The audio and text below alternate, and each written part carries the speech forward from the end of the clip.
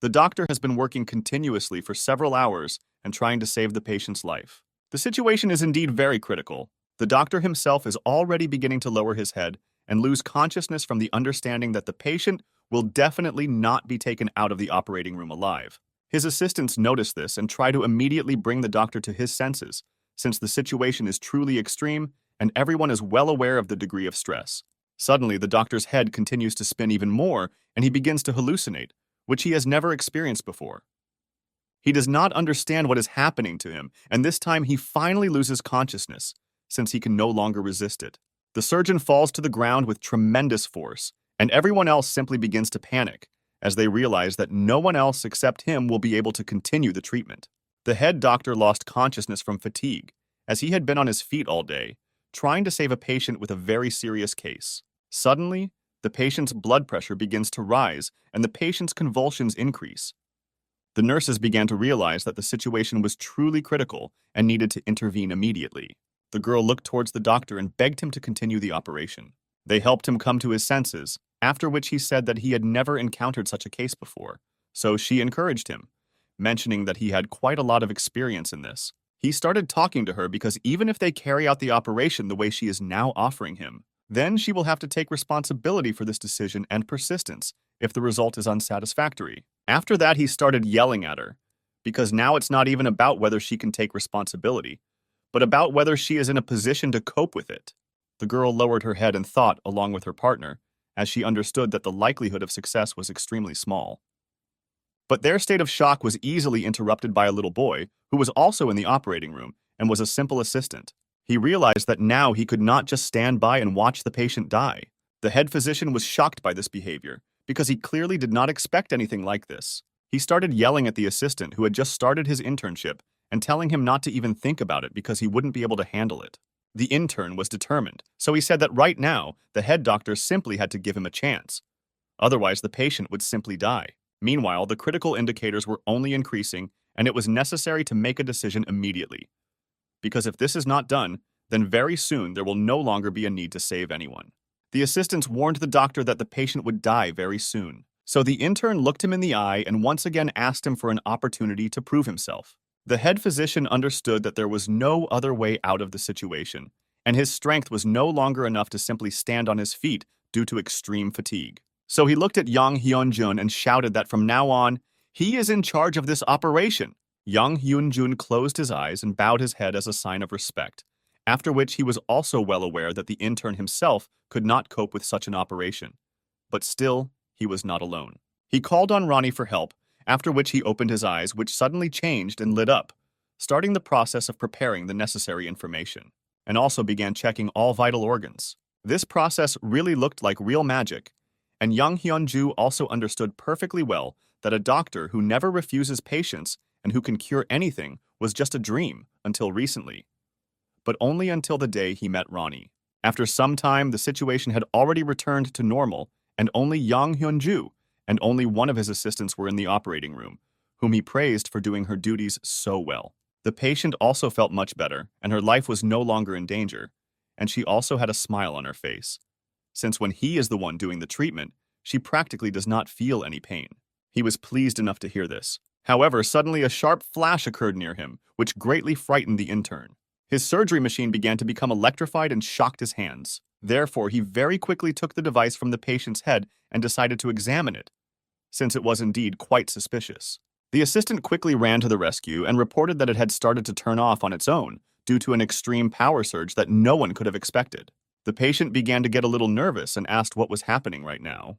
Yang Hyun-ju sat closer to her and said that most likely she would be scared, but temporarily they would be without electricity. But the main procedure had long been completed, so now a fairly simple examination could be carried out.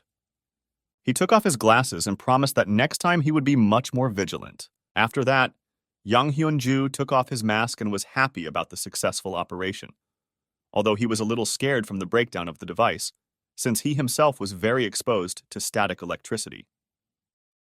He is also the deputy director of a dermatology clinic, although he just recently began his internship. A week later, the assistant told the guy with a smile that the patient refused the procedures only twice today, to which he just smiled, because 2 refusals out of 20 is not so bad. The assistant also smiled and said that many patients even say that grandma is simply jealous of young Hyunju's beauty. He just smiled because he understood perfectly well that he was constantly surrounded by attention from girls and that technology simply hated him. But he can't tell anyone in the hospital that they break down due to static electricity, and the laser machine also broke down for the same reason. Expensive cars break down regularly, but this is not such a big problem if there is a huge stream of people begging for them to be fixed. When they had already served the last client, the assistant was about to go home, so young Hyunju smiled at her and also said goodbye. However, he began to think that it would be nice if his salary was good enough, since he works with hundreds of patients every day. Therefore, he went to the door of his director and was ready to have a serious conversation with him. Because after that most amazing operation, where he was not afraid to take responsibility, Young Hyunju became a truly first-class doctor. The director was very busy with work, but still told Hyunju to come in. At first, he spoke very quietly, trying to gently ask for a salary increase, but the director did not even pay attention to him. Therefore, Hyunju ran up to him and started shouting, ordering him to increase his salary, which greatly frightened and surprised his interlocutor, because he was clearly not used to being talked to in this way. After that, he calmed down a little and stepped back, apologizing and once again politely asking for help. The director was a little worried, but still did not understand for what merit he should do this, because he had already increased his salary 6 months ago, and also the director's wife really puts a lot of pressure on him regarding the costs of educating children in primary school. He looked at Hyunju and decided to ask if his mother happened to have a car. After all, he understood that the guy did a great job, saving a critical patient. But the current payment for his family is not enough at all, so they plan to quit next month and start working for themselves. Therefore, the director still said that he was still ready to make an exception and would give him a bonus now, but for now he would have to wait a little with his salary. Hyunju was very pleased to hear this, but still he hoped that the bonus would at least be big. His happiness knew no bounds. He was happy like a little boy and thanked the director, so the boss was indignant and asked the guy not to annoy him with these statements and just go home. To celebrate, he walked out of his office and waved his hand, once again thanking his boss. The boss sat in his chair after this conversation and understood very well that Hyunju definitely has talent, so such a guy deserves a much better position than being a simple dermatologist. And so another working day ended, only now Hyunju also received a bonus. But due to the fact that his family did not have a car, he had to take a bus home. His father died a long time ago due to the negligence of doctors, so he promised himself that he would become a doctor and save people. His mother was also not rich and worked in a restaurant. She paid for Hyunju's schooling. Suddenly, she became very ill, but he could not provide for her even then.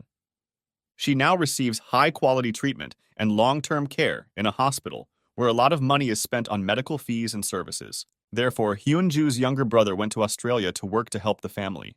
But what's most offensive is that because of their mother's illness, they all had to live separately. And now 3 whole years have passed since that moment. He was still riding on the bus and understood perfectly well that time flies very quickly and spares absolutely no one. There was a message on his phone, so he quickly reached into his pocket to see what they wanted from him after hours. This was a notification from Yong Wook, who decided to find out if the guy had already left work. He looked out the window and was very curious as to why he was asking. So Young Wook told him that he had been working on something for a long time and needed a tester to help. Hyunju understood perfectly well that now the money would clearly not be superfluous for him, so he quickly agreed to all these conditions. When he approached the right place, he was extremely surprised at what a huge building Yon Wook works in. Hyun Rong was very shocked, because he perfectly understood that only the real rich could afford to rent a room in this building.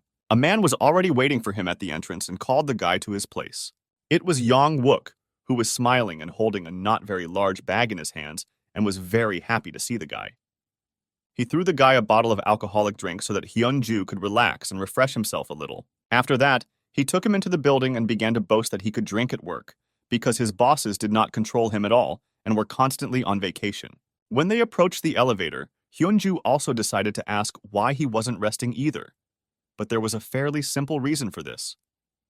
Yong Wook was determined to finish his personal project.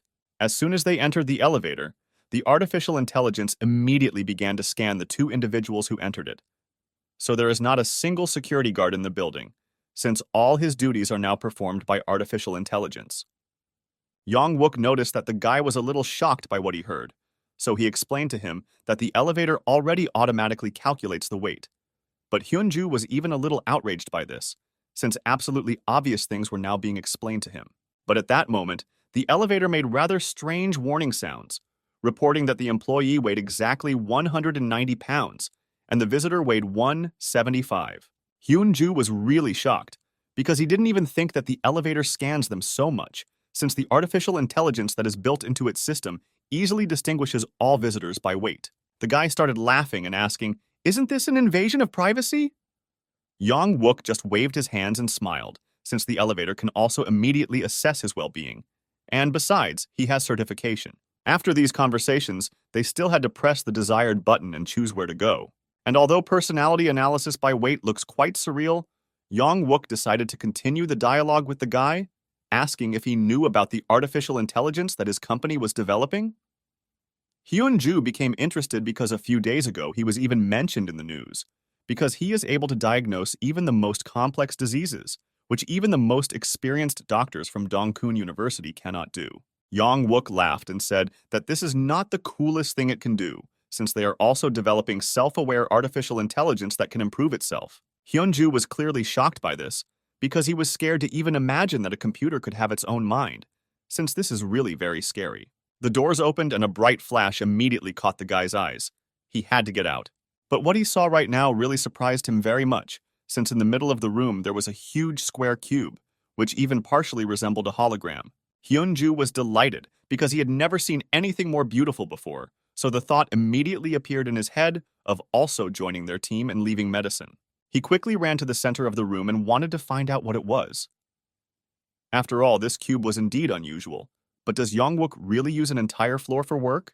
He came closer to the guy and asked him not to be surprised at all, because even this space is not enough for them, and they need to expand further. Hyun-ju was even a little scared, because he wanted to know what they were actually testing, since it all looked quite suspicious. Yong-wook smiled again and asked him not to rush so much, so he took out another bottle and offered the guy a drink to relieve the tension again. He didn't mind, so they kindly agreed to share another bottle of the drink with each other. At that moment, Hyun-ju had no idea that his sensitivity to electricity would have its consequences. Even on a simple bottle of beer, his fingers began to become electrified and transmit energy. He was still smiling, because at that time he had no idea what all this could lead to. Therefore, his friend decided to impress the guy even more, and was ready to bet with him that what he was now going to show him was something that he had definitely never seen in his life. Yong-wook winked towards his cube and said his name was Alfred, and also ordered him to say hello to his new friend named Yang Hyun-jun. The cube began to rise up and glow, like a living person, as he was pleased to meet his new interlocutor. Hyun-jun was at a loss because he couldn't understand what it was. He couldn't even dream of it in his nightmares. He began to panic and wave his arms, trying to calm this monster down, and also begged his comrade to turn it off, as he completely refused to believe that this could have a positive effect on humanity. Hyun-jun finally came to terms with such a new tool for work, and simply began to look at it in surprise. After he got over the shock, he also greeted the robot and said his name, since he didn't quite understand how to react correctly, but his friend couldn't hold back his laughter at all, since he found it funny that the guy was communicating with robot, as if with a real girl. Hyun-jun saw artificial intelligence for the first time and was very interested in seeing how it works, so he said that the name Alfred was quite outdated, which made his interlocutor a little indignant. But still, he took a few more sips of the drink and said that the official name of this robot is Ronnie, which really fits much better. After all these long conversations, Yong-wook suggested that the guy not delay this entertainment because it was time to get down to business, so he immediately invited Ronnie to analyze the guy's emotional state. Hyun-jun was outraged because he didn't understand why he asked for this so suddenly, but there was no other way out since the process started, and the analysis was completed very quickly. The computer made the assumption that this person has a very unstable emotional state. In addition, sadness in him exceeds all other emotions. Hyun-jun was focused and yet quite worried as he understood that he was being experimented on right now. Yong-wook also thought about it, because the results were quite strange. So Hwa-jun said that it is not at all worth carrying out this procedure so suddenly, even though it is a test. Yong-wook laughed and said that this was just a warm-up, and now it was time to do the real test, so he asked the other person to put his finger here. Hyun-ju was still nervous because he was really embarrassed to do this, but still, he put his finger in the middle and prepared for the process, but he had no idea what would await him. When he found out that his finger had just been pricked to draw blood, he was very scared and began to scream, because they had not agreed that such a thing would happen. But still, the guy calmed down after Yang-wook said that this is a regular gene test that will tell whether he is prone to baldness. After these words, Hyunju became so interested that he himself put his finger in order to carry out the procedure faster. And although it was painful and unpleasant for him to endure all this, he still decided to check how this device actually works. His hand began to become increasingly electrified and transmit energy to the electronic panel, making rather strange and unpleasant sounds. A second later, the lights turned off completely, and the entire building was without electricity. Hyunju was very surprised and decided to clarify whether the light now went out, and not because of him. Yang-wook laughed and said that it was almost impossible for the light to go out due to some kind of analysis, so he will now go and bring an emergency generator. Very quickly, he connected it, and everything started working again, which calmed the guy down a little. Also, a minute later, his tests were ready and no problems were found, either with the device or with Hyunju's health. Yang-wook laughed at him, because he understood perfectly well that his interlocutor was very worried now, so he decided to ask whether artificial intelligence thinks the same way. But for some reason he stopped answering him, so Yang-wook started shouting at him and asking what was the matter. Hyunju wasn't sure if Ronnie was working, so Yang-wook said that it was most likely just a system error due to a power outage, which he would fix tomorrow. And since they had already received the test results, there was absolutely no point in being here anymore, so Yang-wook suggested the guy leave, to which he kindly agreed. But still, he began to be quite worried about the condition of his hand. He couldn't understand why she was shaking so much because of the power outage, because everything was normal. Yang-wook had already called the elevator and was waiting for Hyunju to also approach him, who continued to panic greatly because of the tests. His whole night was spent worrying, so in the morning he had to get ready to go to work. He woke up and reacted without much desire to the alarm, as it seemed to him at first glance. But seriously, he began the process of automatically debiting funds for utilities. Therefore, Hyunju, without much desire, got out of bed and began to remember other people's phrases that salary is just an illusion, although it seems that in his life, it works the same way, because now he needs to give $100 to the caretaker. He began to put on his glasses with an upset look, because he understood perfectly well that if he spent more money on transport and food, he would go into the red. After that, he tried to find at least some positive in the current situation and looked at the doors. He didn't understand what was happening, so he even decided to take off his glasses to check for sure whether it was all imaginary to him. The guy already went to work without glasses and with a joyful look, because he still couldn't understand how a person's vision could return without any operations. The assistant was shocked when she saw the guy without glasses, as it was like he was a completely different person. Hyunju smiled and looked at her, because he was in a great mood as his vision had finally returned. The girl even became embarrassed and said that he looked much better without glasses and asked him to walk like this more often. She also told him that one patient had already come for the procedure and asked if he was ready to see him now. He agreed and asked first to prepare him for the procedure. In the morning, the work process began in his office, where the patient was already lying. Hyunju noticed that her cheeks were fine, but the pores on her nose were too deep. She is one of the people with dry skin and excessive sebum production, so there must be a special approach to the procedure. For the first time, he will perform surgery without glasses. He placed the device on her body and began cleaning her face first. But again, electricity, exactly the same as that which was in that building, got into his head and began to radiate very strongly into his head. So it became really difficult for the guy to think and concentrate. Suddenly, his vision began to darken and noticeable dizziness appeared. A second later, a real miracle happened in his eyeballs, after which he seemed to gain superpowers.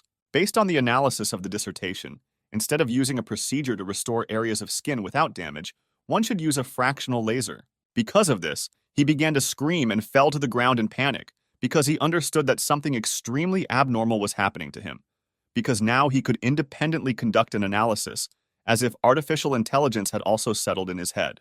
The assistant started screaming and ran to help, because she did not understand what was happening to him, because such a reaction is quite unusual for a doctor. Hyunju was extremely scared, but despite this state, he tried to act as if nothing had happened and asked the girl what happened right now and what was the reason for her screams. But he still couldn't hold on for long, because he began to analyze the patient and the girl as if in an X-ray machine, where the worst thing was that he didn't understand at all why this was happening. Suddenly, an incomprehensible error appeared and began to flash before his eyes. Yang-wook was scared in his office because he didn't understand the essence of this mistake. It seemed quite strange to him. It looks like its development has gotten out of control and Ronnie has also disappeared. Hyunju was scared. Cold sweat appeared on his face, as he was well aware that the situation was not going well for him. He continued to look at the assistant and the frightened patient, not understanding what was happening to his mind right now. After he got up, the girl decided to ask what was wrong with him, but he calmed her down, saying that it was just a small cramp. So he apologized for his behavior and said that he would wash his hands and come back. He turned on the water in the tap so that his conversations with himself could not be heard. After that, he looked in the mirror with anger, first of all at himself, and did not understand what had just happened. It was written that instead of one procedure, it is better to use another, so he thought that he could simply stimulate the skin with heat and not burn the epidermis. He also remembered that it mentioned a dissertation, which was then supposed to be in a medical research database. Therefore, he quickly opened it and decided to check the presence of that very database there. He was completely shocked, because it really was written there, and there was all this information that proved that the second method of treatment was much better. The patient had already begun to be indignant, since the doctor had been gone for too long, and she already barely found free time to attend this procedure. So the assistant had no choice but to apologize and say that the doctor would return soon. Hyunju was just entering the office and immediately apologized for the fact that they had to wait for him. The patient was extremely outraged because she expected a different service, but the guy made them happy, saying that he had just found a new method that would be most effective for her. He came closer and smiled sweetly, making the patient feel embarrassed, and also said that the new treatment method would be more expensive, but because of what happened earlier, the price would remain the same. She began to stroke her face and rejoice, because now her skin would be even better. But the guy looked at her a little suspiciously, because the patient had complained to him before that she was very busy. After all the operations for the day were over, Hyunju went to his room to write the operation history, where he also thought that he really needed to read a lot more information. At that moment, there was a knock on his door, so he allowed him to enter it.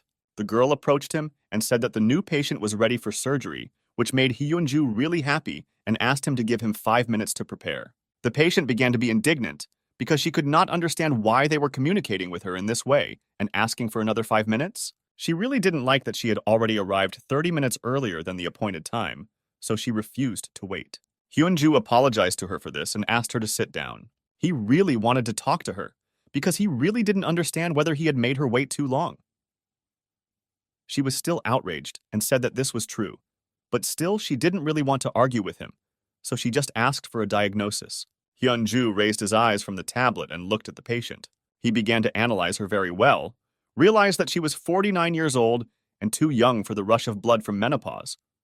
So he began to think that these consequences appeared as a result of vasodilatation, and laser hair removal would be perfect for this. Suddenly, those same electrical noises appeared.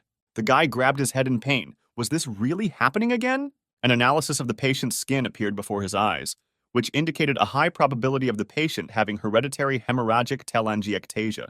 The doctor was not as scared as last time, since he understood what these pictures were and whose voice was speaking. Now he knows that these are not hallucinations. While he was thinking about his inner voice, the patient was excited. She wanted to hear the diagnosis as soon as possible. Hyunju was distracted from this voice and returned to the patient. He asked her to answer several questions, but she must answer as accurately as possible so that he could better determine her condition. He understood that the disease that the voice told him was quite rare, so he immediately asked the patient about nosebleeds. She really had them, so she was very surprised that the doctor asked questions so precisely. He further clarified whether she visited other hospitals, to which she said that she went to an Oriental medicine clinic, as well as to a number of dermatologists. Her symptoms went away, and then reappeared. Hyunju understood that the patient was probably treated based only on superficial observations of the condition of her skin. There must be other symptoms. So he immediately looked at her hands, which were all bleeding slightly. Now there was no doubt left. The doctor was sure that ordinary dermatological clinics could not cope with her diseases. She was perplexed. Isn't this just ordinary dermatitis? Hyunju thought that she needed to go to the university hospital, so he would write her a referral. He also advised her family to get tested, especially if she has teenage children. The patient was clearly not satisfied with the appointment. She believed that he should have shined a laser on her, and that was all these directions were for. She didn't fully understand how dangerous this disease could be and what consequences it would have if it wasn't treated, but it seemed like she had completely different plans. Hyunju at this time thought that if it weren't for the voice in his head, he would not even think about this disease. He began to guess that this began with him after he became acquainted with the cube that his friend created.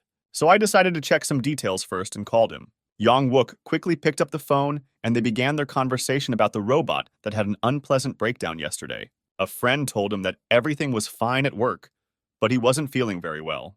Hyunju was wondering what happened, so Yeon Yak told him that there was a connection error due to yesterday's shutdown, and Ronnie disappeared. The guy couldn't believe it. He's a robot. How could he disappear? A friend explained to him that it would be better to say that his neural network was deleted. Hyunju was very worried that this happened because of him, but his friend reassured him that everything was fine and he would fix everything. Yang Wook was only worried about the fact that he had lost the information that he had already given to Ronnie, but he would come up with something and everything would be fine. The doctor listened to his friend and thought about telling him that he hears Ronnie in his head. But will he believe him? Suddenly, an idea came to him that could change his life and give him a chance to fix everything. He looked at the family photo that was on his desk and thought about how Ronnie could help him and no longer listened at all to what his friend was telling him, who was trying to find out how his mother was doing. Hyunjun only thought that Ronnie very accurately finds the diagnoses of patients, and if it weren't for him, it's unlikely that he would have known that the patient had such a rare disease. That's why he didn't tell his friend anything about his voices, and if he doesn't mind, they'll talk later. He quickly changed his clothes, collected all his things, and immediately went into his colleague's office to inform him that he had finished his work today and urgently needed to leave. Therefore, he transfers all the patients that he has left to him, which the other doctor really didn't like, who got very angry about it and started yelling at him. Hyunjun no longer heard what his friend was telling him. His only thoughts were that his mother was diagnosed with Parkinson's, but the doctors were not 100% sure of this diagnosis. If Ronnie can diagnose diseases such as hereditary hemorrhagic telangiectasia, then perhaps he can help his mother determine an accurate diagnosis and subsequently cure her. In a matter of seconds, he ran out of the hospital and caught a taxi. Hyunjun wanted to get to his mother as quickly as possible, so he didn't think about the costs. As soon as Hyunjun got into the car, he immediately asked the driver to go as quickly as possible to Daehan University Hospital, where his mother was being treated. The taxi driver understood the importance of his client's situation and drove as quickly as possible, for which Hyunjun was very grateful to him. They drove at an insanely high speed, but the guy didn't even think about it, because he understood how important it was now to examine his mother again. Perhaps she was diagnosed incorrectly, and she does not have Parkinson's. If Alfred can make even such rare diagnoses, perhaps he can make a more accurate one for his mother. In any case, it's worth a try. The taxi driver completed his task perfectly and took Hyunjun to his destination very quickly. Now everything is in his hands. Hyunjun had not yet dared to go up to his mother's room, because the problem was that he did not know how to call Alfred when he wanted, and he did not want to go to his mother with empty hopes. He remembered that his friend simply called Ronnie with his voice, to which he reacted and responded perfectly. So Hyunjun decided to try this method and started calling Alfred out loud. People around began to pay attention to him, and some of them misunderstood him. One of the passers-by even sympathized with him, because he was so young and already suffering from a mental disorder. Hyunjun decided to stop this, and a brilliant idea came to him. He dialed a non-existent number and decided that he would talk to Alfred, pretending that he was talking on the phone. He pretended to call and try to call Alfred, but in response, he heard silence. The guy no longer knew what to do. He just didn't understand why Alfred didn't respond. He was calling him. What could be the matter? Shouldn't he respond to his name? Hyunjun said his name a few more times and realized that his friend, while they were drinking beer, told him that the official name of the robot is not Alfred, but Ronnie 1. Is it really necessary to use this particular name? He calmly and very quietly told Ronnie in the hope that everything would work out. And so it happened. A magic cube appeared before his eyes, which he had seen in his friend's laboratory, and greeted him. He would have to get used to this. After Hyunjun established contact with Ronnie, he decided not to hesitate and go inside the hospital to begin the examination. At the reception center, he asked to meet with Professor Lee Han-sen for personal reasons, but he was refused admission, since the professor was busy at the moment and could not see him. But Hyunjun was not going to leave and decided to wait for him. We didn't have to wait long. The professor left the room a few minutes later and gave some advice on treating the patient. Hyunjun apologized for interrupting him and asked if he remembered him, but the professor seemed to have forgotten who he was. He reminded him that his name was Hyunjun and he came to him 3 years ago during his studies because of his mother's illness, and then the professor diagnosed her. After this, the professor remembered the guy and his mother, whom he diagnosed with Parkinson's disease. 3 years have passed since then, and the professor became interested in what specialty the guy chose and how his mother is doing now. Hyun-jun's face immediately changed, because due to circumstances he was unable to complete his studies and left, and his mother is now, unfortunately, in long-term treatment. He told the professor that since then her condition had not changed much, but recently she had been getting worse and treatment was not helping, which greatly upset the doctor. But today, Hyun-jun did not come for this reason. First of all, he wanted to ask the professor to look at his mother's MRI, since it seems to him that the diagnosis is not entirely accurate. Lee Han-sen only smiled when he heard this request, after which he noticed that if he had already come here, then his mother's condition really worried him a lot. Therefore, the professor was not against helping him with such a request and told him to go with him to the diagnostic room, where they would look at the MRI again together. Hyun-jun was incredibly grateful to the professor for his help. Now he has a chance for Ronnie, who until now has made accurate diagnoses and now must cope. Before Hyun-jun entered the hospital, he talked to Alfred on the street and tried to find out what happened yesterday when he collected blood from him. First of all, Ronnie asked to call him that way. Alfred is not his name, and he is not pleased. Hyun-jun asked him for forgiveness and still tell him what happened after the blood draw. Ronnie began his story with the fact that in the human brain, there are more than 100 billion neurons and 10 times more neuroglia. According to him, they together form a single system of 100 trillion synapses. With the help of static electricity, Ronnie flowed from the open network into Hyun-jun's neuroglia. And currently, Ronnie only works through Hyun-jun's synapses and is located inside the nervous system of his brain. It was difficult for the guy to come to terms with this, and all this was too difficult for him. So Hyun-jun decided not to bother and ask Ronnie. Or could he determine the diagnosis of one patient from an MRI photo? Ronnie will probably be able to do this, but he asked his new owner in return not to tell Young-wook about his existence, and then he will help him. This request slightly puzzled Hyun-jun, but he had no choice. The professor began searching for the same MRI that Hyun-jun requested, and it seems the results are successful. He found it. The professor's conclusion was the same as 3 years ago.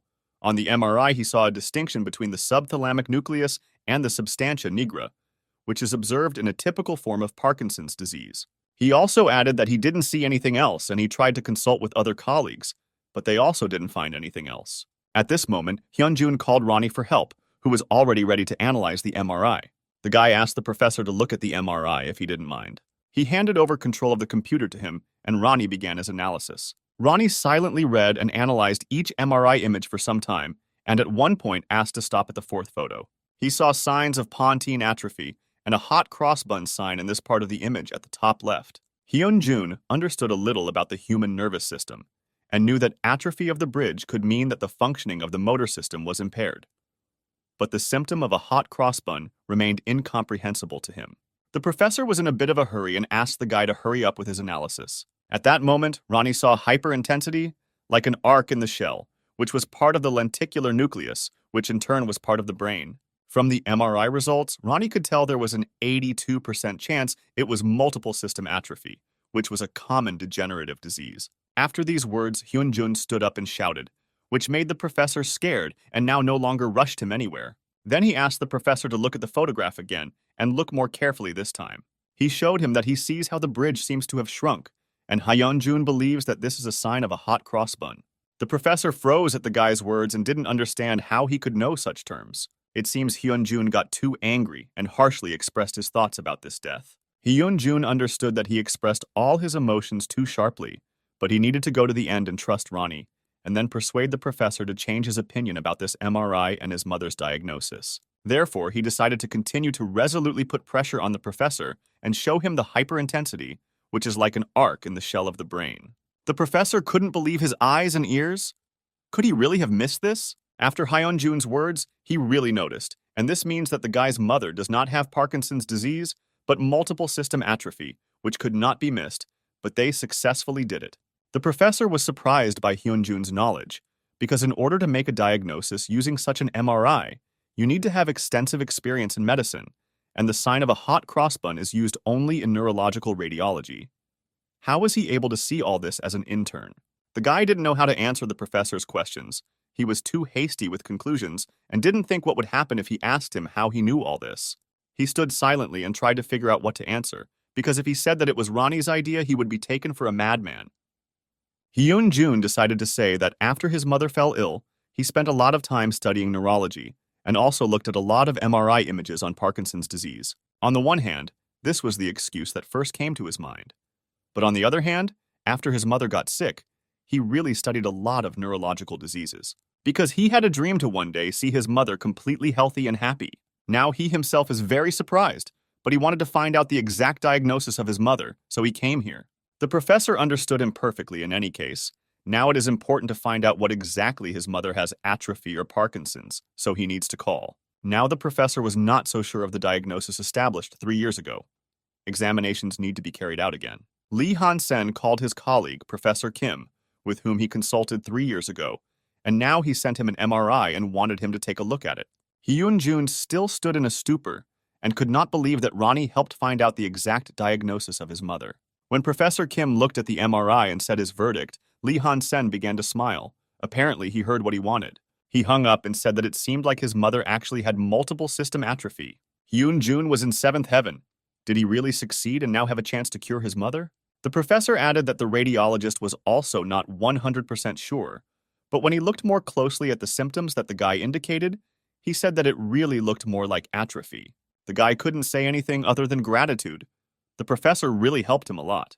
But the doctor at that moment admired the guy who, as a student, was able to understand this. It was a miracle that was created with the help of hard work and an incredible desire to cure my mother. He wished the guy and his mother a speedy recovery. The professor will pray for them. Hyun-jun and his mom still had a long road to recovery, but he felt like a huge weight had been lifted off his shoulders, and it was all thanks to Ronnie. After he visited the professor, Hyun-jun decided to visit his mother and told her nurse that she could go home and rest, for which she thanked him and left.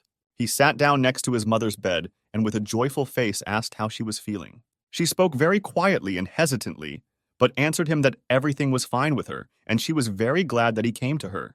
Hyun-jun asked her forgiveness for not coming to her for a long time. He had a lot of work, so he was busy, but it seemed she was even happy about it, which means he is a good doctor and does his job well. He joked that people even fight for his treatment, which is why Hyun-suk is jealous of him. She smiled and was happy for him, asked him to treat people efficiently so that everyone would be happy. Hyun-jun promised her that he would become an excellent doctor and everything would be fine. She extended her hand to him and said that she, too, would soon feel better because her son would be able to cure her and everything would work out. The guy became sad again and couldn't say a word, as if something was tormenting him inside, but he couldn't say anything. She tried to find out from him what happened to him and why he was sad, but he continued to remain silent. Mom continued to talk to him and allowed him to cry if it would make him feel better. Hyun-jun became even paler.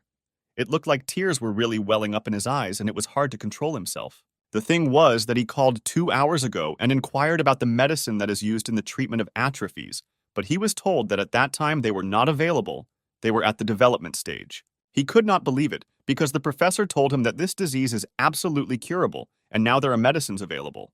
But Hyun-jun did not give up so easily, so he asked Ronnie to double-check the information, who told him that now research groups from Sungin University and Kodestem Corporation are jointly developing a medicine. Now scientists who are working on this issue have found that treating atrophy with protein suppression using mesenchymal stem cells is the best option, and they are at stage 2B testing. The guy had been involved in medicine for several days and understood that this stage meant selecting certain dosages for a person.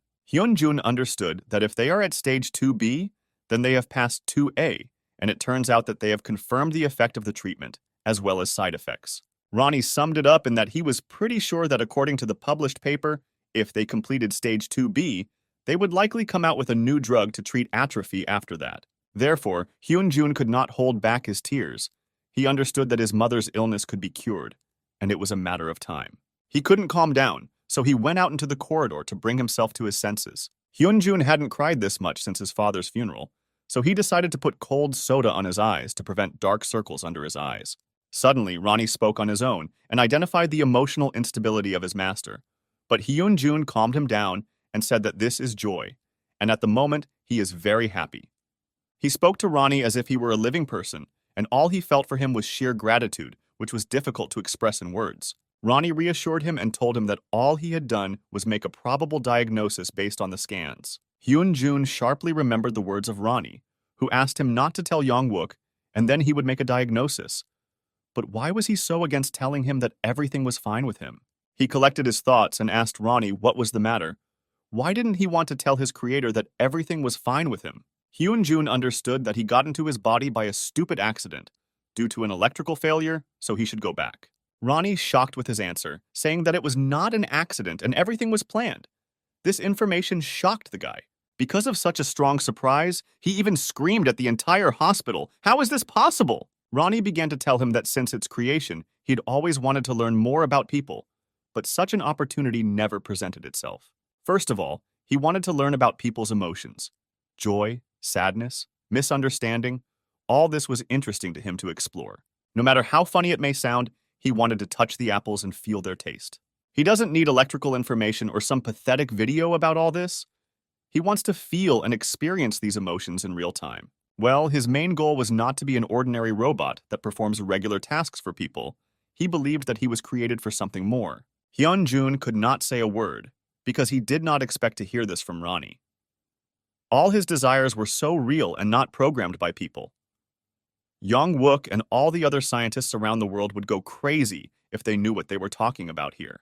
The guy himself never thought about it, but even he, as a doctor, needs to know people better than others. Is that why Ronnie came to him? Then the conversation turned to the name Alfred, which Young-wook gave to Ronnie from the very beginning, which he didn't really like.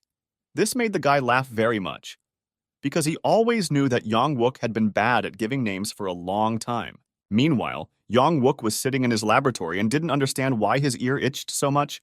Did someone really remember him so often? After Hyun-jun stopped laughing, he thanked Ronnie again and he didn't know how he could repay him. Ronnie added that the results of this examination are not final, and there is still a chance that it is Parkinson's.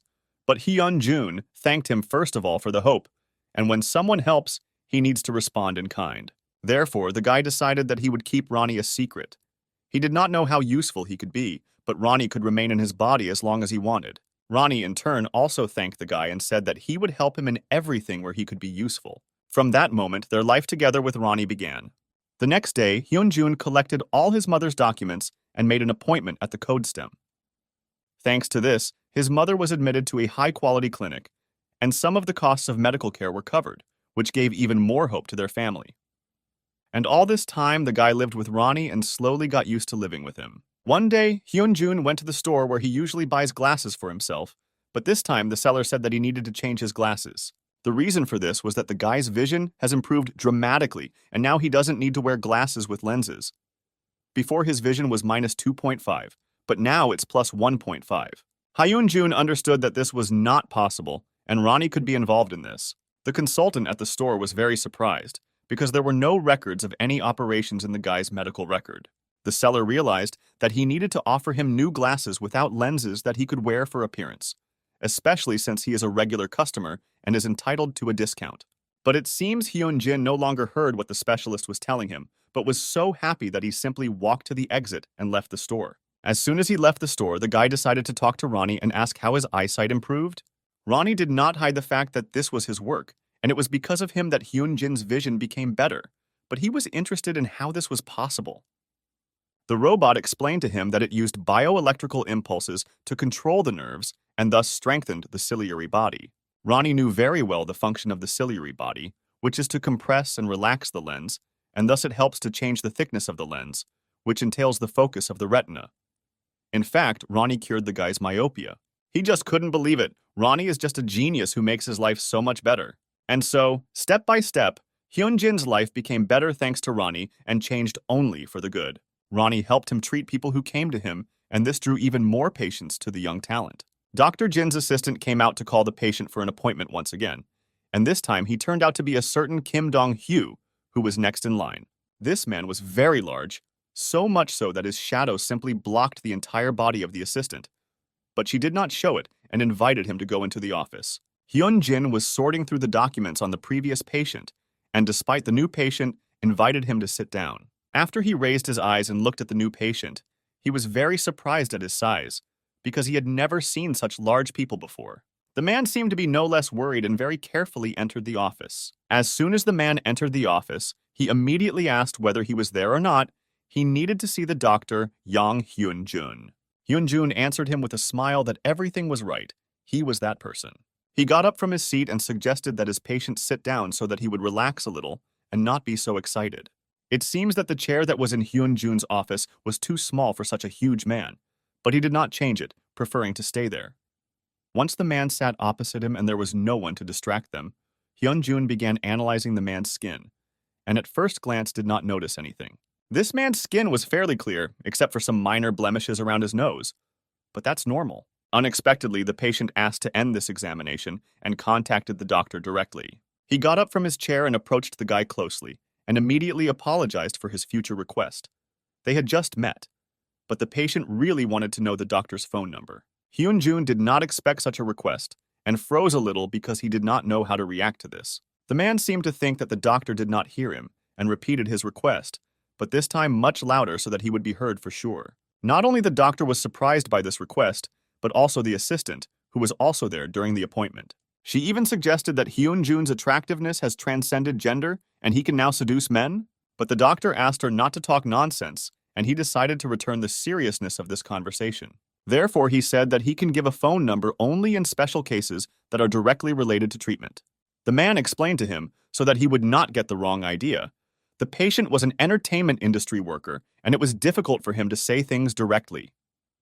Dr. Jun was glad that this was not a love confession as his assistant had assumed, but he still did not understand what the man wanted from him and why he needed his phone number. The man added that, to be honest, he is not a patient, but a close friend of the patient.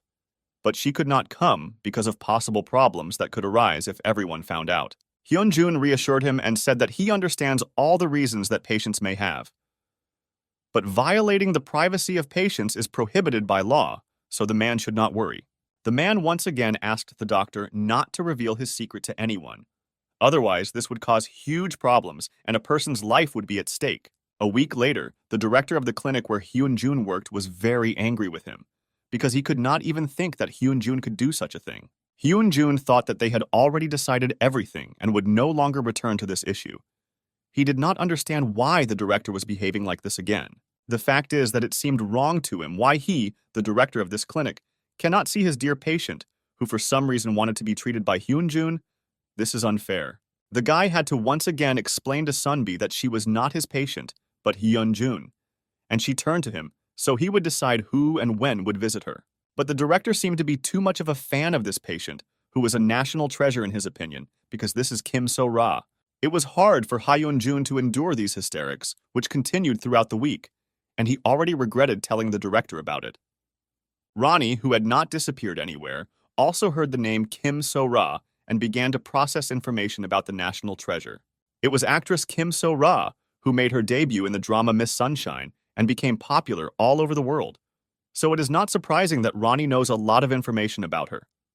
She is a very talented actress who collects a lot of positive comments for every film. Kim So-ra has starred in more than 20 films and shows at such a young age. Her data was used as the basis for Ronnie's voice and constructed speeches. It seems that Yong-wook is also a fan of hers and did not pass her by when he created Ronnie. Yong-wook has started sneezing too often lately. I wonder what this could be connected with. But it was worth clarifying that even Dr. Jun, with his incompetence in terms of questions about stars, knew that she was a very popular actress, and now her manager was sitting in front of him. Who would have thought that such a huge man could be the manager of such a girl? But Hyun-jun still didn't understand why they turned to him. Doesn't she go to a dermatologist? The manager told him that she went there, but her pimples keep appearing over and over again, so Sora doesn't trust them anymore. But the main problem was that she acts as a model for that clinic, and she simply cannot go to another doctor, otherwise all contracts will be broken. So the man started looking for a good doctor on social networks and came across the young famous doctor Hyun-jun. He asked for his number so that Hyun-jun could secretly diagnose Sora. Otherwise, she would become depressed and her career would be over. The director hoped that he would still be able to stay at the reception, but Hyun-jun was persistent and sent him home. He didn't fully understand why it was Jun who should diagnose her, and even after hours, he could also help, but the guy made it clear to him that he promised to be alone. Then he asked to get her autograph for him, at least something. Hyun-jun couldn't stand it, and immediately sent him home because the star patient would be coming soon. It was late evening and there was no one in the clinic for a long time. It was at such a time that Hyun-jun was waiting for the actress. The actress arrived at the clinic and was disguised as an ordinary person, But it seems the manager was still very worried and hurried her so that no one would see them on the way to the doctor. They went into the office together and apologized for being late, but Hyunjun himself had recently freed himself and did not notice how late they were. Sora stood very quietly and didn't even want to say hello to the doctor after the manager introduced him to her. Hyunjun, in turn, said that he was pleased to meet you and was glad to host them at his clinic. She took off her mask and asked why he was so young and could she even trust him? The man's patience ran out and in a rude tone he asked her to behave appropriately. The man calmed down and tried to explain to her that Dr. Young Hyunjun is the most capable in this city. He has good reviews on the internet, and when he came to see him, everyone was eager to see him, so you should behave respectfully. Hyunjun carefully watched this picture and realized that if this continued, he would develop new prejudices regarding celebrities. He was tired of watching them quarrel and asked them to get down to business, because he also wanted to go home after a hard day at work. The guy didn't like this girl's phrase, which she constantly repeated, "Can you trust this doctor?" But she still sat down opposite him and they began the reception. She looked around this office and concluded that she was stupid for trusting the manager. The interior of the office was ordinary, and no better than in the clinic where she was treated. Hyunjun understood that she was biased towards him, and it was difficult for him to conduct an examination in such an environment, but he still needed to do it. He asked her to take off her cap, because there were no people here and she had no one to hide from. She listened to him, but also added that I write on the internet that Dr. June is very kind. But she believes that this is a lie, and now you can't trust recalling from the internet. Hyunjun was already thinking about going home. This behavior did not suit him. He understood that first of all she needed it, not him. Ronnie, to put it mildly, overheard the conversation between them and gave his analysis of the patient's emotional state, in which he highlighted fear and embarrassment. Hyunjun did not expect that Ronnie would fit in and would give such an analysis on top of everything, so he shouted out to the whole office and scared the patient. Did she ask him back or was he talking to her? And why was he even yelling at her? Dr. June couldn't think of anything better to say than what he said about the reviews, and the actress herself is much nicer in reality than on the screens. She looked at him like he was crazy, but still offered to start the inspection because she was also in a hurry. The initial examination of the patient's skin did not bring anything, because her skin was incredibly clear. An ordinary person could not achieve this, but there were also disadvantages. The skin itself was too oily and thin. He also clearly observed how the dermis layer was reduced due to frequent laser surgeries, and the inner part of the skin became dry. The doctor noticed that there was a lot of laser correction on the chin. Treatment here using the stem cell restoration method would be most effective. If the doctor's analysis is completed, then Ronnie found another very important detail and asked to remove the patient's scarf for the final result. After that, Hyunjun also noticed this scarf. Why does she even need it? Therefore, without thinking for a long time, he asked to remove her scarf so that he could finish the examination. Incredible fear and surprise appeared in her eyes, so she asked him how he knew. Hyunjun didn't understand what she was talking about because he just needed to see the skin in order to continue the examination and subsequently suggest a diagnosis. She gradually took off her scarf and began to tell me that in fact acne is not the main problem she lives with. Recently, she began to develop marks on her neck, due to which she lost the opportunity to participate in the most important role in her career. She went to a dermatology clinic in Gangnam several times, but after a while the marks returned, so she gave up and no longer trusts them. But when these marks were seen by an average doctor who only has a pretty face, she began to think. After which she took off her scarf and Hyunjun was able to examine her neck in detail. It didn't take him long to determine that it was acanthosis nigricans, a disease characterized by thickening and blackening of the skin. Ronnie also examined these black stripes in detail and determined that the patient's medical history, as well as gynecological clarification, was necessary to make a final diagnosis. For a long time, Dr. Hyunjun could not find the right words and tell this kind of patient that because of skin problems he needed such data, but he still had to. Ronnie tried to calm his friend down as he noticed that his heart rate had increased and he was starting to get nervous. He tried to control himself and simply explain everything like a doctor. So in a calm voice he said that now she most likely would not like the questions he would ask, and it was unlikely that she had ever heard them at the dermatological center. First of all, he will ask these questions as a doctor, and they do not carry any other meaning. She began to worry even more. Now she felt uneasy because of this introduction. But still, Dr. June continued the dialogue with her and began asking about her menstrual cycle. Was it erratic? Perhaps she experienced bleeding during it or severe cramps. to which the patient simply shook her head and agreed. Next, he needed to clarify how long she had had these problems with her neck, to which she answered a little less than a year. Dr. June was thoroughly determined and decided to ask about weight fluctuations, to which the patient also gave a positive answer.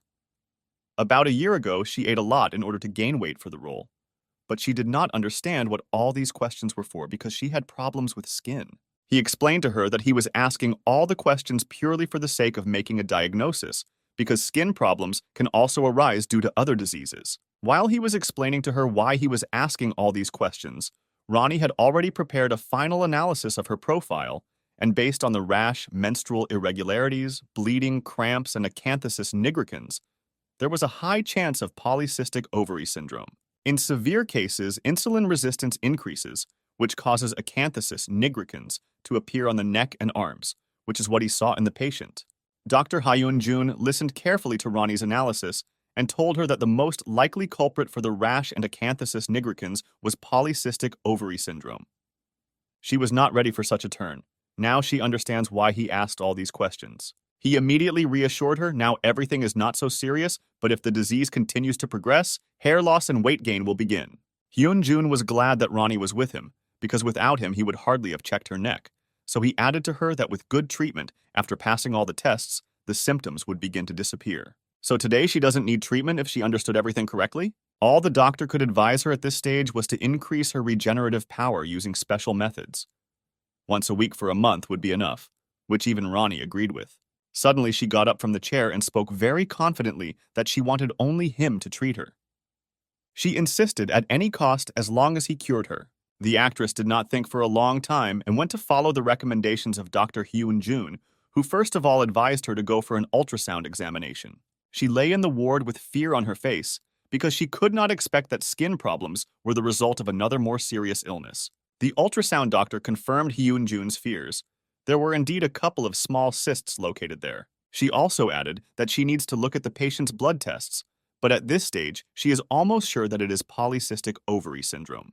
The doctor tried to calm down the already excited girl and praised her because young people don't often come to her, and if they do, they are, first of all, conscientious people and worried about their health. The girl was lucky. She came at the right time because if the disease continued to progress, it could lead to endometrial hyperplasia or even cancer and ultimately to infertility. It seems the doctor frightened the girl even more with such terrible words, and she began to worry even more. But because of this panic, she remembered the words of Dr. Hyun-jun, who told her that everything is not so serious. But if it is not treated, then everything can turn out badly. The girl decided to check with the doctor whether this polycystic ovary syndrome can cause baldness and obesity. The doctor confirmed her words and said that this disease is quite aggressive and can cause such symptoms. But she need not worry. Her symptoms are still mild, so she can breathe out for now, but treatment must begin immediately. The girl couldn't believe it. Could this disease really be cured? The doctor answered her with a smile, of course. After the procedure, the girl returned to Mr. Hyun-jun's clinic for him to continue her treatment. On the way, she replayed the entire dialogue with the young doctor in her head and concluded that he was very capable, although at first glance it seemed that he was an ordinary cute doctor. Meanwhile, Hyun-jun was paying her manager for the appointment and offered to write out a prescription for medicine, to which the man agreed. The man also began to apologize for the fact that they made him work so late, but the doctor reassured them and said that in any case he would have stayed here overnight. The girl returned to the clinic, and they immediately began the procedures. She changed her opinion about this doctor. She considered him a rather kind and sensitive person who did not abandon her at such a difficult moment in her life. But still, something confused her. It seemed that there were no shortcomings in this doctor, but she was worried. The doctor at this time wrote out a prescription for treatment at home and wished them good luck. The girl responded by saying that he shouldn't work here. He froze because he didn't understand what he had done wrong. At first, he thought that she meant that he independently counted patients at the emergency room without the help of a nurse. That's not what the girl meant. She was saying that he was just wasting his time working in a small dermatology clinic in Bundang. She believed that he was just wasting his talent and he could get rich working in Gangnam or another richer area of the city.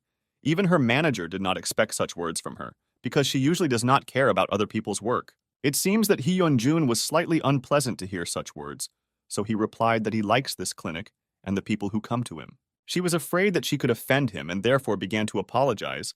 She did not want to offend him. On the contrary, the girl wanted to say that he is the best doctor in the whole city that she has ever come across. Thanks to him, she now has a chance to be completely cured. Hyun-jun seemed to not want to believe her words. This couldn't be happening. He still had a lot to do. But she seemed to persistently try to prove to him that she had never seen a better doctor. Even the director of the dermatology clinic in Gangnam couldn't understand why she had a rash, and Hyun-jun did it so easily.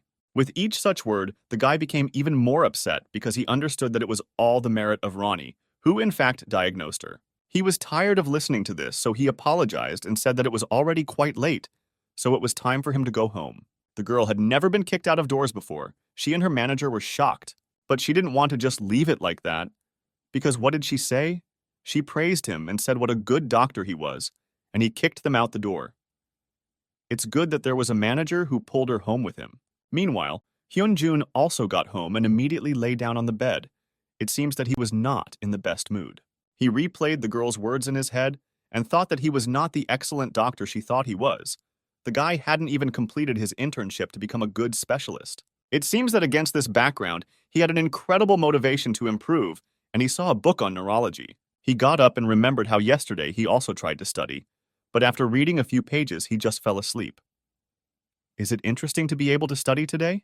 Ronnie suddenly spoke after a long time, and it was an analysis of his brain waves, which showed that now the guy is releasing alpha and theta waves instead of beta, and these are the waves that come out at the moment of complete fatigue. This meant that now studying would be ineffective. After analyzing his sleep patterns, Ronnie recommended that he study in the morning, not at night. Hyun-jun agreed with him, because even in middle school, studying in the morning was much easier for him. But studying is not so easy with his hectic life. Working with patients in a dermatology clinic is surprisingly difficult, so after it, he usually just wants to fall asleep. Ronnie offered to help. He could wake the guy up when it was best. Ronnie also added that he can force the release of special delta waves for deeper sleep. Can he really even do that? Ronnie was able to do this by increasing the speed of synchronization with Hyun-jun's nervous system. It was incredible. The guy decided to trust Ronnie. It's worth a try. What bad could happen? Hyun-jun lay down on the bed and immediately fell into a deep sleep. But it seemed Ronnie had nothing to do with it, because he was too tired. The guy immediately began to see terrible dreams where his mother was crying on her knees in front of the doctor who was treating her husband, and she asked him to cure him, because they had no money for other treatment.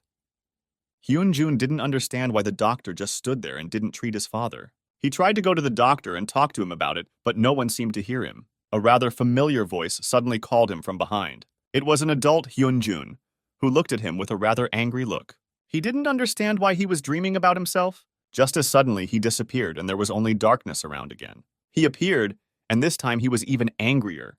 He grabbed him by the clothes and lifted him up. Hyun-jun was angry and tried to find out why this little asshole hasn't done anything yet. The little boy cried and asked the doctor to stop doing this. The guy started laughing at him and asked him not to be such a dreamer because he would never be a doctor. After these words, he let him go and the boy began to fall. The boy shouted that he was scared. He asked for help, but no one heard him. This terrible dream was interrupted by Ronnie, who woke up Hyun-jun and said that it was already 3 in the morning and it was time for him to get up. For a long time, he could not understand what was happening. This dream could not leave his head. The guy still found the strength and rose from the bed. It was indeed 3 in the morning and Ronnie, as promised, woke him up on time. He got out of bed and started doing exercises after sleep, without wondering what time it was. And then it dawned on him that he had only slept for a few hours, but it felt like all of 10. It was as if he had been reborn. His health was excellent, and the guy was fresher than ever. Hyun-jun was glad that Ronnie did not deceive him, and he really slept as much as he needed to recuperate, and now he has a lot of free time that he can devote to studying. The guy immediately thanked Ronnie for such a healthy sleep, to which he responded by saying that it was time to start studying. It reminded him of how his class teacher forced him to study in high school, but Ronnie replied that he didn't know who Hyun-jun was talking about. From this answer, the guy understood something, although they shared the same brain and nervous system. Ronnie did not know Hyun-jun's memories and thoughts. At least he did not dare to find out in order to preserve his identity. But now it didn't matter. The important thing is that now he is a doctor who has the smartest mechanism in his head 24/7. Thanks to the new teaching method that Ronnie proposed, his thirst for learning is gradually being satisfied. Additionally, Thanks to Ronnie's larger medical database, Hyun-jun has developed the ability to obtain all the latest clinical data on all new treatments. After another examination of the star patient, her skin became better and better, and progress in treatment was noticeable. What could not but please the doctor, all that remained was to carefully use the retinoid cream that Hyun-jin prescribed. The girl was very happy to hear that she was getting better. She also listened to every advice of the young specialist and believed that after a while she would not even need a scarf. Hyun-jin was happy with these results and understood that at this rate, they would finish the treatment much faster than he thought. The guy also noticed a certain peculiarity. Today the girl came not in some kind of hoodie or something like that, but in a dress in which she looks more like a celebrity. Is it really filming? Ronnie, in turn, noticed how Hyun-jun's pupils dilated, his blood pressure increased, and his sphincter contracted. Hyun-jun understood what was happening, but Ronnie interrupted him and added that he sees attraction to the opposite sex, as well as other physiological phenomena that are natural for the human species. And based on the patient's analysis, she feels the same as Hyun-jun. He didn't expect to hear this from Ronnie.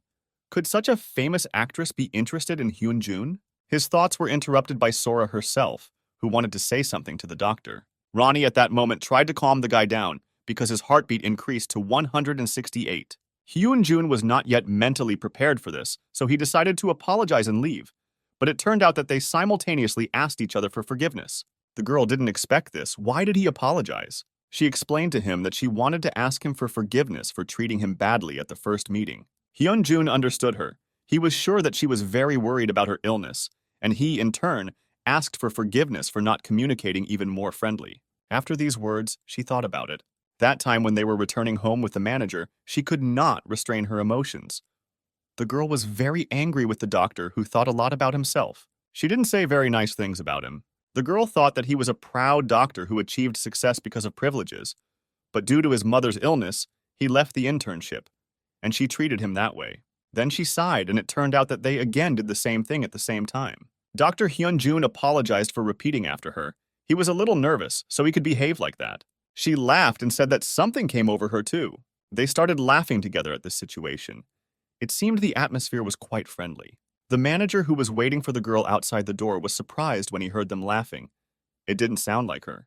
The girl thanked the doctor again for doing all the difficult work and giving her a chance to recover. She remembered that she had prepared a gift for the doctor as a token of gratitude.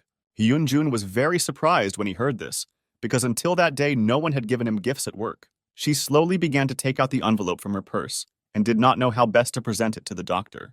The girl nevertheless decided, and with her eyes closed, began to ask Hyun-jun to take this envelope. This is her gratitude. He unexpectedly expected such a turn and asked her to calm down. He didn't need money, because she had already paid for the treatment. But the girl insisted that this was separate from any bills, because she recovered so quickly thanks to him and was even able to star in commercials and TV dramas. And besides, if the doctor did not see a cyst in her body, everything could have ended quite disastrously. He reassured her and said that he was just doing his job. And yet she felt very stupid because this was the only way she could convey her feelings. His pulse increased even more. He did not expect such words from her. She clearly showed interest in him, and he wasn't busy, and it wasn't that she wasn't attractive, but something still confused him.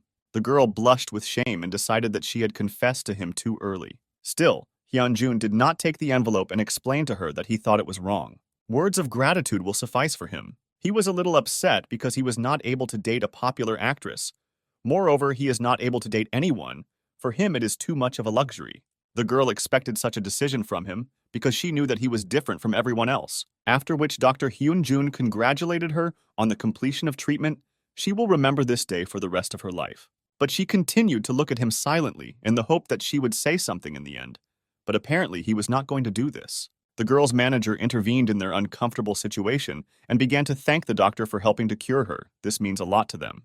When she left, she looked at him with loving eyes that hoped to meet more than once. Ronnie watched Hyun-jun's indicators and noticed that as soon as the girl left the room, his indicators suddenly returned to normal. The girl returned home and could not help but think about Dr. Hyun-jun. He simply could not get out of her head. The manager was very surprised that the girl was so calm today. Had something really happened? Hyun-jun was glad that he and Ronnie helped another person, so he deserved time to rest. Suddenly, a notification arrived on his mobile phone in which the girl promised him that she would find a way to thank him. After a hard day at work, he decided to go to a restaurant and have a delicious meal. and he was accompanied by the director of the clinic, who was waiting for Sori's autograph.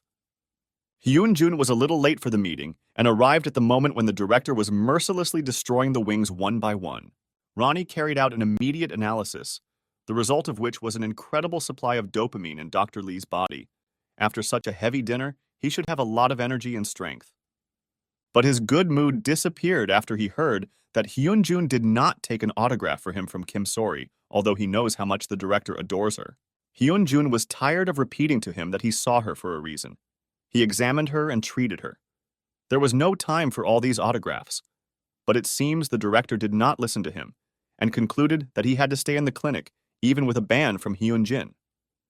The guy still felt a little embarrassed that he didn't take an autograph. It seems Lee is really such a fan of her. He finished his beer and changed his face again.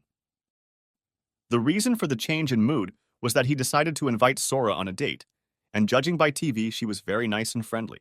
Hyun-jun laughed and thought to himself that she was really very cool, but she was cold and direct.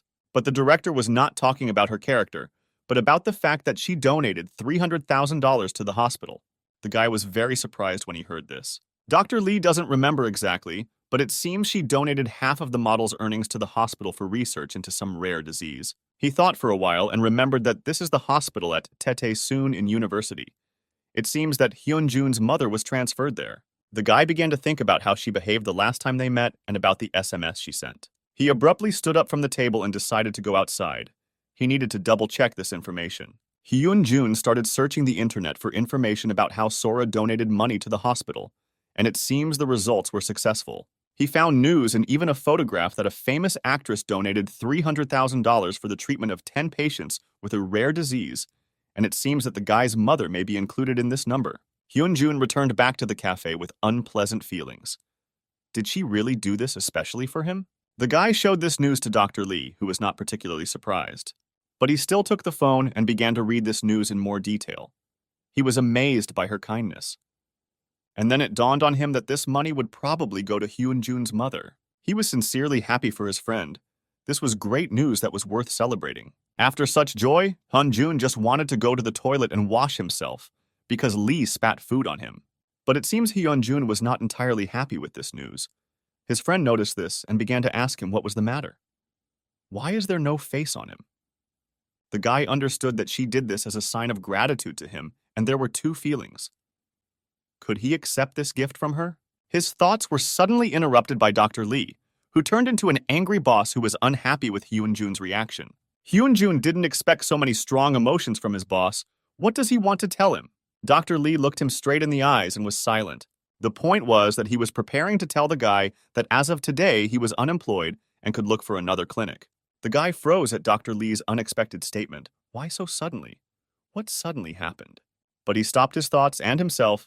Dr. Lee explained to him that he had been harboring this decision for a long time, but could not tell him about it.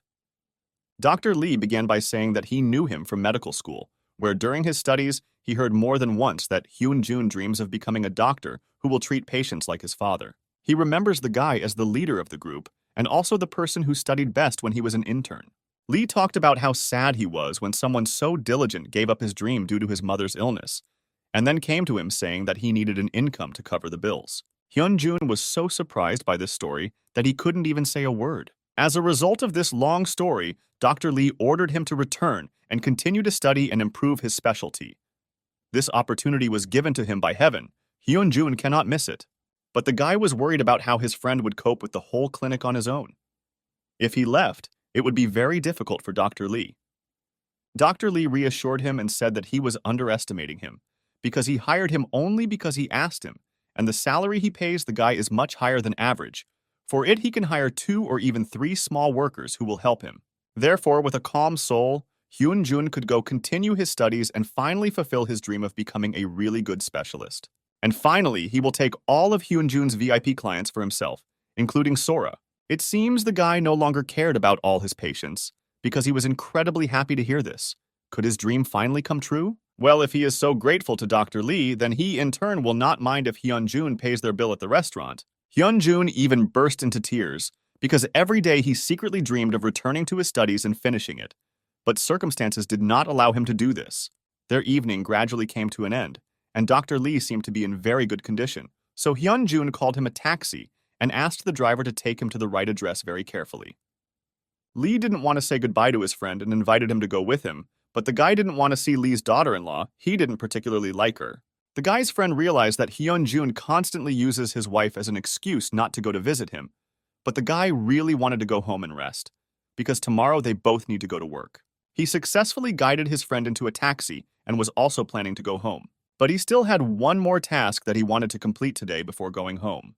Hyun-jun took out the business card that Sori's manager had left for him and began dialing her number. The guy wanted to call and personally thank her for her donation, which included her mother, but the number he called was unavailable and he heard only an answering machine in response. He thought so. She didn't pick up the phone, and what did he only count on, thinking that he could talk to a celebrity of this level on the phone? Ronnie turned on and told him that because of alcohol, he has emotional instability. All his emotions are much inflated, so Ronnie suggested removing the alcohol from his body to make him feel better. But the guy apparently didn't want this most of all, otherwise he would feel even worse. In this state, he feels better. He was spiritually unprepared for this. How could he sober thank her? Ronnie, in a calm voice, wanted to clarify a few points. Is there a reason why Hyun-jun can't thank her sober? The guy thought about his words because he really understood that Ronnie was right. Meanwhile, Kim Sora was preparing for the next filming and had no idea how worried her doctor was right now that he couldn't thank her. Suddenly, in complete silence, a notification arrived on her phone that could not be missed. Out of the corner of her eye, she noticed that Dr. Hyun-jun was writing to her and asked her to pause preparations for filming. She picked up the phone and saw a large message from Dr. Hyun-jun, in which he suspected that it was probably a coincidence that his mother also received part of the actress's donation, and thanks to this, he could start studying again. So he was very grateful to her. The girl read this message with a smile and realized that she had done a good deed and was now sincerely grateful to her, so she sent him several messages in response. To which he also reacted only with a smile. After all, she thanked him in return for his quality work with her health, and invited him to somehow meet and take a short walk. Hyun-jun was in a great mood, with which he went home, and on the way he asked Ronnie to prepare some questions from the material he had studied in the morning so that he could practice a little. Ronnie chose the field of surgery that Hyun-jun really wanted to get into and compiled a series of questions that he was ready to start asking right now. Now the guy had no excuses, and he decided right from that moment to make his dream come true. Otherwise, there would be no more chance. Ronnie felt his friend's motivation growing, so he immediately began to answer the questions, which Hyun-jun handled very well. The next day, Hyun-jun stood early in the morning outside the university hospital and was very glad that he had finally returned here as an intern and was ready to continue his path in medicine. He took all the necessary things and came to the hospital. Suddenly, his gaze fell on one of the entrances to the hospital. This was the starting point of the guy's dream. From this trauma center, his dream of becoming a doctor and saving people's lives began. He closed his eyes to remind himself why he was here. The day when he decided to become a doctor was not the most rosy because he was near this center, where a lot of doctors gathered to save a patient who was brought by an ambulance. Doctors carefully removed a middle-aged man from an ambulance in the hope that they would save his life. A young boy of about 13 also got out of the car and came with his dad, who needed to be saved. But unfortunately, the doctors were unable to do this, and exactly 15 years ago, Hyun-jun lost his father in this place, so he decided to become a doctor. He remembered this day in every detail as if it were yesterday, which is why he wanted to become the kind of doctor who would save such patients and give his family a chance for salvation. When he completes his studies in the Department of Surgery and studies for 2 years, he will be able to become a surgeon in traumatology. Hyun-jun knew very well that the department where they fight for patients during the golden hour was called the traumatology department, despite the fact that this very important department is a little eager to work here due to the busy schedule and constant calls for operations. But the guy didn't care about all the disadvantages of this work, because his dream was to become a professional trauma surgeon, and he would achieve this goal no matter what. His thoughts were suddenly interrupted by a scream that came from behind him. It was the ambulance crew yelling at him to step aside because they had an emergency patient who required emergency surgery. When a man was transported past the guy, whose injuries reminded him of his father, he froze in place and didn't know what to do next. The doctor, who was at the emergency room at the time, immediately came running and ordered an X-ray to be taken and a surgeon to be called. Hyun-jun watched this picture very carefully. He was incredibly interested to know what would happen next and how the doctors would act. Suddenly, one of the nurses fell to the floor and dropped the IV, which is now very important for the patient. The guy noticed this. He managed to catch this system before it crashed, and now he had no choice but to help the team save the patient. Hyun-jun firmly grabbed the IV that he caught and shouted that he was an intern and he would help bring this man to the operating room. There was no time to figure out who was who, so he was allowed to do it and had to do it as quickly as possible. While they were transporting him, Hyun-jun carefully examined the patient and tried to determine how serious his injury was. Ronnie also did not stand aside and began to conduct his analysis of the patient, in which he determined a traumatic brain injury, a fracture of the facial bone, a ruptured lung, ruptured organs, as well as a fracture of the hip and tibia. Thanks to all these injuries, Ronnie guessed there was a 90% chance of death. Doctors immediately tried to check all his vital organs and assess the extent of his injury. Hyun-jun watched this closely, and he already understood how serious this patient was, and the chance that he would be saved was too low. Then suddenly, the doctor who worked there took him by the shoulder and asked him to repeat what Hyun-jun had just said about this patient. But the guy said that he had heard it, and he just stood there in silence. He thanked the guy for his help, but now they will deal with this man. The doctor noted that Hyun-jun did a great job. The guy didn't know what to say, so he stood silently and nodded his head. As soon as the doctor who spoke with Hyun-jun entered the operating room, he began to examine the pictures, which were taken quite quickly. As it turned out, it was the head of the trauma surgery department, Professor Seok Jin-woon. And realizing that everything was serious with this patient, he saw several facial fractures, a ruptured left lung, a liver, and even abdominal injuries. The situation was actually very deplorable, and the professor understood that this patient had little chance. Suddenly, he realized that he had just repeated everything he had heard from the guy in the corridor. The professor heard that he seems to be their new intern, but how does such an inexperienced specialist have such clinical vision? Even he could not see this without examination. Even after talking about the patient's chance of survival, how could he know all this? The professor suggested that this could be an accident or a coincidence. He didn't know who this guy was, but in any case, if he was an intern, the professor would meet him. Hyun-jun was distracted from how they were rescuing a man by a woman who was screaming the patient's name and crying very hard. It was hard to watch this. She said terrible things, that if he did not survive, then she would go after him. The guy immediately turned to Ronnie and asked him what chance of life does this man have now? Hyun-jun closed his eyes and understood that after 13 years, he had not changed at all. Now he needed determination. Suddenly, he opened his eyes because his name was called. When the guy turned around, he saw his former classmate Lee Kyung-seok, who did not like him during his student years. And besides, standing next to him was the red-haired guy Sun Shu, who was already saying something to Hyun-jun. He was not happy to see these two because they were always distinguished by their stupidity and indifference to people. The red-haired guy decided to joke about his perfect face, which he probably did in his dermatology clinic where he now works. He heard that Hyun-jun was doing laser therapy. No wonder he corrected himself. But the guy was absolutely not pleased to hear such jokes, so he decided to ignore him. Lee Kyung-suk asked the guy why he was here. Is someone sick? Hyun-jun confidently told them that starting this month he was returning to study and would continue his journey. Lee Kyung-suk was very surprised by this news because he thought that this guy would never come back. The red-haired joker decided that Hyun-jun simply ran away from the dermatology clinic because of the annoying patients and now wants to return to them. Unexpectedly, Hyun-jun asked them about the veterinary department. Did it really appear here? Sun Shu didn't understand what Hyun-jun was talking about. In reality, it was simple. He was tired of some puppy constantly whining near him. This seems to have angered them greatly, especially the red-haired joker, who was seething with rage. Lee Kyung-suk turned to him and said that he treated him with respect when they were in the same year. But now he should take an example and treat them with respect, because he is only an intern, and they are already third-year residents. Hyun-jun was sure that he simply left training due to his personal reasons, and now he returned, nothing has changed. Although some things have changed, now the guy has Ronnie, who will help put these upstarts in their place. With this, he decided to end their dialogue and said goodbye, finally inviting them to say hello if we met in the hall.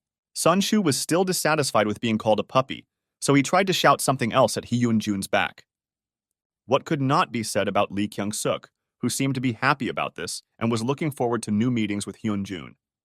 The guy was a little late while he was talking with old acquaintances, so he was the last to pull out the schedule, and he would have to start with the intensive department of neurology in the first semester.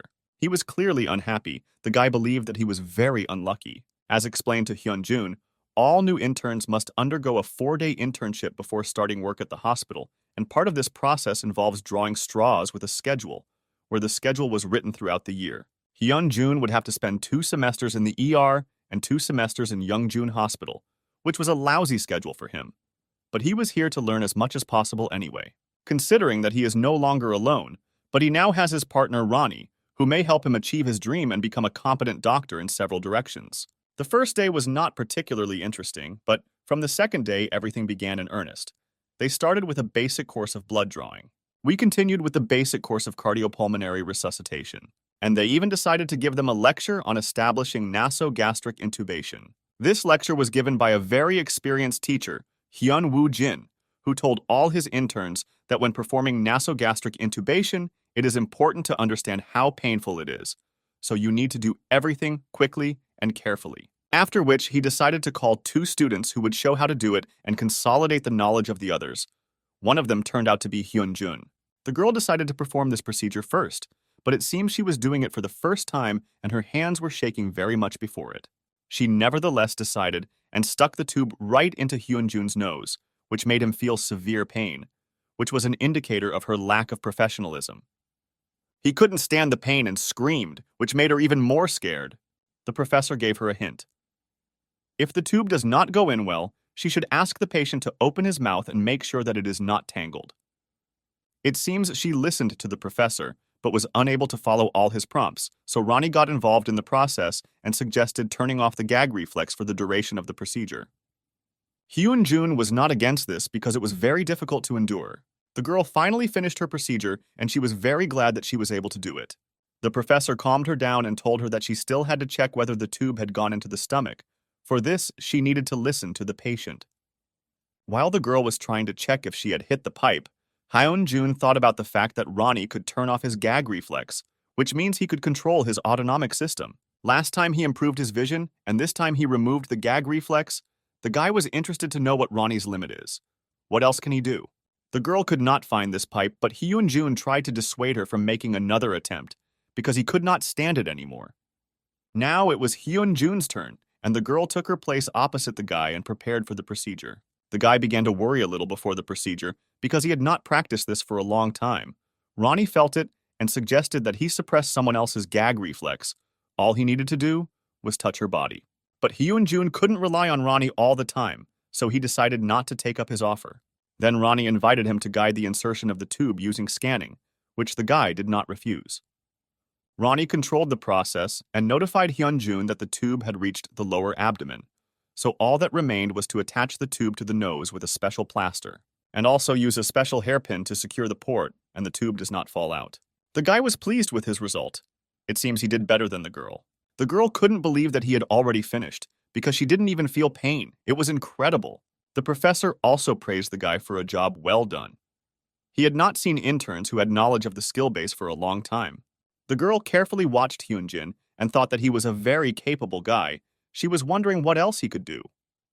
After the lecture, Hyunjin decided to clear his head and went out onto the roof of the hospital to calmly talk with Ronnie. The guy decided to ask his friend how long he had been able to suppress his gag reflex, to which Ronnie said that the level of their synchronization with the nervous system had increased and nerve blocking had become available. Hyunjin simply couldn't believe Ronnie was so capable. He was so smart that he could even block certain nerves in his body. But at the same moment, it scared him. If Ronnie can control his body, then in theory he can take over the guy's entire body, and essentially he will be just a shell for him. Ronnie intervened and calmed him down, because he couldn't control Hyunjun's nervous system without his permission, so he didn't have to worry. The guy felt calm. He and Ronnie were still friends, so he had to apologize to Ronnie for his bad thoughts. But Ronnie doesn't seem to know how to be offended. Hyunjin added that he trusts Ronnie very much, and he hoped that it would always be this way. After practice, the newcomers caused quite a few problems for Hyunjin. They began to pester him with their questions. The same girl who performed the skill with him apologized for a long time for causing him pain. But Hyunjin was a well-mannered guy, so he tried to calm her down and tell her that next time it would be even better. She also learned that he would be starting his first semester in neuroscience, and how unexpectedly she would also be spending her first semester there. But her joy ended with the fact that she and Hyunji would be together, because neurology is a very difficult cycle. Hyunjin reassured her and added that difficulty is good. It means they will learn something, especially since there is a puppy waiting for them who doesn't really like the guy. The girl decided that it was an ordinary puppy, and she liked it, because she loves dogs. And so they finished the theoretical part and sent all the interns to their buildings and cycles. Hyun-jin understood that they don't look at a person's age here. The interns do everything that the resident tells them, and this slightly scared the guy. One of these residents came to assign the interns to certain tasks. His name was Han Suryo. He told them that to begin with, they would divide them into groups. 6 people would go to the operating room, and 2 would go to the department. He also added that initially, they would give them free rein, but they were just learning, so he would keep an eye on them. The first team was the blood vessels, which included Lee Hana and Song Kong-jun. They were happy to hear this. Since Hyun-jun had already completed part of this internship, he knew that neurology interns should avoid working in the department at all costs. Because if you had a free minute, you would definitely be sent to the operating room for finishing work, and you would not be able to rest. The resident continued to announce the teams, and among the teams that would go to the operating room, Hyun-jun had not yet hurt himself. But still, there were still chances. As it turned out, the resident read to the end of the list where there were 2 names, Yoon Sang-soo and Hyun-jun, who would go to the department, which of course made him a little upset. A few hours before this assignment, a red-haired guy approached the resident and asked to put Hyun-jun in the department. The young resident did not understand this request and wanted to decide for himself, but the guy threatened him and forced him to do it. From everything that was said, Hyun-jun knew about his teammate that he has a character and is a little emotional. Hyun-jun still came to terms with the fact that he would have to go to the department. On the other hand, he understood that the more difficult it was, the more he could study. The guy, of course, wanted to get into the operating room, but the department can also teach a lot of things. Then suddenly, a man walked into the staff room, the sight of whom silenced everyone. It was the head of the neurosurgery department, Sim Koo-hen, and he came to personally greet the newcomers. Hyun-jun didn't expect that even here it is customary to welcome newcomers on the first day, but it was still pleasant. It was the guy's turn, and he also greeted the chief and said that he had been sent to the department. The boss looked at him differently than at the others. Apparently, he didn't like something about him. Ronnie thought the same thing, who sensed a change in his interlocutor's emotional state and identified an emotion of disgust in him.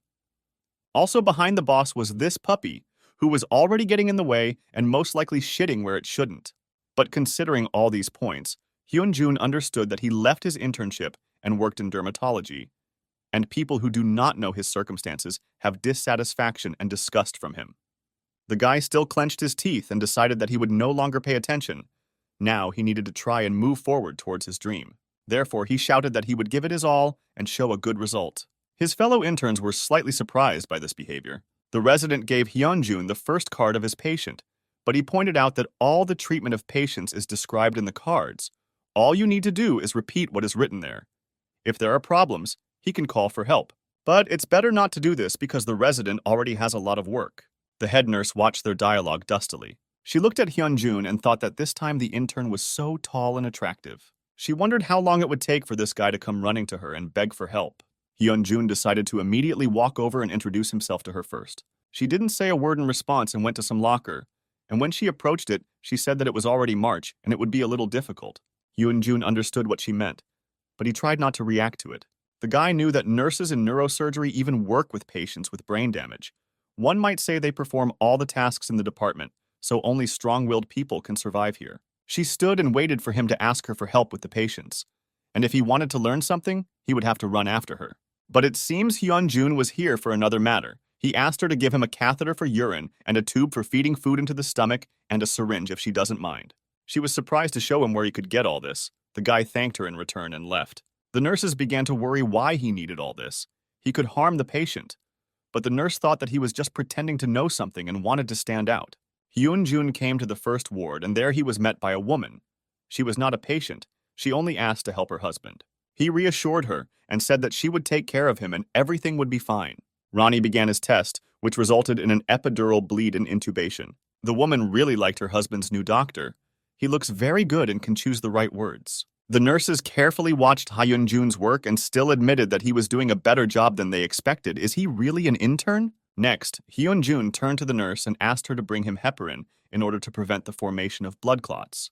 Hyun-jun turned to one of the main nurses and asked which hand was best for the injection, to which the nurse advised him to use the left, because before that, everything was poured into the right. The nurse who carefully watched him was very surprised by such work, asked the nurse in which hand to give the injection, Only experienced doctors know that the nurse knows best about the patient's condition. Hyun-jun finished with this patient and offered to help one of the nurses in ligating the central catheter. He can do it instead of her, because he is sure that the nurse already has something to do. The head nurse of the department was surprised. This time, the intern does his job very well, and besides, he is very decent. Meanwhile, a red-haired guy and a resident who was in charge of the interns were walking along the corridor of the hospital.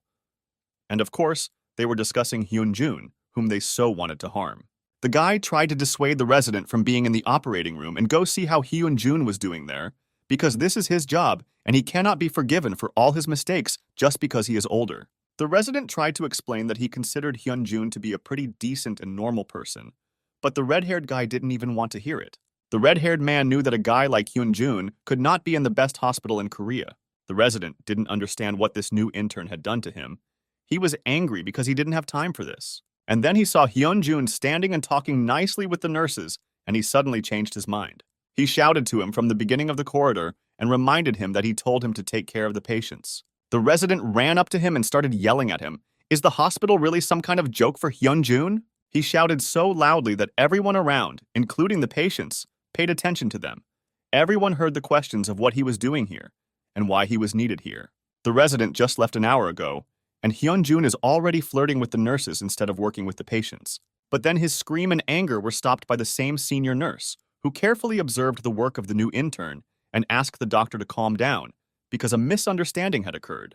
She explained to him that Hyun-jin had done everything that was written on the card, and he had a free minute. One of the nurses confirmed this information. The new intern is indeed a very capable and good guy. Dr. Han couldn't believe it. Did he seriously do everything? He probably not only worked in a dermatology clinic, but also did something else. He collected his thoughts and decided to approach the intern. Han approached him and asked him for forgiveness for yelling at him. He couldn't think that someone could cope with these tasks so quickly. Hyun-jun understood him and was not offended. While he was listening to Dr. Han, Ronnie turned on and notified Hyun-jun that he heard the patient moaning and his vital signs were getting worse. The resident had not yet finished his fiery speech when Hyun-jun jumped out of his seat and ran headlong towards the patient. Khan tried to stop him, but the guy no longer heard him and ran to do his job. When he ran to the same patient who had become worse, he saw a patient who had undergone surgery for hemorrhage in the subarachnoid space. The patient tried to say in a quiet voice that his head was splitting and it was becoming difficult to breathe. At that time, Khan ran to the rescue and asked not to touch anything to the new intern. The guy shouted to him that he had a severe headache and vomiting. He needed to hurry up. Dr. Khan took up his chart and didn't understand what was happening. This patient's operation was successful. Why was he getting worse? Ronnie did a quick analysis and saw that the patient had blepharospasm, which meant drooping of the upper eyelid. While Dr. Khan was delving into the patient's chart and did not understand what could have gone wrong, the young intern and Ronnie tried to save the patient's life, and Ronnie advised him to check the reaction to light.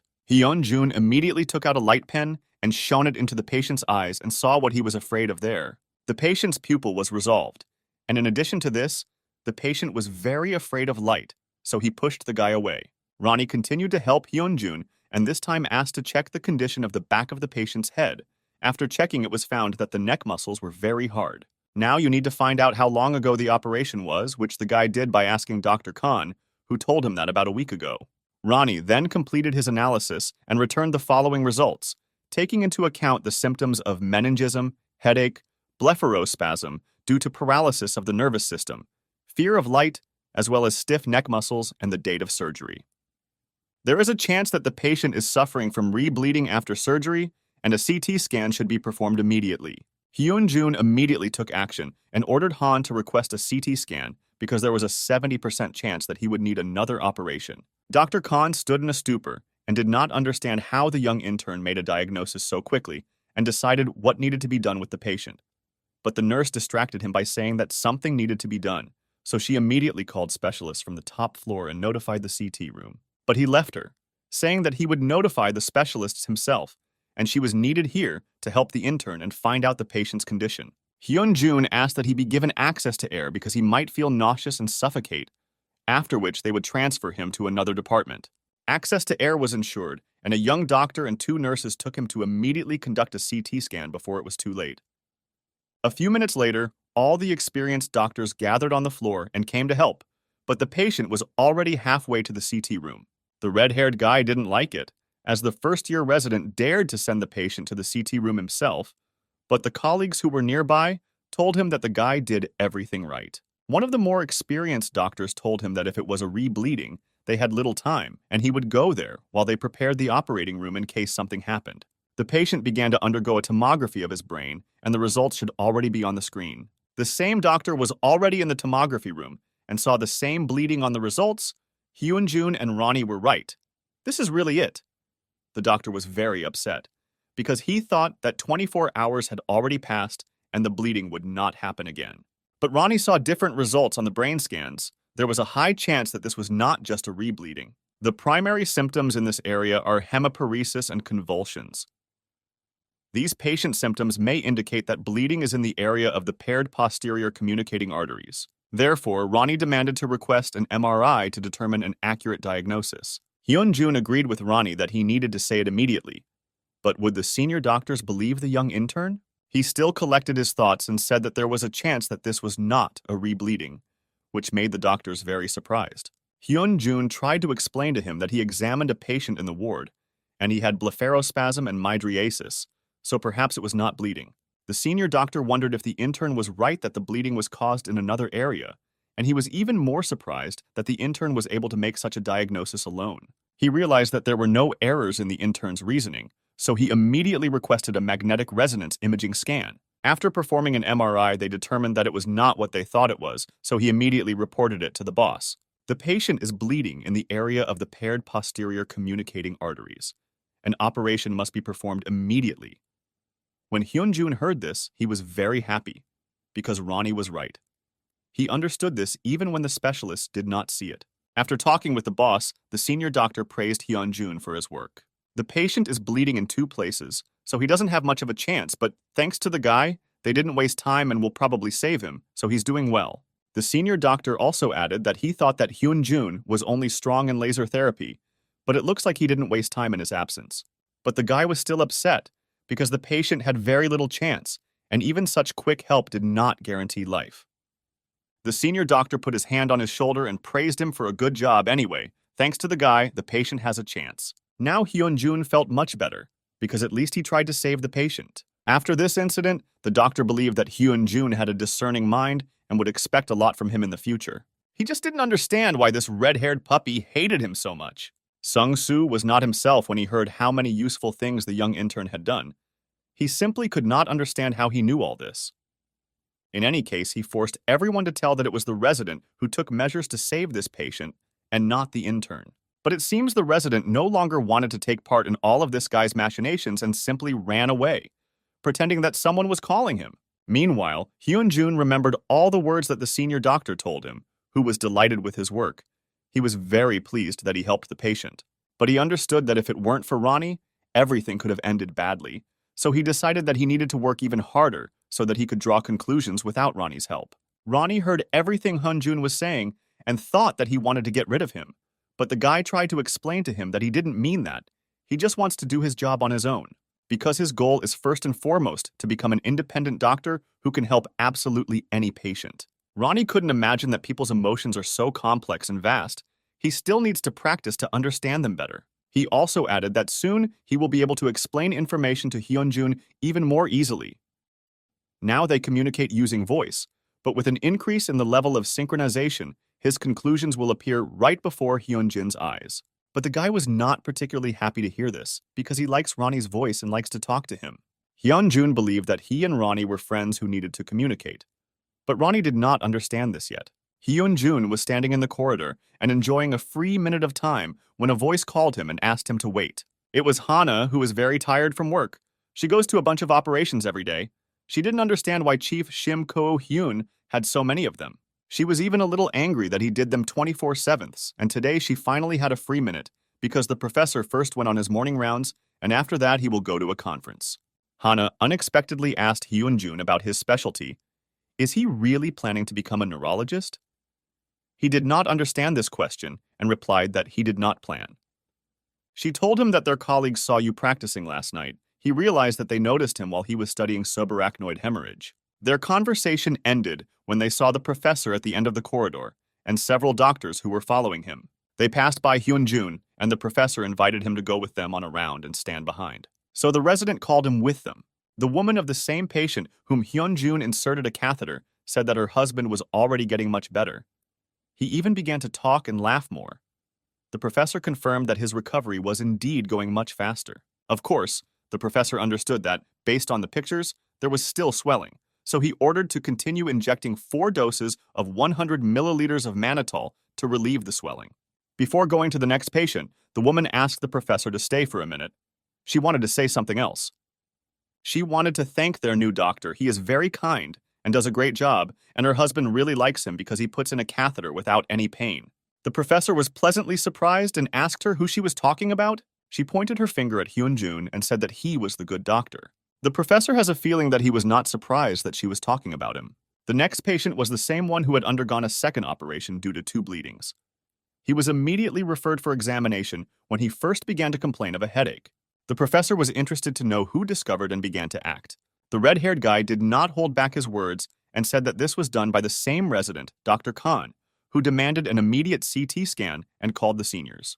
The professor slightly did not believe this, but decided to make sure that it was not Mr. Khan, and asked him a question about the nerve that is paralyzed when the posterior communicating artery is ruptured, to which the guy could not answer. Now he gave the opportunity to speak to the young intern who stood behind and listened. He suggested that it was the 3rd cranial nerve, and this was the absolutely correct answer, namely the oculomotor nerve. Now it was clear to the professor, who discovered the patient's symptoms and immediately sent him for a CT scan, and subsequently saved his life. The professor once again explained to them that if they do not know the basics, then they will not be able to detect headaches and blepharospasm, which will prevent them from making a probable diagnosis. Therefore, from the question asked and the response received, it was clear to everyone who actually discovered the symptoms and called for help. The red-haired guy was very angry with Dr. Han. The professor added that this is not the first time he has seen praise towards Dr. Hyun-jun. This was the 3rd time in a week. At first, he was pleased. But then he became interested in why an intern was being praised and not an employee of his neurosurgical department. So he asked him to think about it and draw conclusions. After which he finished his rounds and asked Hyun-jun to come to his office. Hyun-jun didn't mind, so he immediately went into the professor's office, who kindly offered him a drink of juice. He started with what Dr. Hana told him, but he wanted to ask personally, or is Hyun-jun not considering joining the neurosurgery department? The guy did not expect such a proposal from the professor and choked a little on his juice. He did not know why Dr. Hana said that, because he had not planned this yet and would like to become a specialist in another field. The professor felt funny because most would say that they had not yet chosen where to go, but Hyun-jun immediately stuck a knife in his back. Then came the logical question, where does the guy still want to go? Suddenly their conversation was interrupted by another professor, who came to call Shev Sim to the conference. But he didn't finish speaking because he saw Hyun-jin. It was the same Professor Lee Han-song, who was surprised when he saw the guy. But Shev Sima was no less surprised. Lee Han-song told him that this was his good old friend and devoted son. The professor did not understand this wording a little. What does it mean?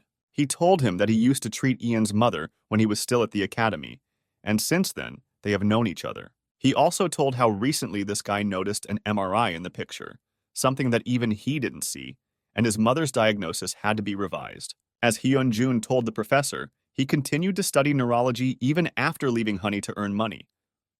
Professor Shiv Song was surprised by this, because the guy's story is very different from the rumors that circulate among the employees. Based on this, he decided that Hyun-jun still wanted to go to neurology instead of neurosurgery, so he asked again. They both looked at him and waited for what the young talent would answer. All he could squeeze out was that he had just gotten an internship, and he needed to gain experience in other departments. It seems they realized that they had put the guy in a difficult position, so they decided not to ask him such questions anymore and give him time so that he could decide for himself. After which Han Song was the first to leave, and the professor from neurosurgery promised to join him. The professor had never seen Han Sun behave like this. Apparently, he really likes Hyun-jun. The guy didn't know how to respond to this. He added that he was waiting for an answer from the guy when he had visited all the departments, but asked him not to ignore the fact that he was destined to get to them. He was very pleased that on his first day as an intern, he saved the life of a neurosurgery patient, but the guy said that it was not he who did it. He heard the word time from the professor and remembered the dream he had, in which the doctor told the poor woman that he could not do anything, too much time had passed. The professor added to him that the most important detail in the life of a neurosurgeon is time. Even despite the quality of the operation, the result will change dramatically depending on how much time has passed since the appearance of the first symptoms. And Hyun-jun saved them that precious time with that patient. After which the professor invited him to come to the operating room tomorrow and see how the operation was going. He agreed with Dr. Khan. Then he turned to him and said that neurosurgery is much better than neurology, but he asked him not to tell this to Professor Seor Lee. The next day, the guy came for the operation, which was related to the pathological connection between the veins and arteries of the patient, which was called arteriovenous malformation. For the young talent, it will be a good experience, so it will be useful for him to take a look. Hyun-jun has only been in the operating room a couple of times, and that was when he was studying at the medical academy, but today he will go there as a doctor. It was a little exciting, but it was good excitement. Of course, everything couldn't be so perfect, and next to him during this operation would be that same red-haired guy who couldn't understand why Hyun-jun was treated so specially that after the first case, he received an invitation to the operation. But Hyun-jun preferred to talk down to him, which made this guy very angry. How dare he? He's just an intern. The puppy just wanted to insult Hyun-jun and constantly insisted that he would tell everyone what kind of person he really is. People should know everything. Hyun-jun couldn't understand why he was so upset, because in their student years they communicated normally, and then suddenly he behaves like this. All he could say in response was to warn him not to mess up the operating room while he was standing there. Here everything was different than at school, although what can he know about this place? He's just an intern. Meanwhile, the patient was given the first stage of anesthesia and fell asleep safely. The professor asked the anesthesiologist to carefully monitor the patient's biomarkers and report if something goes wrong. If everything is ready, then it's time to start, so the professor asked me to give him the scalpel. The professor was given a scalpel and he began the operation. He made access to the vessels of the human brain and was ready to correct the pathology. Ronnie confirmed a rupture of blood vessels in the brain, measuring less than 3 centimeters in diameter. Hyun-jun closely followed the operation and watched how all the doctors were in full concentration and giving their all. It couldn't help but amaze. This is the neurosurgery department. The professor had almost finished the operation. All that remained was to stitch up the patient, and that was all. So he decided to have a little chat with Hyun-jun and find out if he had already studied AVM. The guy was ready for this question and knew that this is a disease in which arteries connect directly to arteries and not through capillaries due to congenital anomalies, and in the brain turns into a cranial AVM. The professor was wondering why they should immediately treat this after detection. Hyun-jun knew that high blood pressure in the arteries enters weak veins, causing the veins to rupture. The doctor told him that there are several ways to treat AVM. Was he interested to know, or does Hyun-jun understand which professor chose this time and why? Ronnie offered to help, but the guy wanted to deal with this issue on his own. Therefore, he began to think, since in this case, the gap is small and it is not located deep in the brain, which reduces the likelihood of complications. So he believes that this time, the professor chose microsurgery using a microscope. The professor was still surprised that the guy knew such things, and still said that he was not going to neurosurgery. It seemed to him that he was joking with him. The guy didn't understand that this was a joke and began to apologize.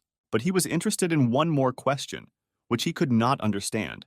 It seemed like there was no 3D image during the operation, so he became interested in how the professor was able to find out the exact position with only 2D MRI and CT images. He was pleasantly surprised that the guy was interested in such a question, so the professor explained to him that he is able to convert images from 2D to 3D in his head, so he only needs to look at CT scans.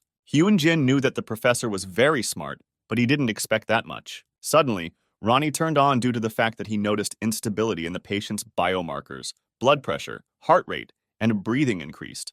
The nurse told the doctor that his blood pressure had increased, and his pulse was already 125. This was very strange for him, so he asked to change the ventilation to 650 milliliters. It looks like they needed to hurry up with the stitches and finish the operation as quickly as possible.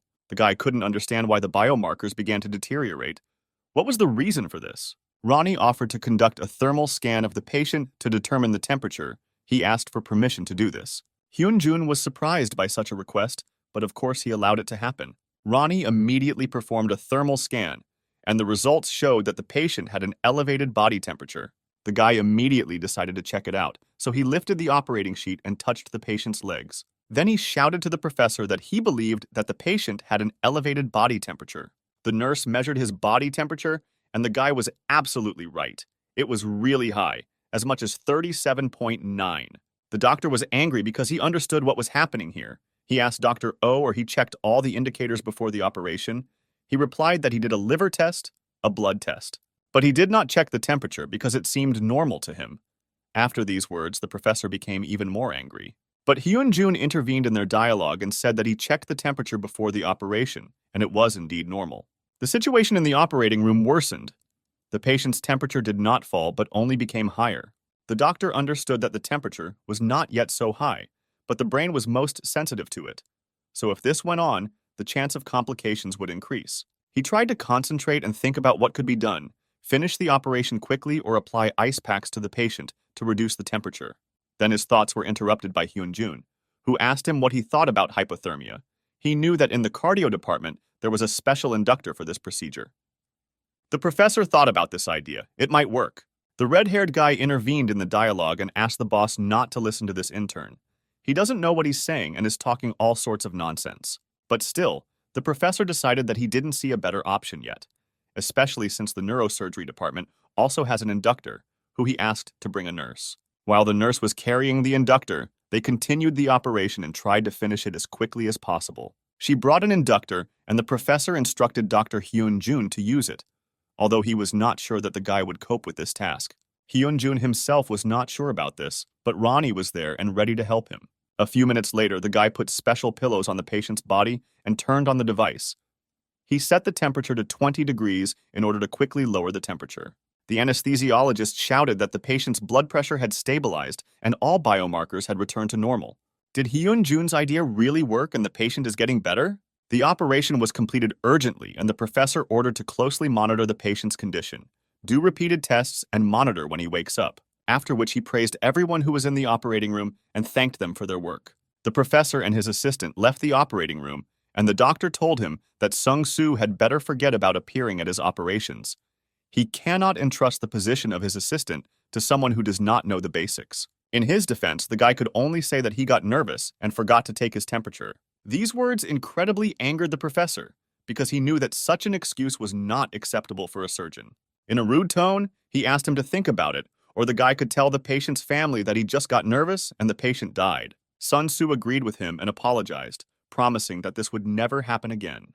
The doctor said that he will have another chance, so let him immediately draw up a report on the patient and go to study. The professor understood that this was a grave mistake, but he cannot kick the third-year resident out of the hospital. Next, he turned to the young intern and wanted to know how he determined that the patient had a fever.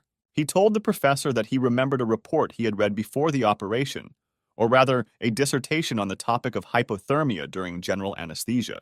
They said in it that they used ice packs to bring down the temperature, but he decided to propose his own idea because he thought that it could also be brought down with an inductor. The professor praised him for his ingenuity. Not everyone would have come to this. After which he asked Hyun-jun how he liked the operation and whether he liked it.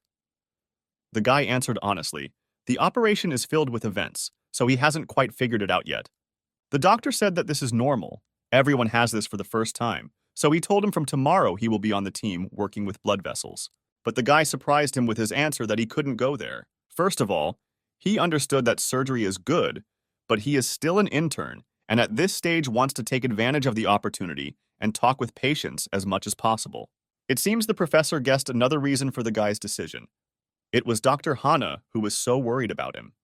But still, the professor understood everything perfectly and did not want to insist. The guy was glad that the professor was not offended by him, and with his permission, he would be happy to observe the operations in his department from time to time.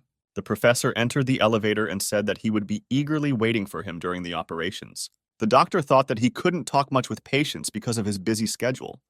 This guy made him think about a lot of things. He was surprised that he had such mature thoughts at such a young age. He will watch Hyun-jin and look forward to who he will become in the end. Meanwhile, Dr. Lee stood at the reception desk and thought about the patient who had returned from surgery. Suddenly, he was interrupted by the deputy chief physician of the university hospital, Dehan Pijin, who asked him what the guy was thinking about. After Dr. Lee's response, the deputy praised him for taking the matter seriously enough and having high hopes for it. Next, he decided to find out how his father was doing. Was everything okay with him? The guy didn't know what to answer, but assumed that everything was fine. The deputy found it funny that they lived in the same house, and he didn't know how his father was doing. But as it turned out, his father was always busy, and the guy was always in the hospital, so they rarely see each other. Daikon Pai understood him perfectly.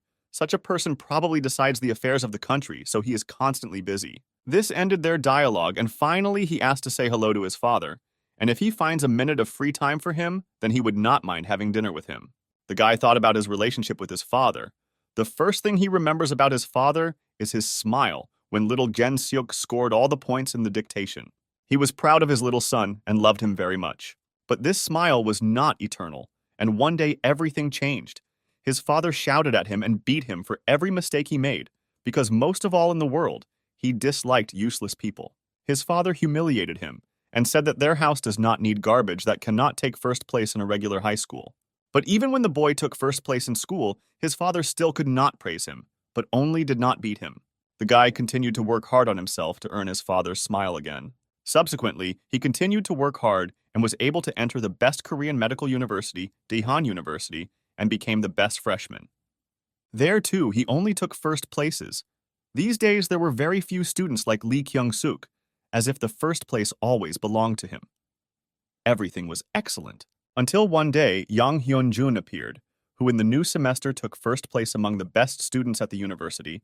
Yang Hyun-jun gave his all and deserved this title. Before he knew it, Hyun-jun began to stand out from the rest and be the best student every semester. So the guy was angry with himself that he could not outperform an outsider in his opinion. One day, when his anger crossed all boundaries, he first saw a girl from his department. Her name was Yun Sun-ye, and at the sight of this girl, all that rage disappeared and he felt good.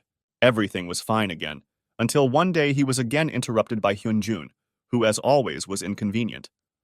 He selected the guy's girlfriend, just like he did with his first place at the university. And the anger returned to him again. From that moment, it never disappeared. The girl was walking along the corridor and was distracted by the chart of the patient she was treating. She didn't notice how the kids were running around the department. She was lucky that Jen Seok was nearby, who held her and did not allow her to collide with the children. She immediately yelled at the children and forbade them to run around the hospital. The girl was grateful to Jen Seok for saving her. Today she had a lot of operations. She was a little exhausted. It was noticeable. She decided to find out what he forgot in the pediatric department, to which he replied that he came to visit her because he was a little bored. The guy told her that he had just finished the operation and had time to rest. She offered to give him a snack somewhere while there was time. But in his eyes, there was Hyun-jun who was standing next to her, and he couldn't hold back his words. Therefore, he told her that he had returned, and from this month he was again doing an internship at the hospital. Her face changed dramatically, and now she didn't look so happy. Apparently, she didn't expect this. Suddenly, she turned around and said that she didn't care about this. He had nothing to do with her anymore. After which, she took all her things and went to prepare for the operation. Jen Seok is even more angry at Hyun-jun, who even now is ruining everything for him. The guy immediately found Hyun-jun and told him that they were going to the general surgery department together. Hyun-jun couldn't understand why he should go there, but Jen Seok claimed that the Department of General Surgery at Daehan University Hospital was intended for the best surgeons in the country. But the guy still didn't understand what Jen Seok was leading to. He explained to him what it means. If you become the best in this hospital, you will become the best in the whole country. And he is not going to stay in Korea. He wants to go to England and grow there. And when he returns, he will take the position of head physician. The intern couldn't understand what he wanted from him and why he was telling him all this, so Hyun-jun asked him to say directly what he wanted from him. Jen Seok squeezed the bottle in anger because he wanted to decide which of them would become the best surgeon. Hyun-jun was already starting to get nervous about him. Why did he pull him out of work because of such nonsense? He told him that he has a lot to do, so if he wants to talk to him, then let him come when Hyun-jun finishes with his business. Jen Seok seemed to not want to let him go so quickly, so he shouted at his back that he was running away just like last time. At that moment, the terrible details of his life emerged before the guy after he left the internship. How his mother suffered, and how he worked in a place where he didn't want to, how he had to live all this time. He had no choice but to rudely answer Jen Seok's phrases. He turned around and confidently told him that he didn't care what position he would be in, first or any other. His main goal was to become an excellent trauma surgeon who would not transfer patients to the point where this would not happen to him. Even though he left the internship, but now he has returned and everything in his life has changed. And first of all, he himself has changed. Jin Soku was surprised by this desire because he wants to become a surgeon who has no influence in academic circles or in the medical association. Hyun-jun apparently didn't care at all about this. This was his goal, and he would come to it sooner or later. Jin Soku considered him a naive fool who thinks that doctors themselves decide whether to transfer patients or not.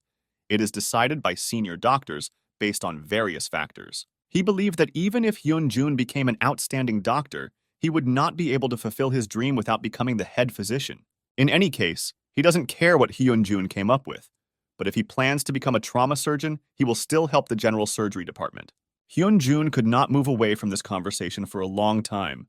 The phrases that Genseok said to him periodically popped up in front of him and did not give him peace. He was about to go home, but unfortunately he could not find a single resident to ask for time off. Hyun-jun decided to joke with Ronnie by asking if he had a function to search for residents, but Ronnie doesn't know how to joke, so he said that he was alone behind the guy.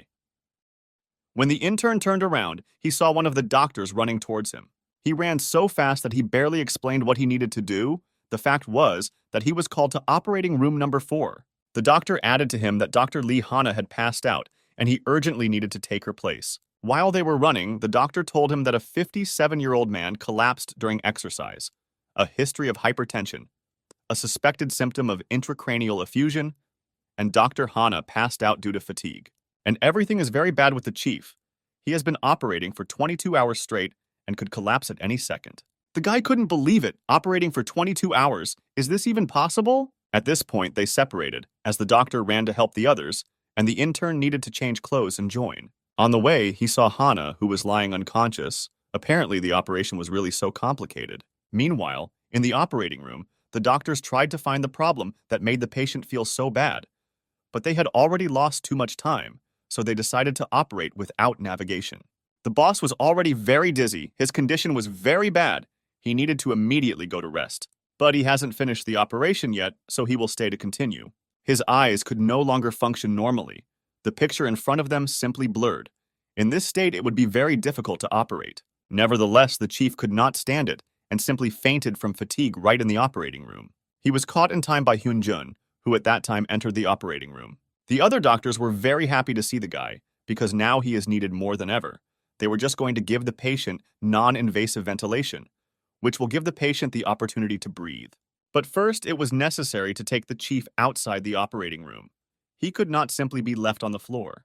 The guy carried him outside the operating room and carefully laid him on the floor so that he could rest at least a little. The boss suddenly came to his senses and told Hyun-jun that he should perform the operation and take on the role of assistant. He asked the guy with all his strength, so he reminded him that the patient's time is in their hands, and they need to do everything so that it doesn't just slip away. Hyun-jin returned to the operating room and said that the chief was leaving, but finally he asked that they finish the operation and give the patient a chance. The senior doctor who was in this operating room understood everything perfectly and performed a similar procedure dozens of times. But he has never had the opportunity to carry out ventilation without navigation. It is too dangerous. After all, if something suddenly goes wrong, the patient will forever remain disabled, and only the doctor will be to blame for this. But on the other hand, if this is not done, he may die. As a doctor, he has a very great responsibility that must be accepted, but can he? The doctor thought too long. The patient did not have that much time, so a young intern came into play and told him that he would perform this ventilation. But the doctor didn't even want to hear this, because he believed that when an intern offered to perform an operation, it was equivalent to the fact that he wanted to kill the patient. Hyun-jun continued to insist on his own, because he could not watch the patient die. But the doctor told him that it was useless. And what would he do if something happened to the patient? The guy confidently told him that he would take responsibility if something went wrong. The doctor looked at him silently and did not dare to do anything. But in the end, the intern convinced him and took all the initiative upon himself. Now he is ready to begin the operation. Hyun-jun's heart had never beat so hard. There was even a feeling that it would fly out of his chest now if this continued. Ronnie understood the seriousness of the situation, so he suggested that he promote the secretion of gamma-aminobutyric acid in order to suppress such palpitations and make him feel better. Hyun-jun, of course, agreed, because it would calm him down and give him the opportunity to do everything without worry. Ronnie immediately carried out this manipulation, and Hyun-jun's heartbeat returned to normal. Now he can calmly get down to business. Another doctor also noticed how the young intern calmed down and was no longer nervous. And then the guy came up with an idea. He remembered how the boss talked about how he could convert pictures from 2D to 3D, so he asked Ronnie to do it. Ronnie immediately completed this task, and now the guy had a complete picture of the problem, and he could begin ventilation. He slowly and confidently began to insert the catheter. His hands no longer trembled, so it became easier to do his job. After a few careful movements, the catheter reached the desired position, and Hyun-jun asked to attach the syringe to the catheter and suck out the blood. Next, he asked to remove the guide tube and give him a syringe. As the intern administered the fluid, Ronnie provided him with the results of the examination he had conducted throughout the operation, and the patient's chances increased dramatically. The doctor carefully watched the process and knew very well that if the ventilation was successful, then the clotted blood begins to come out. But in this case, nothing came of it. He was already beginning to be upset that he had entrusted this matter to an intern, but his sadness suddenly ended when he saw the blood coming out through the tube.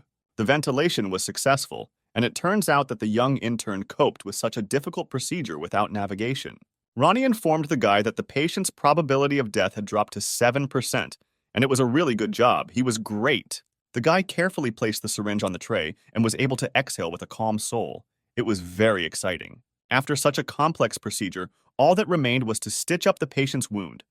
But as it turned out, this process caused Hyun-jun even more problems, so he asked Dr. Yeon to take care of it. Dr. Yeon was grateful to the guy that he was able to perform such a complex operation, so he would sew up the wound and complete the operation without any problems. He can't blame this on the young intern, who already performed the bulk of the operation. So he took the instruments and asked the nurse to help him finish the operation. The guy immediately noticed how Dr. Yeon's skills manifested themselves as soon as the burden of responsibility disappeared. Once the worst outcome had evaporated into thin air, work in the operating room went much better, and the operation now continues in a more comfortable atmosphere. As soon as the operation was completed, Dr. Yong was the first to leave the operating room, followed by a young intern. The guy began to apologize to the doctor for his action, because the situation was urgent and it was necessary to act. But Dr. Yong was more offended by himself, because honestly, they say this situation confused him, and if Hyun-jun had not intervened, something terrible would have happened. He admitted that he felt very relieved when the guy courageously took the situation into his own hands. Dr. Hyun-jun was pleased to hear such words, because he was worried that he had done something wrong.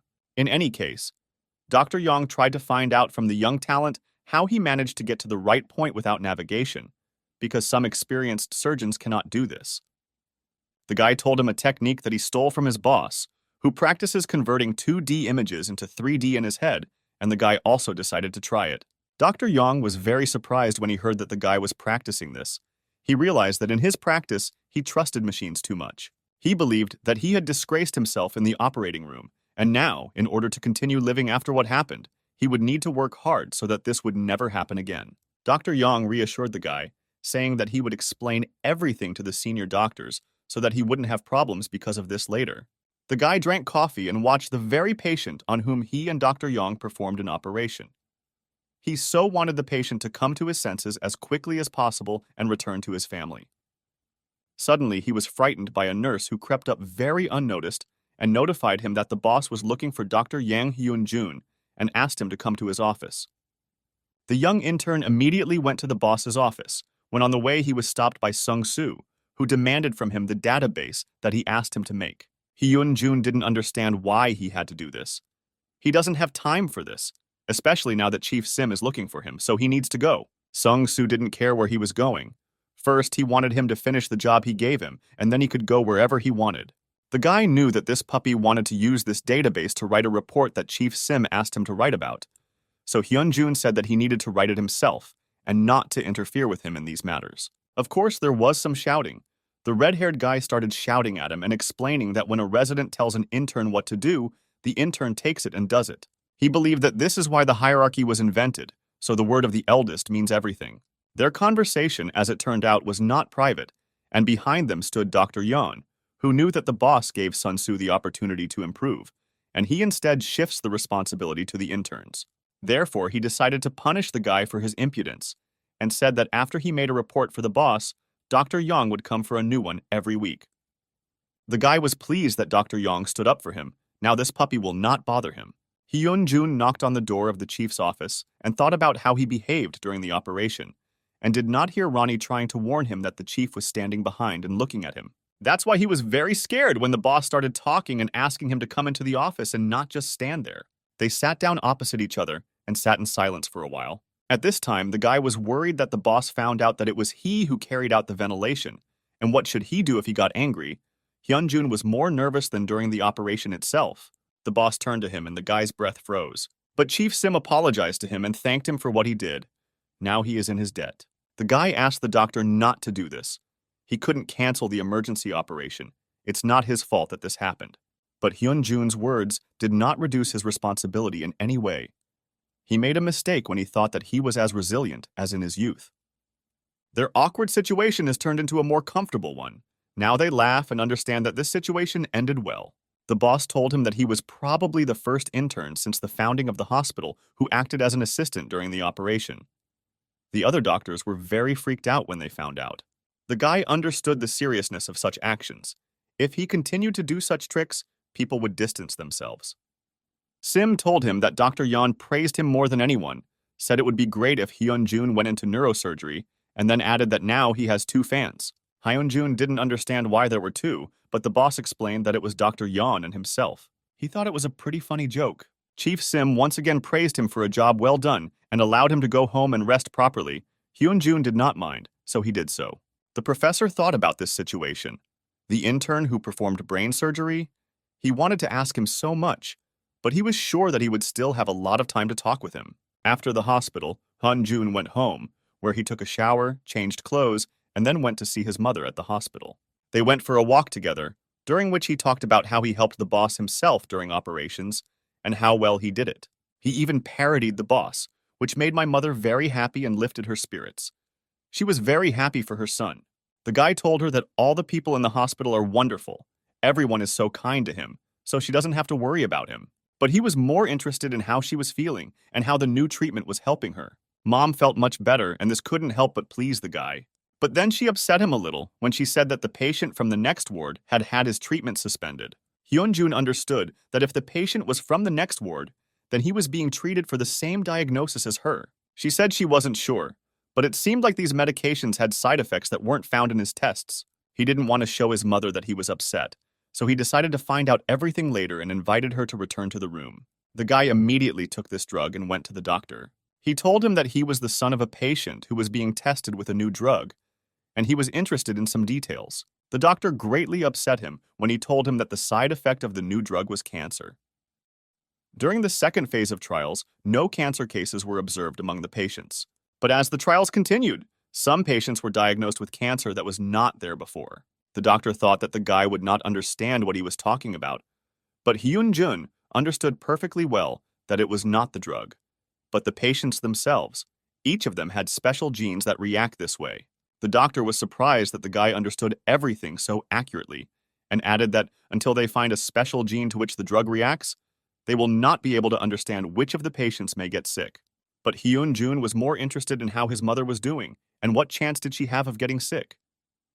The specialist believed that everything would be fine with her, because she had not yet discovered anything, but this is not 100% information. But in any case, if they do not achieve stability, then this drug may be discontinued. The guy tried to figure out how to solve this problem, but the doctor told him that it was very difficult, and he probably wouldn't understand anything about it. But it seems Hyunjun insisted on it, and the doctor realized that he would probably have to do it. To transfer cells to damaged tissues, they use viruses. Since they cope with this task quite well, however, due to the possibility of getting cancer, they switched to a virus-free option, but the efficiency has decreased. They have developed a way to insert the desired gene into a stem cell without using a virus. But unfortunately, the efficiency is still low. If they could increase it, they would be able to avoid cancer, and the treatment would be much better. The guy went home after that and tried to find a solution to this problem together with Ronnie, but he could not give ideas from the information he heard. He decided to go to the library because he only goes to work at lunchtime, so he has time to find new information. All that was needed from Ronnie at that moment was the place where Hyunjun should look for this information. Ronnie warned him because there is a limit to the data he can understand through Hyunjun's eyes. There is a chance that his body will become overexerted. The guy understood that all these attempts look stupid, but even so, there are things that a person cannot give up. Ronnie noticed that the system that is responsible for emotions is too active. He believed that this is what prevents the guy from thinking rationally and making decisions.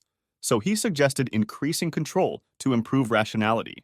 Hyun-jun seemed to be at his limit. He asked Ronnie to stop and not live by logic alone. Next, the guy asked Ronnie what Lorenzo's oil was. Ronnie knew a little about it. This is a liquid that is used in the treatment of various hereditary diseases that affect both children and adults. But the guy was not interested in that. He told Ronnie that this oil was invented by Lorenzo's parents. His father worked in a bank, and his mother was an ordinary housewife. They knew nothing in medicine, but their child suffered from a serious hereditary disease. Hyun-jun asked Ronnie to calculate the chances of creating such an orphan by parents who know nothing about medicine. Ronnie understood that the chance was close to zero. Lorenzo's parents created the medicine out of love for their son when they didn't even really know how it worked and what was causing his illness, and instead of the 2 years that the doctor told him, the guy lived all 30. Hyun-jun told him this story so that Ronnie would understand that the main motto of people is not to give up even when there are no more chances. You need to live like the parents of little Lorenzo, not give up until the end and believe in the best, which is what they did for the sake of their little son, and they succeeded. Ronnie was the main miracle in Hyun-jun's life. How can you give up and hang up after something like this? Therefore, with tears in his eyes, Hyun-jun asked Ronnie not to tell him that this was impossible, because together they could do everything and find a solution to any problem. Ronnie didn't expect this. He just wanted to protect Hyun-jun's body from overexertion. But if a guy so wants, he can start reading books about biomaterials, where perhaps he will find the very information he needs. Hyun-jun couldn't hold back his tears and burst into tears. It was really important for him to feel Ronnie's support. He again gave him a chance to succeed, and the guy wouldn't just lose him. Hyun-jun finally reached the library and was ready to start searching for information. He entered the paid part of the library without any problems, because the person who works in this department was very tired and lay down to rest. After some time, the guy and Ronnie found some information that could help. After hearing the information, Ronnie conducted an analysis and showed that it was possible to use the technique of transferring DNA molecules using electrical impulses. This technique was developed last year. Hyun-jun listened to Ronnie and realized that this was a great idea that urgently needed to be brought to life because it could help. So he called the doctor with whom he talked during the day.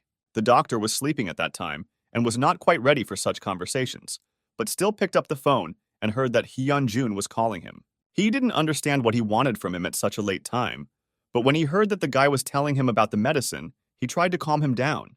He understood his feelings, but such a problem cannot be solved in one day. In response to this, Hyun-jun shouted into the phone what he and Ronnie were talking about, a new method that might help. The doctor no longer wanted to hang up and continue to sleep, but the guy began to tell him about this method in detail, to which the doctor told him to come to the hospital and they would discuss everything there. The guy was glad to hear this. There are still chances and we need to take advantage of it. Half an hour later, they were already sitting in the doctor's office and discussing the guy's new idea. This method was called microporation. The doctor could not believe that even if he was a doctor, as an ordinary intern, he could advance so far in half a day. Hyun-jun carefully watched what the doctor would answer him, because it was very important to him. Theoretically, there are no problems. They will contact colleagues at Duke University, but in general, this technique has been publicly highlighted, so they can use it. The doctor also said that he would contact the CODISTEM members to start testing as quickly as possible. Hyun-jun was incredibly happy to hear this. He thanked the professor and went to work. The guy's appearance left much to be desired. He looked very tired and had very large bruises under his eyes. The nurse was surprised to see him at the hospital so early, because his shift doesn't start until lunchtime, but he decided to leave earlier because he couldn't sleep. She also noticed large bags under his eyes and realized that he could not rest during the break. He confirmed this information because he needed to continue studying. She laughed at him and absolutely understood him, because the interns always had a lot of worries that needed to be solved. Just as Hyun-jun was about to go on a round of patients, the second nurse informed him that he had a visitor. It was the same Professor Kim Hyun-pil, who was in a very good mood and wanted to see the guy as soon as possible. He told him that he was looking for him in his mother's room, but he was told that Hyun-jun had already left for work. The professor was looking for him in order to introduce him to someone. Along with the professor came a woman who held the position of executive director of CODISTEM. Her name was Kang Jun-sun, and she was very pleased to see young Dr. Young. The professor explained to him why such a big man was here. After their conversation, he immediately met with representatives of the CODISTEM Development Center and told them the guy's idea. She told him that she really wanted to meet him because she found out that it was Hyun-jun who came up with the idea of how to possibly solve the problem. Such things are very important for their company, and they value such people. Hyun-jun didn't expect his day to start like this. It was nice to hear. Dr. Khan approached one of the nurses and asked who the new intern was talking to. She told him that it was the executive director of the CodeStem company, but she did not know what kind of company it was. But Dr. Khan knew very well that this was the most famous company in the country, providing treatment to the most difficult patients in the whole country. He was sure that he was at least a little interested in medicine and knew this company. Sun Tzu suddenly came up from behind and slightly scared Han. He was really hungry, so he came to invite him with him. But as soon as he saw that Hyun-jun was chilling and not working, he began to get nervous again. But Dr. Han intervened and told him who the intern was communicating with. Two professors who went out to have a cup of tea saw that his doctors had gathered in a heap in the corridor and decided to check what was happening there. But one of the professors saw his old friend. She ran up to them and was very glad to see him, and he, in turn, was glad to see such a constantly busy director of CodeStem. Next, she turned to Professor Sim Hyun. He was very surprised that she knew her, but she believed that it was shameful not to know the country's leading specialist in neurosurgery. The professor introduced his friend to Director Kang, a venture capital businesswoman in the medical field who raised a pharmaceutical company to the top. The boss suggested that she wanted to test new drugs in their hospital. She upset him by saying that she had come to meet Hyun-jun, who had come up with a new method of treating patients using stem cells. The professors were quite surprised by this news. Therefore, she would like to borrow the boss's intern for a short time in order to talk with him in detail about his idea. The professor, of course, was not against it. She and her assistant sat down in a nearby cafe so that Dr. Yang could explain everything in detail.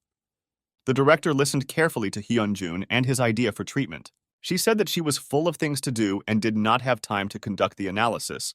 But after hearing Dr. Young's explanations, she believes that they now have a chance. He was very happy to hear. And the director at that moment already knew that with the help of the young doctor's idea, the chance of success was as much as 80%. But she wanted to personally see the doctor who came up with it. The director knew that the intern probably barely had time to sleep. Since he was doing such research, he could be vain, but he turned out to be a rather modest guy. She thanked him and said that she would keep him informed of all the events and would be able to say what results they got only after a real clinical trial. But he had already helped them a lot. After that, she asked the secretary to calculate something and she started doing it. Hyun-jun could not understand what the secretary was talking about. The calculations were completed and a round sum came up, after which the director was surprised by this and said that it was probably difficult to earn that kind of money as an intern. Therefore, from this moment on, CodeStem will bear all the bills for the treatment of Hyun-jun's mother. The guy froze in place. He couldn't believe it. He was probably dreaming about it. He came to his senses and understood that this was a lot of money, and it was difficult for him to accept such a gift. But the director calmed him down and said that this decision was not subject to discussion. It was better to let Hyun-jun think of it as a good investment. After all, she hoped that after the internship he would go into neurology. But for now, she would try to do everything so that Hyun-jun could take part in the research that they would be conducting in the near future. The guy thanked her for paying the bills, but he would probably refuse to participate in the research. The director was not ready to hear that from him. The reason was the same. He wants to become a surgeon, but neurology doesn't interest him that much. After that, their meeting ended, and the director returned home and thought about a young guy who dreams of becoming a surgeon. It reminded her of her in her youth. Hyun-jun decided for himself that he would try to do everything so that his mother gets better as soon as possible. And of course, he did not forget to thank Ronnie, who helped him despite his stubbornness. Ronnie told him that the decision that Hyun-jun made was far from logical. But in the end, everything ended well. So he saved this information in a special database. They did a great job, and now their team has become even stronger. Before Hyun-jun had time to look back, his work began in the neurosurgery department, work that seemed to never end. But now it is finally coming to an end. He had already thanked the chief for everything he had taught him and was very pleased to meet him. Hyun-jun met so many people this month, but he flew by, meeting people he wants to emulate, such as Chief Sim. I met those who don't like him and those who are ready to accept him. But if we talk about the most important experience that Hyun-jun had, then this is exactly what attitude a surgeon should have towards surgery. But it's time to say goodbye to this department, because even more interesting practice awaits it further. The next cycle of their practice was pediatrics, and Dr. Hana seemed a little unhappy about this fact. The guy was slightly surprised by this, because he heard from the girl that she liked children, so it was not clear why she was so sad. She told him that on the way here, she saw the intensive care ward, and she was deeply upset by how many tubes and devices were coming out of these children. Therefore, the girl gathered all her luck so as not to end up there, because the intensive care ward is a place in which you get tired both physically and mentally. Some guy intervened in their dialogue and told them that he had heard about the blacklist of guardians, because many parents are worried. Hyun-jun listened to all these stories and decided that he wanted to go there, because most likely he could learn a lot there. All the same, someone would have to, but he has a normal attitude towards such things, plus on top of everything, he believed that if you work reluctantly in this department, the children will feel everything. Hana and that strange guy were very surprised by his decision, because none of them wanted to go there. But Hyun-jun assured them that everything was in order. When the resident came, he would tell him about his desire. Before he had time to remember who the resident was, a girl appeared who would most likely be their new resident in the pediatric department. The girl introduced herself as a second-year resident in the pediatric department, and she would supervise this group of interns. She was in a hurry, so she said that she would tell everything quite quickly. And their main task was to catch everything. The principle of operation of the children's department is the same as in the others. But still, she will highlight 3 new rules for them, which they must remember and follow. The first rule is to never quarrel with the guardians. The second rule is that if you cannot take blood, call the resident, then there will be no problems. And finally, the last and most important rule is to never get attached to children. Otherwise, you will lose your composure and will not be able to do your job. If they have no more questions, they can go to their places. That strange guy told her that they had not yet received an appointment, to which she reacted very sharply, because what were they doing here all this time? Well, she would have to distribute the interns. She was sure that no one wanted to go to the intensive care ward, so she invited them to draw lots. But this idea was dropped after Hyun-jun proposed his candidacy, which surprised her greatly. Their distribution was interrupted by Dr. Yoon, who wanted to take Dr. Song. Hyun-jun froze in place because he saw a painfully familiar face. Dr. Song told Yoon that this guy wants to go to the intensive care ward, and she is not sure that she can send him. Dr. Yoon looked at the list of interns, where she saw the name Hyun-jun and raised her head in surprise. Their gazes collided, and each of them could not believe that he was seeing the other. But apparently Dr. Yoon was not happy to see him because she turned around and started to leave. She told Dr. Song that they had previously studied together at the university, and she could go wherever she wanted. She believed that he could cope anywhere because this guy always does what he wants. Dr. Song thought for a moment because she didn't understand what kind of cold attitude this was, but still sent him to the intensive care ward and asked the rest to be divided by lot. He agreed with the resident and would go there immediately. Hyun-jun thought about Dr. Yoon. He knew that she would never go into surgery with her soft heart, but the fact that she chose pediatrics was also unexpected for him.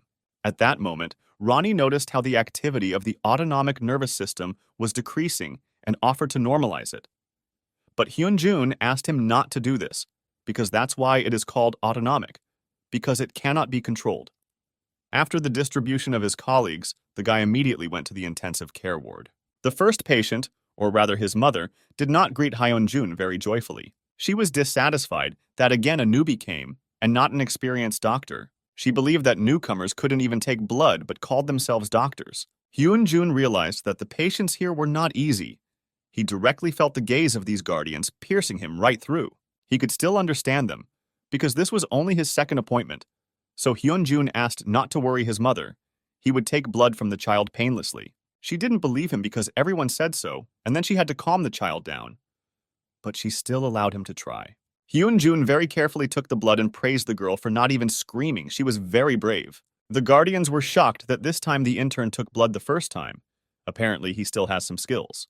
But this girl's mother did not think so and asked to call the professor so that he could look at her child. Hyun-jun tried to clarify what she was interested in. Maybe he could help, but his mother waved her hand at him and said that she would ask herself. He understood that after a long stay in the hospital and finding out how the child was doing, these guardians were very tired and did not respond to other doctors except professors. Hyun-jun still insisted that he was also a doctor and could help her if she clarified her question. But his mother told him that there was a girl here a couple of days ago who also said that. But in the end, she knew less than she did, so she doesn't believe him. Hyun-jun decided not to try to ask anything anymore, but simply took the patient's card and looked at the diagnosis she was given. The girl suffered from an abnormality of the colon, which could cause necrosis of a section of the intestine if no measures were taken. So she needed to undergo surgery. Based on this, Hyun-jun asked her mother, or had a date for the operation already been set. She told him no, but he reassured her and said that all the studies had already been carried out and her child would soon be operated on using modern methods. After the operation, she would recover and feel much better. But she was more interested in why her girl had blood poisoning. The guy explained to her that because her stomach was bloated and she was constantly vomiting, and this indicates symptoms of intestinal obstruction, which is why a piece of the intestine became dead and released toxins into the blood, which caused blood poisoning. Now the mother looked less angry and noticed that none of the doctors had explained everything to her in such detail before. She immediately apologized to Hyun-jun. She didn't know what came over her. Hyun-jun understood that most doctors most likely take tests and don't explain anything, so her anger can be understood. After which he added that if she was still interested in something, she could contact him. She was ashamed of her behavior, so she thanked him and apologized again. The guardians were glad that Hyun-jun finished the blood draw in one go, because what parent would be pleased to see the tears of their child, whose blood is being taken? Hyun-jun was doing his work when a nurse approached him and wanted to convey a message from Dr. Song. She whispered in his ear to let the patient Lim Soon-ah pass. She would come later and take care of her, but he told her that he was already done with her. The nurse was shocked by this. Did he really manage to do everything without this woman starting to scream and create problems for the department? She was so surprised, because it was apparent from that very blacklist that always goes wrong. But she still asked him to leave it for Dr. Song next time. Suddenly, one of the patient's heart stopped, and her grandmother started calling for help. Hyun-jun heard this and immediately ran to the ward. He ran into the room and the nurse told him that the doctors were not there, but she called them. Hyun-jun understood that they might be busy with another patient, but he couldn't just watch this happen. He immediately climbed onto the patient's bed and began preparing CPR. At the same time, the guy asked the nurse to prepare an Anbu mask and told her to do 1 chest compression for 10 chest compressions. Ronnie tried to give instructions on how to do it correctly, but it seems the guy did a great job himself. He noticed that the nurse was ventilating the lungs too quickly, which could reduce the chance of survival. Hyun-jun immediately heeded Ronnie's advice and asked the nurse to go slowly, press once and stop, then continue. Ronnie gave him another piece of advice, which was to change hands so that the intensity of the presses did not decrease due to fatigue. Next, his friend suggested prescribing 0.1 milligrams of adrenaline, but Hyun-jun understood that he was a simple intern and could not do this. But the doctors have not arrived yet and we must act, because the patient's chances are rapidly falling and he may simply not survive. The young intern took a long time to decide on this step, because if he prescribed something without the doctor's permission, there could be serious consequences. But on the other hand, this child could die. He decided to act as he saw fit, so he prescribed the patient a drug for his body weight and also asked the nurse to bring him a defibrillator. The guy began to reproach himself for hesitating, because he's also a doctor and can take on such responsibility. No matter what happens to him, the main thing is the life of the patient. But the patient's heart was like that. Did it really fail and the poor girl died? A second later, the line on the machine stopped being straight and the little girl's heart was beating again. He still managed to save her. The chance that the patient will live has increased sharply, and now you can breathe out. At that moment, senior doctors, who had been called a long time ago, came running. The nurse explained to the doctors that Dr. Yang came, performed CPR and prescribed drugs, of which only adrenaline was used. The senior doctor was shocked when he heard this. The resident told him that this was a young intern who had just been transferred here. His name was Yang Hyun-jun. The doctor began to boil. How dare the intern prescribe treatment? Does he even know what they can do for this? As soon as he wanted to go and reprimand the young intern, the resident stopped him and asked him to reschedule his lecture. His parents were here. The patient's grandmother approached Hyun-jun and thanked him for saving her grandson. She was very scared. But fortunately, he was here. After which Dr. Yang was sent to the restroom, the doctors could handle the rest without his help. The guy went into the restroom and didn't understand what had just happened. When the child's life disappeared, he stopped feeling absolutely everything. Was it really Ronnie? But Ronnie explained to him that this was the result of Hyun-jun's body's natural adaptation, due to the fusion of Ronnie's synapses with his nervous system. Since their synchronization has increased, the nervous system has begun to develop in the right direction, which means that soon Hyun-jun will be able to be calm in the situation he needs. But he wasn't sure it was good for him. At that moment, Sun-ye came in and asked him what he was not sure about. Hyun-jun could not give her an answer to this question and said that she heard it. They stood for a while and were silent. Then she broke the silence and said that the patient was being monitored and should now be stabilized, all thanks to the guy's quick actions. But today he was very lucky that she hushed everything up, because despite the good result, problems could arise due to the intern's medication prescriptions. He was pleased that she stood up for him and thanked her. She asked him if perhaps he wanted to tell her something else. Before he could say that there was one thing to do, she said that she was called and left the office. Again, the guy could not apologize to her for that incident. It seems she couldn't just look at him either. A week later, that same mom from the blacklist thanked Dr. Yang for his successful work, but he was sure that it was not worth doing this. All the main work was done during the operation. She once again apologized to him for being so rude to him, and, as a sign of gratitude, suggested that he come to her work for breakfast. She is the manager of one such cozy cafe. After a few days in this department, the attitude of the guardians towards Hyunjun changed dramatically. The parents calmed down, and it became easier for him to work. And there were no more problems with the medical staff. It seems that everything is falling into place, and he doesn't need to worry. Hyunjun took the tools he needed and came to one of the patients to draw blood. It was an 8-year-old patient, Ying-jin, in whom the guy himself was interested, all because this little boy was a very patient and obedient child. Today, Dr. Yang will take a blood sample from the boy's artery. Unlike taking blood from a vein, taking blood from an artery is much more painful. But Ying-jin only squints, not making a sound. And there was another rather unusual feature of this guy. When Hyun-jun gives him injections, the boy constantly looks into his eyes. The next look was interrupted by the nurse, who asked Dr. Yang to follow her. They called him. As it turns out, Dr. Yan is being called by the deputy head physician of the hospital. I wonder what he needs from the young intern. He did not go to him alone, but with Dr. Yoon, who was called by the nurse in the same way. He finished the phone call and invited his colleagues to sit down so they could talk. The deputy looked at the intern and didn't know his name, but he had seen the girl a couple of times, so he recognized Dr. Yoon. The conversation started quite well. The deputy said that he called them on a rather minor issue and everything would go well. He asked to explain more specifically what happened to the little child and how they helped him. The girl began to tell the story in order. At that moment, a meeting was being held in the pediatric department. As soon as they heard the call, they immediately ran to the intensive care ward. She added that Dr. Yang Hyun-jun was on shift and did not wait for us to get there and began performing resuscitation. The deputy interrupted her and added that up to this point he had been coping well. It was not so easy to perform resuscitation on an intern. But he wanted to know more about the adrenaline that was administered to the patient as prescribed by the intern. How did this happen? The girl did not understand what he wanted to hear from her because he already knows everything, but asks to explain. Hyun-jun entered the dialogue and said that the situation was urgent, and he asked for adrenaline because he thought he couldn't wait any longer. The deputy wanted to clarify with him where he learned how to perform resuscitation. He used a non-standard method. What is it for? Hyun-jun explained to him that he had recently read a dissertation and followed it. This is a new method that was invented to reduce stress on the hands, so that it was possible to press evenly for a longer time.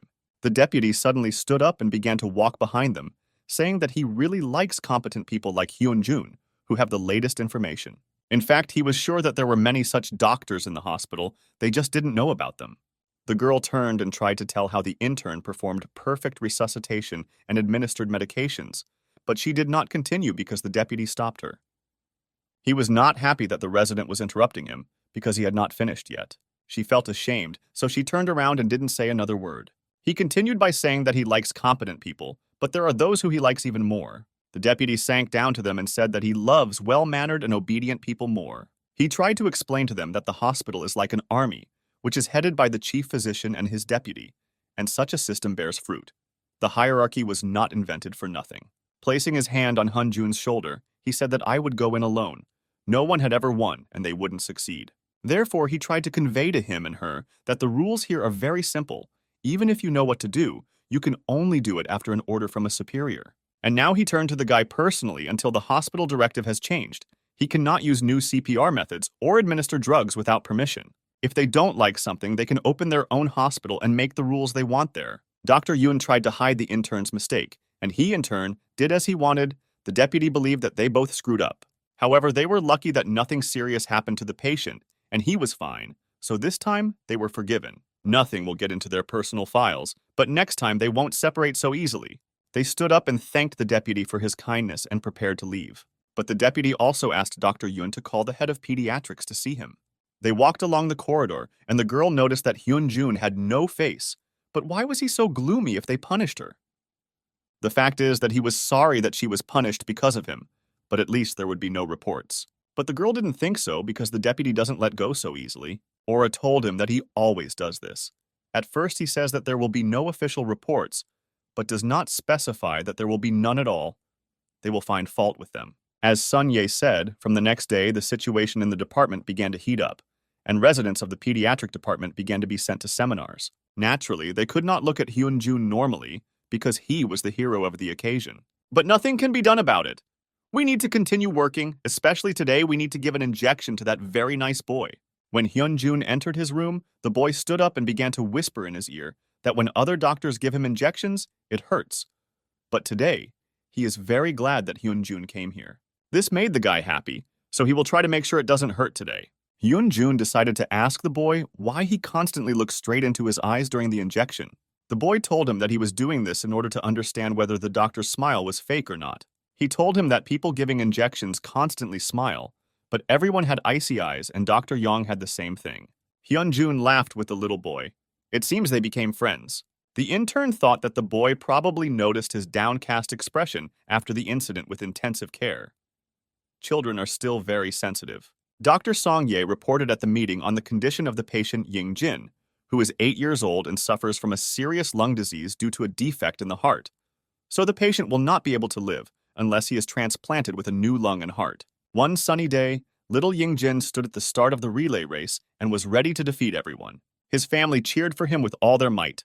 The relay began, and each participant tried as hard as possible to get there first. Little Ying-jin, unfortunately, could not even reach the finish line.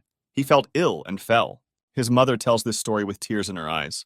When they arrived at the hospital, the doctors said that the hole was small and that over time it would heal on its own. Before he took the medicine, there were not even any symptoms. But now that he has been examined, they say that the only way out is a transplant.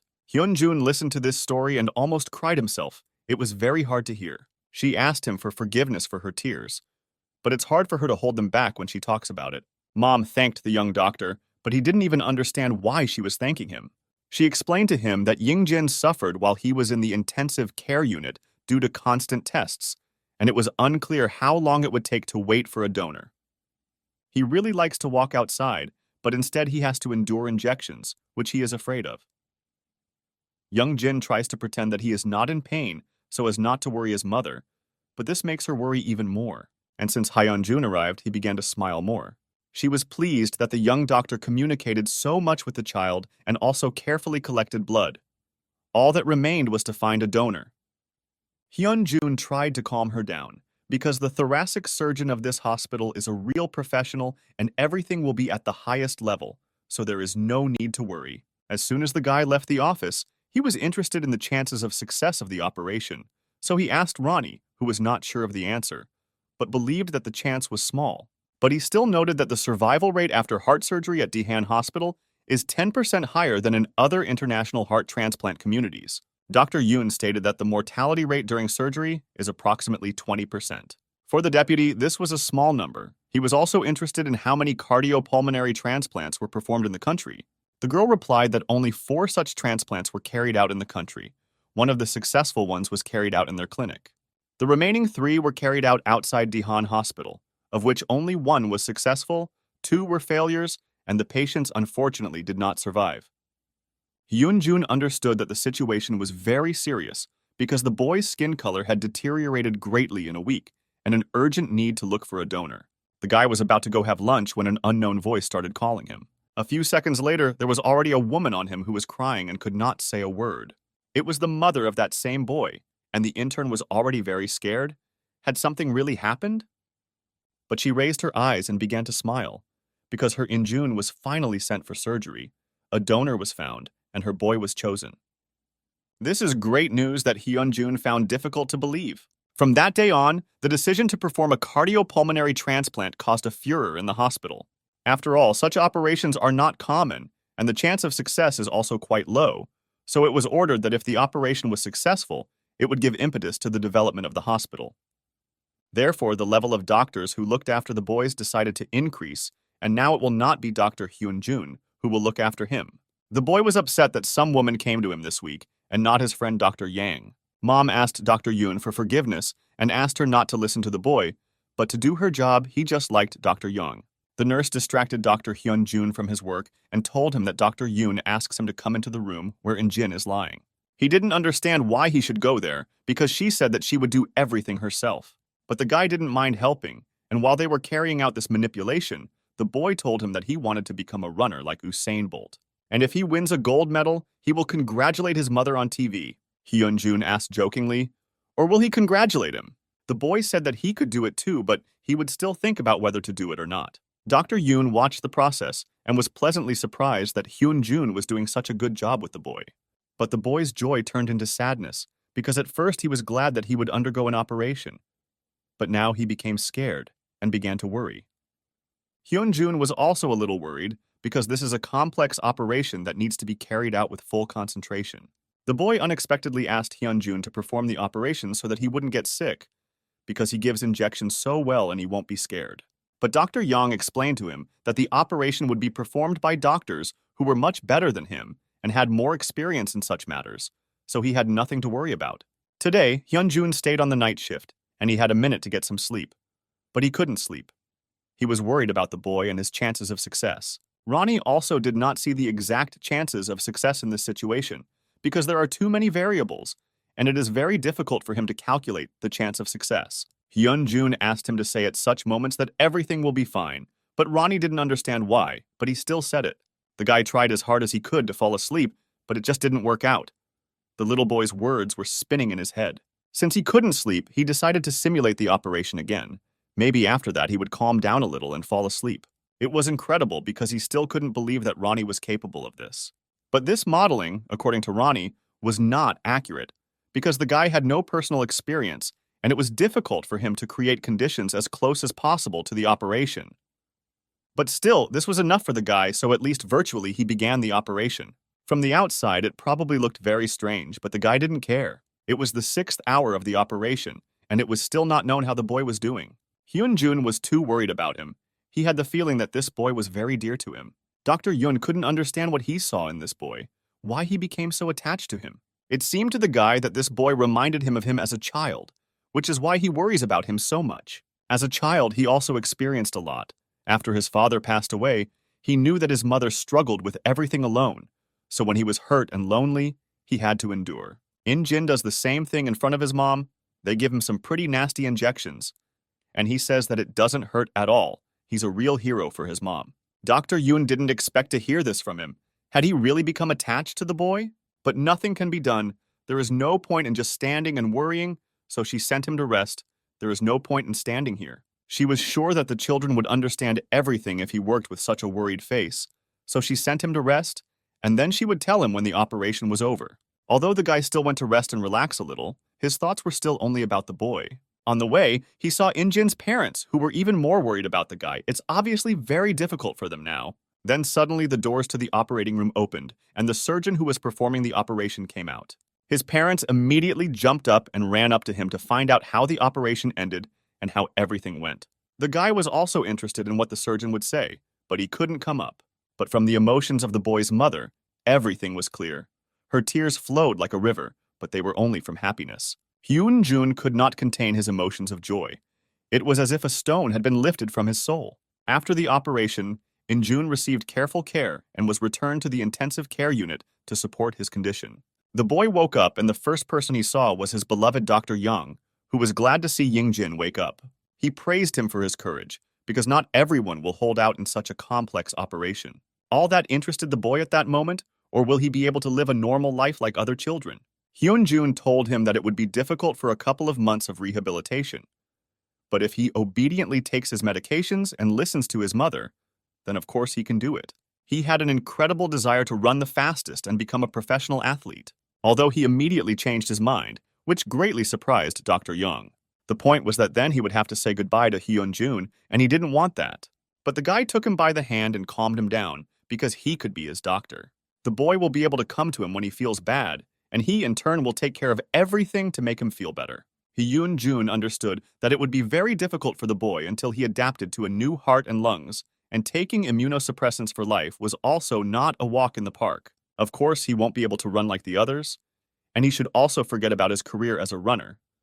But the main thing is that he can live, and the rest is not important. For such courage, Hyunjun decided to buy the boy sneakers so that when he could, he would put them on and go for a run. But the box of new shoes fell to the floor after Hyunjun entered the department. His breathing stopped as he saw Youngjin's condition begin to deteriorate sharply. Ronnie carried out an immediate analysis, which showed that there was a high probability that the new organs had not taken root and were being rejected. The intern immediately decided to perform intubation and requested a respirator from the nurse. His hands began to shake incredibly again. The situation was truly stressful. And then the signal about cardiac arrest changed everything. We urgently need to come up with something. He immediately climbed onto the bed and began performing CPR. Fortunately, the senior doctors were already there and the nurse brought them up to date. While she was telling them that the boy's heart had stopped, Hyunjun performed resuscitation in the hope that the heart would start. His hands did not get tired because he so hoped that the boy would return to them and continue to live. The senior doctors immediately started the defibrillator and asked Hyunjun to step aside so they could administer the shock. After performing the shock, the boy's condition did not improve and his heart still did not start, but they did not give up and continued to perform it. This didn't help, so they continued resuscitation. Hyunjun wanted to do everything to make the boy feel better, so Ronnie suggested he use membrane oxygenation. But Ronnie was not sure that this would help, but the guy decided that it was better than nothing, so he decided to act this way. He remembered everything that the deputy told him, who made it clear to him that he could not act until the residents gave him permission. Then his thoughts were interrupted by the senior doctor, who shouted at him and asked him to move away. The guy shouted at him in response and said that he was also a doctor and he would continue to perform resuscitation, and he also needed an oxygenation machine. The doctor began to boil at what he heard. He would not tolerate this. Therefore, he could not restrain himself and threw him off the bed and ordered him not to talk nonsense. They will take care of everything, but now he is only hindering them. Ronnie did not stop analyzing, and the boy's chances were only decreasing with each passing minute. Something needed to be done. Defibrillation did not help at all, and the boy's heart did not start. Hyunjun tried to tell the doctor that oxygenation could be used to stabilize the patient, but the doctor didn't seem to want to listen to him and told him to take him out of the room. He was taken out of the room and told to shut up if they didn't want him fired. A few more words, and it would happen. He stood silently and watched as the doctors tried to save the little boy. But nothing helped, and with each shock he became worse and worse. The doctor's hands suddenly dropped. He realized that nothing could be changed, and, unfortunately, they could not save the boy. It was too late, and all they could do was record the time of death. The poor boy's mother couldn't stand it and simply fainted, but she was quickly brought to her senses. The doctors asked her forgiveness because they could not save her son. Hyunjun couldn't say a word. He just couldn't believe it. Recently, they were talking about the dreams of a little boy, and now he was simply gone. He became very angry and could barely control himself. The guy jumped up and ran towards the exit. Ronnie felt that Hyunjun's emotional state was incredibly bad. He tried to help him, but the guy had no time for that. He sat on his knees and just cried. The guy asked In-jin for forgiveness for not saving him. The guy understood that he was no less to blame for the others, because if he had not doubted, then In-jin could have been saved. Hyunjun screamed at the top of his voice, if only he could rewind time. Dr. Yoon ran out after him and hugged him tightly. She tried to calm him down, but it seems that it is not so easy to do. She tried to tell him that he tried, and In-jin knows about it, but Hyunjun could not calm down. Dr. Yoon told him that he would be taken away soon, so he should go and say goodbye before it was too late. The boy will definitely be upset if he doesn't come. But when they returned, the boy's body had already been taken away, Hyunjun still couldn't believe it. He stood in front of his bed and promised In-jin that from now on he would not let go of a single patient and would help everyone who needed it. So now the boy can run and jump in another world without any pain. The next month has arrived, which means Hyunjun and the others need to move on to the next cycle of their practice. The interns who ended up in the emergency room in October were unlucky, because this month is the hottest there.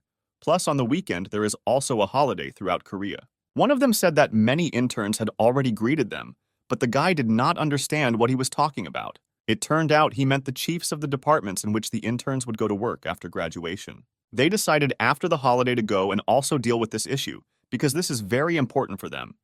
First of all, the interviews are coming soon, and they need to prepare properly. At this time, Hyunjun walked past them without even saying hello. They knew that this was the same intern Young Hyunjun, who was known throughout the hospital for his problematic nature and difficult character. They heard that once he stays with them in the new department, he will then be sent to Yongjun Hospital, where most likely he will also end up in the emergency room. With such a schedule, he wouldn't even have time to prepare for the test for his specialty, but for the guy it was even beneficial, because there was one less competitor. And he also heard that the guy conflicts with all the hospital residents in whatever department he is in. Of course, he still has the same character. But his friend said that there are people who speak very positively about him. For example, he was recently in the neurosurgery department. The nurses there said that he was the best intern in the entire history of this department. She even became sad when she remembered him. All the interns gathered together to welcome their new resident and new department. He in turn did not envy them. After all, it was literally the most difficult time to work in the emergency room because of all the holidays, there are a lot of people coming in, and he himself is a third-year resident in the emergency department, Ju Young-tae. To begin with, he decided to explain to them how their shifts would work. First, they worked 3-day shifts from 8 a.m. to 8 p.m., then a day of rest. Then 3 night shifts from 8 p.m. to 8 a.m. and another day of rest. There will be 3 people per shift. He came closer to them and conditionally divided them into 2 groups and said that the people on the right would start with the day shifts, the rest would come to the evening shifts. The guys who were whispering about Hyun-jun were very happy that they would be free until the evening, but the resident convinced them that there was nothing to be happy about because the best moments in the emergency room happen on night shifts, so he recommends that they get a good night's sleep while they have the chance. This is where he ended his story. The resident knew that they were already finishing their internship and could figure out the rest of the details on their own. As soon as he finished speaking and turned his head, he saw how they were transporting a new patient who immediately needed to be saved. Slightly to the right stood a woman with a child who was snotty and had a high fever, and next to him was a man whose nose was bleeding. At the end of the corridor, a man was screaming and wanted to break free because he thought he was in prison. All this is good old emergency medicine. The resident even thought that today they could set a record for hospitalization. But the nurse quickly brought him to his senses because there was nothing good in this, and she asked him not to stand like a stone, but to help. This horror was observed by Hyun-jun, who was clearly not in the best mood. The emergency department is divided into 3 sectors, each of which employs 9 nurses, 1 specialist, 2 residents, and 2 interns. When a new patient arrives, the nurse calls an intern, and after he determines what treatment the patient needs, she carries out basic treatment and contacts the necessary department. So, the emergency department is now crowded due to the holidays. So on the one hand, the interns are out of luck. But on the other hand, in such chaos, you can learn a lot. One of the doctors saw a patient, or rather her child, who according to the mother had wheezing when the child was breathing. But now he doesn't know what to do with this child. So he decided to contact the right department to have the child transferred. But at the right moment, Dr. Young intervened, who noticed that the child probably had a foreign body in his throat that was preventing him from breathing. When he began to examine the patient closer, he noticed cyanosis, and if you add wheezing to this, the likelihood that there is a foreign body in the throat increases. Hyun-jun began to interview the child's mother, and he was wondering if the child was stuffing something into his mouth other than food, to which the mother said that there were cases. He asked her what the child was doing an hour ago. She thought for a while and remembered that he was playing with toy bricks. Hyun-jun asked to give him the child in his arms so that he could help him. To begin with, he tried to calm the child, but apparently due to the fact that he did not have enough air, this was very difficult to do. Ronnie entered the game and transmitted calming waves to the child through special receptors, which seemed to help. The mother and the other doctor were shocked when they saw the child calm down and no longer cry. Dr. Young understood that the object clearly did not completely block the airways, but it was better to remove it so that it would not get worse, which is what he did. A few correct movements on the little boy's back and the result was not long in coming. A little brick flew out of his mouth and he felt much better. The mother was incredibly happy when she saw how her baby was feeling great again and thanked the doctor, but Hyun-jun recommended that she go for an X-ray to make sure that there were no more objects there. The doctor wanted to report this case to another department, but Hyun-jun stopped him and said that the measures were taken during the asymptomatic period, so everything is fine. Next, he decided to take the mother and little boy to the X-ray room to make sure that nothing else was stuck there. The other intern didn't understand how it happened. This guy seemed to be an intern too, but he handled it like a real doctor. On the way to the X-ray room, he was stopped by a resident, who noticed that Hyun-jun did not go to rest as he was told, but remained on the day shift. Hyun-jun explained to him that he decided to bypass the help center so as not to wander around in search of it in the evening. The resident was pleasantly surprised that guys like him still existed, but the doctor was worried that he wouldn't overdo it before his shift. Hyun-jun assured him that everything would be fine, but the resident warned him that if he dozed off on shift, he wouldn't just let it get away with it. But their conversation was interrupted and Dr. Ju needs to go immediately, so Hyun-jun was left alone again. and then he noticed a guy who was sitting nearby and writhing in pain. The nurse told him that yesterday he drank beer and ate chicken, after which he began to have severe pain in the upper abdomen. Hyun-jun approached him and tried to clarify how he was feeling, and asked him to indicate again the place where it hurt the most. Ronnie analyzed the man and noticed that his temperature was raised to 38.5. There was noticeable bloating, pain in the upper abdomen and above the navel. It increased when touched. The nurse said that the department to which he should be sent was not responding, but the man was getting worse. Hyun-jun ordered the nurse to send the patient for a blood test and give him an X-ray, but she could not do this because the department had not yet responded. But Dr. Young assured her that it was necessary to do this because he might be an emergency patient. Then she suggested calling at least Dr. Ju. But Hyun-jun assured her that he himself was able to take care of the patient and asked her to do what he had just asked her to do. Ronnie joked with him that Mr. Hyun-jun's inner delinquent had awakened again and wanted to create, but the guy assured him that everything was fine. But his friend reminded him that it was the same in the orthopedic department, and he was almost fired because of it. The guy did not listen to him and continued to do what he considered necessary. The nurse approached Dr. Young and notified him that the patient's X-ray and tests had been completed and the results were in. It turned out to be an awkward situation because the resident did not understand what the nurse was talking about. What other X-rays and tests? Dr. Ju was no longer so kind to him, and Ronnie warned him about this, that he shouldn't do that. Now Hyun-jun is completely screwed. But as it turned out, Dr. Ju was a more reasonable person and not so arrogant, so he allowed Hyun-jun to finish his examination and find the cause of the pain. Ronnie was surprised that the guy was not punished. Apparently, Dr. Ju is by nature like Hyun-jun.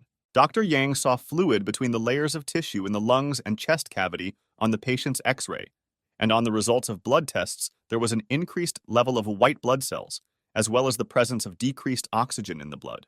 Based on the symptoms and examination, Hyun-jun admitted that it was most likely acute pancreatitis. Dr. Ju was surprised, like the nurse who was standing next to him. Is he really an intern? Hyun-jun confirmed this information and went to inform the department where this patient should be transferred again. The doctor thought that even for him, a third-year resident, it was difficult to determine such a diagnosis so quickly. It seemed that a capable guy had appeared in the department. The person who answered the phone from the therapeutic department said that Hyun-jun should clarify whether the patient knows someone in this hospital, but the guy did not understand what this question was about. The doctor, who was at the emergency room, was already tired of repeating the same thing every month. He once again explained to the intern that if a patient was admitted to the therapeutic department, then first, you need to ask if he knows someone in the hospital. They don't have free rooms, so if they don't know anyone, then they need to be sent to another hospital, and he asked other interns to do the same. But Hyun-jun didn't understand what to do with this patient. The doctor was already starting to get angry because he had just told him that he needed to be sent to another hospital. Which is not clear? Dr. Yang was on edge and could barely contain his emotions. He tried to say in a calm voice that he could not send the patient to another hospital because they had already taken a blood test and performed an X-ray. The therapeutic department did not respond, so they made the decision themselves. And based on the examination, they diagnosed acute pancreatitis, which really irritated the doctor on the other side of the tube, and he jumped up and told them to stay put. Hyun-jun was too calm. He understood that there could be serious consequences, but he didn't seem to care. The doctor from the internal medicine department immediately ran to the emergency room and started yelling at Hyun-jun from the doorway. He simply could not believe that the intern was able to diagnose acute pancreatitis, but Hyun-jun only assumed this based on the tests and X-rays of the patient. The doctor from this department looked down on him, thinking that this intern might know about medicine. He began to read in detail about the patient who was admitted. The tests and symptoms really pointed to acute pancreatitis. He had to agree that this was indeed acute pancreatitis, which is caused by alcohol, so he asked the nurse to provide oxygen, administer morphine and saline, because now they do not have beds in the department, so the patient will stay here for now.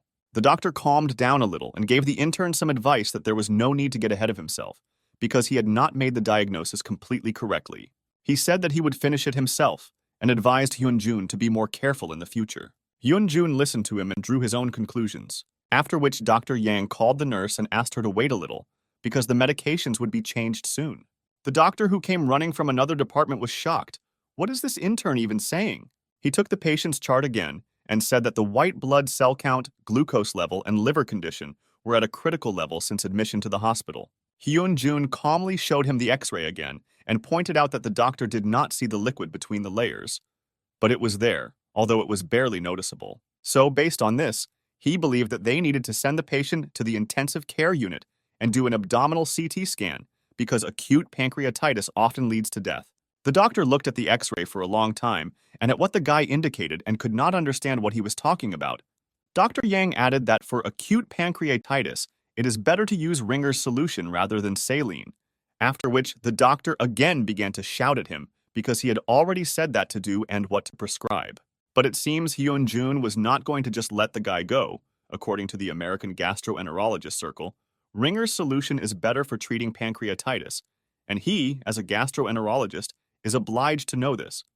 But he completely forgot about it because he sends all his patients to another hospital. The young intern further explained to him that the emergency room is intended for emergency care and not for sending patients to other hospitals, so he will report what the doctor said to the head of the therapy department. The doctor started shouting at him because does he really dare to shout at the doctor of the therapeutic department? Hyun-jun became even more angry, but still told him that if in the future he takes care of the patients sent to him, then Hyun-jun will pretend that all this did not happen. You just need to promise and that's it. The red-haired doctor thought about this because he could seriously get into trouble for this. This doctor nevertheless agreed with him and went back to his department, after which the head nurse of the emergency room, Lee Kyung-suk, appeared in front of Hyun-jun. He also introduced himself as intern Hyun-jun. He started to apologize for making a noise on the first day, but she interrupted him and said that there were a lot of people in the emergency room who didn't like this guy, and she was very grateful to him for putting him in his place. Even Ronnie agreed with the nurse that this brat needed to be taught a lesson. People kept walking and walking. The doctors didn't understand where they were getting here on such a beautiful weekend. They didn't even have time for a snack or the bathroom. Dr. Jha was already seriously thinking about a new record for hospitalizations, but the nurse asked him not to say that.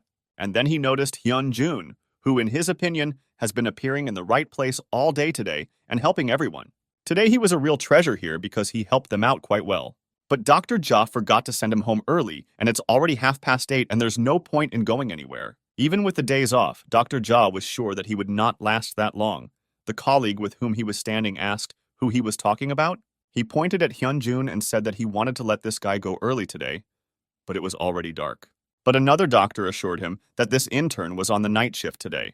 Dr. Jha completely forgot about this and was very surprised. He ran up to Hyun-jin and started asking what the guy was thinking about, because he still had to work the whole night, and he didn't even rest. The guy tried to tell him that he was fine, but the doctor didn't want to hear a word. He sent him to have a snack and rest a little. The doctor understood that Hyun-jun wanted to work hard, but not only today would there be such an opportunity. Dr. Jha believed that if he did not take care of himself, it would affect not only the intern, but also the entire team and problems would begin. It was the first time Hyun-jun had seen someone care about him, so of course he listened to him. He told the resident that he would eat and be back soon.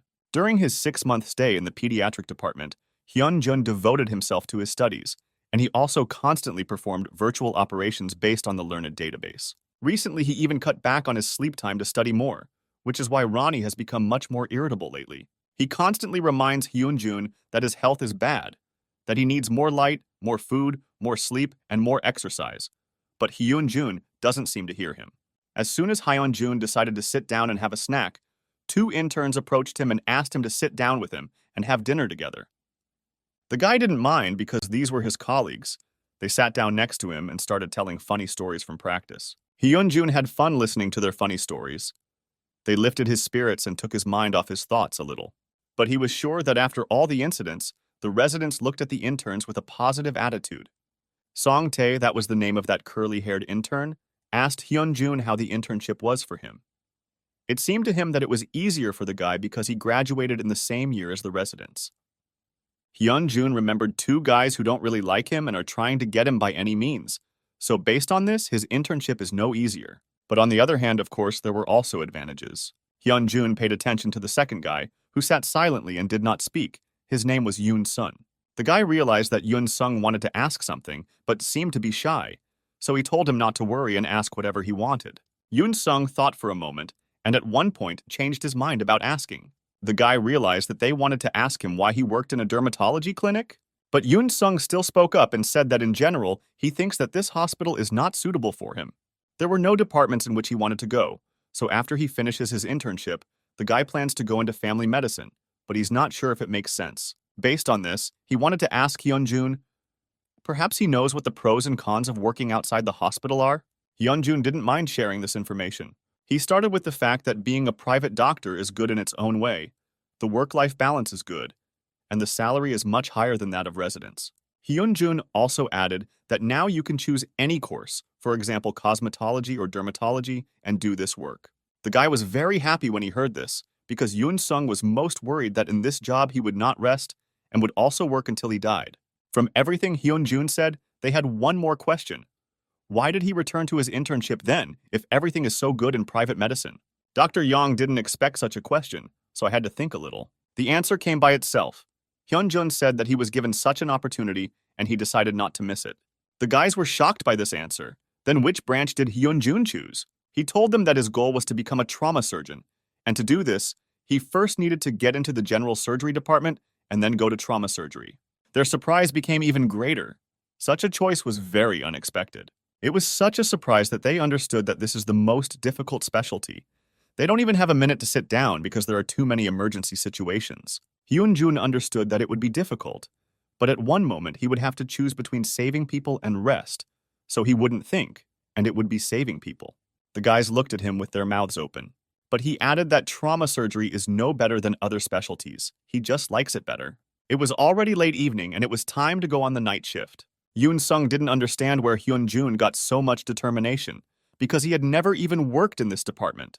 But he understood that everyone has a lot of ambitions until they face the real world.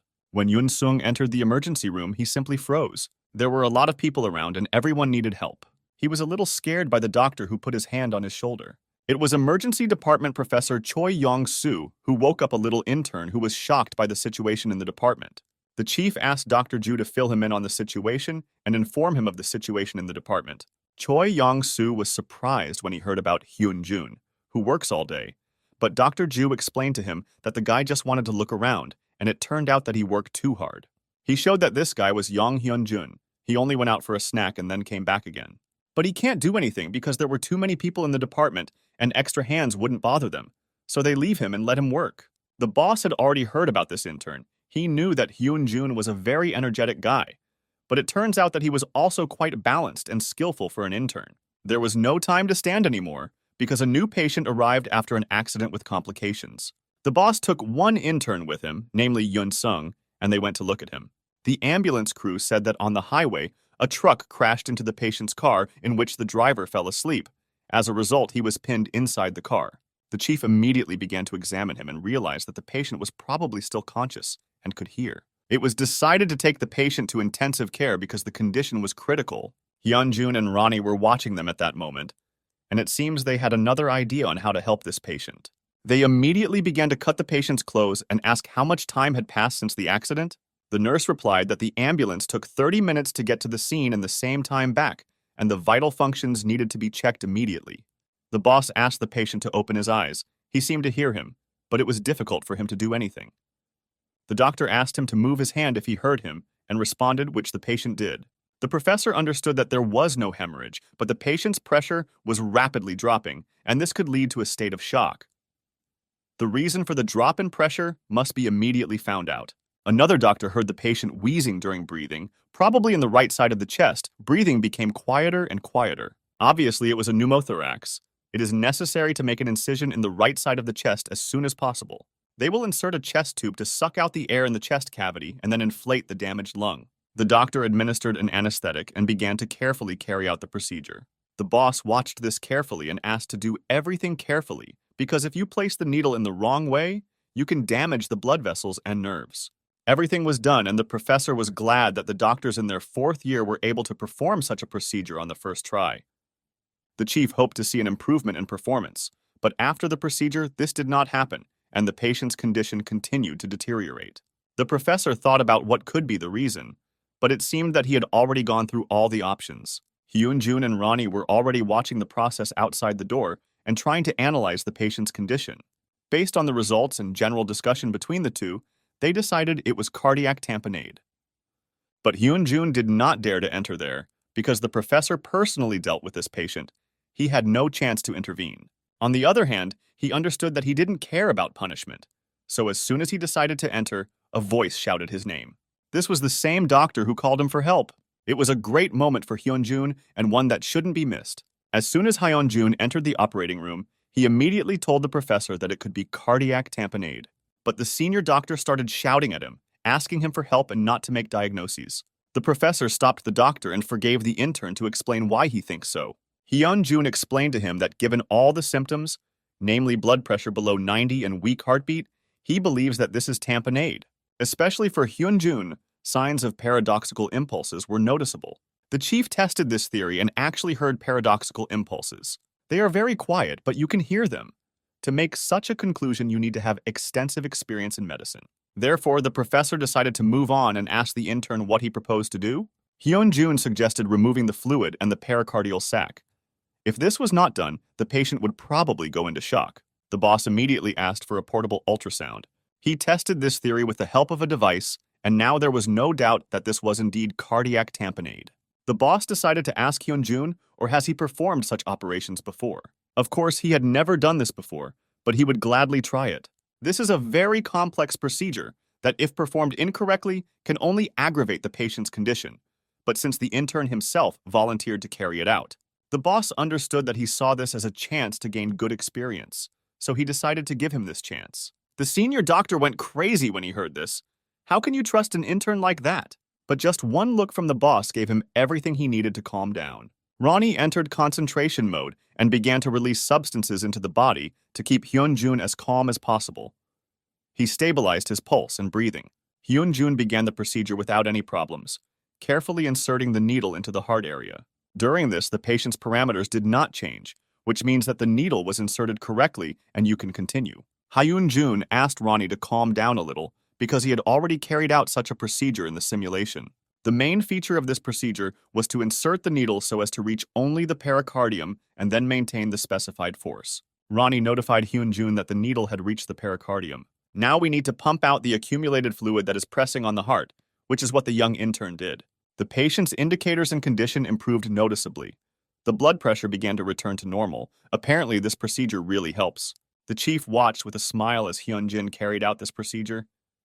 This guy deserved his attention and respect. He is more interesting than the professor thought. Hyunjin was finishing this procedure. All that remained was to install the catheter and everything would be ready.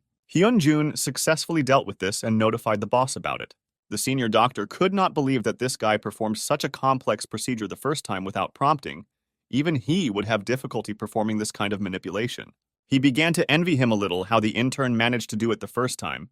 Meanwhile, Hyunjun decided to see how the patient's heart was feeling now. The chief was amazed by the talent of the young guy. The patient's heart really returned to normal, and now he feels much better. The professor asked the intern and the senior doctor to inform the orthopedic and cardiology departments and agree to do a tomography for this patient. The other intern didn't understand how Hyunjun could do such procedures so calmly. Even considering the fact that he graduated 3 years ago, he is still the same intern as Yoon Sung. How dare he even say that he wants to try to perform such a procedure in the presence of a senior doctor and professor? But then Yoon Sung realized that they were completely different people. Hyunjun wants to become a trauma surgeon, and he is a private doctor. You shouldn't compare yourself with him. The senior doctor was now shouting at Yoon Sung that he was lost in thought and standing still. This is a common thing in the emergency room.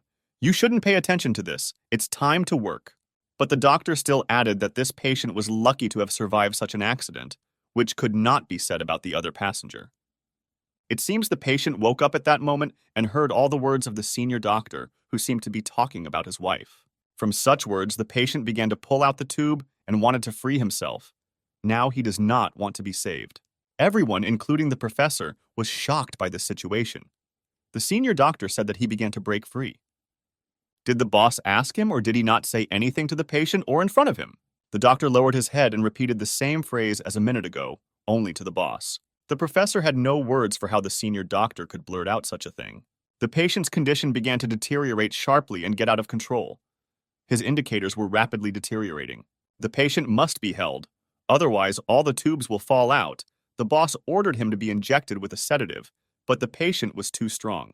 He hit the second intern in the face who was trying to hold him back.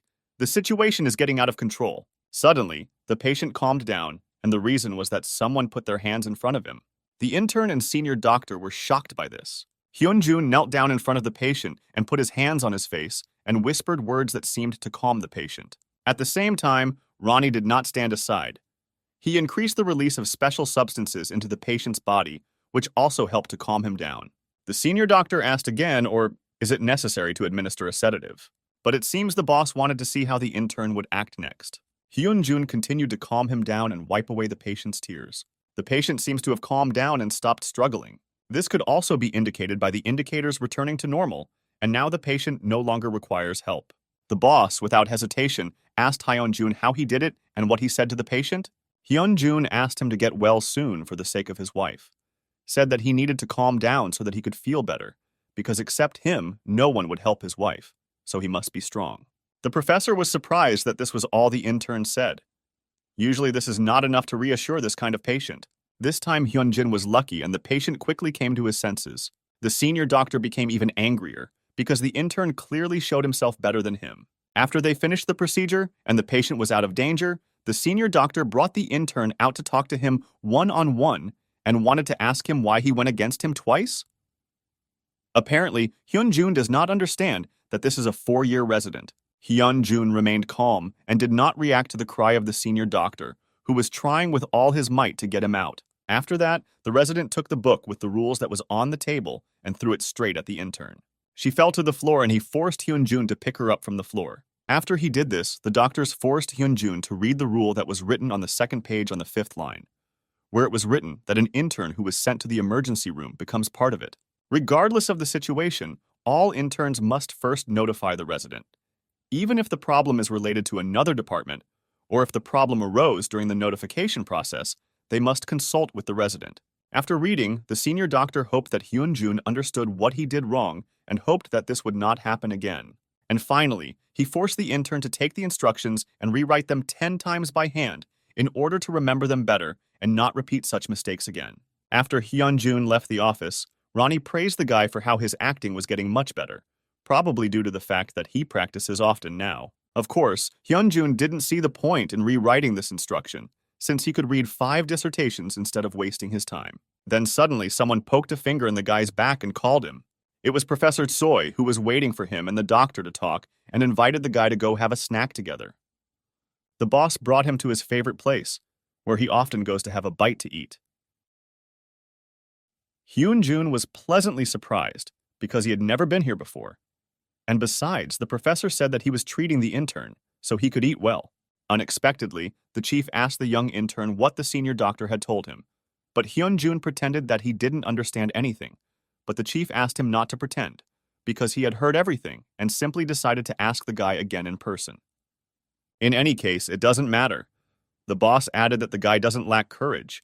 It's the first time in his life he's seen an intern ask for permission to carry out such a complex procedure. He decided to ask the guy why he thought the professor allowed him to do this procedure, but without waiting for an answer, he said that he believed that the university hospital has 2 functions. The first is to treat people, the second is to improve the skills of the doctors who work in it. The chief was confident that in order for these functions to be performed, interns must be given more opportunities to gain experience. Hyun-jun listened attentively and smiled, because he believed that the professor gave him such an opportunity for another reason. The boss knew that he was as insightful as he was brave, so he was sure that the guy would guess, but still decided to listen to his option. Hyun-jun believed that the reason he allowed him, the intern, to perform such a procedure was primarily the patient's condition, which was not as critical as it seemed at first glance. The boss started laughing and noted that Hyun-jun was just something, not an intern, a very smart guy. But still, the professor was wondering how Hyun-jun realized that the patient's condition was not critical. Judging by the lacerations and bruises on the face, he believed that there was a high probability of a closed head injury. But Hyun-jun decided that the patient was not in critical condition, because he saw how the patient reacted to the chief's words. In addition, he was intubated, so Hyun-jun thought that the boss rated his condition as 1, which could mean his condition was normal. The chief had a feeling that he was now reading a detective story, and the chief detective had almost revealed the main criminal by searching for many clues, without missing the slightest detail. If so, was Hyun-jun interested, or did he catch the culprit? The boss laughed and believed that he had hit the bull's eye with the help of his sharp mind and excellent skills. What about their conversation with the senior doctor in the night shift room? Hyun-jun can forget and not waste his time. But Hyun-jun answered as if he had no intention of changing anything and was still going to write this instruction 10 times. The professor decided to be completely honest with the intern and tell him why he really called for lunch. He was wondering what the intern said to the patient that made him calm down from these words. Hyun-jun tried to say what he said in the ward, but the boss understood that he was lying. And he is one of those curious people and will go to the end until he finds out the truth. So while the two of them are together, he can tell him the truth. Hyun-jun didn't think that the professor would be so stubborn, but the guy can't say that with Ronnie's help, he influenced someone else's nervous system, and if he gives a bad answer, the boss will simply continue to dig even harder. Therefore, he decided to come up with a rather unusual option that the boss should fall for. Hyun-jun said that he used his wife's name as a sedative. The chief didn't understand how he found out his wife's name, but the guy explained to him that he called the morgue and asked. He understood that they were transported to the hospital from the same incident. The professor was now interested in why he even needed the name of the patient's wife? But even then, Hyun-jun found the answer. He heard what the paramedic said about the second passenger. His story was stopped. But the guy understood what he wanted to say. He thought that the patient would believe him if Hyun-jun mentioned his wife's name. The boss thought about it. The chief recalled many similar cases. Most of them were in America, but even this had never happened before when someone used his wife's name to calm a patient. Hyun-jun realized that he had to immediately change the topic. Otherwise, the boss would start thinking about it more seriously. So he decided to ask him about working in America. The boss was very happy that he decided to ask him about America because he had wanted to tell someone about it for so long. After half an hour, their conversation ended and the boss went to work further. Hyun-jun could hardly stand these stories. He thought that blood would pour out of his ears. Ronnie believed that people really like to talk to themselves. Ronnie conducted an analysis of speech and mood and gave a chance that the professor believed him about 50/50ths, and Hyun-jun believed the same. He decided that he needed to behave more carefully, especially in front of Professor Tsoi. There is a high chance that ordinary people will not be able to accept Ronnie for who he is now. Ronnie also thought so, as well as the fact that Hyun-jun was more suited to the word superintelligence. He explained to him that he thinks so because when they work together, they hide each other's shortcomings and get as close as possible to superintelligence. If so, then Hyun-jin decided to hide Ronnie's existence further. After all, Professor Tsoi is a very smart man. Especially when he started telling stories about his time in America, it proved that he was an unusual person. He passed all 3 stages of the state medical licensing exam, as well as an emergency medicine fellowship and attended medical school in Maryland. But what struck him most was the story that he had to show all his skills in practice in order to be recognized in America. You can't tell from the majority, but racial prejudices still persist in America. But all the staff there began to listen to him after he showed them what he was capable of. And the most important difference from Korean hospitals is that there was no such hierarchy. Of course, doctors with extensive experience are respected, but only for their skills and merits. He really liked that they didn't manage people like subordinates just because of their age and rank, as well as the time they spent in the hospital, like in Korea. But after asking why he returned, the professor replied that he loved Korean food too much, so he could not resist and returned. The professor's answer confused Hyun-jun, but the truth was completely different. At a time when the construction of the hospital had just been completed, Professor Tsoi was invited there as a talented doctor to work. Hyun-jun now also didn't mind studying in America. It seemed that they value talented people much more there. Meanwhile, after a crazy influx of patients due to the holidays, the urgent care center has returned to normal. A patient was admitted who complained of incredible abdominal pain, then lost consciousness during bowel movements, and also suffered from black stool for 4 days, but without bloody additives. Dr. Lin Gensoku personally took care of this patient because they needed to think a little about what to do with it. Hyun-jun and Ronnie watched this very carefully. Ronnie suggested that this patient needed a natural gas flush. Lin Gen seemed to think the same thing and appointed him to carry out this manipulation. He began to do it, notifying the patient beforehand that it would be a little painful and he would need to be patient. Judging by the gastric juice and its contents, he decided that the patient had internal bleeding. Given the increased number of heartbeats, there was a high chance that this was hypovolemic shock caused by bleeding from the upper parts of the digestive system. He asked the nurse to perform an endoscopy, so he needed to contact the examination room and transfer the patient to them. The man was very worried about himself, but Lee Gen could not calm him down because the diagnosis would only be made after examinations. This is the first time Hyun-jun has seen his classmate treat someone, but considering the fact that he is a surgeon, that says a lot. Of course, he didn't like his manners and human characteristics, but he seems to be a good specialist. The guy noticed Hyun-jun and asked him why he was standing there. He was too calm for an intern. He reminded him of a patient with pancreatitis, a guy who ate fried chicken and drank beer. So he told him that this patient was in intensive care for some time, and then he was given a contrast tomography because he could not recover, and necrosis of the pancreas was discovered, after which he was immediately sent for surgery. But now he is doing well and is recovering. After these words, Hyun-jun felt as if a stone had been lifted from his soul. He was very happy to hear this. Dr. Lin added that everything was fine because he was the one who performed this operation. It couldn't have been any other way. Hyun-jun was surprised when he heard that he performs operations personally, although according to Lin Gen, this is a common occurrence because the professor is confident in him. And if the patient's condition is not so critical, then he allows him to perform the operation. But he believed that this was not enough, and he wants to operate on more complex cases. Dr. Yang was surprised by this. This guy is not satisfied with ordinary operations. He is too arrogant, but Hyun-jun still envied him. But he decided not to pay attention to this, because the day when he will be able to operate in person will also come, and he will work even harder so that this day comes as soon as possible. In any case, Lee Kyung-suk believed that the young intern cared more about himself than about the patient, because he heard that Hyun-jun had an argument with the emergency room resident over this patient. Lee Kyung-suk thought that Hyun-jun was not with himself at all, and doing such a thing was simply stupid. The last thing Hyun-jun wanted to do was report the situation to Kyung-seok, but he still said that the resident said that they would only accept a patient if he knew someone at the hospital. And if this is not enough, then this doctor wanted to transfer a person in critical condition to another hospital.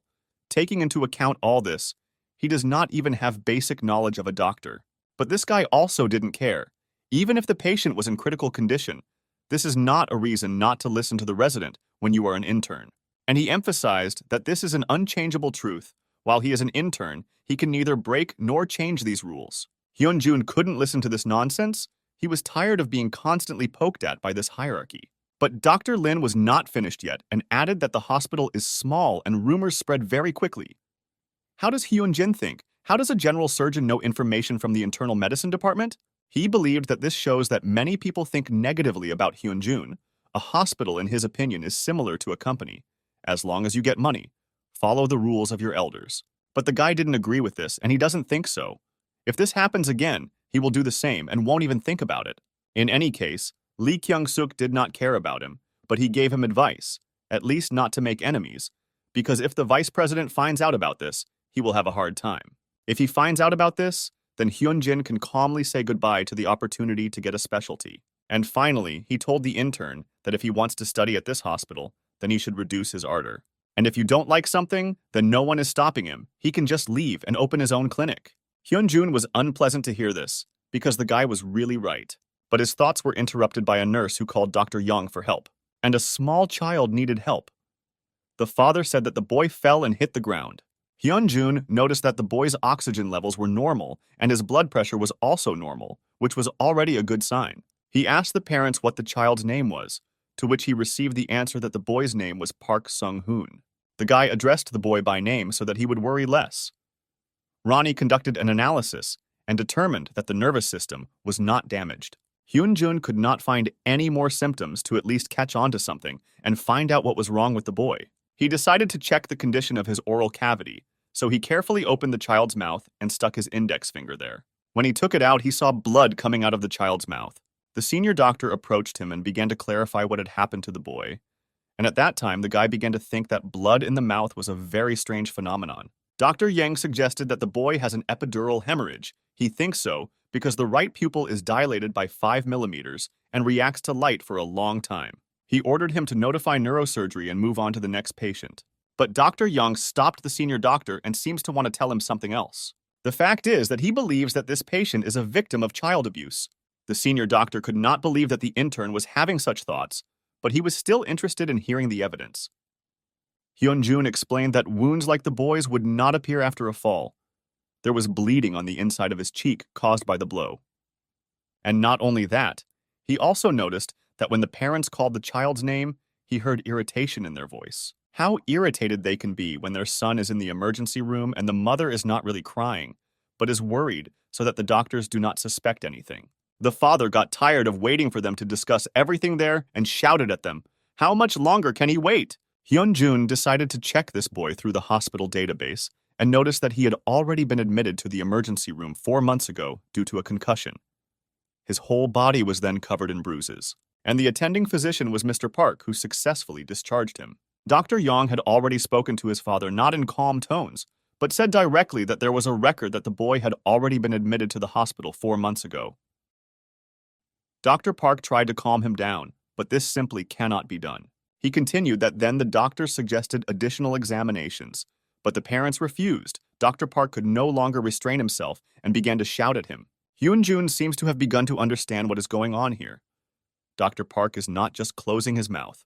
The father was tired of listening to these accusations and said that they would go home because it seemed to him that their child was healthy. He immediately told his wife to get the boy up because they were leaving now. But Hyun-jun wasn't going to let them go just like that and stood in front of them. He started yelling back that he had an epidural bleed and needed to go to the intensive care unit and possibly even have drainage surgery if his symptoms worsened. Two specialists who were called by Hyun-jun hurried to these screams. It was Dr. Han from neurosurgery and Dr. Yoon from the pediatric department. Dr. Park didn't understand what the pediatrician was doing here. Why did he call him? The neurosurgeon began to talk to the parents and convinced him that the boy needed a head tomography. But the father convinced him otherwise, that the boy was healthy and they were going home. Dr. Khan could not believe that a father could treat his child this way. He was clearly not normal. He started yelling at him and saying that Dr. Yang thinks too highly of himself, so they are going home and are not going to listen to nonsense. Dr. Khan tried to stop him, making a bunch of weighty arguments, but his father continued to shout at him and did not even want to listen to him. At this moment, Dr. Yun did not waste precious time and examined the boy. But when she lifted his jacket, she realized that perhaps Dr. Young was right and the boy was really being beaten at home. The boy's father was out of his mind and took the doctor by the robe and began to threaten. Dr. Khan did not listen to him and tried to negotiate, but his father did not listen to him and simply pushed him, causing Khan to fall to the floor. Hyun-jun, without thinking for a long time, stood in front of him and insisted that he would not let him see the child. The screams continued, and now the father claimed that he had no right not to give him his child. So let the doctors mind their own business and not meddle in other people's. Hyun-jun thought about it. Now he stopped him. But in some ways he is right. He has no legitimate reasons for stopping. He needs to come up with something immediately. Ronnie always appears when he is needed, and this situation was no exception, because he reminded Hyun-jun that there is a law on emergency care. The guy, without hesitation, said that he is now protected by Article 3, Section 3 of the Law on Emergency Care, in which it was described that even without the consent of the legal representative of an emergency patient who does not have medical knowledge, an emergency doctor can carry out medical intervention with the consent of at least one other healthcare worker. Now the boy's father stopped screaming and calmed down slightly. Hyun-jun added that this law gives him the opportunity to examine and treat the boy without the consent of the parent. After standing quietly for a while, the father continued to scream and demand the child back, and Dr. Park, in turn, told Hyun-jun that he did not give his consent and did not allow examinations, so he asked him not to make a mountain out of a mountain. But even without Dr. Park, there are those who supported Hyun-jun and were sure that the boy needed to be examined. This made the man start screaming even more and demanding to call the head doctor of this hospital immediately. Dr. Park turned on and also started shouting at Hyun-jun. If the parents want to take the child and leave, then there is no need to interfere with them. But the guy stood calmly and said only one phrase. If the doctor in charge found traces of violence, then he was obliged to report it. And he more than suspects violence, because the boy was already in the emergency room 4 months ago with the same injury. Well, the most interesting thing is that at that time he was examined by Dr. Park, who now protects this family so much.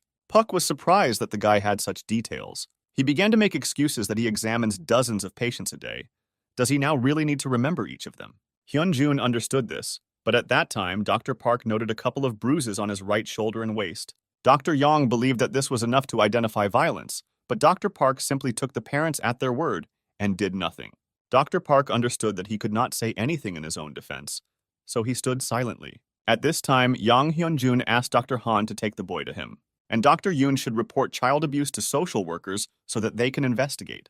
The father was seething with anger, but Hyun-jun made it clear to him that this time he would not take the child away just like that. He added that the police will contact them. Hyun-jun will personally convey his opinion from the position of a doctor and tell him about what happened today. Also, if necessary, Hyun-jun will provide them with records of previous treatment. The wife of this crazy man began to calm him down and ask him to go home. He didn't understand why. But when he turned his head, he saw that everyone was looking at them. They decided to leave, but the father threatened to return. As soon as the boy's parents left, Professor Tsoi entered the department and could not ignore the scream. Hyun-jun immediately approached him and described the situation in full detail. The professor looked at Dr. Park with a disappointed look. Dr. Park understood that this was very bad for him, and most likely he would be punished for his negligence. But the boss thanked Hyun-jun for his good work and left. This surprised Dr. Park very much, because he believed that if the professor found out about everything, he would be finished. But he was even more shocked when he heard that Hyun-jun didn't tell the boss anything about what he had done. But why? Hyun-jun himself didn't understand why he did this. There is no justification for Dr. Park's actions, but he doesn't want to ruin his life because of this. Dr. Khan stood alone for some time and looked at his badge. It seemed that he was thinking about something serious. Hyun-jun was once again grateful to Ronnie for his help, and he in turn advised him to familiarize himself with the law on emergency medical care. But Ronnie was more interested in why Hyun-jun didn't tell the boss what Dr. Park had done. The guy understood that he had been working hard in his internship for 6 whole years and finally became a resident. Probably he didn't want to make a fuss, because he had very little time left before he was promoted. And besides, this was a rather dangerous situation. It was strange for Ronnie not to do what he should. Hyun-jun believed that such people by nature, they are often inactive, even when they find mistakes. If they take the wrong side, they will face a lot of trouble, and when there is a family, making a decision is even more difficult. Therefore, he understood Dr. Park's feelings and why he did what he did. Then Ronnie didn't understand why Hyun-jun didn't sit in the shadows, because he also has a family. He was sure that his mother wanted a better life for him, but he doubted that she wanted her son to achieve success by turning a blind eye to injustice. Their conversation was interrupted by Dr. Yoon, who called him. She said that she told social workers. They said that everything would be handed over to the police and the problem would be solved. Hyun-jun thanked her for supporting him and not letting this matter just die down. Dr. Yoon noticed that he already owed her a lot and needed to start paying her off somehow. So if he is so grateful to her for everything she has done for him, then he might invite her to dinner. Hyun-jun didn't mind, so after work he got ready and was about to leave when his new friend called him and asked him to wait. He suspected him that the guy was going on a date. Just think, Hyun-jun put on a white shirt and polished his shoes. It definitely looks like he's getting ready for a date. The guy pretended that he didn't understand what his friend was talking about, so he decided to change the subject and asked when he was going home. A friend told him that he was also already getting ready. His uncle came to the hospital for examinations and at the same time invited him to dinner. He told him that his uncle was like a father to him. After his dad's death, his uncle constantly helps him. He suddenly realized that Hyun-jun had changed the subject and returned to the questions. Where did he dress up like that? But their dialogue was interrupted by such a wonderful voice. It was Dr. Yoon from the Department of Pediatrics, who looks incredible today. Hyun-jun and Yoon said goodbye to Song-tae and went to dinner. The guy now understands why Hyun-jun is aiming for general surgery, definitely because he has no problems with dating. They passed by a cafe that they often went to when they were students. Everything in it had changed so much. And then they approached the theater, where they once went to a concert with a famous rock performer. Then they really had fun and were very happy. Hyun-jun remembers that day with a smile because Yoon screamed with all her might. She was the loudest. For a moment he thought that a pterodactyl had flown into the hall. But no, it was a girl. She was having a lot of fun then. They were having a great time together. And now they have grown up and are standing opposite each other, and there is an awkward pause between them. They sat down at a nearby restaurant to have dinner and talk a little. They had not spent time together like this for a long time. Yoon decided to ask Hyun-jun, or does he still dream of becoming a universal doctor, like he did in medical school? Hyun-jun was pleased that someone was interested, so he happily answered her that yes, as long as his plans do not change. She was always interested in finding out whether it was true or not, because during his school years he constantly laughed it off when asked. But today she thought that he would finally tell who he really decided to become, but apparently the silence spoke of something else, so the girl did not insist. Hyun-jun thought for a while and said that he would tell her, because she was not a stranger to him, which greatly surprised the girl. He began his story with the fact that when he was a child, his father had an accident. In the area where the guy's family lived, they couldn't help him, So they visited a bunch of hospitals while getting to Seoul, but most of the doctors said they couldn't help. But time passed, and the patient's golden hour was passing, but still none of the doctors seemed to think about it, and if they had helped him in that first hour, then perhaps he would have survived. As a result, the father died due to the negligence of the doctors, who simply sent him to someone else instead of helping. The girl froze. She did not expect such frankness. From that moment, the guy decided for himself that he would become a doctor who would not leave a single patient. Regardless of the problem, Hyun-jun would become the doctor who would not allow a child to be left without a parent. The girl began to apologize because she couldn't even imagine that his situation was so bad, but he was not offended by her. Hyun-jun began to smile, and to be honest, he always wanted to tell her this. He was just always worried. From these phrases, the girl now had a lot of thoughts spinning around. This awkward silence was interrupted by Hyun-jun, who decided to ask in response. He was interested in why she liked him when they were studying. She replied that he was cheerful, and besides, Hyun-jun was the first to confess his feelings to her. But he didn't understand why she agreed, because she was the goddess of their department. At that time, many people confessed their feelings to the girl, but she refused everyone. But not Hyun-jun. Why? She looked at him a little and didn't answer exactly as he expected. The girl said that it was a secret, and secrets should not be revealed. The guy thought it was dishonest, but the girl wanted him to suffer a little like she once suffered. The girl thought about it and remembered one very unpleasant story. When they were studying at medical university, in one of the classes they had to dissect a poor rabbit. The teacher warned that they might feel disgust, but this is normal, given their path to becoming a doctor. But the girl felt guilty towards the rabbit, especially when she looked at the other boys who were bullying him. She wanted to finish this as soon as possible so that she could go out and not see this anymore. After she went out into the corridor, she saw a boy in the next classroom who was standing next to this rabbit. Then she didn't know Hyun-jun yet, but she was wondering what he was going to do with the rabbit next. Hyun-jun acted nobly. He put the rabbit in a bag so that he would no longer be bullied and thanked him for everything. This was closely watched by Yun, who was surprised to see this, especially from boys her age. Now they had already approached the girl's house, and she was grateful to Hyun-jun for leading her through. He asked her to be careful and not get into trouble, after which he turned around and headed home. But apparently she decided not to just let him go and shouted at him to turn around. Sun-ye decided to thank him for the evening and for telling her the story about his father. She was very pleased, so I'll see you at the hospital. Hyun-jun laughed and wished her good dreams. On the way home, Ronnie felt complex emotions in the guy, but Hyun-jun himself did not understand what it was and why he felt it. Ronnie didn't understand why he didn't send him home, because it seemed to him that they had improved their relationship. He was glad that the girl opened up first, because he didn't have the courage because he hurt her too much. Hyun-jun told Ronnie that he once broke up with her because of the bad situation with his mother's bills. But he admitted that despite the stupidity that he had done, walking with her made his heart flutter like the first time. Ronnie didn't see this as a problem, because the past is what's gone, and now they can mend their relationship again. Hyun-jun explained to him that unfortunately he couldn't. He believed that if they started dating again, he would hurt her again. But he didn't want to allow this. It was enough that Sun-ye opened up to him first and is now at least friends. One of the patients argued to the nurse that he was brought here in an ambulance. Then they should take him away in an ambulance. This is logical. The nurse tried to explain to this gentleman that this is not how it works, and he needs to get home on his own. He got angry and started shouting how dare she even open her mouth when the visitor was talking, and decided to hit her. It's good that Dr. Sun Trey stood up in time, and stood up so that the nurse wouldn't get caught. But it seems the man was not going to calm down and wanted to continue, but he was successfully stopped. It was Hyun-jun who politely asked the gentleman to calm down and stop behaving like that. The guys ran up to Song-tae, but he calmed him down and said that he was fine. He didn't understand what was wrong with this man. If you like to drink, then you need to behave normally and not try to hit the nurse. Unfortunately, for interns and medical workers in general, this is not the first time this has happened. It's good that Hyun-jun resolved the issue with him. They praised him because the man even lowered his head when Hyun-jak took his hand and looked at him with his icy gaze.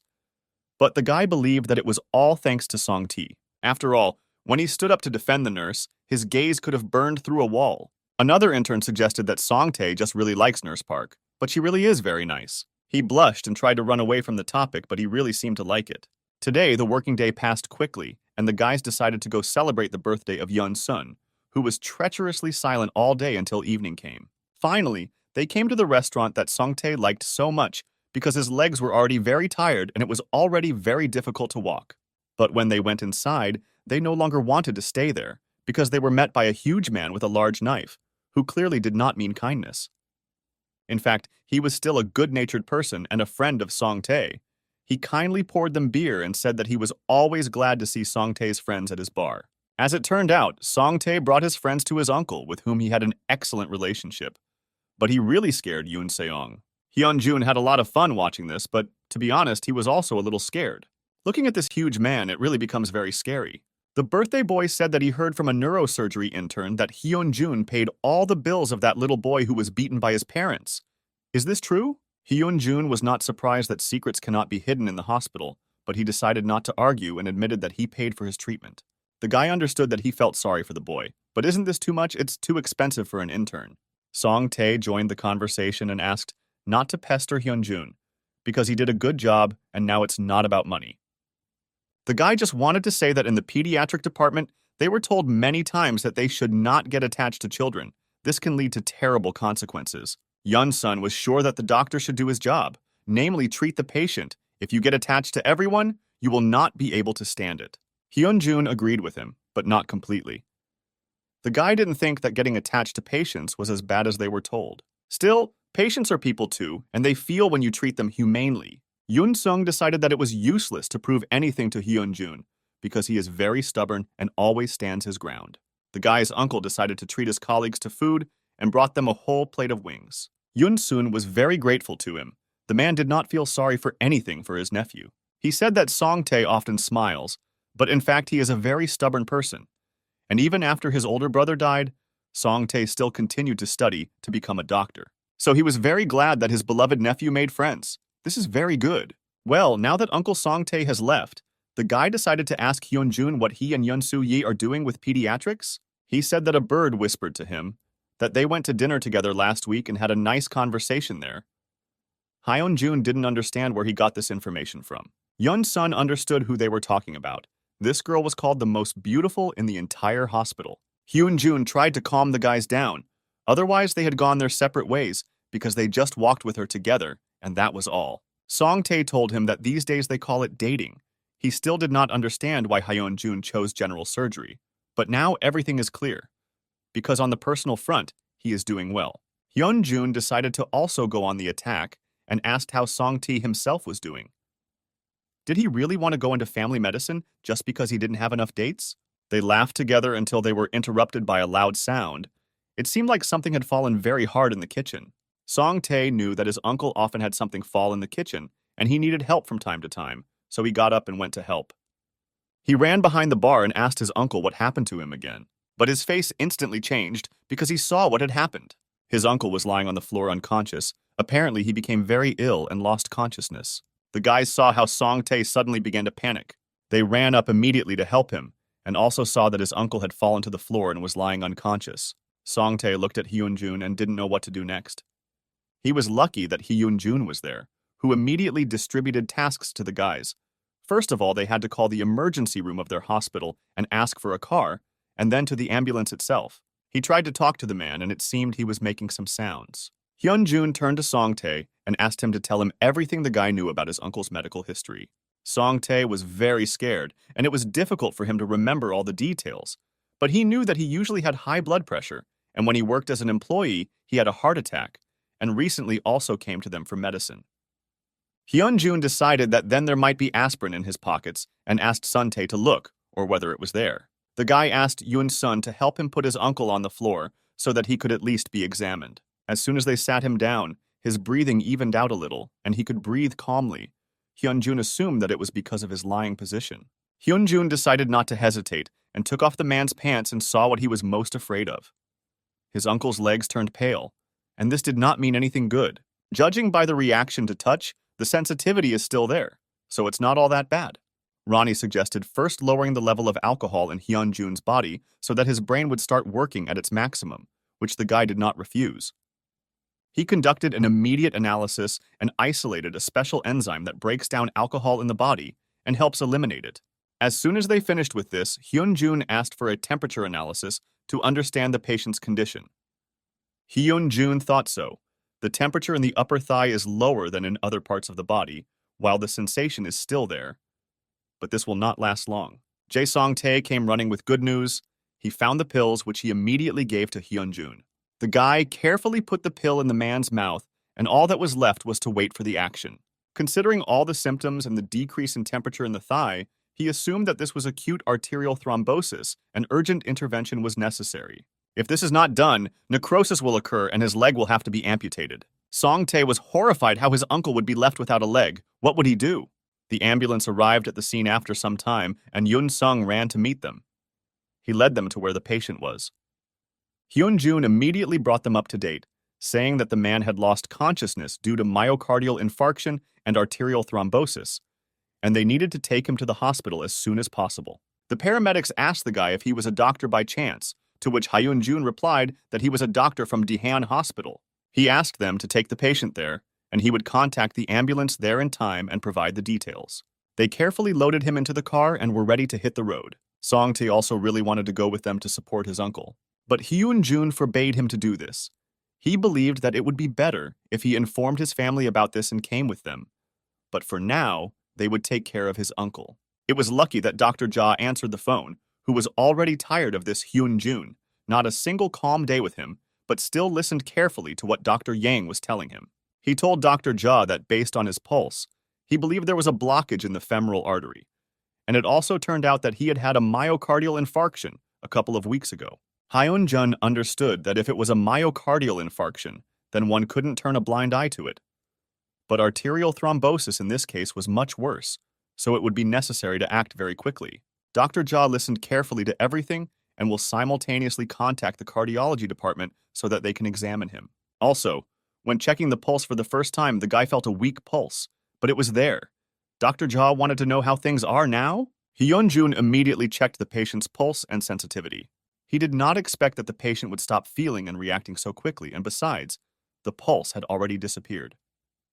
The guy immediately informed Dr. Ja that it seemed like there was a complete blockage and the patient stopped feeling the touch. The paramedics clarified that in about 5 to 10 minutes more time, and they would be at the Daehan Hospital. The guy asked to prepare the operating room so that they would not waste time. Dr. Ja put down his coffee and ran to prepare the operating room as quickly as he could. Yun Sung asked to drive faster, otherwise they might not make it in time. Ronnie turned to Hyunjun. He calculated the time for the operation upon arrival at the hospital, and the probability of amputation increased to 30%. The guy understood that the chance that he would lose his leg was too great and he needed to come up with something. But it seems Ronnie had already found a way out. He believed that if a thrombolytic drug was injected into the damaged area right now, the chance of amputation would drop to 1%. Hyunjun understood that such a procedure requires an ultrasound machine. Is it possible to do this without it? Ronnie reassured him that with this level of synchronization, he could help him do it. The guy understood that directing the treatment of this patient would be a clear abuse of authority. Is this the right choice? But he immediately remembered how Song Tae spoke about his uncle. He was like a father to him. He constantly helps and supports him. Hyunjun would like his father to be saved. Therefore, he no longer thought, but made a decision that, in his opinion, would be correct. Hyunjun immediately asked for a thrombolytic drug from one of the paramedics. It needs to be administered immediately. Yun Sung was shocked, because he also understood that it was impossible to insert it without ultrasound. Yun Sung tried to dissuade him from doing this, but Hyunjun was confident in himself, especially if he waited even longer. It would be too late and he would not help him. The guy tried to say that the time window, even in the acute form, is 4 hours. They still have time. Hyunjun understood this, but this is a completely different case, because here the patency is completely impaired, and the chance of amputation is growing with every second. But there were still 5 minutes left to the hospital. Yun Sung didn't understand why he was in such a hurry. Hyunjun explained to him that even upon arrival at the hospital, they would not be able to introduce it right away, because first, they would start doing examinations and tests, after which there would be only one option left, and that would be amputation. But Yun Sung didn't understand how he was going to look for the blockage, because it's difficult to do even with ultrasound, and it's impossible to do it blindly. He warned him that if he did this, he would be immediately kicked out of the internship. Hyunjun put down the syringe with the drug and took out his phone. He called Song Tae, who was very worried, and it was audible in his voice. Hyunjun asked him to calm down and listen carefully to what he would tell him now. If nothing was done now, he would most likely undergo amputation, so he intended to administer a thrombolytic. Song Tae was shocked when he heard this. It will be very difficult for him to do this in the ambulance, but he can try. so he calls to ask permission. Yun Sung shouted into the phone for Song Tae to tell him to change his mind because they were almost at the hospital where they could help him. But Song Tae knew that if Hyunjun had reasons for this, then it really needed to be done and he could trust him. Hyunjun immediately thanked him for his trust and opened the cap of the syringe. It looks like he didn't even think for a second and proceeded with the introduction. The ambulance doors opened and Dr. Ju asked the guys not to think that he was glad to see them. Hyunjun was in a good mood and was ready to begin the operation. If, of course, Dr. Ja was ready for this. But he was no less in a fighting mood and was ready to get started, especially since the operating room was already ready. The patient was already in the department, and Dr. Ja said that they would first check his cardiogram. If the condition is normal, then they would perform an operation to expand the lumen of the vessel to remove the blood clot. Hyunjun said that his condition stabilized on the way. His breathing returned to normal. He said that they tried to administer nitroglycerin on the way to the hospital, but it did not help with the chest pain, and his pulse returned to normal. Dr. Ja thought he had heard something, so he asked how it was possible that during a blockage, the pulse suddenly returned to normal. The doctor of vascular surgery noted that the vessels were not in the best condition, but he thought they could set up a stand. They needed to call a professor and take the patient to the operating room. After Hyun-jun was asked if they were doing anything else, he thought for a while, but still decided to say it. He said that he administered a thrombolytic drug on the way to the hospital. The surgeon didn't understand what he was talking about. How is this possible? Hyun-jun continued to talk and explained to them that he decided that any delay could cost the patient his leg, so he decided not to hesitate. The doctor was out of his mind. There is no ultrasound in the ambulance. How can you introduce it without one? He still decided to control himself. Now the operation comes first, and they will deal with this later. Dr. Ja decided to sniff Hyun-jun and seemed to smell alcohol, so he asked him if he had drunk anything. Hyun-jun lowered his head and admitted that he had been drinking. Dr. Ja was out of his mind after this. It's hard to do such a procedure sober, even with an ultrasound, but he went to do it drunk and without the help of equipment. But now he decided that there was no point in being angry because everything had already been done. It was not surprising to him that the vascular surgery doctor did not look happy when he heard this. Apparently, this is really very bad. He asked the guy how much he drank. Hyun-jun said 500 milliliters of beer. Dr. Ja said that he would try to sort everything out, but asked him to say that if he was asked, he drank half a glass. Meanwhile, the operation had already begun, and the patient was in the hands of the surgeons. They acted very quickly, and the removal of the blood clot was quite short. The professor of vascular surgery praised the doctor for his good work and told him to inject him with a thrombolytic. The doctor wanted to talk to the professor about this, since he was told that the thrombolytic had already been administered on the way to the hospital.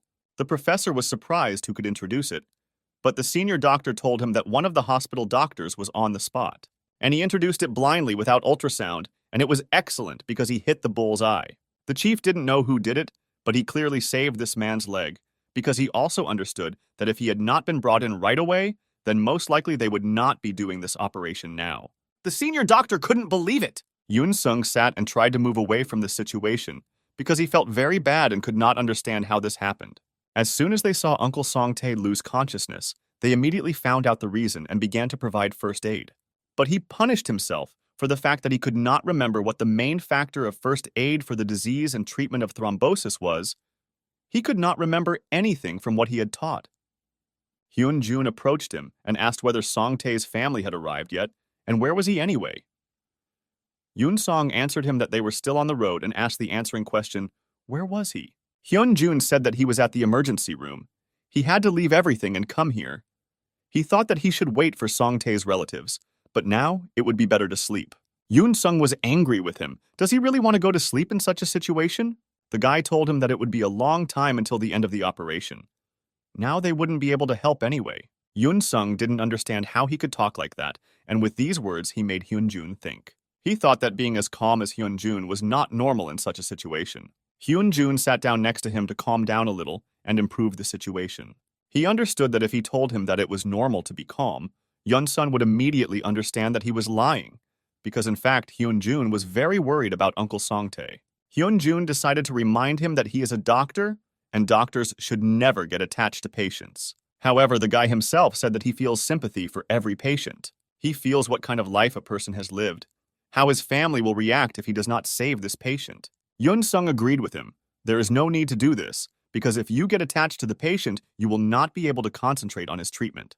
Hyun-jun did not entirely agree with him because it is not so easy to accept, but he believes that without regret, it will be better for the patients themselves. But still, this is incredibly difficult because when Hyun-jun gets close to the patients when he treats him, he begins to feel some kind of kindred spirit, and not that he is just a robot who came to prescribe treatment. Only then does he realize that he must save this man at any cost, so he was able to take desperate measures and act in cold blood because he needed to save his new family member. Yun-sung listened to him very carefully and seemed to begin to grasp the essence of what Hyun-jun was trying to convey to him. But their dialogue was interrupted by Song-tae, who finally arrived with his family at the hospital. Yun-sung immediately ran up to him and began to tell him that he was now in the operating room, and they were trying to save him by removing the blood clot. Fortunately, nothing is happening now, and my uncle is in a stable condition, so you can breathe out a little. The professor and his assistant doctor, Lin Gen-seok, came out of the operating room and announced that the operation was successful, and there was no reason to worry. Song-tae and his family were incredibly happy to hear this. It's good that everything is okay with their uncle. Hyun-jun approached Kyung-suk and praised him for doing a great job with the operation. But he, in turn, called him crazy and began to leave. Hyun-jun wanted to know the patient's condition and how the surgery went. Gen-seok believed that now was not the time to think about how the patient was feeling and what his condition was. He didn't understand whether Hyun-jin was in his right mind that he was leading thromboembolic therapy without ultrasound. How he even studied at the medical university and took exams. He warned him that Hyun-jun needs to be careful and not go where he shouldn't, but he doesn't listen. Lin Gen-seok began to shout at him because the deputy director will definitely know about this operation, so Hyun-jun better think about himself. A disciplinary commission will be convened and his fate will be decided. But it didn't matter to the guy. For him now, the condition of Uncle Song-tae was more important, and what they would do to him for this was not important. Lin Kyung-suk was not happy with the conversation, so he turned around and began to leave, but finally admitted that the thrombolytic drug that Hyun-jun administered saved the patient's leg. He even believed that there should be no problems with the commission. Song-tae approached Hyun-jun because he heard that he and the surgeon were talking in a raised voice, but the guy was fine. He explained to his friend that this surgeon always behaves this way. It's normal for him. The deputy chief physician appreciated the report on the operation. He wanted to use this incident to teach discipline to other employees. He was sure that no one would forget this situation. This time, Hyun-jun's actions surpassed himself. The ambulance chief understood that he acted without an order due to obligations, due to an emergency situation. But on the other hand, it was obvious that if he had not injected the thrombolytic, the patient would have been left without a leg. The deputy believed that this did not mean that thrombolytic drugs should be used this way. He was still a trainee and was required to ask permission from the emergency department resident. The emergency room chief could not add anything, except that Hyun-jun acted like a real doctor, and if he had made a different decision, then probably the outcome of this operation would have been different. The deputy agreed that the result is very important, but the process and who carries it out are equally important. Without established rules, everything will inevitably get confused. In addition, he added that Hyun-jun administered the thrombolytic without ultrasound. The emergency room chief did not expect this and was shocked. Vascular surgery Dr. Jung Chan was shocked when he learned this. He simply could not believe it. The deputy was glad that Dr. Jung supported him, that this was terrible and there was no need to do this. But as it turned out, he misunderstood the doctor. He did not think that it was not so bad. He was simply amazed by the execution of the procedure and under what conditions it was performed. Jung Chan was actually amazed how Dr. Yang was able to accurately break through the blockage without ultrasound. It's incredible. In any case, a good result is ensured, thanks to the good actions of Hyun-jun and the surgeons who performed the operation. But the deputy decided that he couldn't just ignore this situation. The emergency room chief came to Hyun-jun's defense. He explained to him that he was still an intern and made such a mistake because he was not yet experienced. Therefore, he decided to ask the deputy not to simply dismiss talents like Hyun-jun. Dr. Jung also decided to support the professor and agrees that Hyun-jun should not be suspended from work. No matter how much the deputy wanted it, the doctor's opinions were really important to him, so he thought about it. Just because he respects the branch chiefs, he decided to give Hyun-jun another chance, but in any case, he prepared a punishment for him. The deputy heard that Mr. Hyun-jun dreams of becoming a surgeon, and since he is the deputy director of this hospital, he may not have accepted the guy into the surgery department. The emergency room chief couldn't believe it because he knows how much Hyun-jun wanted to become a surgeon. He understood that this would greatly affect the guy's feelings, and something needed to be done. So he decided to suggest to the director that he be admitted to the emergency department. But the director thought that this was a bad idea, since all the specialties in the emergency department are closely related. So he does not think that Hyun-jun can handle it. The emergency room chief didn't understand what he was talking about, because Hyun-jun is a very talented guy who can clearly cope with such a task. After which the director took out some piece of paper, which indicated that Hyun-jun had completed an internship in only 3 specialties, which are very few to work in the emergency department. Therefore, the director concluded that the guy did not have enough internship experience. The boss was surprised because he did not expect to hear such a thing. The boss tried with all his might to convince the director to somehow justify Hyun-jun, but apparently it was useless. He believed that, unfortunately, medicine does not stand still, and all medical staff do not always receive worthy praise from the patient. The doctor told him that he heard Hyun-jun interning at Njong Hospital after he completed his internship in emergency medicine. Therefore, instead of such a reprimand, the boss suggested that the director send Hyun-jun to Gyeongju Hospital for the remaining 3 months. The director thought about this option. It might help the guy. He explained to him that since the Gyeongju branch is closing next year, it is expected that a local company will buy it and turn it into a medical college, and now there is a big shortage of workers there. Therefore, the professor suggested sending Hyun-jun there for more intensive work, where he could alternate between the emergency department and the surgery department. The director seriously thought about this, because instead of punishing the intern, he could influence society simply by sending the guy to another hospital. And even more so, a guy like Hyun-jun should cope there, because here, in his opinion, the guy will be superfluous. The deputy thought about it and still agreed to this proposal. But with one very important condition. Absolutely everyone in the hospital should know about this in order to teach them a lesson, so that every intern would think before doing something like that. After the emergency room chief left the office of the deputy chief physician, he understood that he had done everything in his power, and this was the best option for Hyun-jun. He was very worried when he told this decision to Hyun-jun himself, but the guy reacted very calmly and as if he already knew that this would happen. The professor was slightly surprised that Hyun-jun reacted like that, because it seemed like it would have a very bad effect on him. So he asked Dr. Yang again, or did he understand what this meant? But Hyun-jun understood everything perfectly. The chief added that the Gyeongju branch is not such a simple place. When he was there last time, he was faced with the fact that the medical staff there is very weak. After these words, the guy was even more happy, because if what the professor says is true, then there are many more patients in this branch. And if there is not enough medical staff, then this means that he will be able to practice in the surgical department. The professor was very worried about him, so he tried to convey the seriousness of the situation, because it is very difficult to work in Gyeongju, and besides, Hyun-ju needs to prepare for exams. But the guy was calm and assured the professor that everything would be fine with him.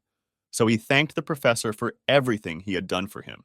The professor responded by saying that he needed to thank Dr. Ja, not him, because as far as he knows, it was he who asked the cardiologist not to talk about what happened.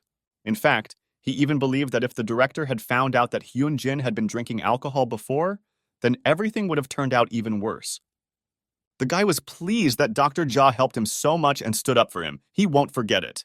Hyun-jun decided not to stay at Daehan Hospital anymore, so he packed his things and went to Gyeongju by express bus. And on the way, he thought about his internship. Sometimes he got distracted and looked at the passing landscape. Everything happened so quickly that it seemed to him that he could not keep up with time. From time to time, he remembered how his friends cried behind him. Song-tae was very worried that it was all because of him. He also remembered how Song-tae made the bold decision to go to an internship in the emergency department. Yun-sung also did not stand aside and changed a lot. Began to pay more attention to his studies, and even without taking into account the fact that he had not decided which department he would go to, the guy was still 100% sure that everything would be fine with him.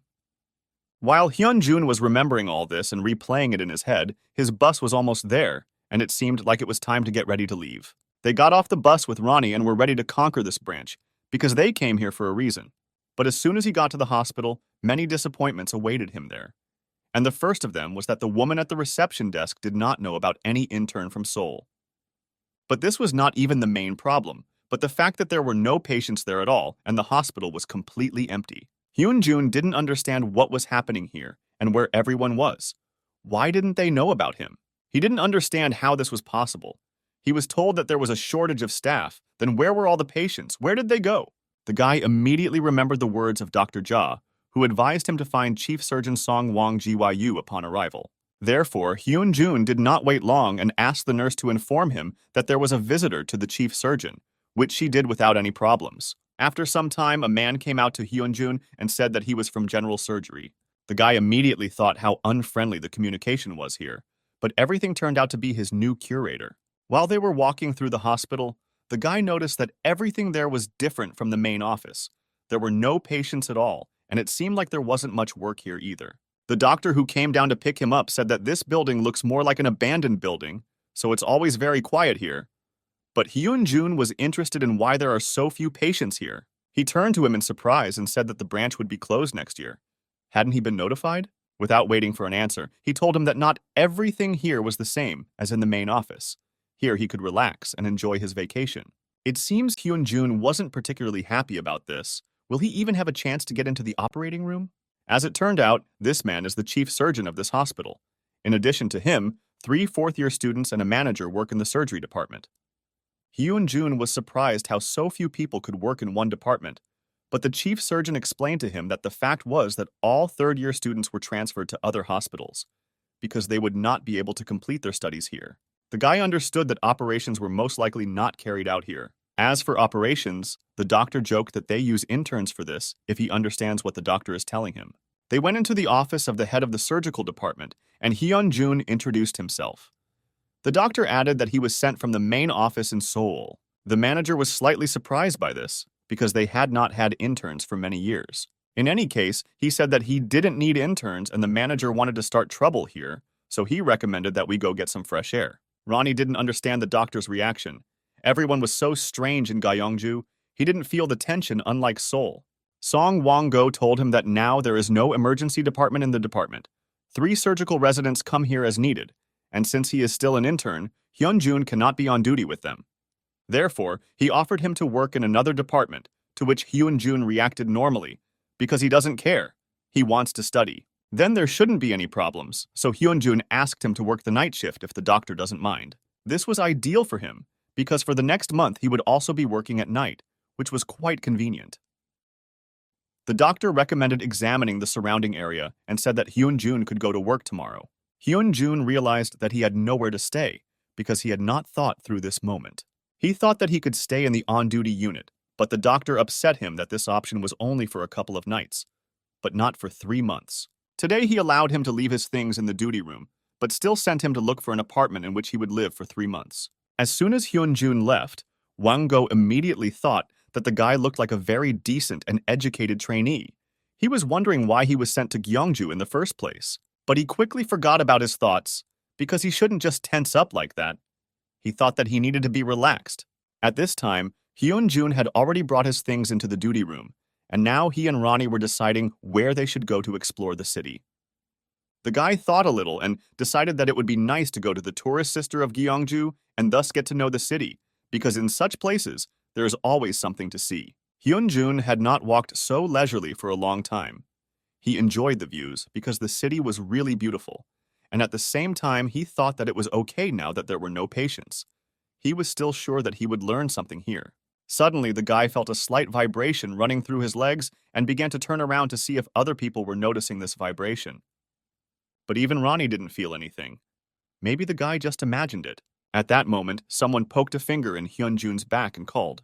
When he turned around, he saw a middle-aged man who was a foreigner and saw in the guy similar to himself. But Hyun-jun explained to him that he was a local and not a foreigner, it seemed to him. The man understood. He said that he himself was a traveler, and when he saw the guy waving his head in different directions, trying to find something, he thought that Hyun-jun was a foreigner like him. The guy explained to him that he just suddenly felt a vibration under his feet and decided to look around to make sure that other people felt it too. The man listened to him and noticed that Hyun-jun spoke English very well. No one had ever spoken to him like that in Korea. At least he had never met anyone like him. Hyun-jun himself couldn't believe that he had been speaking English all this time, because he didn't know her at that level. He immediately thought that it was Ronnie's doing, but he said that his translation program was disabled. Ronnie explained that Hyun-jun can speak English because their synchronization is high, so he can speak foreign languages. The man extended his hand to introduce himself, and Hyun-jun felt the vibration again. This man's name was Jay Allen. Hyun-jun noticed his hand and that there was vibration coming from it. The The man realized that the guy had paid attention to his hand and asked what was so special about it. But without waiting for an answer, he said that Mr. Hyun-jun is a very sensitive person, and you can't hide anything from him. Jay Allen recalled to Hyun-jun that he had previously felt the vibration that the man also felt with his mechanical arm. The man immediately began to tell that his hand was not an ordinary one. It had many functions, for example. It could sense vibration or detect movement. And all the collected information is transmitted directly to the man's ears, which can already be analyzed. Hyun-jun saw this for the first time in his life. It was like a robot, only in a human body. The guy wondered if technology had really reached such a level as to make such implants, but Ronnie assured him that he had not found such models on the market. Most likely this was custom work. Most of all, Ronnie is similar to the model called the Healthcare Olympus, if, of course, we consider this arm as a prosthesis. Hyun-jun remembered what Ronnie was talking about. He read about this company. Olympus offers treatment for genetic diseases through artificial gene transfer and concentrates more on brain diseases. The man interrupted the guy's thoughts and noticed that Hyun-jun is the first person who reacts so calmly to his hand. Other people perceive him more emotionally. The guy joked with him, hinting that if he was not a robot who had come to take over the planet, then there was nothing to be surprised at. In fact, Hyun-jun had already seen medical robots several times during his work, so he wasn't particularly surprised. The man immediately realized that the guy was a doctor, which was confirmed by Hyun-jun himself, who admitted that he was still an intern. Jay Allen thought about it for a moment, as if old memories came flooding back to him. Hyun-jun noticed this and also looked closely at the man. Was he really a doctor before? The guy decided to ask the man why he became a traveler, to which Jay Allen replied that he comes to various countries to admire historical places and landscapes. He told him that when he runs out of energy in his life, he gets it in such places, because in them all problems immediately disappear. But when he tries to meet new people, he is often avoided for reasons unknown to him, and it is difficult for him to talk to someone. Ronnie at that moment repeated the same phrase that he needed data from this prosthesis. The guy understood him, but Ronnie repeated it anyway. Hyun-jun told the man that this happened to him before, and he was lonely, so they decided to take a walk together to get to know each other. This is how Hyun-jun met Mr. Allen, with whom it was incredibly cool to communicate. It was interesting to be with him. It seemed that the guy looked at the world from a different angle. Of course, there were things that even Ronnie wanted to know, for example, information about the prosthesis. But there was no time for that since the man was quite educated in the field of medicine, and it seemed that he was also a doctor. And he had a rather radical point of view. He took as an example an automobile plant, where now almost no people are needed to assemble a car. However, in any case, people are needed even there, because the reason is to create something unusual and memorable. In any case, people are needed, but he believed that even this would soon become a thing of the past. Technologies are developing very quickly, and the development of complex technologies capable of making decisions based on complex data is inevitable. After which he apologized to the guy because it's difficult for him to admit that the profession of a doctor, like many others, will soon simply disappear. Hyun-jun liked to communicate with the man because he had quite interesting thoughts and arguments. But the guy understood that everything is possible in this world, and Ronnie for him is a clear example of the impossible. Ronnie in turn completely agreed with Allen, but he reassured Hyun-jun because when they are together, everything will be fine. The man understood that the guy might think that this thinking is quite absurd, but reality will not stand still and someday will achieve what the man is talking about. He was confident that chronic brain diseases, which are difficult to treat with modern medicine, would find a way to solve this problem in new technologies that would prevent the disease itself by blocking the gene that causes this disease. Allen was confident that a time would come when a world in which people would not be able to keep up with technology, and the question was, would the need for a doctor continue after the New World came? Hyun-jun believed that even if new technologies can treat terrible diseases, then in any case, it will be necessary to communicate with patients, because only a person with a beating heart can support him. The man was surprised by the guy's words.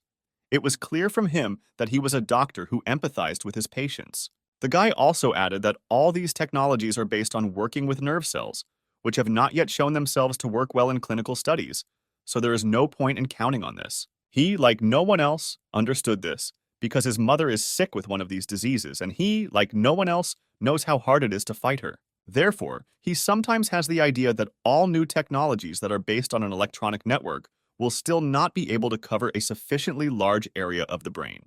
The man didn't quite understand what the guy was talking about, so he asked him to explain what he meant. Hyun-jun believed that it would be more effective if the medicine was injected in a liquid state deep into the brain, because in our body, it is connected to blood vessels and the distribution would be much greater. The man stopped in place and froze. It seemed that he understood something, and Hyun-jun helped him a lot with this. But the guy was more worried about going too far and saying abstruse things that the man might not understand. The man immediately put his hands on Hyun-jun's shoulders and began to beg him to tell him in more detail about all the conjectures and thoughts that he had in his head, because it seemed to him that this could help in the development. Even such ideas as he thought could help a lot, and he eagerly waited for Hyun-jun to continue. The guy was a little confused, because he didn't expect that anyone would be interested in his ideas on this matter. Their unexpected conversation, which began in the park, continued until the evening. The guy talked a lot, and Mr. Allen listened to him carefully and was not distracted for a second. Their discussion continued about what it would be like to administer the drug through the blood vessels of the nervous system of the brain. Allen listened attentively and seemed to be thinking about his own things, but at the same time absorbing the information that Hyun-jun was telling him. It was quite a late evening, and the man apologized to Hyun-jun for holding him up like that. But the guy didn't mind, because he also liked this pastime. Allen noticed that the guy was a very interesting conversationalist, and he hadn't talked to anyone like that for a long time. Hyun-jun reciprocated, because it's always nice to talk with a person with whom you are on the same wavelength. The man said goodbye to the guy and asked not to forget him and call him when you have free time, so that they could still have such a productive conversation. Mr. Allen got into the car and was in an amazing mood. He really liked this guy. And now he can't wait to see him again. It was very surprising to find such talent in such a small Asian country. He asked the driver to take him first to the hotel and then to the meeting. The driver followed all his instructions and addressed him as Mr. President. Ronnie was no less joyful than Hyun-jun himself, because when talking with Allen, he gave them so much useful and interesting information that even Ronnie was surprised. He is quite a talkative person. As soon as Hyun-jun entered the restroom, he saw a note lying on his bed that was clearly addressed to him. He took this note, on which was written a message from Songlit, who asked Hyun-jun to call him back at a number that had 9 zeros. It seems that Hyun-jun realized who could have left this note. He remembered the same woman from the pediatric department who was on the blacklist before his arrival. He called this number and came to the address indicated by the woman. She was very glad to see him because he was the same doctor who treated her daughter so well. The guy was surprised that she knew that he was in Gyeongju, but the woman explained to him that she had heard rumors that Hyun-jun was being transferred to a hospital in her city, and from the moment Song-ah got to the hospital, she was thinking about how she could thank the guy for his help. Hyun-jun has not seen such beautiful houses for a long time, but as the woman said, this is their guest house for tourists, like a summer house. A little boy ran up to them, and it seems it was another son of the woman, who was well-mannered and greeted the guest. As it turned out, this was the woman's firstborn, a very good boy, and sitting next to her was her daughter, who seemed a little shy about their new guest. The woman invited Hyun-jun to the house, where she would quickly prepare dinner and call her husband, but for now, the guy could feel at home. But before Hyun-jun had time to undress, the children immediately decided to give him a battle, and he didn't mind playing with them. After some time, Hyun-jun was very tired of these games, and he was lucky that the woman invited them to dinner. Even Ronnie was surprised by the children's endurance. The whole family gathered at the table, and the woman's husband really wanted to meet Hyun-jun, because his wife told a lot of stories about him. She said that Hyun-jun was a very good person, and first of all, a doctor. The guy felt embarrassed and thought that she was exaggerating. The conversation turned to the place where the guy was staying, so the husband was wondering where he was staying. Hyun-jun said that he has not yet found permanent housing, while he will remain in the hospital, and tomorrow he will look for housing. The woman was very happy about this, because she only wanted to invite the guy to stay with them. Now is not the tourist season anyway, so the rooms are still empty. In addition, the children were delighted with Hyun-jun, and they were pleased if he stayed with them. The guy himself didn't mind, but only on one condition, that he would pay the full cost of living, which the hostess didn't mind, but she would still give him a special discount. After dinner, Hyun-jun felt an incredible homely atmosphere that he had not felt for a long time. This atmosphere made him a little sad, because he really wanted his mother to get well soon, and they could create such an atmosphere in their home. He didn't notice how his grandmother sat down next to him, who seemed to be feeling ill, and she told him that at times her legs went numb, which was very unpleasant. Hyun-jun decided to find out in a little more detail about how long ago this started, and she said that she had been suffering for a long time and recently even started waking up at night because of it. Ronnie and Hyun-jun analyzed this symptom together, and they both thought that it could be restless leg syndrome, which is manifested by sleep disturbances and unauthorized leg movements. Ronnie asked the guy to put his hand on his grandmother's head so that he could release the nerve agents, which he did. The husband carefully watched what the guy was doing and did not understand why he was touching her head because the old woman's legs were numb. The woman knew that this was a special treatment method for young Hyun-jun, which she had already tested herself. She remembered an incident in the department when Dr. Young also put his hand on the head of a crying child, and he immediately calmed down. It was amazing. It seems that Grandma will also be no exception, and she has already felt better and felt much better than at night. Ronnie and Hyun-jun now had no doubt that it really seemed like restless leg syndrome, as they thought. The guy decided to talk to his grandmother and asked her to answer honestly and not hide the details. Was he wondering? Or is she taking some kind of medication to sleep at night? She doesn't remember. But Hyun-jun had a suspicion that Grandma drinks several glasses of soju before bed. Therefore, he clearly understood the reason for the lack of dopamine, which is why she may have this syndrome. Otherwise, he believed that she was doing well. Hyun-jun told her family that he believed that the old lady had restless leg syndrome, since her legs went numb at night, not during the day, and he was sure that her legs also shook during sleep. My husband confirmed this theory because he himself noticed several times how my grandmother's legs were shaking in the morning. The guy advised her not to take anything before bed and try to eat more fish and soy almonds, then this syndrome will slowly disappear. The woman was very worried about her mother, so she asked Hyun-jun if she needed to go to the hospital for proper treatment. But the guy reassured her that this was not such a terrible syndrome, and if they listened to his instructions, there would be no need to go to the hospital. The man was amazed at how quickly the guy made the diagnosis and even prescribed her some kind of treatment, after which the guy was introduced to his new room, where he could stay as long as he wanted. Hyun-jun immediately liked it, because it was so cozy and spacious, and Ronnie agreed with him. They couldn't have found a better place in Gyeongju than this. Moreover, Ronnie noticed that the natural environment in this area would relieve the stress that Hyun-jun had accumulated while working at the hospital. The guy couldn't help but agree with his friend, because it really was so, and plus everything. He's glad that wherever he goes in his life, something good is sure to await him. The next morning, the grandmother wanted to talk to Hyun-jun about her niece, because he would be so good for her. The guy did not expect such an onslaught of pensioners in his direction and was a little confused. And then suddenly he was called by Mr. Allen, who appeared here out of nowhere, and all the young people came running to him at once. Hyun-jun thought that this man was probably an actor. Hyun-jun called the man as soon as he settled in, but he didn't think that Mr. Allen would come to him so quickly. The guy asked for forgiveness for the fact that there are so many people here. Usually they are not here, but it seems they came here to get some treatment. Allen was not surprised that all the grandmothers in the area were attracted to such a talented guy. Mr. Allen also decided to rent a room in this wonderful mini-hotel. The woman easily allocated a room for him, which he liked. She also added that for long-term stays she will give a discount if he understands what she means. He understood everything perfectly, so everything should be without problems. Mr. Allen rented this number for a reason. He wanted to see how the young talent would give treatment advice to everyone. And it seems this action has already begun. The man was just asking everyone to calm down a little and get in line so that Hyun-jun could receive everyone. Hyun-jun didn't mind, because in any case, he wouldn't see so many patients even at the local hospital, so he began to examine the first patient who complained of high blood pressure. Everything was quite simple with this granny, so the guy quickly realized that her kidney function was reduced, which is why she had high blood pressure. He explained to her that the kidney is a very important organ in the body, and in her case she was simply very tired physically, just like people get tired and she needed rest. Therefore, he recommended that she change the medications she was taking and be re-examined at the hospital so that they could assess her condition in more detail.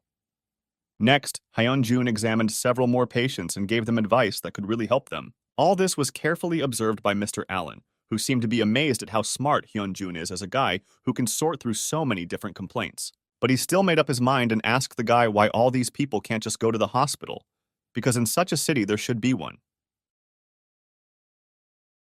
Hyun-jun explained to him that the local hospital here had lost the trust of people, and they believe that the doctors there are not competent. Therefore, the guy tried to somehow restore people's trust in the local hospital, and recommended that every patient go to the hospital. People there would definitely help them. Allen understood one important thing. If the object of diagnosis was a robot, there would be no reason to lose trust. But if at home there was no necessary equipment for the examination, otherwise you would have to go to the hospital. But the guy stopped him and said that his first dream was to become an outstanding doctor. He immediately apologized to the guy for his stubbornness. He shouldn't have expressed himself that way. Hyun-jun was not offended by him because he always welcomes Mr. Allen's reasoning, so he can say whatever he wants.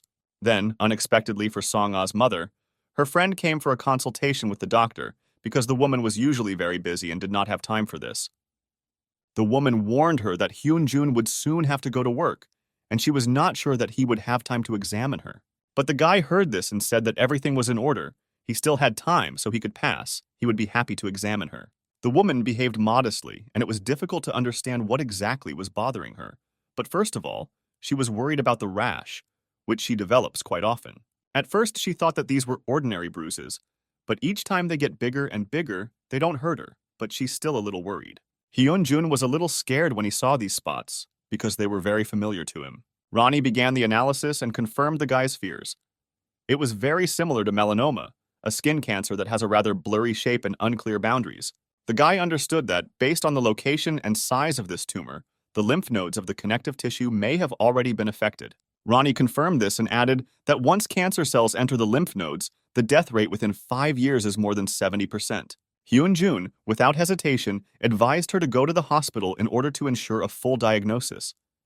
She was very scared because it seemed that nothing hurt her. Why should she go to the hospital? The guy tried to convince her that even if she felt fine, she still needed to go to the hospital. The woman took her hand and said that it was time for her to go. She would definitely go to the hospital. But Ronnie analyzed the patient's voice and believed that there was an 80% probability that she would not go for an examination and would continue to ignore these spots. The owner of the house was worried that the woman didn't even seem to be planning to go to the hospital and asked her to go and do some tests. It's good, of course, that she constantly works to educate the children, but she also needs to think about her health. The woman decided that everything was fine with her. If nothing hurt her and she felt good, then there was no reason to go to the hospital, so she would rather go to work. Hyun-jun froze in place because he realized that this woman was very similar to his mother, who also did not want to go to the doctor because she had to work hard to train Hyun-jun and his older brother. He saw footage of his mother going to work and asking him to be an obedient boy and not be late for school. Therefore, at one moment, Hyun-jun could not stand it and stopped her until she left. Without any smoothing, he told her what these spots were and how dangerous they were. He said straight out that it was skin cancer, which made the woman very scared. Mr. Allen also carefully observed this situation, and for him, it was very strange and reckless that the guy made such a diagnosis only after examining the patient. He tried to explain to the woman that the tumor was and would remain in her skin, but it could be removed with simple surgery. After these words, the woman reacted quite violently, and Hyun-jun was sure that now she would think about her health. He decided to tell a story about his mother so that the woman would finally decide on treatment. The guy told how his mother lost her husband, which is why she worked day and night for Hyun-jun and his brother, and at one point, she suddenly became ill. They couldn't figure out the reason for a long time, but they still gave her a diagnosis that was poorly understood, and 5 whole years had passed since she was in the hospital. Now Hyun-jun's heart is very heavy because he believes that it is because of him that his mother is suffering so much now. Therefore, he asked the woman to think again and do it for the sake of her children, so that later they would not blame themselves as much as Hyun-jun does now. He believed that her stage was not yet critical, and there was still a chance to fix everything. Besides, he was going to work soon and would be happy to take her with him. She cried a little, but still firmly decided that she would go with the guy. Allen understood that perhaps the diagnosis of the tumor was premature, but still he could convince the patient to undergo examination, and this was already worth a lot. The woman could no longer restrain herself and began to cry. She could not even imagine that everything was so serious. Mr. Allen remembered that the guy's dream was to become a surgeon, and he thought to himself that he had almost realized it. They arrived at the hospital together, and the woman was very grateful to Hyun-jun for his help, because if it weren't for him, she would have gone to work as usual and continued to think that her main goal was to raise children. He understood her 100%, so he asked her to get treatment and get better as soon as possible so that he could relax with his children more often. The saddest thing is that Hyun-jun himself had very few memories with his mother. After their conversation, the nurse took the woman away to conduct further diagnostics.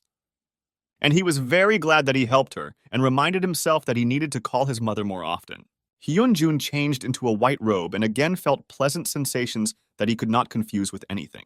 He decided to drink some water before going out to the department, and again heard this vibration. The guy could not understand where it came from and what was causing it, but there was no time to find out. So he went to the reception center and decided to find out where the emergency doctors were.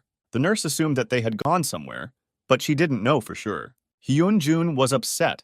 No matter how much they said that they would close next year, no responsible doctors appeared here. What if emergency patients appeared?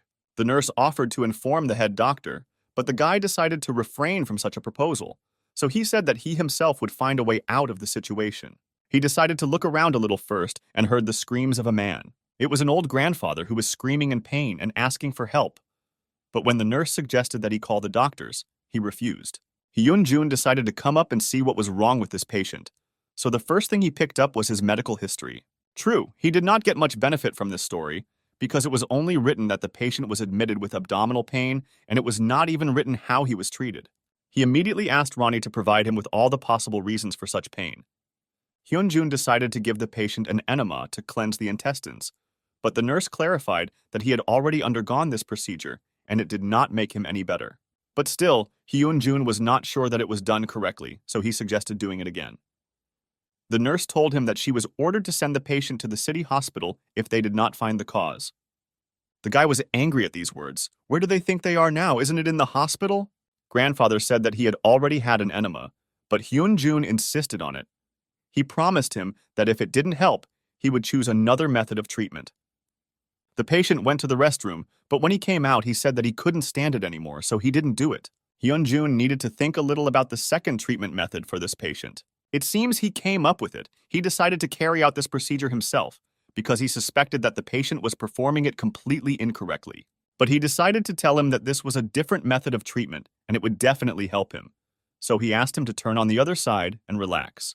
Dr. Yang successfully performed the procedure, and the patient seems to no longer complain of pain. Grandpa really feels much better. The pain is gone, and all thanks to Dr. Yang. Finally, Hyun-jun asked his grandfather not to take laxatives in the future. Fermented milk products should be cut down. Then his stomach will stop hurting and everything will be fine for him. The nurse could not believe that the young intern was able to administer an enema on his own, and the patient really felt much better. After which, Hyun-jun turned to the nurse and asked her forgiveness for raising his voice at her. But she was not angry with him, because she understood everything. Hyun-jun believed that the words about the ambulance were posted for a reason. And 2 hours later, after going to work, several patients were admitted to the emergency room. One of these patients was a man who screamed and begged him for help. He couldn't hear anything. He had something in his ear. Hyun-jun was not at a loss and very quickly solved his problem. All he had to do was shine a bright light into his ear and the insect would come out on its own. Then there was a young mother who came running with tears in her eyes and said that her child had received a burn on his back from hot water. Hyun-jun immediately gave instructions to the nurse, namely to prepare an ice pack, bandages, and ointment for burns. While Dr. Yang was treating a little boy and his burns, one of the patients who was in the emergency department asked one of the nurses to get a personal consultation from a young specialist. The nurse assured that this was their new intern. He was not even a doctor, but the grandmother seemed to know a lot about doctors and understood that he would help her, so she had to insist on it. The nurse listened to her and went to Dr. Yang so that he could see the grandmother when he was finished. To begin with, Hyun-jun decided to look at the story of this woman. Today, she came because of pain in her wrist, although she usually comes to the hospital for diabetes medications. He carefully examined the woman's wrist and asked her whether she also had pain in other places and how long ago it had appeared. The woman was not completely sure of this, so he continued the examination. Meanwhile, some doctor came down from the upper floors, who could not believe what Hyun-jun had done here. He came closer to Hyun-jun and asked in a rude voice what he was doing here, and what was it all for.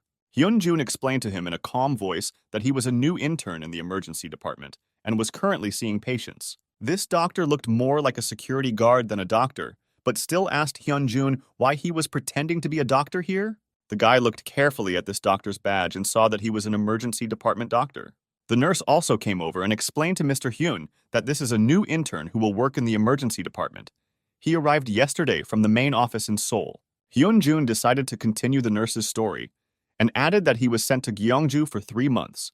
But before he could finish speaking, Dr. Hyun interrupted him. He smiled sarcastically and said that the new guy was funny. He also added that he was also once an intern, worked for 5 years at the Gyeongju branch, and there was not a single case when medical personnel were sent from the head office to somewhere else. Therefore, he asked the nurse to make sure that this intern did not go anywhere, while he called the office and clarified this information.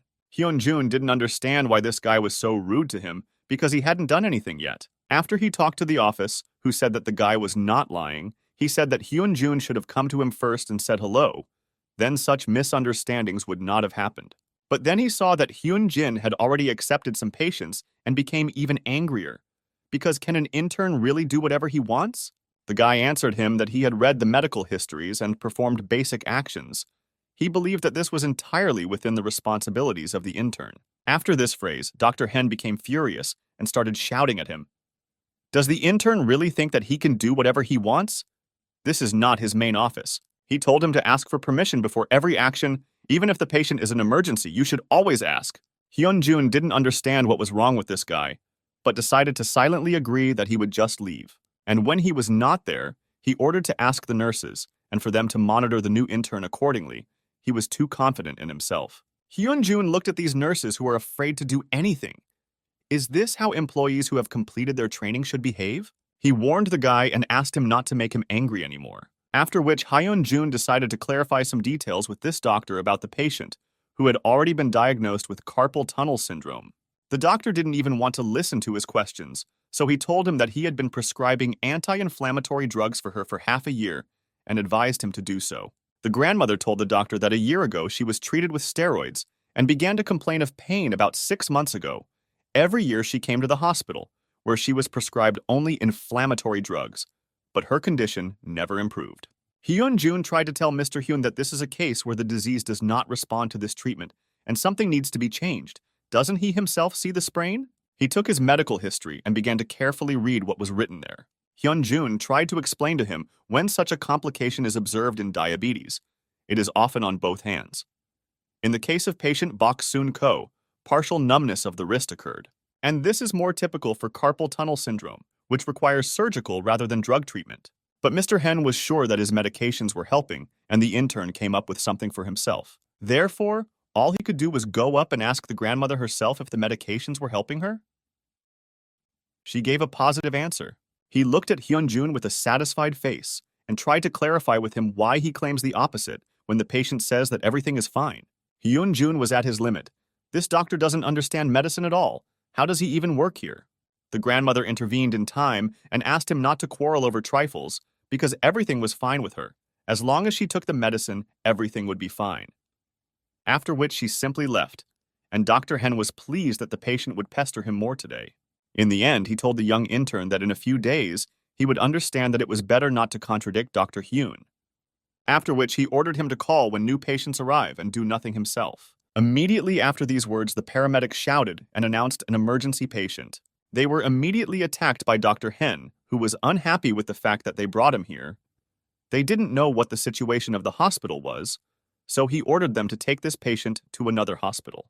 They tried to tell him that there were no places in the city hospital and he would not survive the move, but he quickly examined the patient with his own eyes and realized that he had nothing serious. Therefore, he continued to send them to another hospital, to which they would have to travel 40 minutes, but he seemed to care little about this. Hyun-jun could not help but intervene in this situation and directed the paramedics in the right direction where the patient could be placed. Dr. Hen became furious and started shouting at him and running with his fists. Hyun-jun told him that he heard him perfectly well, but he believes that a doctor who refuses to treat a patient when it is so necessary is not a doctor. After these words, Mr. Hen ran towards him even faster, and it seemed that he was about to grab him. But Hyun-jun stopped him and looked him straight in the eyes.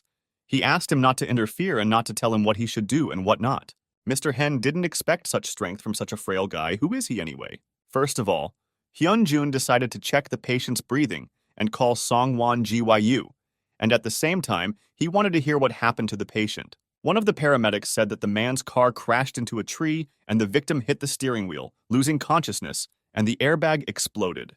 Ronnie projected a similar situation into Hyun-jun's head, from which they both understood that due to the airbag, most of the impact would be on and under the chest. He also compiled a list of the most likely diagnoses, which included blunt chest trauma, rib fractures, and aortic rupture. While Hyun-jun was trying to save the patient, another doctor, instead of helping, stood and watched how the intern worked and what he could do. After the initial examination, Hyun-jun found tenderness on the chest wall and crepitus, as well as soft tissue damage, so the patient should be sent for an X-ray, and before that, intubated. Mr. Hen stood and watched silently until the guy started intubating, after which he asked him to stop because he didn't know what he was doing. The guy calmly reacted to all his words and asked not to interfere. He would take full responsibility for the treatment of this patient. This infuriated Hen, but he could not do anything about it. Hyun-jun finished with intubation, and all that remained was to send the patient for an X-ray, which is what he was going to do. Hyun couldn't believe it. Intubation is quite a complicated procedure. How was this trainee able to do it? His thoughts were interrupted by the chief surgeon, who asked how the patient was and why he wasn't helping the intern. He turned the screen aside and saw how the chest was intubated and was slightly surprised. Dr. Hen turned his head away, saying that he didn't have a finger in this, it's all a new trainee. Hyun-jun immediately briefed the surgeon on the matter. He suspected that the patient had a pneumothorax, so he immediately performed intubation, after which he asked him to look at the patient's X-ray and added that fortunately, there was no vascular rupture when the first rib was fractured. The chief surgeon looked carefully at the X-ray and did not see a single mistake. The first aid was carried out perfectly. The intern did a great job. It seems he was transferred here for a reason, but he was sure that there was some kind of catch. Therefore, the doctor asked the nurse to hospitalize the patient, because Dr. Yang did an excellent job with first aid. But everything was not so clear, so Dr. Yang asked to wait for the surgeon to admit him to hospital. After Hyun-jun took a closer look at the patient's X-ray, he noticed a very important detail there, which he showed to the doctor. If he took a closer look, it seemed to him that the mediastinum was widened, and this could lead to damage to the heart, bronchi, and aorta. From all the symptoms and the nature of the blow, Hyun-jun assumed that it was an aortic dissection. Ronnie agreed with the guy's conclusions, because after such a short-term strong blow, it could cause microscopic wounds in the aorta. He added that one should not hesitate, because 80% of patients die even with timely help. This tiny wound appears very early but can be diagnosed too late. But the head doctor didn't see anything. It seemed to him that the guy seemed to have no dilation there. He added that he understands very well that Mr. Hyun-jun is very worried, but you should start worrying only when the dilation increases by more than 10 centimeters, and now the likelihood of aortic rupture is very small. Hyun-jun understood all this perfectly well, but he insisted on additional examination. While there is a small chance of rupture, it should be examined, because even a slight dissection can eventually collapse and become a threat to the patient's life. The head doctor agreed with him, but Mr. Hen seemed not, so he started shouting at the doctor and asking why he was listening to this intern. For him, all this was funny. The expansion of the mediastinum seemed like some kind of fantasy to him. And this trainee is exactly the same. He is generally surprised that he was able to perform intubation. Hyun-jun decided not to react to the man's words, so he turned to the chief surgeon and asked him if it was possible to confirm the diagnosis in this hospital. The doctor replied that in theory it was possible. The guy decided that if the diagnosis was confirmed, the patient should undergo immediate surgery. But the doctor explained that this is impossible, since the hospital currently does not have enough specialists who could do this. The guy was very upset. There must be a way to help this patient and not let him die. While Hyun-jun was trying to figure out how to act, the patient's time was slowly running out, and the chances were decreasing with each passing second. The guy couldn't come up with anything, so he asked the senior doctor to transfer the patient to another hospital where they could perform the operation. Hyun didn't stop yelling at him and pointing fingers at him. Who does this intern think he is? But Hyun-jun continued to ignore this underdeveloped man and tried to show on the X-ray where he saw the widening of the mediastinum so that it would be easier for the doctors from the other hospital. Here I remembered the words of Lee Kyung-suk, who said that even if Hyun-jun becomes a good doctor in any case, without a certain authority, he will not be allowed to do his job efficiently. But nevertheless, the idea of transferring the patient to another hospital was carried out and Hyun-jun still handed over the patient's card. He was taken by ambulance to the nearest hospital where he was to undergo surgery. This was the only option. Mr. Hen, for unknown reasons, still could not calm down and tried to scream. But the chief surgeon asked him to calm down and take him away from the intern. Hyun-jun thought for a while and decided that he had done everything in his power, so he should continue working. The head nurse of the department, Ying-sun Lee, just came up to meet him and was quite pleasant to talk to. He decided to ask her how many years had she been working at Gyeongju Hospital. She replied that it's been about 20 years, and she's very sorry that this hospital is being closed. But she decided not to be upset and ask how the guy's working day was. The guy decided not to hide his disappointment because he was sent to Gyeongju Hospital after he found out that there was not enough medical staff there, but he did not think that there were even fewer patients here. And it was also a huge disappointment to see how hospital staff are not eager to even try to help people. They simply send them to another hospital. She told him that most likely it was because this hospital was being sold. But the guy didn't understand what difference it would make, because all the staff would move to the new place in the same way. But the nurse partially disagreed with him, because only the building, equipment, nurses, and administrative staff would be transferred. She also said that doctors will have to compete with each other to work here.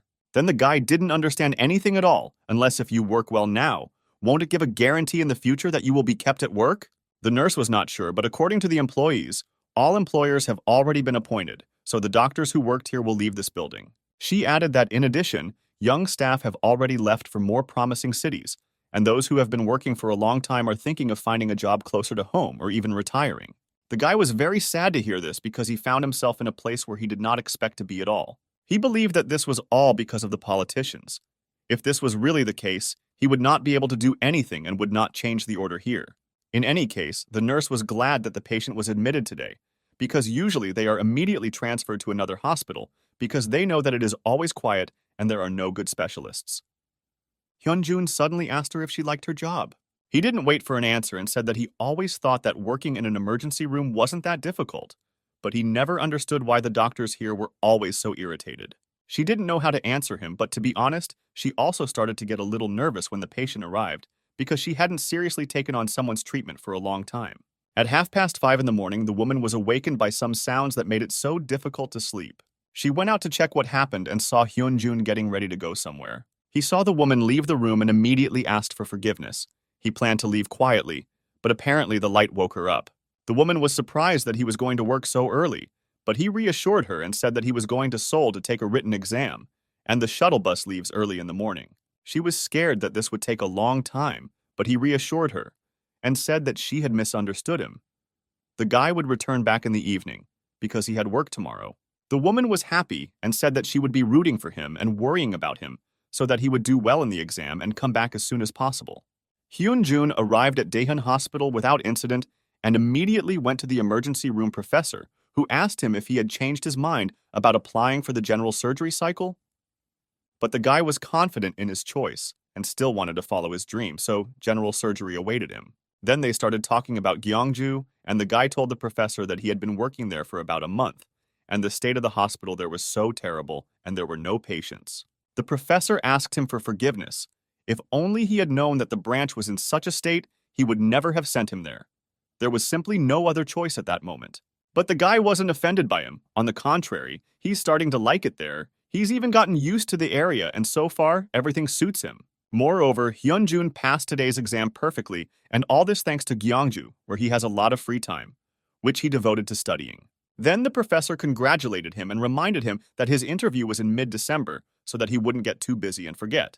But he understood that Vice President P would never accept him for general surgery, as he had promised. Therefore, the professor decided to ask what the guy will do if he is not hired after a job interview. Hyunjun thought and said that he would most likely apply to other institutions and try to get a job there. The professor asked him if he would be worried that he would not be able to work at Daehan University Hospital, but the guy didn't care.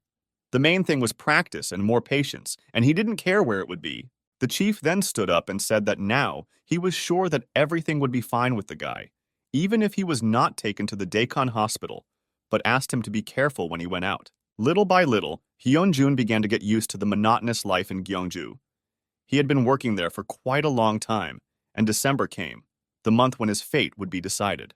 At this time, the hospital staff finally became real colleagues for him, and not strangers, and it was much easier to work. Although there was still one person who was unfriendly towards him, it was the same Mr. Hen, who for some unknown reason was constantly angry. Every day the number of patients decreased, and Hyunjun began to spend more time walking and studying than working with patients. He himself could not understand for himself whether he liked it or not. Unexpectedly, during a walk, Hyunjun met a professor, who over time began to treat him better and better. He approached him and they started talking about how useful it was to go out and take a walk in the fresh air. The professor asked when his interview was and whether he was ready for it.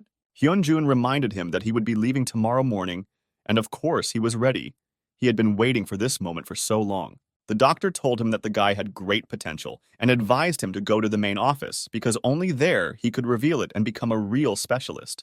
But the guy thought that it was too difficult for him, so most likely he wouldn't go there. The professor was very surprised by these words. Hyun-jun told the story for which he was sent here. The professor didn't even think that the guy could have been sent here because of a disciplinary sanction. But Hyun-jun didn't regret anything, because he saved the patient, and that's the main thing. Besides, he really likes it in Gyeongju. Everyone here treats him so well and life has been much easier.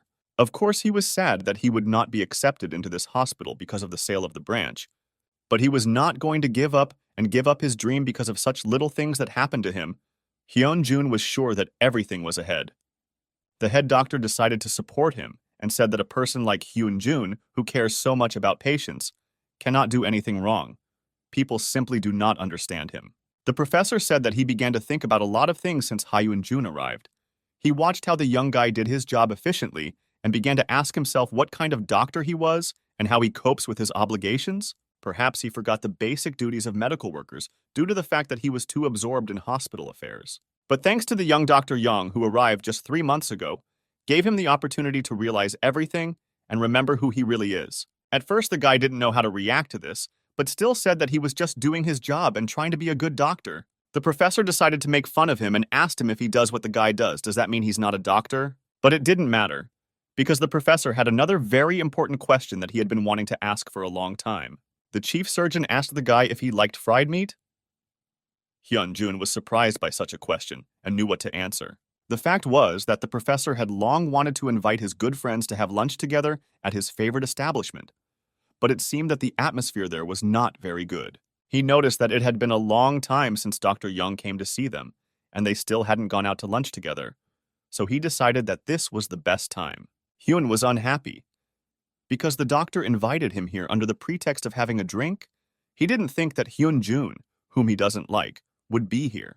Unexpectedly for him, the guy decided to ask for forgiveness for what he did last time. He made a stupid mistake, and he is very sorry for it, so he asks to forgive him. Hen became a little better and said that it was a long time ago, and he had completely forgotten about it. The professor praised both of them. Conflicts happen, but over time, overcoming all difficulties, we learn from our mistakes and do not allow them to be repeated. It sounded like a toast, so they decided to drink to it and bury the hatchet. But Mr. Heng didn't say everything yet. He admitted that Dr. Young is a very capable employee, but at that moment with the operation, what was he going to do? He has nothing against it. Just knowing the situation of the hospital, he believed that it would be more correct to immediately transport the patient to another place. And to be honest, he believed that there was absolutely nothing to do in their hospital. Therefore, he decided to give him some more advice, namely, not to go out of his way to help the patient, especially since truly sick people don't even go to Gyeongju Hospital. Hyun-jun, of course, understood everything, but he asked to explain the expression of truly sick patients. Is it really possible, in Mr. Heng's opinion, that there are fake doctors who could treat such non-sick patients? The big man again did not understand what he said and began to get angry. He believed that he simply gave some important advice to the young doctor, and he again began to be rude to him and call him a fake doctor. Hyun-jun explained to him he apologized for his rash actions in an emergency situation, but not because Hyun was right. He continued and said that he could not stop treating a patient just because the hospital did not have enough equipment. Finally, Hyun realized that the guy was talking about him and that he was not a real doctor, because as a doctor, Hyun-jun considered Hyun absolutely useless. The professor tried to calm them both down and continue to have dinner and drinks in peace, but it seemed useless to do so. After which Hen turned around and left without saying another word, and the professor was very upset that they could not have lunch in a friendly atmosphere. The next day, Mr. Heng went out to smoke in the backyard and thought about Dr. Yang's words. He remembered every phrase that he said to him. Is this guy really examining the patient and making a diagnosis? But he immediately forgot about it and still decided for himself that he was just a kid who thought a lot about himself. The nurse who works at the post was very surprised that Dr. Hen came to work so early today. Usually there is no one else at this time. After which he saw the same woman who regularly comes for diabetes medications and thought about something. He nevertheless decided to ask her why she came so early, because her medications that he prescribed for her should not have run out so quickly. She still decided to admit to him that she still felt pain in her arms and it was hard for her to endure them every day. He didn't expect to hear this and asked her to follow him. Hen wanted to help her. At this time, Hyun-jun just arrived at work, who was in a great mood today and was ready to get to work. But he immediately became a little upset because there was not a single patient in the department. Before he had time to come to his senses, Hen ran up to him and handed him a card of some patient. He brought him the results of an examination of the patient to establish an accurate diagnosis. As it turned out, these were studies of the same elderly woman about whom they then made a fuss. Hyun even admitted that Hyun-jun's diagnosis was correct and he was too hasty in prescribing the same drug. Their dialogue was also joined by the same elderly woman who was very pleased that they were finally taking care of her. But she wanted to add something else separately to Dr. Young, who initiated a new treatment for her. She said that Dr. Hen said that she needed surgery to help her get rid of the pain in her arms. Hyun-jun didn't expect this from the very morning. Did Dr. Hyun come to his senses and start doing his job? But still, he answered the woman that given that drug treatment did not help her, he also believed that it would be better to undergo surgical intervention. The woman was delighted by these words and said that she would immediately sign up for the operation and thanked Dr. Young for this. He also added before going to change clothes that if a woman decides to have surgery, she needs to take the necessary tests and collect some documents. The nurse will be happy to take on this work. The guy felt a little ashamed that he treated Hen like that, because after all, he is a doctor. After Hyun-jun informed the chief surgeon about the operation, they began preparing for it and communicated at the same time. The head doctor said that Dr. Hen was not like that. He used to be one of the best doctors of this hospital and was considered a young talent. He asked Dr. Young to understand this, although it is almost impossible. But Hyun is a good person and a doctor. It's just that the circumstances turned out that way. Therefore, he suggested that Dr. Young once again gather in some restaurant, but only after the operation. Hyun-jun seemed not to mind, but asked him to wait. He would come soon. The surgeon made the necessary notes to quickly begin the operation, and they will begin soon. The woman was very worried that she would be in pain, so she constantly asked the doctors when it would end. Dr. Young explained to her that she would be under anesthesia and would not feel anything, especially since this operation was not so complicated and it would end quickly. They began the operation and carefully made the first incision. Hyun-jun watched this and memories came flooding back to him. Since Professor Song is excellent with both hands, he remembered the surgeons from Seoul. They worked well with the surgeon and performed the work as one whole organism. The operation was in full swing, and they just went inside the arm with a camera and began to examine everything there in detail. Hyun-jun was surprised that Professor Sun's movements were so fast, even considering the fact that they had not operated for a long time. He was doing great. The guy thought how wonderful it would be for this doctor to be transferred to a university hospital, because it seems he can teach a lot. The doctor asked the guy to give him a saline solution to wash the wound, and the guy reached for it. But suddenly he felt this vibration again. But he still didn't understand where it came from, and why only he heard it. The professor asked the guy not to sleep and still give him the saline solution. While the doctor carefully washed the wound, Hyun-jun wondered why no one feels it except him. Ronnie seems to know the source of this vibration, as he has detected signs of an earthquake of at least magnitude 6, and the vibration will only get worse. The guy understood that if an earthquake started, it would be very difficult to complete the operation, so he had to hurry the professor with it. He immediately asked the professor to complete the operation as soon as possible, but the surgeon did not understand why such a rush. Hyun-jun thought about it, because he didn't know how else he could explain to the professor that he needed to finish the operation. He had to come up with a good reason. But as soon as he wanted to name the reason, the doctor extended his hand with the instrument and invited him to try it himself. The guy was slightly surprised by this proposal, because he is a trainee and should he try to operate? The surgeon explained to him that it was clear from the guy that he was working hard and wanted to try to put stitches, and he was giving him such an opportunity, so go ahead. Hyun-jun happily agreed, because he had always dreamed of this, and finally this moment had come. But the professor asked him not to rush and act carefully. But at the same moment, Dr. Young understood that he needed to finish this as soon as possible, because Ronnie was not just talking about the earthquake. As soon as he got to work, Ronnie began to literally scream, because the seismic wave of the first earthquake would be in 20 seconds, and he needed to hurry. Hyun-jun tried to sew as quickly as possible, but at the same time carefully. But time was not going in his favor.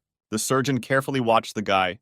He always knew that Dr. Young was good at medicine, but to such an extent he stitched up so quickly that some experienced doctors could not do that.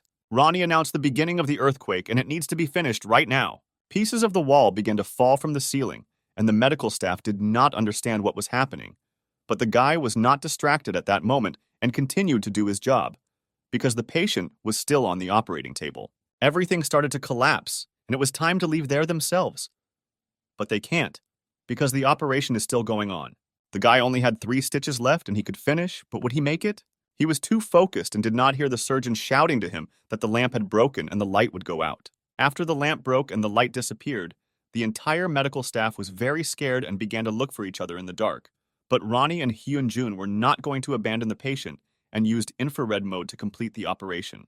Emergency power was immediately turned on, and the medical staff was ready to continue the operation. The surgeon at first did not understand where Dr. Yang was, but after he looked towards the patient, he saw him nearby.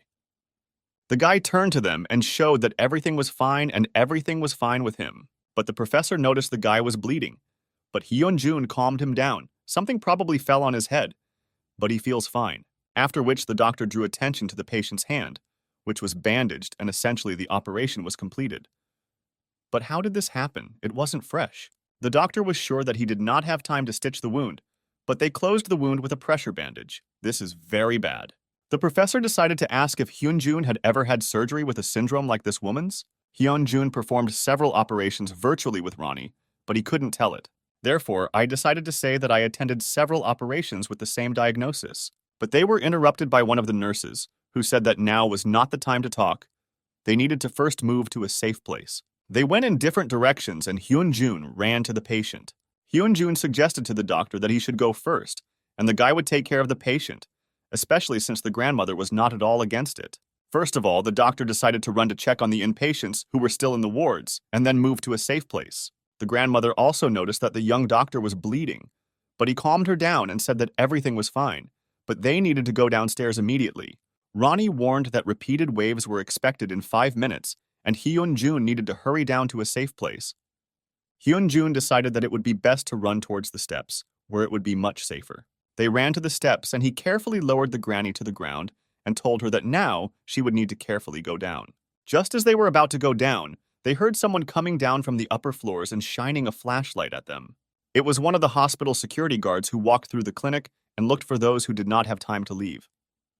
Hyun-jun explained to him that they had just finished the operation and immediately left. The guard said that there was also an operation on the 6th floor, but everyone had already left from there. But the guy heard a human voice upstairs, begging for help. So he ran upstairs. The guard tried to stop him, because he was sure that there was no one left above. He explained to him that he heard a human voice and would go check it again, and asked him to bring the patient downstairs. The guard did not understand how he heard something because it was quiet, and not a sound was heard. It was very strange. On the lower floor, meanwhile, Hen was counting the patients and medical staff who had come down. He counted all but one, but could not understand who he had missed. Hen turned to the security guard and decided to check with him. Or did he take everyone out of the wards and was there no one left? The guard was sure that he had checked all the rooms, even looked under the beds. Although, if he thought about it, he remembered that one of the doctors ran upstairs because he heard the patient's voice. Hen immediately realized that the young doctor the guard was talking about was Dr. Yang, who would never leave a patient to die, and would probably go to save him. As soon as he decided to follow him, Hyun-jun came down and seems not to be alone. He was carrying a patient, and the patient appears to be in poor condition. Hyun immediately took this patient away from him. Dr. Young told him that he fell out of bed and had a hematoma. Hyun would take him to the X-ray room, and Hyun-jun told him to go treat his wounds. Hyun-jun tried to say that he was fine, but Hyun insisted on it, because the wounded doctor is also a patient, and he cannot treat others, so he should treat his wounds. Dr. Yang was amazed by these words and realized that it was worth listening. The security guard approached the guy and thanked him for his help, because if not Dr. Yang, then he would have made a big mistake and they would have lost the man. But the guy added that thanks to this little man, all the other patients are safe and are not in danger, so there is no need to worry too much. Therefore, the guard decided to go see how things were going outside and then return. Hyun-jun was very exhausted from all this, so he decided to sit down and rest for a while. Ronnie also said that there is no need to expect an earthquake in the near future. The guy remembered that he forgot to thank Ronnie for helping him find his patient using temperature analysis. Otherwise, Hyun-jun simply would not have been able to find him behind that bed.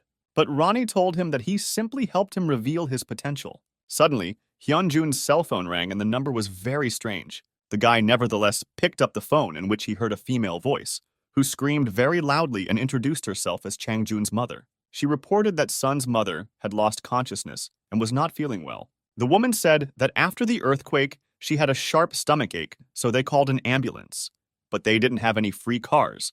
The woman asked for help, because they didn't know what to do. Hyun spoke very loudly, trying to clarify whether the woman saw water or blood flowing out from under the woman, but the woman was very panicked and could not tell him anything for sure. He realized that he needed to see them immediately and said that he would be there soon. But in the meantime, he asked to find out what blood type his mother had. The woman answered him that Group B, but she didn't understand why he needed this information. She just had a stomachache. His mother asked him to come quickly because she could no longer stand it. Hyun-jun immediately found the chief surgeon because he could only ask for time off from him. But besides this, he wanted to ask for a kit for resuscitation of newborns. The surgeon was very surprised at such a request. Why did he need it? The guy explained that the owner of the house where he lives is pregnant, and after the earthquake, she developed symptoms that he had not noticed before. Dr. Yak suspects placental abruption. The surgeon was shocked. Could this really have happened because of an earthquake? But this was not the worst thing, but the fact that an ambulance with such a road was unlikely to get there, and it would be difficult to help it. The guy told him that this is why he asked for the kit. He is going to go there himself and help the poor woman. The surgeon understood that such a procedure was difficult to do alone, but there was no choice. He asked him to change clothes and disinfect himself while he prepared everything he needed. Hyun-jun very quickly changed his clothes, and just as quickly the chief surgeon packed a bag for him that contained everything he needed for resuscitation, even blood for a transfusion. He thanked the doctor and said that he would be back soon. The man understood that entrusting such work to an intern was very dangerous, but unfortunately, there was no other option. Besides, Mr. Yang was not an ordinary intern, so he was sure that the guy could handle it. He ran until he was stopped by a dead end that was impossible to get through, but the guy had very little time left. Hyun-jun realized that the earthquake was much stronger than he and Ronnie expected, and everything around was destroyed. But he almost arrived at the place. He was at home over the hill, and it seems he has no other options. Hyun-jun couldn't think of anything better than to cross this wall and thus get to the house. Because of the earthquake, the ground was very soft, and this prevented him from moving normally, so his speed dropped greatly. Ronnie at one point warned Hyun-jun that his legs would soon start to fail if he continued down this path. Also, he did not have time to warn about the landslide when an avalanche of sand was already falling on the guy, and he had to immediately run away. He tried to run as fast as possible, but it was very difficult because his legs literally sunk under the sand. Hyun-jun simply couldn't move anymore, so he decided to hide behind a tree and pray that the avalanche wouldn't get him. He closed his eyes and hoped that he would be lucky. And so it happened. When he opened his eyes, he saw that he was very lucky that he was not covered with sand. But there was no time to rest. He needed to go home quickly. As soon as he walked a few meters forward, a tree fell on him, which almost crushed him. He held it at the last moment. Ronnie saw that the guy had a hand injury and offered to conduct an analysis, but Hyun-jun refused because there was no time. He needed to save the mother and child. Meanwhile, the mother was already holding on with all her strength. Such pain was very difficult to bear. But she was lucky because Hyun-jun, whom they had been waiting for, finally arrived, and he immediately asked where his mother was. He was taken to her and she looked very bad outwardly. She needed a closer look. He immediately removed the bag and asked her permission to palpate her abdomen so that he could determine her condition. At first, it was difficult to determine what was wrong, but after a few presses, it became clear that there was too much empty space in the stomach. At first, he thought that it was due to placental abruption, but then he realized that it was not so simple. Did she really have a hematoma between the placenta and the uterus? Then this will explain to him why she is releasing so much blood. First, he decided to stop the bleeding. Hyun-jun immediately put in a system and began a blood transfusion to prevent her from bleeding to death. Next, he decided to listen to the fetal heartbeat, which fortunately was good, 130 beats per minute, and this is the norm. But there is still a problem that Hyun-jun will now have to tell the child's father. He took off the phonendoscope and said that everything was fine with the child, but he would have to give birth now. The father was shocked.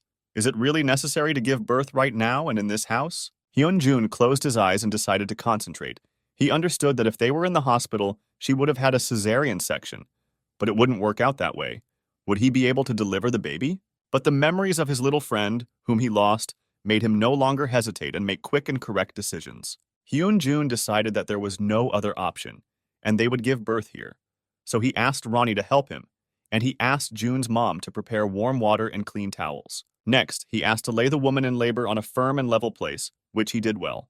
He tried to calm the woman down and asked her to breathe evenly and slowly. Hyunjun assured her that this would last for a few minutes, so she didn't have to worry.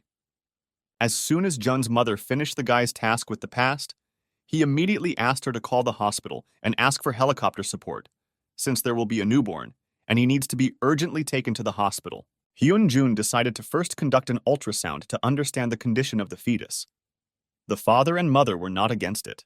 He began the procedure and noticed that the baby's heart rate was slowly decreasing, and the bleeding was so severe that it would be difficult to use the labor stimulator. Now Hyunjun's main task is to save the child, and he promised himself that he would do everything possible to make this happen. Therefore, Ronnie needed help more than ever. He asked him to secrete a special hormone that would help the uterus contract and induce labor. As soon as they did this, Hyunjun took his place and began to receive the child. But nothing happened. It was very strange, because labor should have already begun. Something was wrong here. Ronnie suggested that the fetus has problems with the exit. Most likely one of his shoulders rests on the pubic bone, which prevents him from coming out into the world. The guy understood that if nothing was done, the fetus could simply die. Hyunjun could not choose the method by which he would save the child. There was no time. He needed to decide quickly. Ronnie is at his best today and suggested that of all that Hyunjun had listed in his head, Mac Roberts' maneuver would be the best way out in this situation. The guy did not wait and asked the father to change the mother's position so that he could pull out the fetus. He asked him to lift and hold his mother's legs until he said it was enough. He also instructed him to press hard on the place where Hyunjun's hand is now, but only on command. Everything was ready to start, so Hyunjun asked his father to get ready. All these actions were observed by Mr. Allen, who was very interested in seeing Hyunjun's abilities. Granny and her grandchildren were very worried about their mother, but could not leave the room. Mr. Allen said that everything went well, but he himself didn't know how it would all end.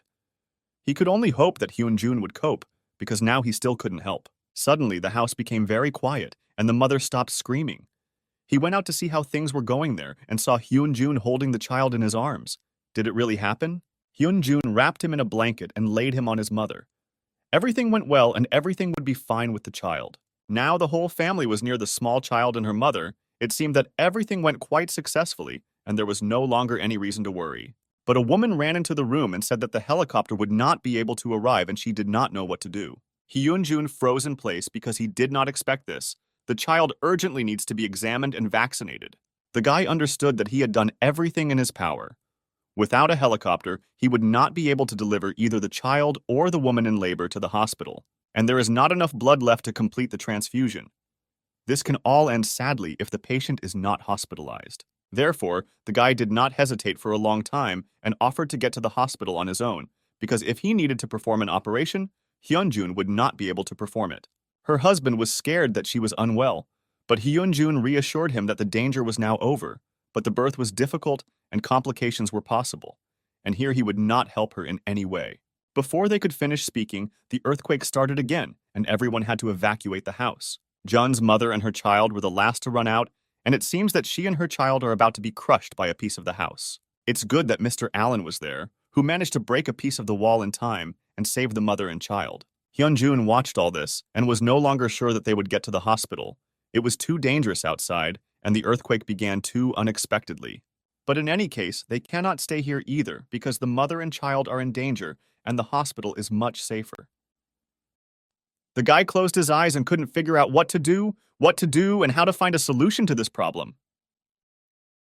Suddenly, he felt a cold breeze that surrounded him, and he opened his eyes. He saw a huge helicopter descending towards them. Did they really fly to their aid? Hyunjun called for them to come quickly because there was a patient who was giving birth. She needs to be hospitalized first. He quickly briefed the emergency doctors. The guy told them that there was an unplanned birth due to placental abruption, which happened due to the earthquake. The child was healthy, but the mother needed surgery. But the doctor said that they had received a request from a VIP client and would only save him. After such words, Hyunjun got angry and took the gurney from them. It seemed to him that he didn't care who they flew to, because they would take a woman and a child. They shouted to him that they would not take anyone away, because they had a request for a VIP client and they were not supposed to. The guy responded by saying that now the mother and child are VIP clients for them. Have the doctors really stopped caring so much about the patients? If a person is not a VIP client, then you can't expect help? The doctor suddenly felt ashamed and tried to make excuses, but it turned out very poorly. Nevertheless, the guy persuaded them, and they took the mother and child to the hospital. Now all that remained was to deliver them safely. But Hyun-jun was confident in himself and his words for a reason, because he understood that among them was the very VIP client who called this helicopter. And this man was Mr. Allen, who silently and modestly stood aside. Ronnie got all the necessary information about this man on the same day they first met. According to Ronnie, it was the founder of Health Olympus, Jeffrey Allen. And Ronnie is 98% sure of this, so the guy knew very well who this man was. But until that moment, he did not want to reveal his cards. But the man pretended that he did not understand what Hyun-jun was talking about, and decided that he urgently needed to go home, because he had been away for a long time. Still, the guy was upset, because thanks to Mr. Allen he learned a lot, and it was very pleasant for him to talk to him. Finally, Mr. Allen said that it was time for him to go, and the guy shouldn't stay in this town either, because he deserves better. He wished him good luck and see you soon. They will definitely see each other again. After Mr. Allen left, Hyun-jun decided not to waste time and ran to the hospital to help other patients. He was very lucky that he found a road that was not damaged by the earthquake. It used to be a small detour, but now it is the only road through which you can get to the hospital. Then suddenly, a guy jumped out in front of him in an ambulance who had fallen into a hole and could not get out of it. The guy thanked the paramedic for picking him up and giving him a ride all the way to the hospital, but the doctor was even more grateful to him for pushing the car and helping him get out of the hole. The paramedic said that the situation in the city is very difficult now. There are a lot of victims, but it's very difficult for him to work now because his father suffered from the earthquake no less than the others. He cut himself very badly and is not feeling well. Hyun-jun felt very sorry for the guy. He knew what it was like to worry about his parents, but he was sure that everything would work out and be fine. The guy stopped abruptly and fell silent. Hyun-jun tried to find out from him what happened, but the guy only said House 105. As it turned out, his parents lived in this house and it seems their apartment is on fire right now. The guy immediately ran inside with Hyun-jun to help his parents, because it seemed that only their apartment was on fire. But unfortunately, as soon as Hyun-jun ran inside, he burned himself on the railing and was in great pain. Now he himself needs help. The paramedic saw this and asked Mr. Yang to return to the car so that he would not get hurt more, because the only way to go up was the stairs. But Hyun-jun understood that he couldn't cope alone, and there wasn't much time left to decide who would go where, so he said that he would definitely go with him. The guy was silent, but was clearly grateful to Hyun-jun for his help. Through the pain, Hyun-jun tried to climb the stairs and not pay attention to the pain, but it was very difficult. As it turned out, he not only had a burn, but also a broken arm. Ronnie releases special substances into the body to reduce the pain, but in any case, they will not last forever. But Hyun-jun couldn't do anything about it. He was too bad and in pain to come up with something. When they went up to the floor they needed, they saw a fire there that stretched across the entire floor, and with every second, it became more difficult to breathe. So the paramedic wet the cloth with water and gave it to Hyun-jun. This should help and they will be able to breathe for a while. They both knew that they had to breathe carefully and not quickly, because by inhaling a large amount of smoke, you could lose consciousness and never leave this building. The door that they needed so much was already in front of them, but they couldn't just enter it, so the paramedic warned Hyun-jun to be careful when they entered, because the fire would become much larger. And he was absolutely right. As soon as they opened the doors, the fire seemed to attack them, and it was difficult to do anything about it. Therefore, I had to take a fire extinguisher and put out the fire in order to at least see something. The guy started calling his mother and father, but it seems they were no longer in the apartment, and they left. But Hyun-jun, with the help of Ronnie, saw someone on the balcony. Perhaps these were the guy's parents. And so it turned out, they were sitting on the balcony and waiting for certain death. But now they had hope, because they had come to save them. The paramedic was incredibly glad that everything was fine with them.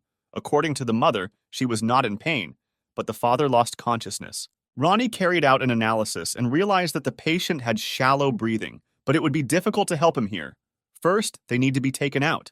Hyun-jun took over his father, and the guy took his mother in his arms and they began to leave from there. Hyun-jun's arm was already hurting a lot, so he asked Ronnie to release even more substances to absorb the pain. Ronnie tried to dissuade him, because he had already allocated a lot, but he did not want to listen to him and simply asked him to do it. A few minutes later, they ran out of the building and appeared to be fine. They immediately put the paramedic's father in the car, and it was necessary to begin providing first aid, which is what Hyun-jun will do. To begin with, he decided to normalize breathing, so he will immediately begin intubation. But as soon as he checked the patient's upper respiratory tract, He realized that they were burned by smoke, and now it was impossible to intubate. So he decided to do a tracheotomy and asked his friend for a scalpel and a sterile wipe. But Dr. Ian's hand was in very bad condition, and Ronnie was tired of warning him about the consequences of releasing endorphins. He really wouldn't advise him to do this because if Hyun-jun continues to release endorphins, then he will have a high chance of getting a serious illness or worse, cancer. The guy remembered what he and the vice president talked about before he left for Gyeongju. He warned him to protect himself first. Otherwise, they would not see each other again. After which he remembered In-jin's little friend who didn't say anything to him, but just smiled and was glad to see Hyun-jun. From that moment on, he stopped doubting anything and told this system to hell. He would no longer doubt anything, and asked Ronnie to release even more endorphins. Now Hyun-jun will never run away from problems, but will solve them first. Hyun-jun carefully processed the lesion and began making the cut to normalize breathing. The paramedic tried to find out how Hyun-jun himself was doing, because he didn't look very good, but the guy didn't answer him, only about his father. After the guy's breathing has normalized, the patient should be checked for carbon monoxide poisoning, so Hyun-jun asked to find some kind of machine in the car that can do this. The guy quickly found a special device, which Hyun-jun asked him to install, and he began infusing Ringer's solution to ensure the normal state of the body. Hyun-jun calculated the area of the burn and the approximate weight of the patient, so he quickly found the right amount of this solution and administered it immediately. The guy discovered that the body was poisoned with carbon monoxide, but this was not critical if the percentage of this substance did not exceed 20%. Hyun-jun knew that people who smoke have approximately 10% of this substance in their body. If more than 30%, then complications are observed. But if more than 60%, then it is unfortunately fatal. After testing, the guy's father had 16%, which was within the normal range and you don't have to worry about it. Fortunately, the number turned out to be lower than expected. Hyun-jun got out of the car and reassured the guy's mother, who was so worried about her husband. Fortunately, everything went well, and at the moment his health is not in danger. The level of carbon monoxide emissions is low, and Hyun-jun assumed that this was all thanks to the woman who dragged her husband to a place where there was the least smoke, and this helped to avoid severe poisoning. She immediately fell to her knees and began to thank Hyun-jun for his help. It was too much for him, so he asked her to get up, because he had done nothing like that. They immediately went to the hospital so that there would be no consequences from such injuries, and the paramedic saw Hyun-jun's hand, which was very blue.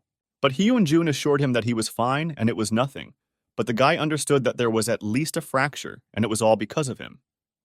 He thought about how this guy carried his father with such an injury and then saved his life. He realized that if he had not picked up Mr. Yang on the way to the house, he would never have met him. And then he would not be able to save his parents, who are alive thanks to Hyun-jun. The paramedic believed that this man was sent from heaven to protect his family. At that moment, the head doctor of Gyeongju Hospital called Hyun-jun and wanted to know where the guy was now. He told him that they were traveling in an ambulance with an emergency patient from Songdo. The professor was worried that they could get there, because he had heard that the road was completely broken and there were a lot of accidents along the way. Hyun-jun even managed to joke in such a situation and said that he was now driving with the best driver he knew, so everything would be fine. He told the professor that he had provided first aid, so he wanted to know if there were any free beds in the hospital, but the professor could not promise him anything, since they themselves were completely overwhelmed. Patients were coming in droves. He said that it seems there was a massive accident on the road, and most of the cars lost control.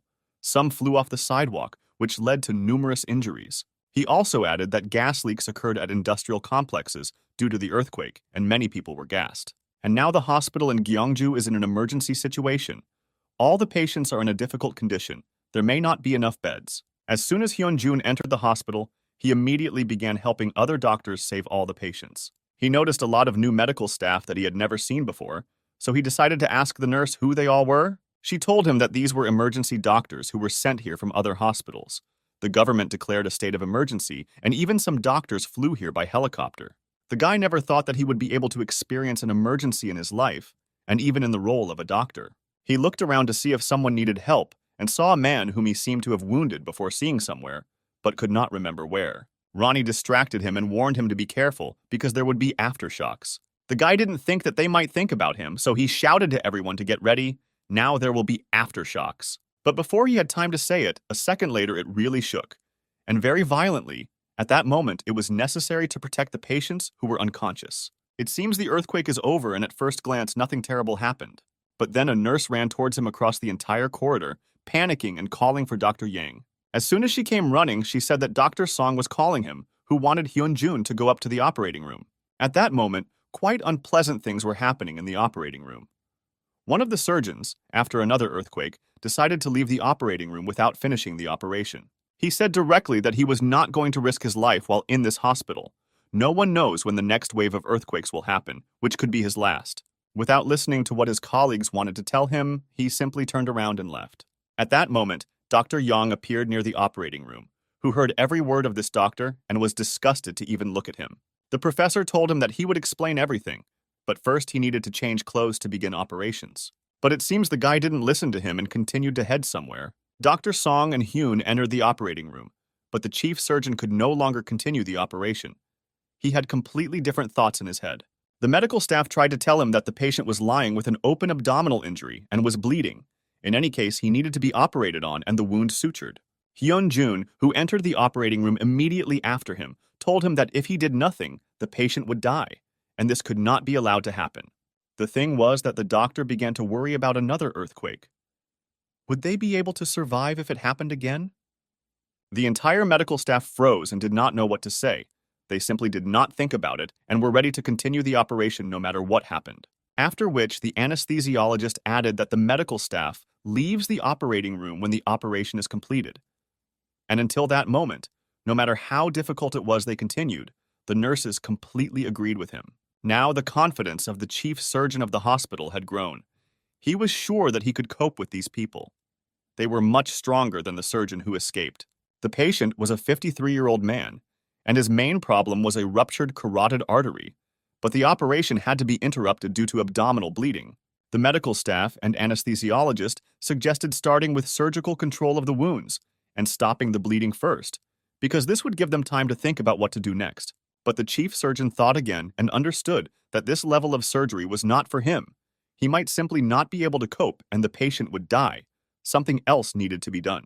Hyun-jun tried to persuade him, but it seems that words of support do not work, and Mr. Song continued to stand and not move, and the patient's time was slowly running out. The guy tried to convey to him that if he left now, he would later regret what he had done all his life. He understood every word of Dr. Yang and agreed with him 100%.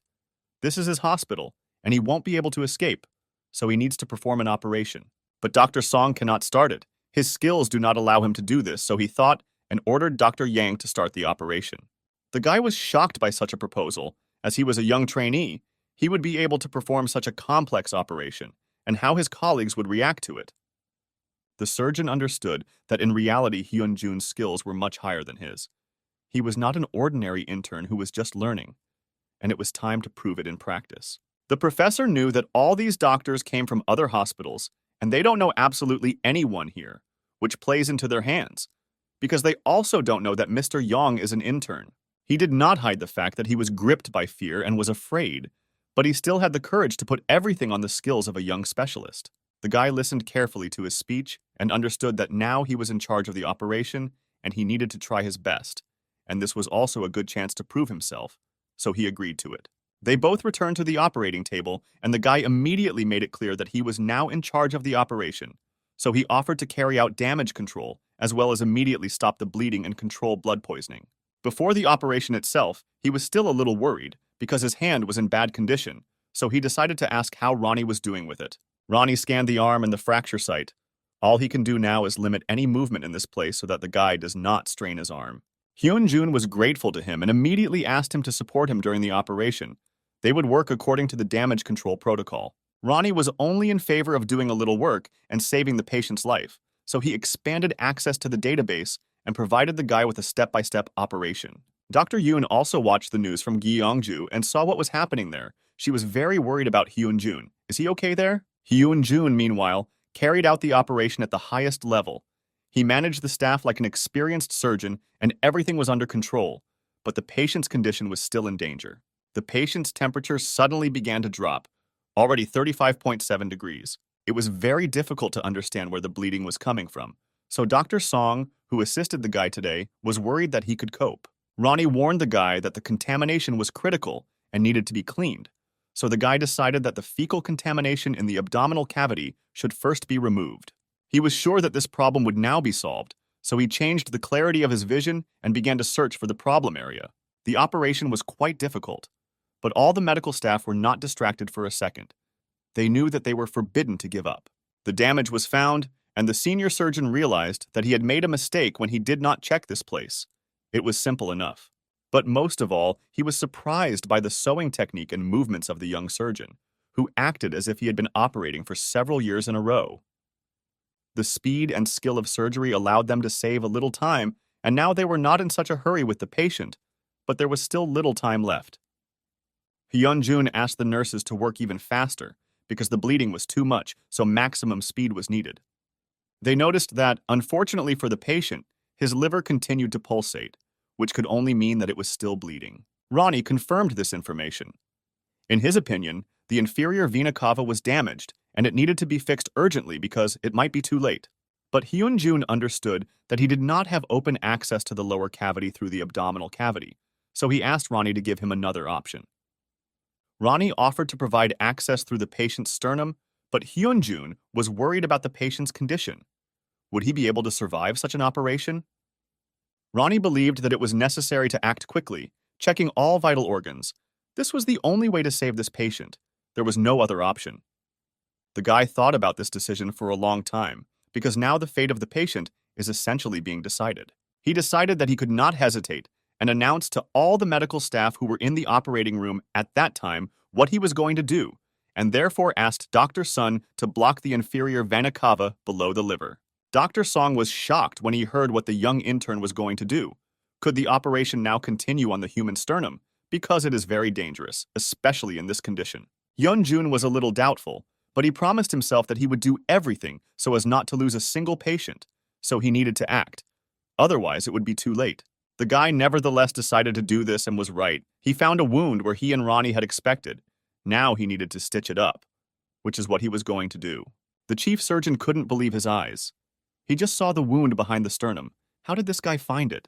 Hyun-jun noticed that something was wrong with Mr. Song, so he asked him, but he denied it, saying that he was fine and could continue the operation without any problems. The young surgeon also asked the rest of the medical staff how they were feeling, but it seems this question was unnecessary because they were ready to perform several more such operations. Therefore, the guy decided that if everyone was ready, they could proceed to the next operation. Finally, this operation was completed and was carried out quite successfully.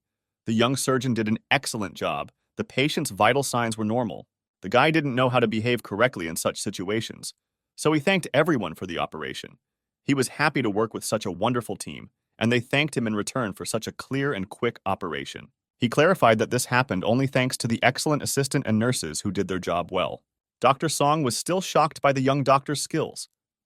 He had never seen a trainee perform two different parallel operations at the same time, and even under such conditions. But after the operation, Hyun-jun was most grateful to Ronnie, because if not for him, the patient most likely could not be saved. Ronnie, in turn, thanked Hyun-jun. All the movements were at a high level, so they did well together.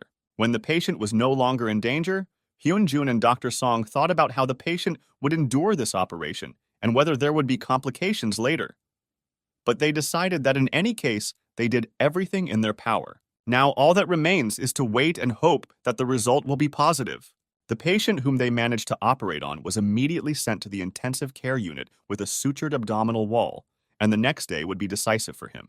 Hyun-jun understood that if the patient's temperature and blood clotting increased, he could be sent for surgery again to eliminate the cause, and the chances of survival would increase sharply. He was so lost in thought that he didn't see the patient's relatives come up and start asking the guy about the patient's condition. Hyun-jun told them that the operation was successful, but it was primary. The relatives did not understand why he said primary. The guy explained to them that this meant that the crisis had passed, and due to severe bleeding, the man's spleen had to be removed. His wife didn't understand how critical this was, so she wanted to know if her husband could live without her. Hyun-jun couldn't say for sure, but now the man's chances are much greater than before the operation. But he will have to go through another one, which they will carry out late this evening. The woman cried and begged to save her husband because he was so dear to her it was hard to look at such a picture. Dr. Yang decided to calm her down and said that her husband is a strong-willed person. He underwent a rather difficult operation, and this gives hope that he will cope with this and live, and they, in turn, will do everything possible for this. Hyun-jun looked at the woman and understood that when he performed such a complex operation, he could not trust anyone with a repeat operation and would do everything to make this woman cry only from happiness. On the other hand, he understood that tomorrow he had a job interview, but he decided not to go there. The patient was more important, and he would definitely have a chance. Meanwhile, the same doctor who ran away from the operating room tormented the paramedic who controls the helicopter and asked to take him back, but the paramedic could not, because now the situation does not allow it, and the helicopter is needed to transport patients. Hyun-jun overheard this and heard that this man was sent from Daejeon branch of Daehan University. This doctor turned to the guy and in a rude voice asked him what he wanted from him and who he even was. Hyun-jun had no doubt that the man would not remember him, but the guy remembered him and reminded him that they had met briefly when he was running away from the operating room. His assistant didn't understand why Hyun-jun was pursuing them and why he was following them. Dr. Yang was very angry with him and wanted to ask how you can refuse a patient during an operation and just leave. Isn't it a shame to call yourself a doctor later? But the man was simply silent. So Hyun-jun decided to remind him of a few lines from the Hippocratic Oath, which stated that the patient's health will always come first. The assistant got angry at him and started shouting, "Why is this guy even bothering him?"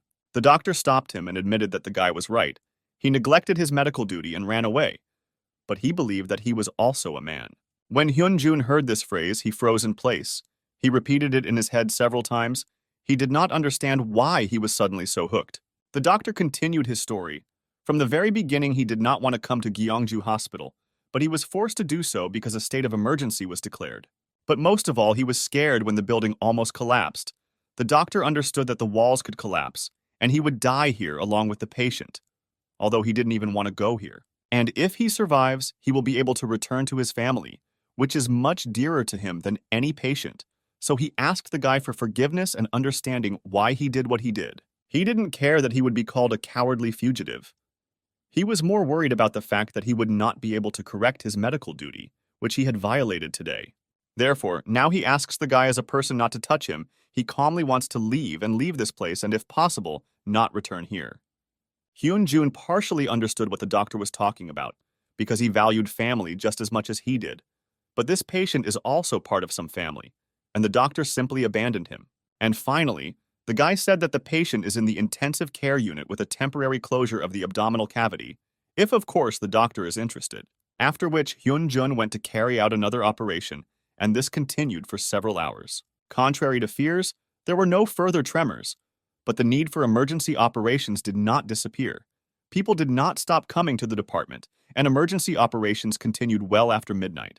Fortunately, more medical staff were sent to the hospital, which helped normalize the work of all departments, and emergency patients finally began to decrease. So Hyun-jun returned to his original job as an assistant, and the team that carried out operations with him was disbanded. Finally, the guy managed to go out into the fresh air and enjoy the cool breeze a little, because they had performed 6 operations in a row, and he realized that dawn had come. For some time, the guy was also worried about his fracture, but he was glad that the pain was not severe. It was all thanks to Ronnie, so it was worth saying thank you to him. Ronnie told him that while the guy was performing all these operations, he received the key to strengthening the muscles that hold the fracture. So all this time he was looking for a way to strengthen the muscles, and this helped increase the level of understanding between them. While Hyun-jun listened to Ronnie, he suddenly felt cold, or he was just very scared of the man who came up behind him. Still, it was a fright, and he was frightened by the professor of thoracic surgery in Seoul, Yoo Chol-hyun, who flew in from Daehan Hospital. The guy didn't expect to see him here. It was very unexpected. The professor decided to ask the guy how his internship was going, and he was so pleased. But Hyun-jun was frank with him that this was not exactly what he expected. After which the professor asked him, or did the guy decide on his specialty? He told him that he had applied for surgery, but would not go to Seoul for an interview tomorrow because the situation did not allow him to do so. Hyun-jun decided for himself that it would be better to stay in Gyeongju and save as many lives as possible. But the professor didn't understand what he was talking about because, as he knows, the interview for the specialty was postponed for 3 weeks. Didn't Hyun-jun hear? Hyun-jun immediately picked up the phone and opened the news, where he read that the interview had actually been postponed for 3 whole weeks, which was good for the guy. The professor added that heaven helps those who help them, and he directly addressed these words to Hyun-jun. Dr. Young was incredibly happy. It was as if a stone had been lifted from his soul and he felt incredibly free. Now he had 3 more weeks. Afterwards, Hyun-jun finally decided and asked the professor if he was interested in whether the traumatology specialist was sponsored by the state or not. The professor was surprised by this question. Does the guy really want to go work there? The guy happily told him that after his studies he planned to graduate from the specialty of general surgery and transfer to traumatology. The surgeon told him that he would see everything for himself in the letter that he would receive after successfully passing the interview. But if he was so interested, the professor told him that they provide support for the course of trauma surgery and hospitals with emergency rooms. And all this is due to the fact that after the earthquake, the government was strongly criticized by journalists due to the lack of traumatologists, and therefore now journalists are teaching doctors how to treat. He said that hospitals experience a shortage of specialists every time a patient is admitted with severe injuries, and at such moments, this situation attracts public attention. But fundamental changes have not yet occurred, and this is frustrating. Hyun-jun understood that everything was very difficult with this department, and the work of a trauma surgeon might not be as exciting as he thought. After their conversation, Hyun-jun went back down to the department, where he was informed that the patient he was operating on was being transferred to Seoul, which slightly shocked him. Dr. Song explained to him that in principle, patients after emergency surgery are transferred by the control room to another hospital. There are still not enough qualified personnel here to continue treatment. Dr. Young didn't understand this because he could have waited at least until his temperature and blood clotting returned to normal and then transferred him. But nothing could be done, so he was interested in which hospital would he be transferred to? The chief surgeon told him that he would be transported by helicopter to the trauma center of Daehan University Hospital. Well, at least this made Hyun-jun happy. He should be well taken care of at the main office. Hyun-jun, after talking with the chief surgeon, went to the patient to fill out his chart and prepare for the transfer of the patient. One of the nurses noticed a young intern writing something on the patient's chart and decided to approach him and find out why he was doing this. Dr. Young explained to her that he was adding notes to the medical record data, because the patient would soon be transferred to another hospital and another doctor would take care of him there. So the more notes, the more it would help the doctor from another hospital. The nurse seemed to have forgotten a little who this guy was, so she asked him again, because she noticed that he seemed to have been working quite recently. She decided so because in all her practice she had not met doctors who paid attention to all patients. This is very rare. At first, everyone has a desire to completely devote themselves to their patients. But already in the first year of residency, everyone changes and pays less and less attention to patients because a huge burden falls on their shoulders. It made him laugh. He hadn't thought about it before, but then it motivates him even more. He won't be like everyone else. The nurse didn't understand why, but she believed him and knew that he would be a very good doctor. An emergency patient who was in Gyeongju arrived at the trauma center by ambulance helicopter, and around this event, a bunch of journalists gathered near the hospital again, who were already waiting for this moment. This transfer of the patient once again draws attention to the problems of regional trauma centers and the shortage of trauma doctors, which is why it is necessary to transfer the patient from one hospital to another. One of the journalists broadcast in which she said that the person who will perform the operation on this patient has already become famous in the field of traumatology as a doctor who continues to actively declare the importance of emergency rooms. This doctor held an unscheduled meeting with the staff of his department and told them that a patient from Gyeongju would be transferred to them first. People would closely monitor the progress of the case, but this was no reason to be nervous. Professor Seok Jin-woong from the Department of Traumatology asked them to work with him like any other patient. He was no different. He believed that it was better to focus on his work and do it well. As soon as the patient arrived at the territory of Daehan University Hospital, the head of traumatology was immediately given the patient's medical record. The professor took this card and immediately noticed and drew the attention of his assistant to this card. He had never seen anything like this before. There were a lot of notes and details of the operation itself. Apparently, the doctor who did it was very worried about the patient. He even wrote down what he didn't have time to check during the operation. It's very strange, but at the same time it's good. The chief read these notes and felt the regret coming from them that the doctor who performed this operation could not cure all the organs. He decided to see who the surgeon was who performed this operation, and it was indicated that he was the chief surgeon of the Gyeongju branch. The professor knew that he was a very capable surgeon and taught surgery there, so he was not surprised by such notes from him. They were distracted by another doctor who said that everything was ready and the patient would be there any minute. He mentally thanked the doctor for such detailed information about the patient, but now it's their turn and they will definitely save him. As soon as they transported him to the operating room, they noticed that what was written in the patient's chart was done, and not a single important detail was missed. The assistant drew the boss's attention to the seams. They were so uniform, and even that they made one doubt that they were made by a person. They both agreed that the doctor who did this was a true master of his craft. Even the professor was surprised by such even seams. But what was also surprising was that this was done during a state of emergency, and it was clearly not done by a machine. But the chief noticed that although the work on each organ was ideal, he could not say the same about the overall process. The hand of a not very experienced doctor felt in this. Even with this level of skill, he was wondering who did it. The assistant was already thinking that the professor wanted to lure another professor to their department, but it was unlikely that he would want to. The boss agreed with him, but you can still ask, they won't do anything for it. After the operation was completed, the professor decided to call Gyeongju and personally talk with the surgeon who performed this operation. He was lucky because the person he needed immediately answered the phone. The doctor from Gyeongju was very scared when they called from Seoul, but the professor reassured him that he was just calling to inform him about the progress of the operation and how everything went. He sighed with relief and said that he just wanted to read from the article how the operation went. Professor Seok Jin Woong was glad to hear the voice of that same surgeon, because thanks to him he was able to successfully complete the operation. The doctor from Gyeongju said that he was honored that the professor himself from Daehan Hospital called him, after which their conversation ended. Seok Jin didn't understand what was going on, but he was sure that this was not the doctor who performed the first operation on this patient. But if it wasn't him, then who did it? The professor remembered that the card also indicated the angiosurgeon who was present at the operation, so he decided to call and ask him who performed this operation. Meanwhile, in the emergency department, Hyun-jun was dealing with a child who was screaming at the entire hospital and did not even want to be touched because he was scared. But Dr. Yang promised the boy that he would make it so that it wouldn't hurt him at all. You just need to trust, and it seems the boy believed in his words. Hyun-jun carefully applied the drug to the boy's wound, and it became much easier, and, as Dr. Young promised, it didn't hurt at all.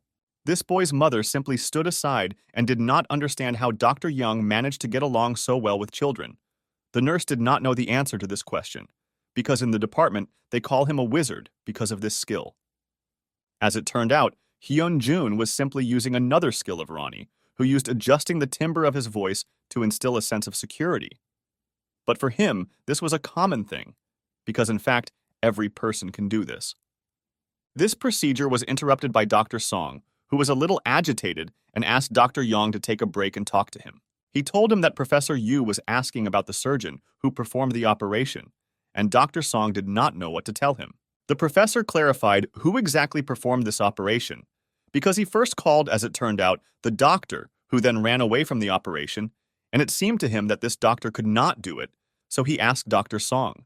But the chief surgeon of Gyeongju could not say that the doctor listed on the card simply ran away, and the operation was performed by a young surgeon, Dr. Yang, who is a trainee. Therefore, he had to say that he conducted it personally, and now doubts are creeping into him about this. Did he do the right thing? Hyun-jun couldn't believe that the professor talked to him yesterday and didn't guess anything. The vice president and Professor Seok Jin Woong were riding in the elevator together, and the vice president suggested that the doctor go and have lunch together if he had a free minute. But after this proposal, the professor picked up the phone from Dr. Yu, who told him some information about the patient, and he simply ignored the deputy's proposal. The chief heard information that one of the surgeons left the operating room in the middle of the operation and left the hospital. Then, who completed this operation? The deputy clarified who called the professor. He said that it was Professor Yu Chol, who was sent to the branch in Gyeongju. He asked the chief, or he told him that the situation was critical and the patient was in a difficult condition. But it seems Seok Jin Woong was not in the mood to talk to him about it, because he did not like the deputy for his dirty deeds. The chief got out of the elevator and advised the deputy to involve even more journalists in this matter for greater publicity, because the vice president wants this so much, and it is better, in his opinion, to come out in person and tell everything. The deputy began to boil at these words and thought that over time he would get this impudent person. At the Gyeongju branch, meanwhile, the chief surgeon was talking to the head of traumatology at Daehan Hospital and laughing very hard. Dr. Song was very nervous and did not know what to say in response to the professor's words. Therefore, the professor decided to speak directly and would like to invite Dr. Song Wang Gyu to the trauma department of Daehan Hospital. Hyun-jun was very happy for the doctor because it's so great to work in the main office, and also under the guidance of such a professor, it's luck. But Dr. Song was not very happy about this, because if he was caught in a lie, it would be the failure of the year. But Dr. Young tried to calm him down, because in fact he did not lie, and they did the operation together, so everything is fine. There is nothing to worry about. Of course, this helped the doctor calm down a little, because he actually also wanted to work in the main office. This is so cool, but there are some problems. He burst into tears because he understood that he did not know how to operate on Ka-hyun-jun. He only assisted in that operation. In fact, all the important work was done by Dr. Young, and he does not have such skills to meet the professor's expectations. The guy answered in a calm voice that while he was working here, during this time he saw that Dr. Song is careful in operations. He takes care of patients and abandons them in difficult situations, and he also works hard, and it's all about the doctor who stands opposite Hyun-jun. Dr. Song was very pleased to hear this, but still he understood that he was not capable of this, and he had never performed such a level of surgery. Therefore, he asked for something that made Dr. Yang very surprised. Dr. Song asked him to learn how to operate while he was still working at the Gyeongju branch. Hyun-jun did not understand such a request, because what an intern can teach a chief surgeon even sounds funny. He sat down on his knees and began to beg him.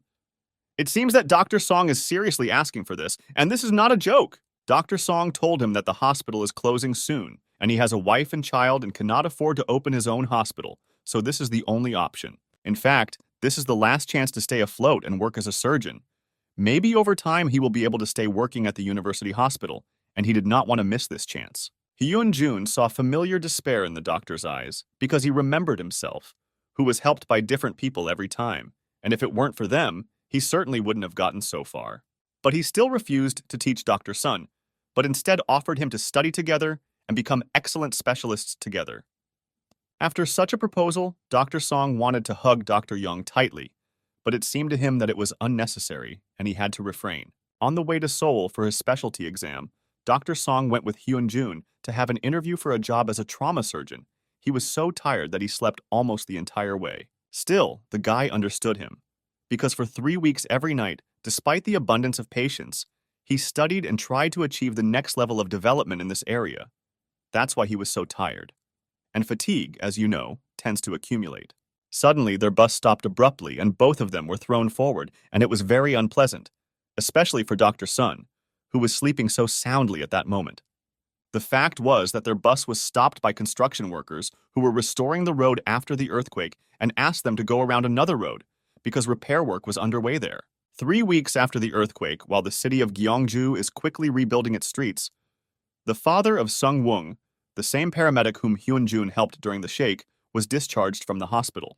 And the head nurse, before he left for the exam, told him that grandmother Go Bok-soon was also feeling great. Her hands stopped hurting. Dr. Young was very happy, because these 3 weeks were so eventful for him. A lot of memories will remain for the rest of his life. As soon as he thought about the family with whom he had lived all this time, they immediately sent him a photo of them together and wished him good luck on his specialty exam. He was very pleased to see this, and he once again proved to himself that being a doctor, wonderful. But he needs to remember why he is going to Seoul and gather all his strength into a fist and become what he has wanted for so long. In the morning, when Hyun-jin arrived at the hospital, they were immediately forced to write the first test, which showed their ability to translate English medical articles. This was a fairly important skill, because in the work of a doctor, you always need to know the latest medical news. The time was up and the work had to be submitted. Hyun-jun was glad, because in his opinion he had done an excellent job, and all that was left was to wait for the results to be sure of this. Unexpectedly, he met Yoon-sung in the corridor, who invited him to go together to an interview for the specialty of general surgery. Hyun-jun did not mind, because they were old friends. But then he thought, Yoon-sung wants to go to an interview for general surgery. He seems to want to become a plastic surgeon. The guy decided to ask him why he chose general surgery, because he so wanted to become a plastic surgeon. Hyun-jun, without waiting for an answer, assumed that he went to general because it's too difficult to get into plastic surgery, and there's a big competition ball there. This joke really pissed off the guy, because according to him, he thought everything through carefully and it was only his choice and desire. Hyun-jun understood that he was not lying because when they last saw each other, the guy really thought very much about his profession and what he wants to be in the future. Their conversation was interrupted by a woman who was sitting with a small book in her hands and asked the guys to talk more quietly because they were disturbing her a lot. Yoon-sung didn't understand what kind of evil girl this was. They weren't in the library and had to behave quietly, but Hyun-jun decided not to escalate the situation, so he apologized. At that moment, one of the examiners came out and called the girl and Hyun-jun for the interview. The examiners accepted 3 candidates each, among whom was Hyun-jun. He was not nervous because he was confident in himself. They asked the kind candidates to take a piece of paper and read the task that they would need to solve during the interview. Hyun-jun carefully read the contents of this assignment, and it described a 64-year-old man who had pain in his stomach. The pain increased every day. He complained of nausea, fever. It was worth noting that the pain decreased after taking an antibiotic, and in a blood test, the number of leukocytes was 20,000. After the time they gave them to prepare had expired, the guy who was between the girl and Hyun-jun answered first, and he seemed very hesitant to answer. The girl decided to give him some advice, and it seemed to her that it looked like cholelithiasis. The guy heard that hint and repeated it exactly, but it seems the professor didn't react the way he wanted.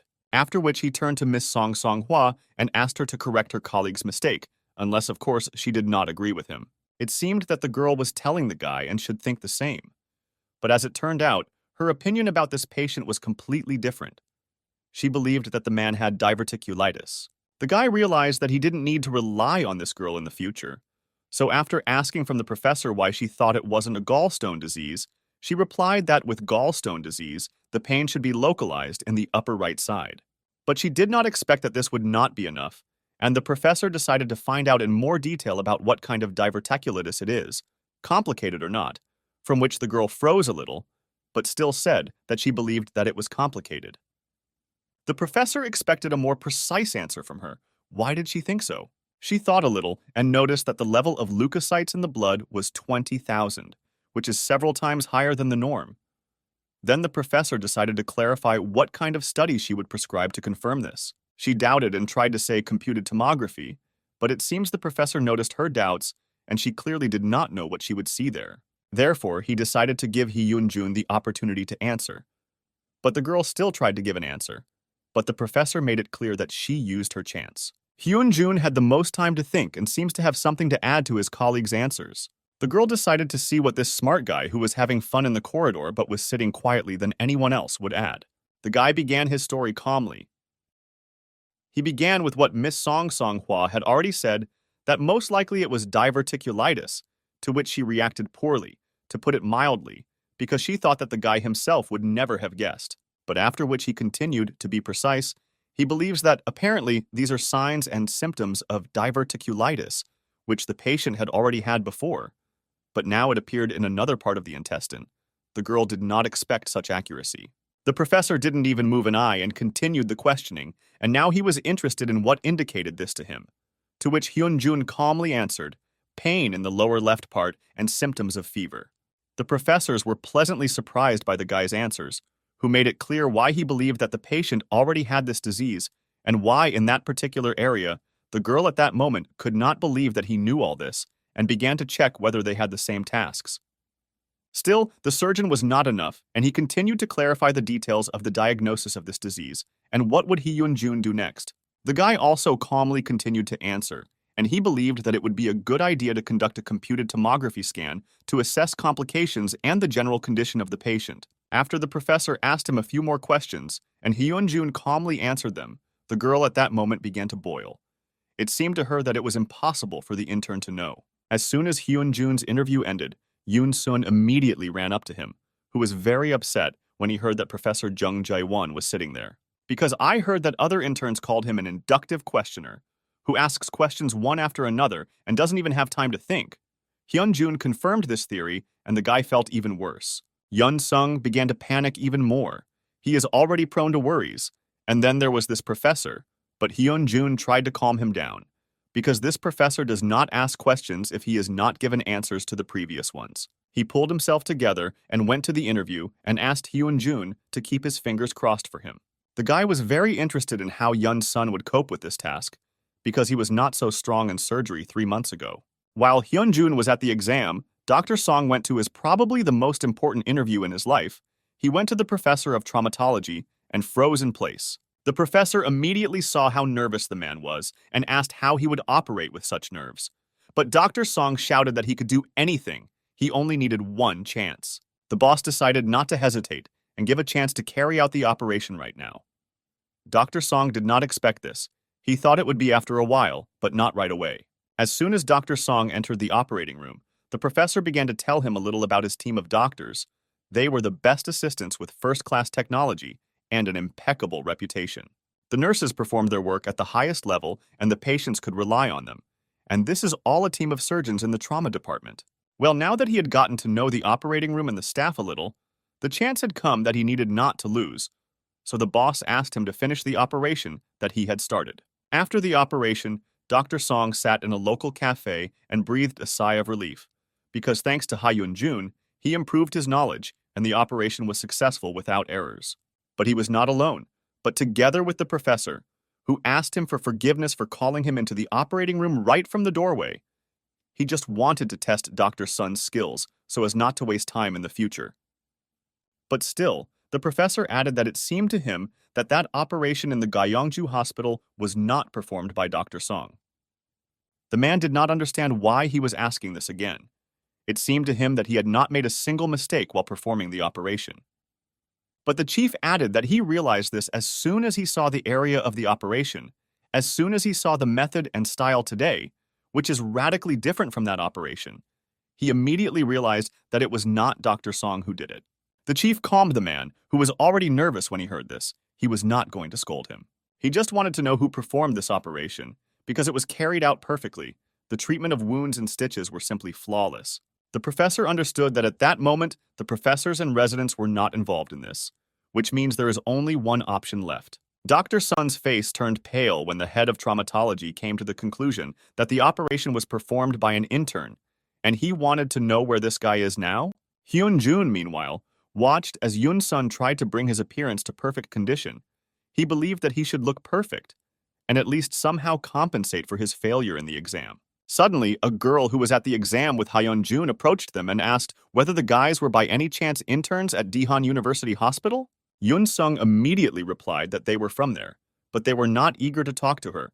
But she wanted to talk not with Yun-sung, but with the guy who was sitting behind him. Hyun-jun immediately recognized her. He remembered this girl who was with him in the exam. He kindly stood up and greeted Dr. Song-ho and reminded her that his name was Yang Hyun-jun, and this was his friend Yun-sun. But even without his prompting, she perfectly remembered the name of the guy who predicted all the answers to the professor's questions. But Hyun-jun himself considered that he was lucky, because he asked what he knew. The girl didn't think so. She believed that this was not even modesty, but simply deception, and he was trying to confuse her. Hyun-jun felt the girl's direct hostility towards him. She was incredibly interested in finding out how he found out absolutely all the answers to all the problems. It's impossible. But she was interrupted by Yun-sung, who believed that this was too rude for a first meeting and the girl should calm down her ardor, because he was tired of enduring and was starting to get tired of it. Their quarrel was unexpectedly interrupted by the professor of traumatology, who was just looking for Hyun-jun and seemed to have found him.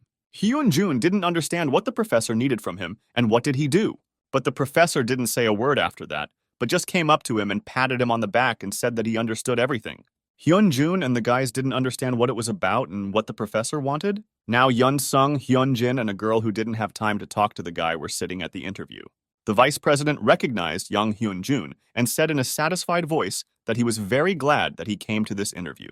Hyun-jun understood that the deputy was not saying what he was thinking, and first of all, he did not want to see Hyun-jun in his hospital. Another examiner took Hyun-jun's profile and was surprised that the guy had a huge range.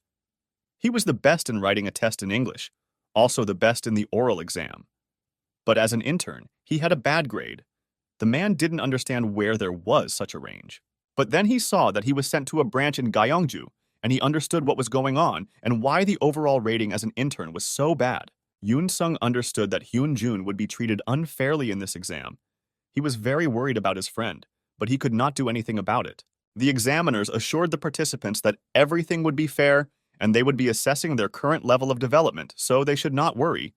But Ronnie knew that this was a lie. What Hyun-jun himself guessed, he knew that the deputy would try to throw him in. It wouldn't be easy.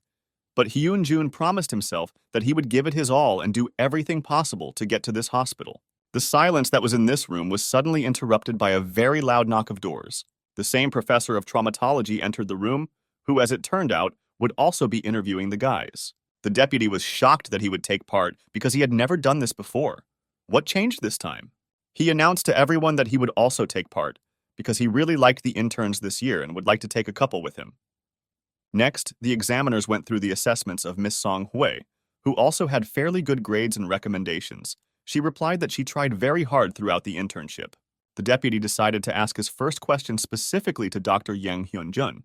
He was interested in how many months ago the guy treated the patient with a thrombolytic, and if such an emergency arose again, what would he do if the boss was not around? The professor immediately realized that the deputy was going to bombard the guy with questions, so he immediately asked questions that would be extremely difficult for Hyun-jun to answer because of his nature. Hyun-jun could not answer this immediately, and he needed time to think about the answer. Ronnie gave him a clear picture of what they would do to Hyun-jun if he answered as he thought. He would be fined and his points would be reduced, but the guy understood this perfectly well, even without Ronnie. The girl didn't understand why he was waiting. It's such an easy question. You just need to say that he will wait for the boss. But Hyun-jun decided for himself that he could not compromise at the cost of the patient's life. So he gave a clear answer that if possible, he would first give priority to the superior. But if the situation goes wrong, he will make his own decision. If the deputy understood him correctly, then he will deal with such a situation on his own? Hyun-jun did not bend under him and confidently replied that he would figure it out himself if the need arises. Yun-sung couldn't believe his ears that he was hearing what Hyun-jun was saying, and he would now be fined and have his points reduced. The professor, hearing Mr. Hyun-jun's answer, was pleased. He is telling the truth and he likes it.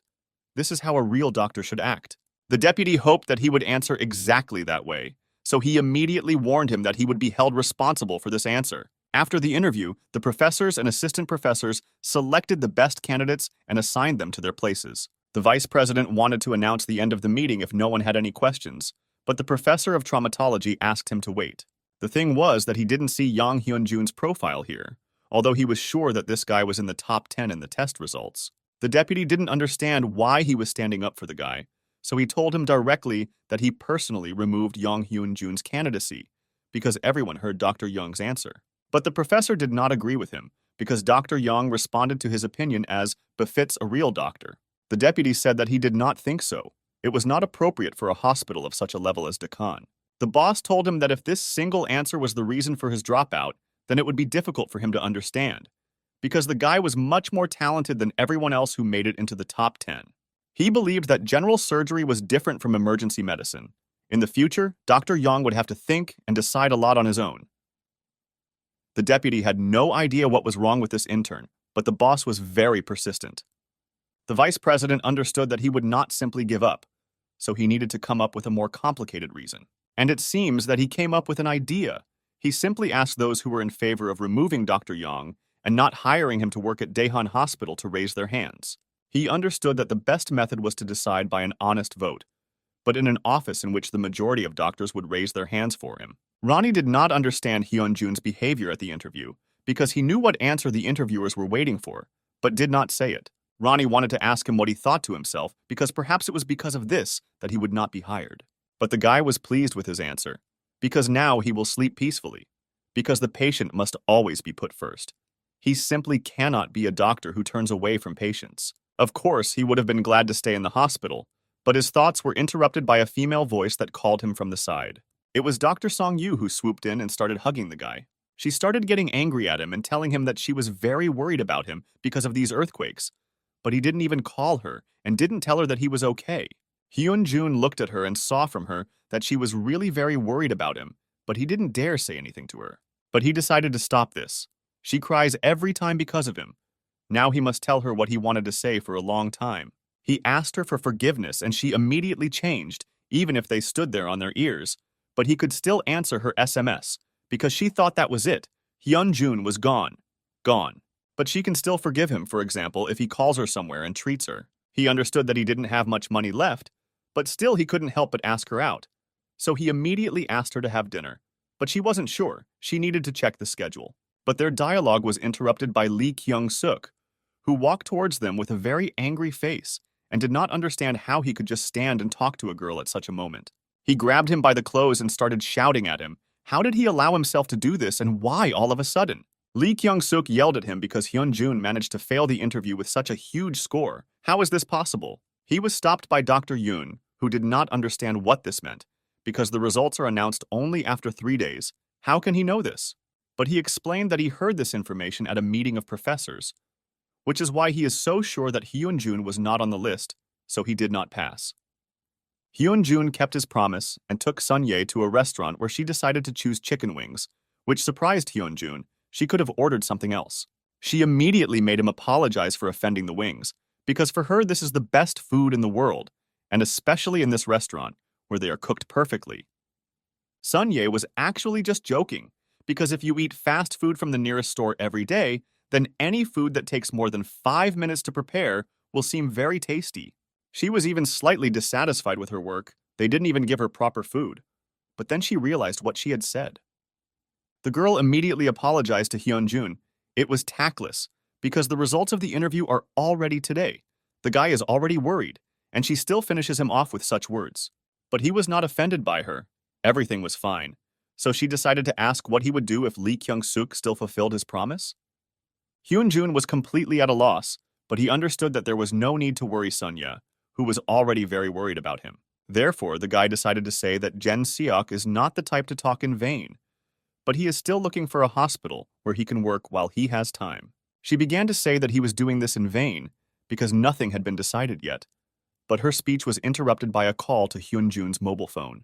The number that called was identified as a hospital number, and when he picked up the phone, they immediately started asking him where he had done his internship and where he was currently working. The girl heard that he was being asked about his work experience and internship and immediately realized that they were calling from the office of the deputy director, so she began to worry a little about him. The person who called him said that he needed to come to Seoul tomorrow. The girl heard this and decided to check some information. When he finished, he asked for forgiveness for being distracted. But for the girl at that moment, it no longer mattered, because she saw what he would like. The thing was that she looked at the results that were published and found Hyun-jun's exam number, which means that he went to work at Daehan Hospital. The assistant came to the deputy's office to report that he had done everything he asked, and he transferred Young Hyun-jun's appointment to Eunjung Hospital. They also completed all the work that concerns journalists and publicity. No one will know. The vice president praised him and allowed him to go. Meanwhile, the man was watching one of the most popular videos on the internet over the past month and saw how Hyun-jun saved people from a fire. He sent him to Gyeongju for correctional labor, and he became a hero there. Absolutely every person in the comments was interested in which hospital this guy works at. The situation for the deputy was getting worse every day, so he decided to send the guy to Eunjung Hospital. He understood perfectly well that if he dumped the guy now, there would be a fuss. And while he was in the Eunjung Hospital, interest in him would cool down over time, and then he would make sure that the guy was left completely alone. Hyun-jun was very upset when he left the very room where he had lived for 3 whole months. He was so used to it that he still did not believe that he would live in another place. The owner of the house snatched the suitcase from his hands and said that he would carry it down himself. He honestly thought that the guy would stay with them for another couple of months, but he was a little disappointed that Hyun-jun was leaving back to Seoul. The guy didn't know what to say because for him, it was no less an unexpected decision. Finally, they put a bunch of gifts in his luggage, which made him feel embarrassed that he had caused them so much inconvenience. But they assured him that they would always be happy to see the guy at their home. He is their very close friend. He said goodbye to this beautiful house and thought that so many wonderful moments had happened here, and he was very glad that most of the past were good memories. Dr. Song and Hyun-jun decided to have lunch together and celebrate the fact that together they found a new job that they so wanted. The professor of traumatology, although he realized that it was not he who performed that operation, but after seeing the doctor's technique, he decided to hire him because he saw talent in him. Now they are moving together from Gyeongju to Seoul. Suddenly, they were interrupted by Dr. Hen, who put some kind of package on the table and said that he came here because the nurse told him everything. As it turned out, he didn't come to swear, But in the package, there were 2 bottles that he brought for Hyun-jun and Dr. Sun. At first, he decided to joke that he wouldn't mind working at the main branch, and if Hyun-jun got him a job there, it would be nice. But Dr. Song didn't take it as a joke and started shouting at him so that he wouldn't dare ask such a thing. He calmed him down and said that he was joking. He just came to say goodbye to them. Dr. Hyun explained that he brought this set of 2 bottles for them. The first one was for Dr. Song, who returned to Seoul for such a prestigious job. Hyun was happy for him. Well, the second one is for Dr. Young, as for the best intern he knew and for his excellent job, which even made him blush. Hyun-jun and Dr. Song were very surprised that Hyun decided to get along with them, how much time it took. But he just said that he was grateful to them as doctors, that's all. In any case, he didn't come here to chat, so he suggested immediately opening one of the bottles and celebrating this holiday. Hyun-jun thought to the end that Dr. Hyun hated him, but once again he was convinced that the truth wins, and he finally recognized him and even wanted to make friends. Now, he needs to try in the main branch. The remaining months of the internship were spent at Yunjeong Hospital, as Hyunjor left Gyeongju early. In the new hospital, Hyun-dan did not notice much difference in the work in the department. It was very reminiscent of Gyeongju, but due to the large influx of patients, he had to work without breaks, which was incredibly difficult. Working tirelessly, Hyun-jun finally completed his internship at Yunjeong and became the specialist he so dreamed of being. The guy lived all this time in hustle and bustle and didn't even notice how time passed. But Ronnie was sure that the fact that Hyun-jun was now famous also played an equally important role. Hyun-jun had never felt this way, so he didn't know how to behave when you're a famous person. It embarrassed him. Dr. Yang was almost 100% sure that the video where he pulled the paramedic's father out of the fire was to blame, and from that moment they began to recognize him, which made it difficult to work at times. Ronnie was exactly the opposite, because he believed that if it weren't for this video, then most likely Hyun-jun would not have been accepted for an internship at such a hospital. It's not for nothing that during the call from the vice president's office and the noise around this video, it's clearly connected. But I was a little scared of what would happen when the noise went away. Hyun-jun thought about Ronnie's reasoning. If they were correct, then for this reason, the guy was hastily sent to one of the hospitals in the main office, because then they would have received a bunch of questions from journalists. The guy has already thought about what Lee Kyung-suk said, who initially said that he did not pass, and it was all because of this video. Hyun-jun began to become more and more interested in this, and what was the vice president thinking about? What was he up to? On his first day at work in his specialty, the vice president immediately told the guy that he would be on duty for 100 days in a row, which made Hyun-jun shocked. Is this even possible? He was sure that his punishment had already passed and Hyun-jun had corrected his guilt, but as it turned out, no, and the deputy made it clear to him that he was not joking with him. The deputy turned his laptop towards him to show him a video of the guy, and he had to guess what the video was. The video was the same, but it turns out people filmed Hyun-jun undergoing emergency surgery in Gyeongju after a fire, where there was no one who could give him advice, and apparently this made the deputy very angry. He looked at him with evil eyes and didn't understand what he could think of to do such a thing, and again do it all himself. Where is his responsibility? The guy stood silently and understood that if he had not done this, the patient would have died on the spot, and therefore he does not regret it one bit. But he will have to be punished for it. He agreed that he would be on duty for 100 days in a row, but as it turned out, the deputy prepared another surprise for him, which he presented immediately as soon as Hyun-jun agreed with the punishment. He forbade him to enter the operating room during the entire work. The deputy looked carefully at the guy's reaction and waited for him to say something, but apparently not, so he had to ask himself. For Hyun-jun, responsibility seemed optional, but he couldn't say it. So he gathered all his strength into a fist and remained silent. But he still couldn't resist and asked if he could enter the operating room at least in case of an emergency operation, when it was so important for the patient himself. The deputy did not expect that the guy would be so obsessed with surgery that he was trying with all his might to get into the operating room and operate. He had no choice, so he said that if an experienced professor of the department allows it, then he will make an exception. In other cases, it is prohibited. But he knew that permission only for emergency surgery would not allow the guy to fully enjoy the surgery, and he would be eager to operate more and more. But he was forbidden to do this. Let's see how long Yang Hyun-jun, who has already held the card of his first patient as a specialist, can hold out. Even though he is a specialist, they are still monitored by residents, and Hyun-jun was no exception. He was assigned third-year resident Hwang Jiwayu's son, who was a specialist in rectal surgery. But he didn't want to listen to the guy, and gave him the job of finding materials until tomorrow morning, because there was a meeting tomorrow. But in the meantime, he went to the operation. Hyun-jun didn't understand why, but he felt a strange hostility from all the staff towards him personally. They assigned him to do stupid work and constantly yelled at him if it was done poorly. He felt very bad here. Hyun-jun did not expect such an attitude towards himself. In Eunjung, it was better for him. Hyun-jun was carrying out another useless task for his resident. He was bringing books into one of the reading rooms, where he met Dr. Kim Byung-seok. This doctor was from the second year of residency. Ben Soka was surprised. Was the guy really going to read and learn all this? Hyun-jun explained that this was another task from the resident, but the doctor didn't seem to care. He asked out of politeness. But in addition said that they don't like the guy here because he's a celebrity. He also added that some of the employees of this department took disciplinary action against the tall man if Hyun-jun knew who he was talking about. Of course, he thought that this was not as bad as it might seem, but in any case, he wished Hyun-jun good luck, because he would definitely need it in such a department. The guy was slightly upset. He didn't understand what kind of rumors were circulating about him. Apparently, they weren't very positive since they treated him so badly. The guy was forbidden to visit the operating room, but not the hospital patients, so he was present at every round of the professor, and this time the patient was a man with colon cancer, who was admitted today. According to the man who was confirmed in the database, he had a colon polyp removed 7 years ago due to which cancer is suspected. So the professor decided to ask him if he had done tests after that. But it seems the patient and doctors did not know this, so the professor turned to his subordinates. The resident who supervised Hyun-jun said that the guy was the attending physician of this patient, and he should be aware of all the tests and analyses, so he suggested asking him.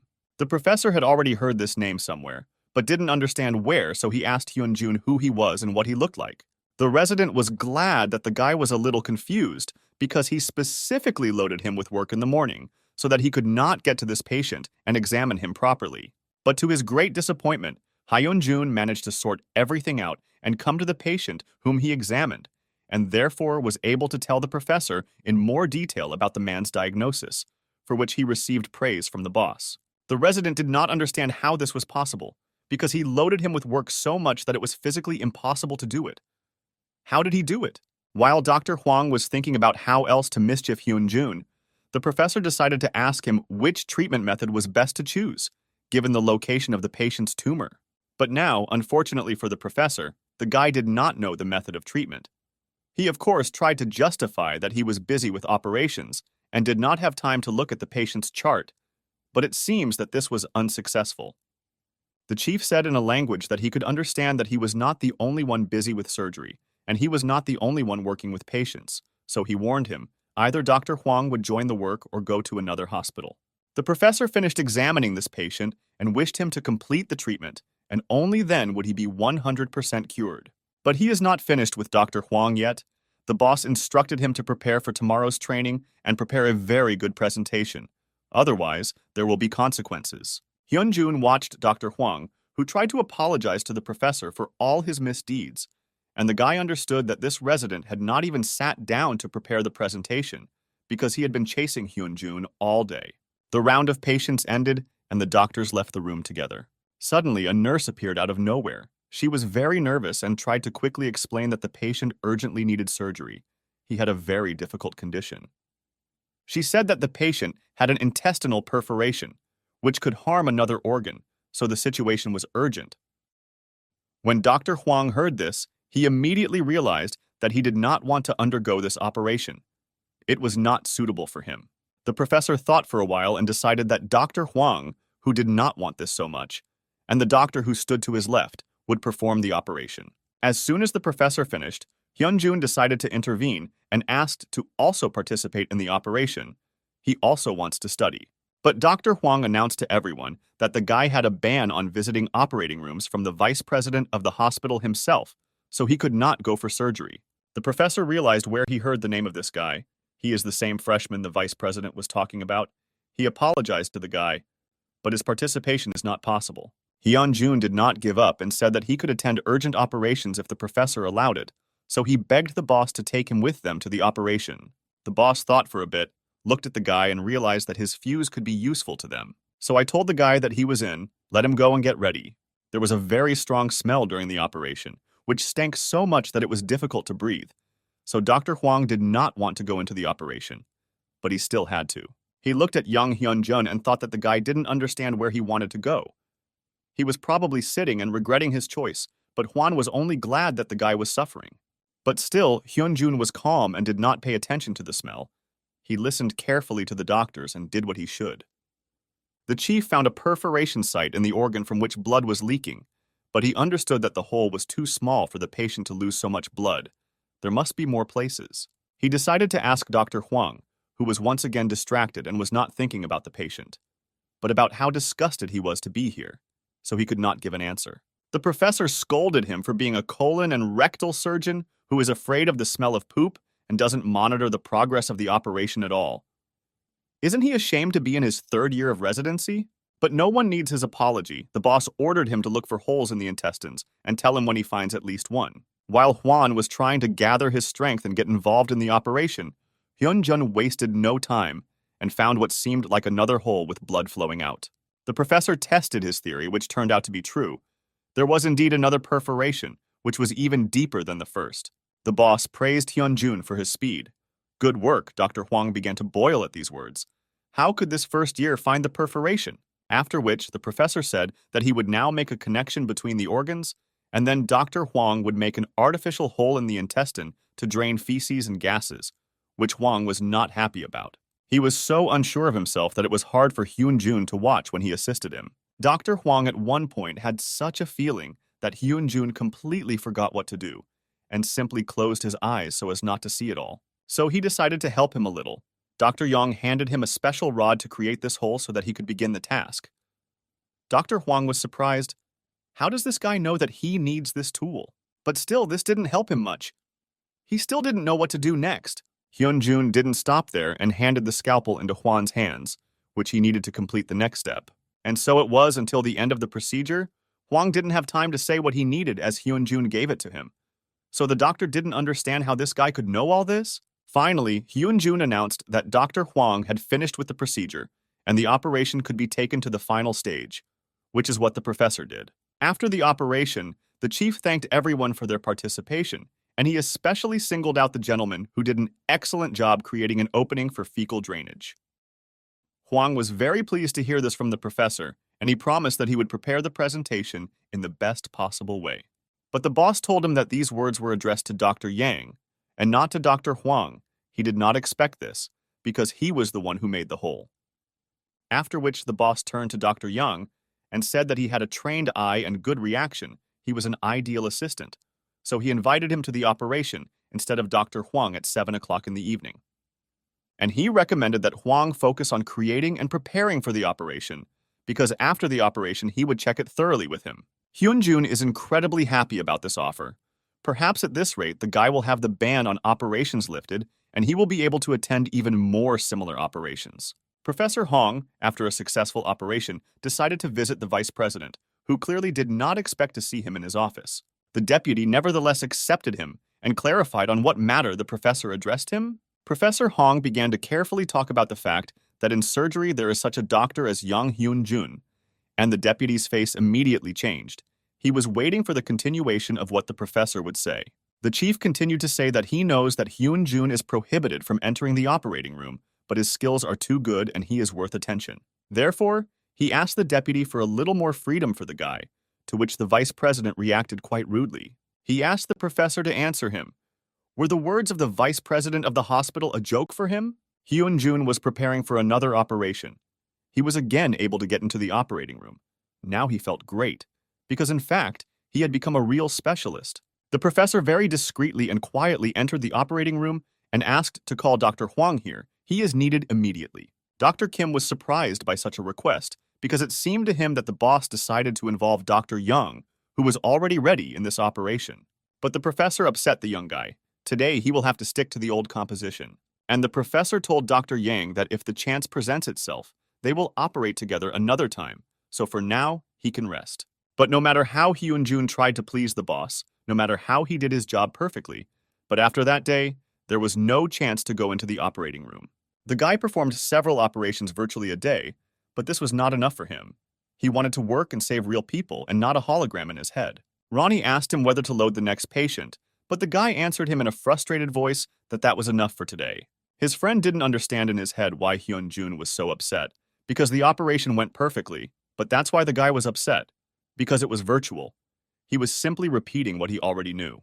Hyun-jun knew that the reason Daeha University Hospital was better was because it had great doctors. First of all, people come here to study technology, but his 100-day duty will soon end, and he was already wondering if there was any point in staying to work there if this situation happened again. Then suddenly his thoughts were interrupted by Dr. Kim Byung-seok, who told him that he didn't know what the guy was thinking about.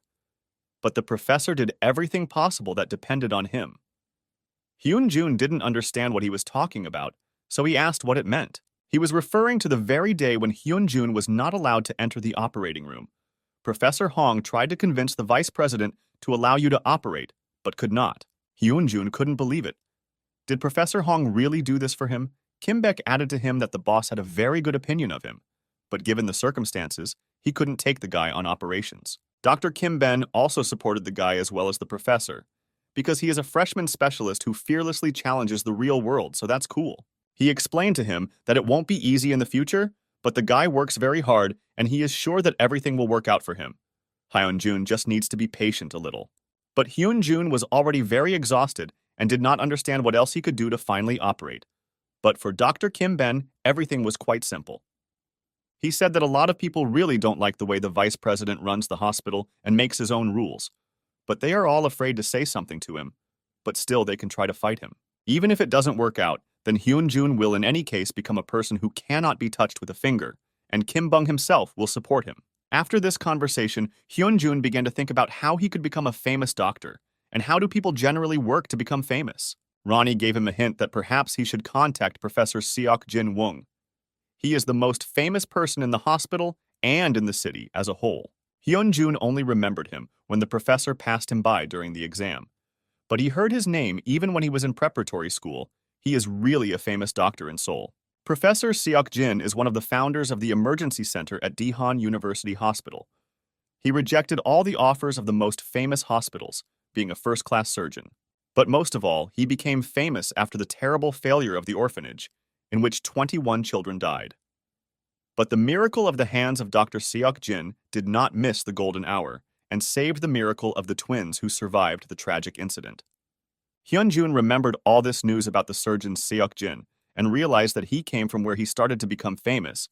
It feels like you need to be a master of your craft and vice versa. Then suddenly, he was stopped by one of the new interns of the hospital, Kim Jin-young, who was curious to know where Hyun-jun was going now, by any chance not in the emergency room? It was there that Hyun-jun was heading. Who was surprised? What did the young intern need from him? The thing was that one patient whom he was assigned to transport did not agree with the diagnosis that the doctor made for her, and he asked Hyun-jun to look at this patient. The patient was very angry and denied that she had dysmenorrhea, so she asked to be examined by a normal doctor and not the one who came to her. The intern said that the surgeon redirected her to the obstetrics and gynecology department. But before he could finish, Hyun-jun entered the room and said hello. Dr. Young tried to find out why she thought that she did not have menstrual pain, because according to the symptoms it was, but she was sure that it was not them, and she was not so old that she could not distinguish between them. Hyun-jun decided to check the patient's tests, and the intern read them out. All the indicators were within normal limits. Only the hematocrit was slightly underestimated. He understood that this number was too low to think about menstruation, and the patient confirmed this by saying that the medication she was prescribed did not help at all. Hyun-jun began to palpate her stomach to find at least something that would help diagnose her. She didn't mind. Dr. Yang palpated her abdomen, and the pain was in the upper abdomen, which did not quite correspond to the diagnosis of dysmenorrhea. The intern was surprised that both the surgeon and the gynecologist diagnosed dysmenorrhea. Were they really mistaken, and this is not so? Hyun-jun asked to request a CT scan from the radiology department, but the intern did not understand what it was for if other doctors diagnosed it. Dr. Young interrupted him and said to call those who diagnosed her, and immediately, Hyun-jun was almost 100% sure that the woman did not have dysmenorrhea. The doctors who diagnosed this patient were very unhappy that they were called to a patient whom they had already diagnosed. Hyun-jun was unhappy that these doctors did not specify whether the patient was taking contraceptives, but the obstetrician gynecologist said that the woman denied it. As it turned out, the patient lied. She was embarrassed to tell because her doctor was a man and she felt embarrassed. But in any case, the gynecologist was unhappy that she was called only because of this issue. But Dr. Young called them not only on this issue. Dr. Young was very interested in how they palpated her abdomen because given the low blood pressure and hematocrit of 25% and the fact that the patient is taking contraceptives plus pain in the lower abdomen, this is definitely not dysmenorrhea. The obstetrician gynecologist immediately ran to the patient and asked to examine her. She palpated the abdomen again and agreed with Dr. Yang. This is not dysmenorrhea. This is a benign tumor of the uterus. She blamed herself for such negligence, so she immediately went to the laboratory to clarify this diagnosis. Hyun-jun was angry with this doctor because she has a huge amount of knowledge, but because she is so careless with her examinations, she is not able to make a correct diagnosis, and in the future, this can play a very bad joke on her. The surgeon who examined her said that he had always disliked gynecology. There were always a lot of problems with it. Hyun-jun assured him that he still needed to send the patient for a CT scan, but he did not agree, because the results regarding the surgery were given by Lee Gen-seok. Would Dr. Young really doubt his result? Dr. Young did not expect that this patient was examined by Gen-seok. But Hyun did not listen to him and called Lee Kyung-suk and asked him to immediately come to the radiology office. He had a conversation with him. The surgeon was surprised that Dr. Yang called Gen-seok directly and said that he had questions about the patient he diagnosed with dysmenorrhea. Dr. Yang believed that it was not a uterine tumor, but liver cancer, and she urgently needed surgery. Lee Kyung-suk didn't understand where Hyun-jun was getting such conclusions. He didn't even have tomography results yet, and he was already making such diagnoses. He thought that this was not normal. The junior surgeon was very surprised that Dr. Young would contradict the diagnosis made by Lee Kyung-seok. But Hyun-jun was confident in his words, and it seemed to him that it was a liver adenoma caused by bleeding. Gen-suk admitted the chance that perhaps this is not dysmenorrhea, however. Hyun-jun knows very well that epithelial growth is much more common than liver adenoma. How does he know that this is it? In any case, he explained to Dr. Young that they were required to respond to the illnesses of emergency patients. But could epithelial proliferation be considered an emergency? Hyun-jun did not agree with him, because when there is a liver tumor, there will always be a chance of rupture and, judging by the tests, the bleeding should already be in the abdominal cavity, and this is already drawing to the emergency room. Gen-seok has already begun to get angry with him that the guy stands his ground to the end after all. He is a freshman, and where does he get so much confidence from? He thought that a few videos on the internet did not make Hyun-jun a great doctor, so let him loosen his arrogance a little. Dr. Sok was about to tell him everything he thought about him, but they were interrupted by the doctor from the radiology room who told them that there were results of a computed tomography scan. On a regular tomography, they didn't see anything special, but when the assistant did it with contrast, it was clearly visible that this was far from tissue proliferation because the area would be homogeneous. Gen-suk couldn't believe it. Was it really a liver adenoma? Hyun-jun was now 100% sure that this was exactly the diagnosis. Dr. Lee Kyung-seok couldn't stand it and asked why Dr. Young was always so lucky and left the office. Hyun-jun knew that this was the doctor's professional skills and definitely not luck, because in addition to all this he has Ronnie, who helps him a lot. Perhaps this is unfair competition. But I decided to add to the doctor, who had not yet left, that he was so confident in his diagnosis only because he personally examined the patient and felt the symptoms. Hyun-jun was offended that the doctor who told him that it was luck did not even go to the patient and did not examine her. How dare he even say that? The doctor whom Lee Kyung-suk supervised asked him for forgiveness for screwing up so much. Next time he will examine the patient better. But it seems Lee Kyung-suk did not care at all about the words of the junior doctor. He only thought that he needed to defeat Hyun-jun at any cost, and he had to do it in the near future. Hyun-jun visited his old friend to ask how his mother was doing, and received a positive answer that his mother's CT scan had improved significantly, and her treatment results had improved significantly. The guy was incredibly grateful to the professor, but he, in turn, was grateful to the guy, because if it weren't for his idea, the medicine would not have had such a good effect. Dr. Yang believed that he simply shared his opinion and essentially did nothing. But the professor insisted on his participation, because if not for him, his research would have hung in the air.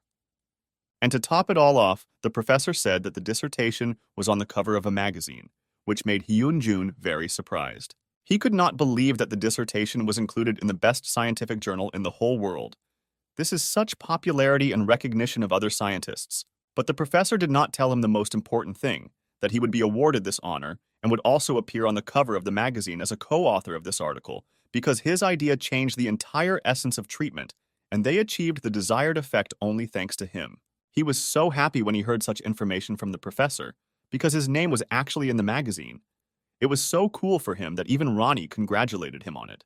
But the guy did not forget to thank Ronnie, because it was thanks to him that such a great idea came up, and together they were able to help not only Hyun-jun's mother, but also other patients. As soon as Hyun-jun entered the hospital, a nurse ran up to him and said that the deputy director, Mr. Pyo, was looking for him and wanted to see him immediately. Hyun-jun immediately went into his office, after which the nurse said this and immediately ran into accusations from the deputy director, who had already seen the article where Hyun-jun was a co-author.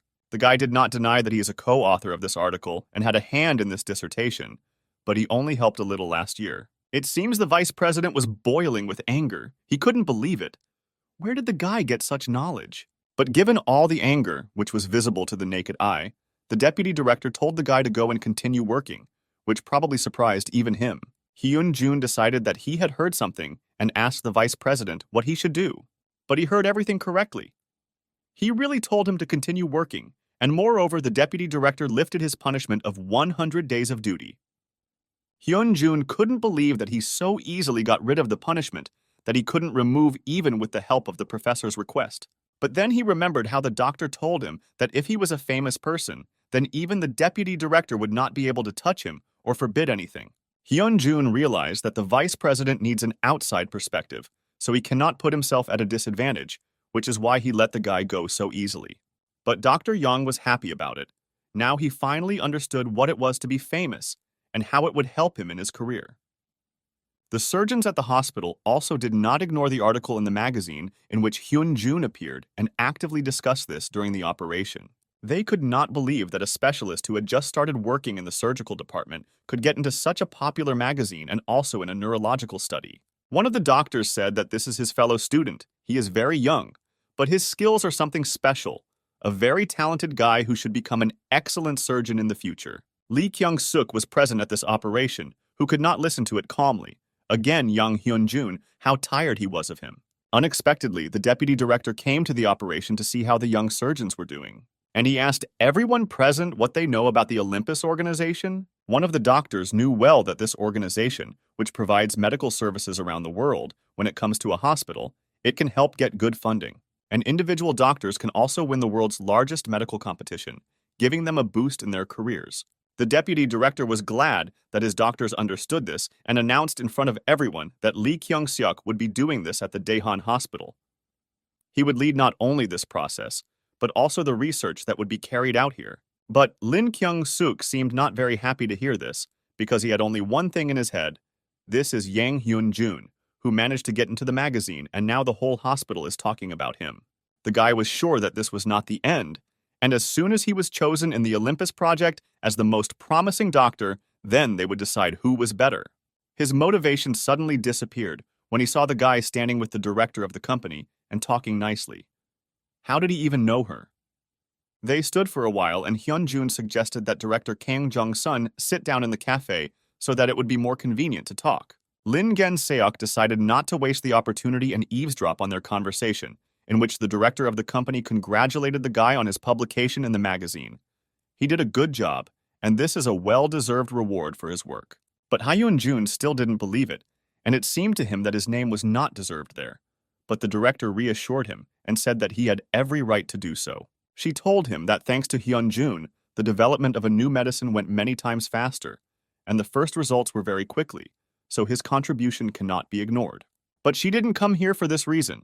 She wanted to tell me that the Codestem has a program that sponsors 2 neurologists every year. This time, she said that they decided to sponsor a doctor from a different specialty. Lim Gen-suk, who overheard this conversation, understood what the woman was talking about, and he heard that the grandee was very big in this competition. And finally, she told all the moments of this competition and announced that this year the same doctor of a different specialty was Yang Hyun-jun.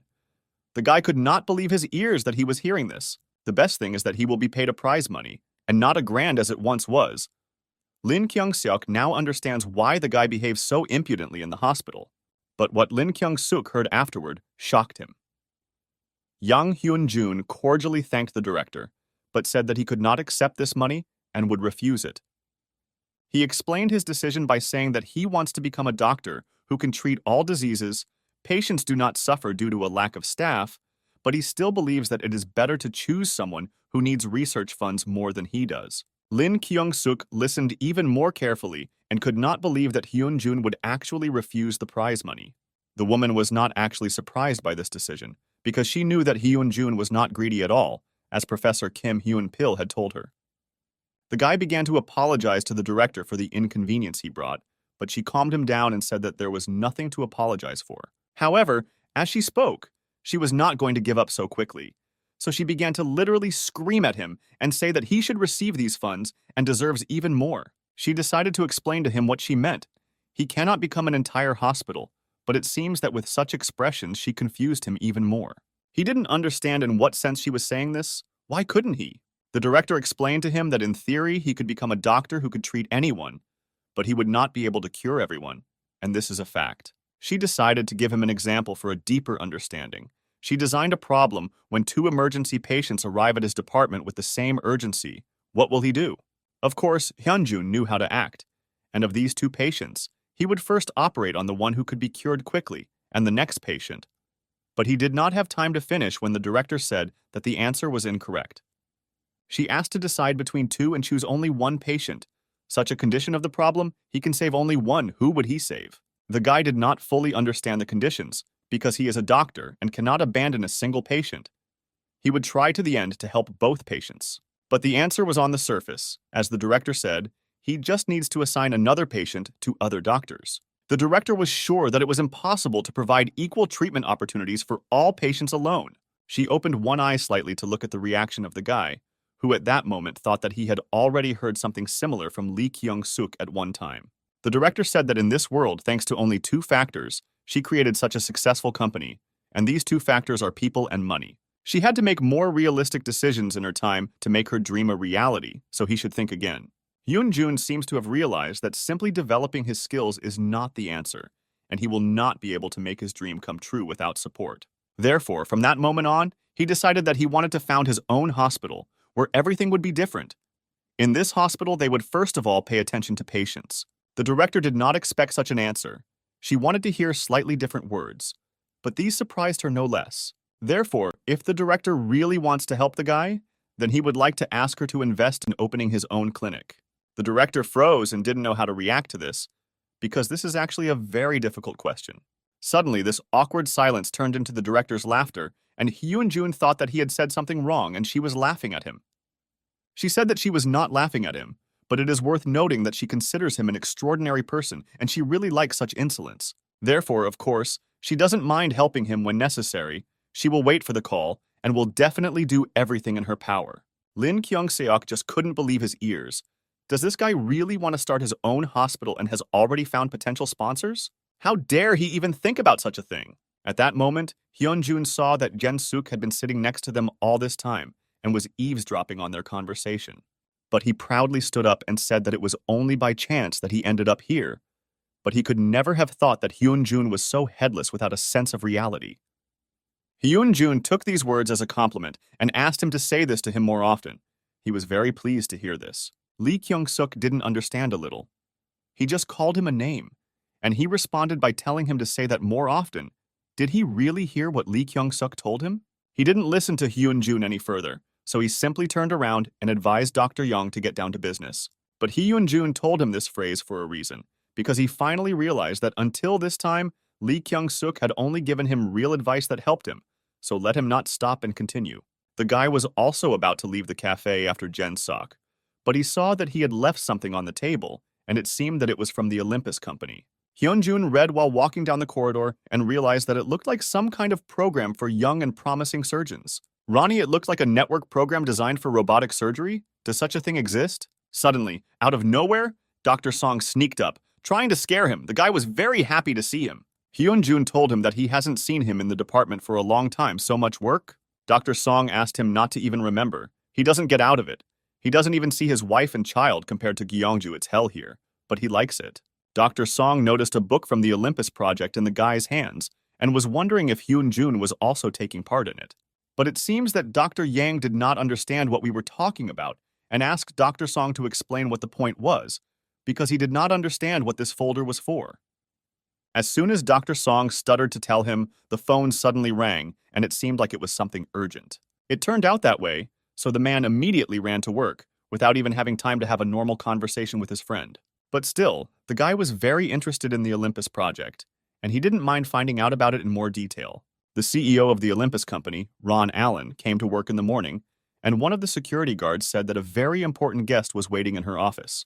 She immediately understood who the guard was talking about and ran into the office to make sure that she was right, and it seemed so. Rona was very angry because a lot of years had passed since he disappeared. She tried so hard to find him, and suddenly he came back. What made him come back? It was her father, the same Mr. Allen, who apparently saw something in Korea that decided to come back here. Yoon-sung went out to have lunch in peace, but he had to listen to his colleagues talk about the robotic surgery that Lee Kyung-suk performed. Unexpectedly, one of Yoon-sung's acquaintances pointed his finger at Hyun-jun, who came in for a bite to eat, and said that this guy is also not ordinary. There are so many rumors and conversations about him. But the girl who was sitting next to him decided to shut his mouth, because he is, first of all, their colleague, and they need to respect each other before saying what he is like behind his back. Yoon-sung was very angry to hear this. He of course knew that they were saying different things about his friend, but from now on he doesn't want to hear anything in his direction. But she agreed with them in some ways, because what were his endless punishments from the deputy director worth? She even heard that this Hyun-jun arbitrarily administered a thrombolytic drug directly in the ambulance without the presence of an ultrasound. There were even rumors that he was drunk. What was he thinking? What if the patient got even worse? For example, the girl was not sure that the guy would take responsibility if something went wrong. Yoon-sung couldn't say, but he wanted it so much. If only they knew that if Hyun-jun had not cured Uncle Song-tae during that time, the consequences would have been completely different, and the result for the patient would most likely have been tragic. But then, unexpectedly, the guys were interrupted by Hyun-jun himself, who answered the girl's question that if he wasn't sure of the treatment, he wouldn't have administered it. So no one needs to take responsibility for anything, and the patient only felt better. She was surprised by the level of such arrogance. Did he really think that there was not even 1% of risk in his actions? She understood everything this guy was made of. Hyun-jun had excellent hearing and heard what the girl was saying under her breath and answered her that it was self-confidence, not arrogance. He was confident and just did what was necessary. Yoon-sung decided to stop this useless dialogue and pulled him by the hand so that he would sit down and not take these thoughts into his head. They are all just jealous of him. The guy was most annoyed by this girl, because wherever he saw her, she constantly talked about some kind of connection between Hyun-jun and his superiors, that he got the answers to the exam somewhere, and that's why he answered so well. Dr. Yang thought about this girl and decided that he needed to have a normal conversation with her if possible. For the first time in a long time, Yoon-sung saw Hyun-jun in a robe. He told him that today was his first operation. That's why he dressed like that. Hyun-jun said that the ban on him was lifted. He believed that they decided to resort to Hyun-jun's skills at the insistence of the vice president. But the professor who called him for the operation does not seem to belong to any of the departments. He also heard that Professor Chu Gwan-wook is an expert in liver transplantation, so he is looking forward to this operation and how cool it will be. Yoon-sung was shocked that he would go into surgery with this professor, because it seems the guy knows him personally, and you can't tell from his face that he really likes this professor. He said that he knew him but would prefer not to know. Before that very operation, the professor gathered the entire team of surgeons together and said that their attention should be at the limit if they did not want him to criticize them to smithereens. Next, he turned to Yang Hyun-jun and ordered him to observe the intern during the operation, because he heard what a good specialist you are in this. So he hoped that Dr. Yang would do without participating in the operation today. But Hyun-jun was not going to give up just like that, so he asked the professor to allow him to personally participate in the process. This professor was a very strange man who told him in response that he would rein him in. He didn't know who the guy had worked with before and what he was allowed to do during operations, but this wouldn't work with him. When all the instructions were distributed, the professor called them immediately to the operating room. Now Hyun-jun understood why Yoon-sun reacted to this professor the way he did, and why he wanted to forget him so much. Dr. Yang carefully watched the progress of the operation and understood that this doctor, although disgusting, knew his business and his movements were very professional. Suddenly, the professor felt cramped in the operating room, and he decided to correct the situation and expel one of the doctors. He scolded the surgeon for not coping with the operation from the very beginning. He couldn't even assist normally when he should have operated on himself. The doctor was unable to tolerate such moral pressure from the professor, so he hurriedly left the operating room, and Hyun-jun understood that this was too much and Yun-sun was right about this surgeon. The professor turned back and saw a guy in red glasses, whom he liked, and said that he would now be his assistant. But the guy was not ready for this. Therefore, the professor did not mince words and scolded this guy for being such a coward, but still wanted to force him to operate. In his place, Hyun-jun stepped in and confidently told the professor that he would assist him, but the professor looked at him with a grin and asked if he could. The guy had dealt with this operation with Ronnie dozens of times already, so he was 100% confident in his abilities. Honestly, Hyun-jun understood that this was not so much a critical patient, and he could give the same guy with glasses a chance to prove himself. But he remembered the words of the director, who told him that his talent needed to be shown to people. They would not always see a good level of work. Therefore, the guy decided to no longer hide behind the backs of others. He cannot afford this if he wants to achieve his goal. He understood that no matter how good the skills were, they would not play a role unless circumstances changed, so he needed to take everything into his own hands and act. Hyun-jun took the tools in his hands and told the professor that he was ready to begin. If it was necessary for him to show what he was capable of, then he would do it.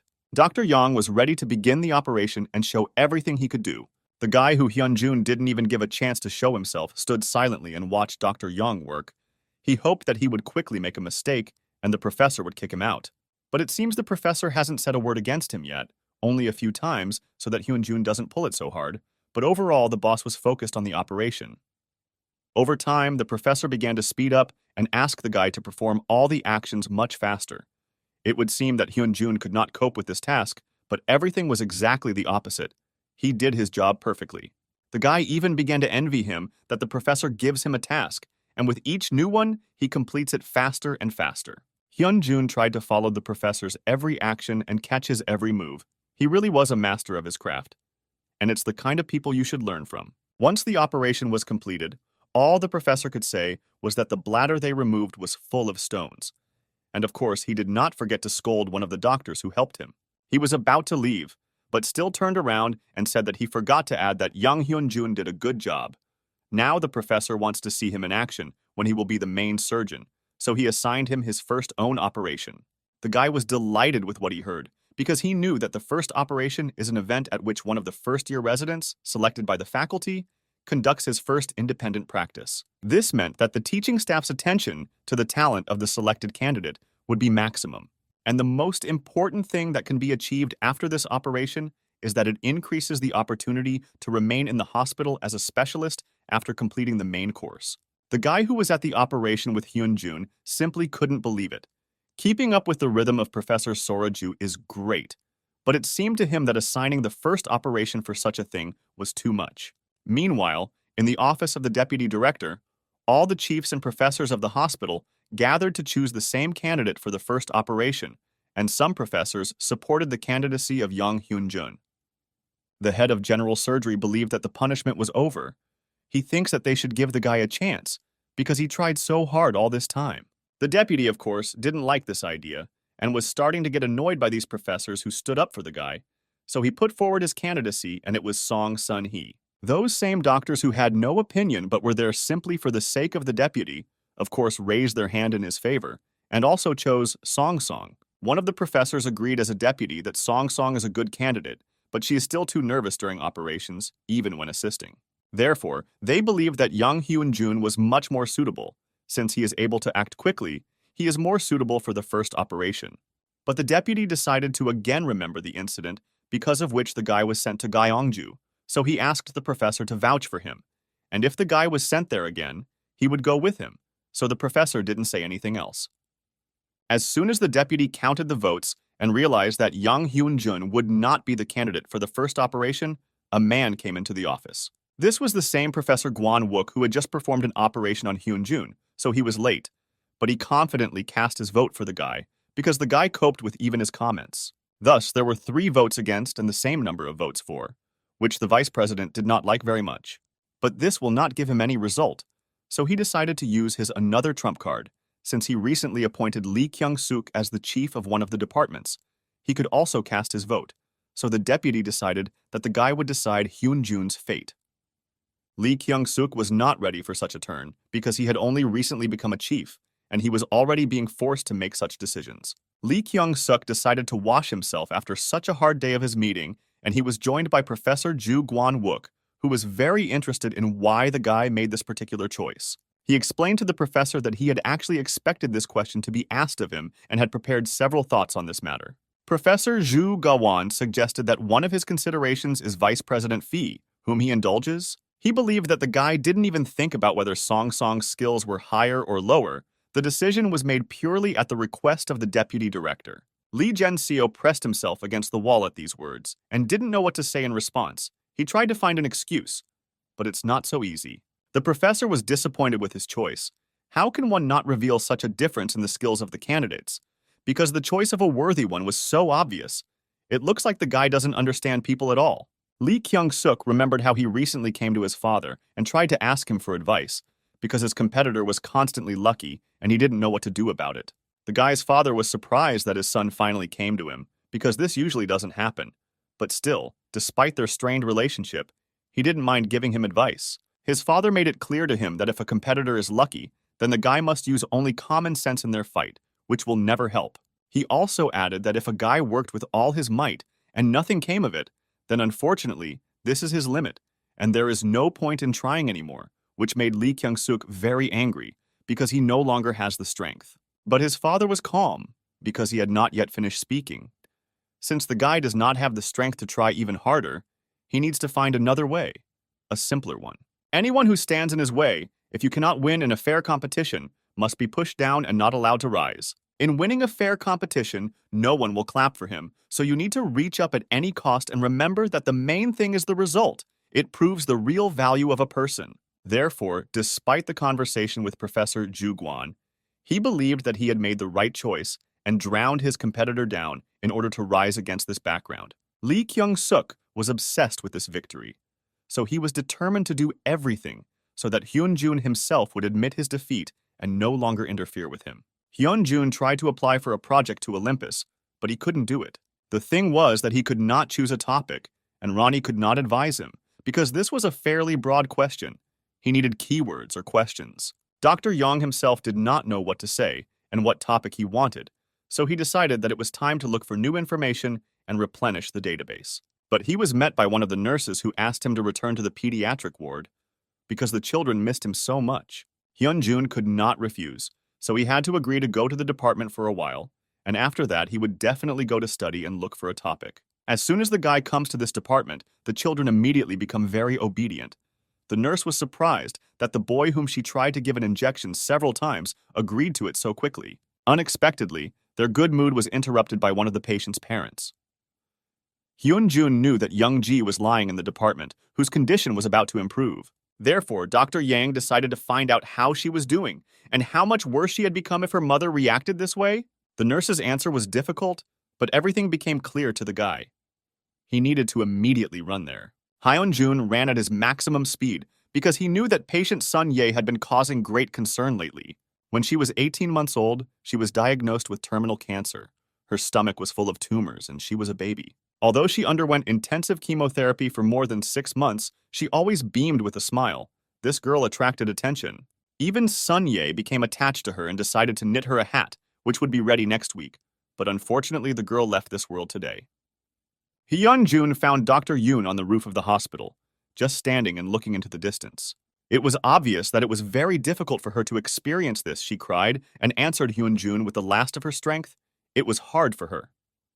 And the guy stood there like a pillar and didn't know what to say to her. It turns out he doesn't know how to console at all. But still, he found a way out of the situation. Hyun-jun decided to hug her tightly and say that she did everything she could. This is a very complex disease and she is not to blame for it. And the most important thing is that Young Ji knows this for sure. She looks from heaven and smiles at her, because her Dr. Yoon did everything she could for her, even knitted a hat. After such a conversation, it was very difficult for the guy to concentrate on the topic that he could choose for Olympus. He couldn't even come up with a topic, let alone write something, and Ronnie suggested that this was due to a change in relationship with Sunya, but the guy began to deny. Hyun-jun believed that at that moment he did everything to console the girl and it didn't mean anything. Sun-ye tried to get used to the fact that patients could leave like this and not pay attention to it, but it was actually very difficult. Hyun-jun didn't think so. He had heard many times that doctors should treat patients with indifference, but he himself doesn't think so. He always knew that when you treat with understanding and care, it becomes much better to see both the person himself and the disease he suffers from. Dr. Yang still ponders this question, because sometimes the responsibility is too heavy, but he believes that this attitude makes him a much better doctor than others. Even after such words, Sun-ye was still a little sad, because the anti-cancer drug that is now undergoing clinical trials is said to be effective, and it would be great to cure Young-ji with it. Sun-ye was very upset that this drug was not released for general use, and the girl simply did not wait for treatment. Hyun-jun understood that the development of a new drug takes more than 10 years, starting with research, screening, and development of new drug candidates. It was very sad that the drug reaches real clinical trials only after 3 phases of additional trials. If only this time could be reduced. Ronnie suggested that in order to reduce the time and time frame for developing new drugs, it is necessary to focus on the search and selection of candidates. Hyun-jun was not sure about such an idea, because it is very difficult to significantly reduce the time. And there is also a limit on the amount of manpower that can be used for development. And then, it dawned on the guy that instead of manpower, it was possible to use artificial intelligence, which would be able to analyze the effectiveness of the device using its huge database. Ronnie agreed with Hyun-jun 100%, because this would really significantly reduce the development time, and the drugs would go through all these phases faster. Now Hyun-jun knew what topic he should choose to participate in Olympus. It would be the development of new drugs using artificial intelligence. After the girl was informed that she would soon have her first operation, she became too kind and energetic. The guys who worked with her were surprised that a person was capable of such a thing. She tried not to show it to anyone, but inside she was very happy, because finally the time had come for her to operate herself. She had been working towards this goal for a very long time. But her joy was interrupted by Hyun-jun, who kindly congratulated her on her first operation. And she only thought about why this guy is still at work, because he is not on duty today. Next, Hyun-jun decided to ask her about what operation she would be given first. What does she think it will be? She told him that it might be appendicitis. This is a fairly safe operation, perfect for the first one. But she wondered in the first place why this guy became so friendly. The girl knew that Hyun-jun heard what she was talking about him behind his back. Why is he so kind to her? What is this guy up to? After thinking a little, she realized what was going on here. He was apparently upset that he missed his first operation, so he deliberately pretended to be calm so that they would not think how angry he was. Therefore, she decided to also play actress and calm Hyun-jun a little, saying that someday his turn would come to him and he would operate on his own. Hyun-jun, of course, was not very pleased to hear this, and he also wanted to be the first. But this did not upset him, because he understood that in any case he would achieve his goal someday. It's good that at this time, the girl's phone rang and she was called for her first operation to remove an inflamed appendix. She immediately said goodbye to Hyun-jun and ran to the 5th operating room. The operating room had already been prepared, and all the doctors, including the girl, were ready to begin the operation. The girl with glasses didn't understand why Hyun-jun came here, because he wasn't invited here. But Dr. Yang came just to see, because he was interested in how it goes. Suddenly, plans changed and the professor turned to Song Song-hee, who at that moment was distracted by Hyun-jun. The professor said that the plans had changed a little and she would have to undergo the first operation, if of course she was ready. The girl was delighted with happiness. Of course she agreed, because to perform the first operation of the year is a great honor for a first-year residency student, especially since she already knew that she would be the one to perform it, so it was no problem. Hyun-jun, of course, didn't mind, but he doubted that this girl's experience would allow her to carry out the operation on her own. Although it was appendicitis, it was not an open operation, which is much easier to cope with. It was a closed laparoscopy. The girl had hardly worked with such instruments in her life. Hyun-jun understood that it would not be easy for a freshman who was not used to using tongs to master them in 5 minutes. In addition, during this operation gas is injected, but the patient's stomach was already swollen and overweight, because this is not a patient, but a patient who is 20 weeks pregnant.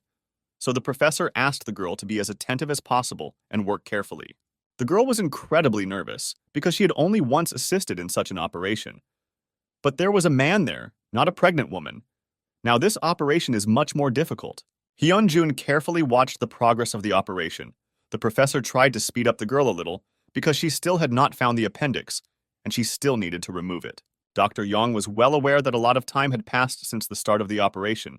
The girl was doing everything for a very long time. This could turn out badly for the patient. Looking at the girl's hands, it was clearly visible how nervous she was, because this was indeed a rather dangerous operation, considering that there was a child inside. It was necessary to act with the utmost caution, because everyone in the operating room understood that if the forceps touched the uterus, this could be a fatal end for the fetus. Dr. Yang has already begun to get a little nervous, because if the girl continues to be nervous, this could be fraught with complications that will be difficult to correct in the future. Hyun-jun still could not stand it, and suggested that the professor no longer delay the operation, because he himself understood how it could end. He felt sorry for Song Song-hee. She tried so hard and prepared for this operation. She was so focused. But still, he had to say that a lot of time had passed since the anesthesia. Therefore, he believes that it is better for the professor to take over the operation, otherwise it could end badly. The boss didn't think that anything critical had happened, but it really took a lot of time. So he suggested that Hyun-jun take the operation into his own hands. The guy did not expect such a turn, because this was not what he had in mind, but Hyun-jun did not mind taking responsibility. The girl could not believe that now Hyun-jun would perform the operation instead of her.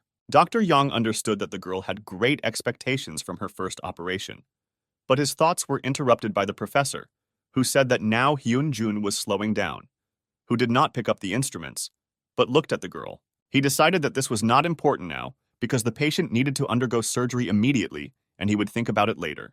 Hyun-jun immediately picked up the tools and began to finish the operation.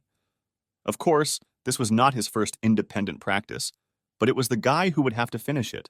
The guy, unlike the girl, immediately established the rules of who was in charge of the operation and asked to establish a new position for the patient, in which he quickly found the appendix and isolated it.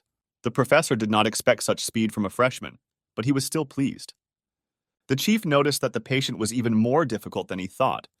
She already had a perforation, and given this detail, it was necessary to use ultrasound during the operation. As soon as the professor decided to tell Dr. Yang that he needed to use ultrasound, Hyun-jun himself turned to the nurse and asked for a special ultrasonic cutter, which is used specifically for such cases.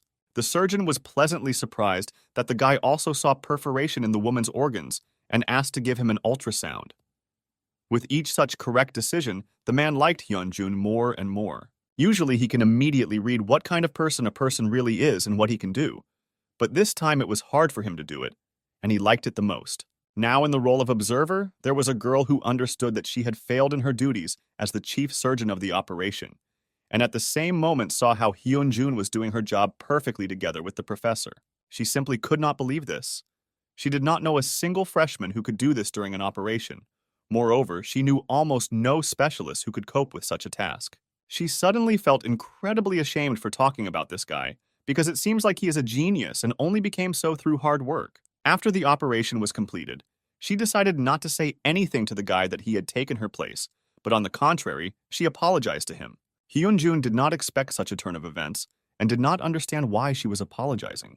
She explained to him that she was led by feelings and spread rumors about Hyun-jun, which, as she saw, were completely untrue.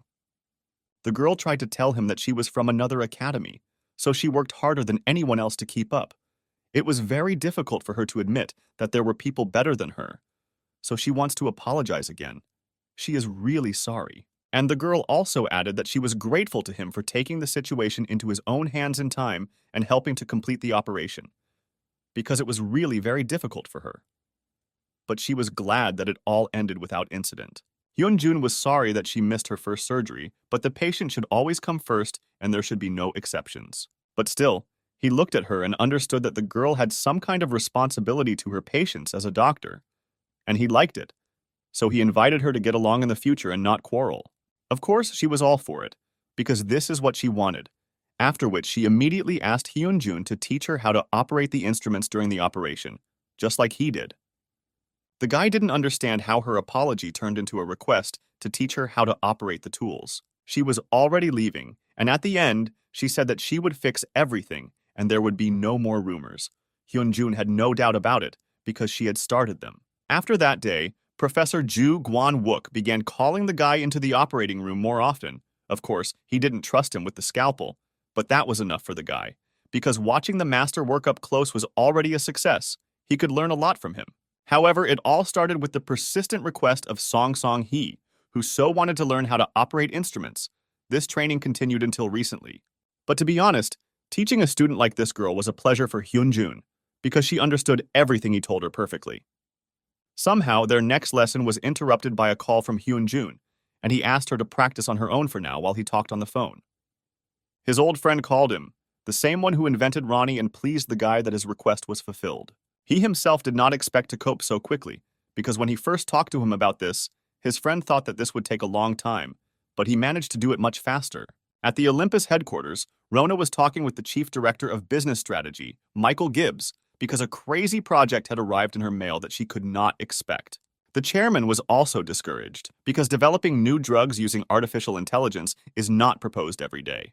The chief director understood that judging by the boss's reaction, she had already identified the lucky one who would take the main prize. But it seems she decided to do something more this year. Rona decided not just to present an award to the person who did this project, but to recruit him to work. Doctors of the first year of internship opened the lists of participants who were lucky enough to be included in the selected ones in the Olympus project, and Lee Kyung-seok was on this list. Who was very happy about this. It's good that he managed to do this. Now he can break away from Young Hyun-jun if he wins the main prize in this competition. But one of the doctors also added that in the lists he found the name of Yang Hyun-jun, which Lee Kyung-seok could not have expected, but it was indeed true, and he is participating. Although his anger at the fact that Hyun-jun got in here suddenly disappeared, because he saw the topic that the guy would speak on, and this was the development of new drugs using artificial intelligence. Jin-suk believed that he never had time to prepare such a presentation. The doctors believed that Hyun-jun again used his connections and his superiors made an agreement for him. They just wouldn't put him on these lists, no matter how hard he tried. But their guesses were interrupted by Song Song, who stood in the corner and unexpectedly said that this was all not true, and she personally saw how Hyun-jun prepared this presentation. She said that he asked advice from his friends, but initially the idea was only his. The doctors were amazed at these words, because only recently she convinced them that Hyun-jun knew nothing, and only his superiors decided everything for him. Song Song said that they should forget everything she said before, because she was absolutely wrong. Such a confession really surprised the guys. The guys couldn't understand he's really so smart, because at first he was popular for his video where he saved a man from a fire, then there was a magazine, and now the Olympus project? Lin Gen-suk could no longer hear it. Could this impudent person bypass him again? Dr. Gyung-suk replayed all the moments in his head that he had connected with Hyun-jun, and realized that the one who is so desperately reaching up needs to be cut off so as not to interfere with the others. The guy's father was absolutely right, and now he understands it. Rona wasn't kidding when she said that she wanted to recruit the person who made this presentation. So she invited him to lunch in one of the largest high-rise buildings in Seoul, and when she heard more details from him personally, she was even more surprised. Hyun-jun tried to tell her that she was exaggerating, but she calmed him down and said that for this she flew from another city. But now I'm sure that she doesn't regret a bit. But this is only 1% of their conversation, so she decided to move on to the most important thing and asked Michael to get her an envelope. Rona put the envelope in front of Hyun-jun and told him that now they will talk about completely different things. She warned him that she would now speak directly. Rona said that she wanted to hire a guy to work at the Olympus Research Center, and they promised better conditions and offers. Hyun-jun couldn't even imagine such a proposal in his direction, so he was quite surprised. She explained to him that this is not an ordinary laboratory. This is a brain research center. Hyun-jun knew what she was talking about because it seems that this center had recently developed a very effective cure for Alzheimer's disease. He was sorry that very few people use this medicine because it was very expensive and few people could afford it. She explained that this is their subsidiary company of Olympus, and if the development of new drugs with Hyun-jun's work gains momentum, then she believed that it will greatly help patients. But Hyun-jun, after reading these documents, understood that his goal was to become a high-class surgeon, regardless of the conditions that this company gave him. On the other hand, he understood that it would be nice to improve the technology, and deep brain centers would be able to develop and promote these drugs around the world. He wanted to try to do this, because no matter how great the medicine was, the main problem was that people could not afford this or that drug, and it would be nice to fix that. Ronnie intervened in Hyun-jun's thoughts and invited him to put forward his own conditions that would be convenient for him. He suggested that Hyun-jun ask company representatives, in addition to labor fees, for 10% of the net profit from sales of the drug as a royalty. Hyun-jun understood very well that when new drugs enter the market and begin to promote well, sales volumes can reach huge numbers. But the guy understood that they would not accept such conditions because they were not justified for them. But Ronnie gave him an idea that could change the pricing policy of the Olympus company. He invited him to influence the drug with the help of this royalty in the amount of 10%, which he would receive from the sale of drugs. After all, if Hyun-jun uses the royalties received from sales, he will be able to provide patients with drugs at a lower price and treatment will become much more affordable. The idea was certainly cool, but Hyun-jun doubted that the leadership of Olympus would accept these conditions. They were too profitable for him. Ronnie knew one more condition, which, having offered, the company management could not refuse, and it seems Hyun-jun decided to take a risk. As soon as the guy left their meeting place, Rona lost her temper a little. She couldn't believe that Hyun-jun wanted 10% of all sales. This was the first time she was negotiating such things. But the chief director reassured her because this is common sense, which is beneficial to both parties. They understood that if within 3 years the project could not produce results, then they would be able to deliver this project to zero while avoiding Hyun-jun's conditions. In any case, there were risks, but only for Olympus. Are they really that confident in their abilities? Rona didn't know the answer to this question, but she knew for sure now that Hyun-jun was not an ordinary person, and it was worth trying to work with him. A few days after the meeting between Hyun-jun and representatives of the Olympus company, Rona, Ellen, and Michael came to the hospital to personally sign contracts with new players in this field. In addition to Hyun-jun, this project also included Lee Kyung-seok, who was clearly unhappy sitting next to Hyun-jun, which cannot be said about Dr. Yang, whose joy was off the charts. The time came to sign the contract, and the guy noticed that without taking into account the first sheet of the contract, there was another one, which stuck out the deal. At first, it was not clear what it was, but everything changed when Hyun-jun raised his head and looked at Rona, who quietly winked at him. Now everything fell into place, because the other sheet in the contract was a sheet for the additional fee that he and Ronnie requested. After signing the contracts, Rona congratulated the new project participants. At this stage, they begin to officially work with the company, and the first thing to do is to materialize their ideas and bring them to life. She addressed the guys personally. She allowed Lee Kyung-seok to bring the idea to life and allowed him to use it in surgery as soon as he finished implementing it. And she asked Dr. Yana to hurry up and prove the value of his idea. And for this, she expects him to develop a completely new medicine. Hyun-jun understood perfectly what she meant and knew that if the project did not produce results within 3 years, then it would be delivered for free. At this point, Rona suggested ending this meeting because they still need to go to the other winners, and she wished good luck and patience to Hyun-jun and Lee Kyung-seok. She will look forward to their projects and see how they did. Hyun-jun understood that there were still 3 years ahead. It seemed like there was time. But in reality, he would have to combine his work schedule at the hospital and development, which would also take a lot of time. Therefore, there is no need to hesitate, and Hyun-jun suggested that Ronnie immediately begin developing a new medicine. The guy's mother couldn't believe that a foreign company was investing a lot of money in her son's idea. But still, she was sure that he might have difficulties, but he had to cope with everything because she believed in him so much. Hyun-jun has seen only one difficulty so far, which is to come up with a concept for the first project, but he has Ronnie, and together they will come up with something. In the meantime, the guy decided that it was not worth telling his mother that there were difficulties. It was better to let her think that everything was fine and that she would recover faster. So he told his mom that everything was great. Now he's on the rise, so he just needs time to develop. The mother was infinitely proud of her son. She believed in him with all her heart, and Hyun-jun was sure that all this was thanks to the people who surrounded him. She completely agreed with him, because in this world you can't do anything alone, and you need to be grateful to every person who helped him in some way. While he was talking with his mother, he noticed an improvement for himself, which the doctors did not talk about. She began to speak much more clearly. The effect of the medications was amazing. He thanked Professor Kim Hyun-pil, because if he had not done this, it is unlikely that anything would have happened. Hyun-jun already considered himself a rather lucky person, if only because there are not many places in the world where they research and develop cures for diseases like his mother's. He looked at his mother and knew that besides her, there were a lot of other patients who suffered from rare diseases and could not be treated because the drugs were too expensive. And then I suddenly thought, What if he could create such a cure for such diseases and make it available to absolutely everyone? As soon as the guy left the hospital, he immediately asked Ronnie what he thought about creating a new cure for a rare disease as the first topic.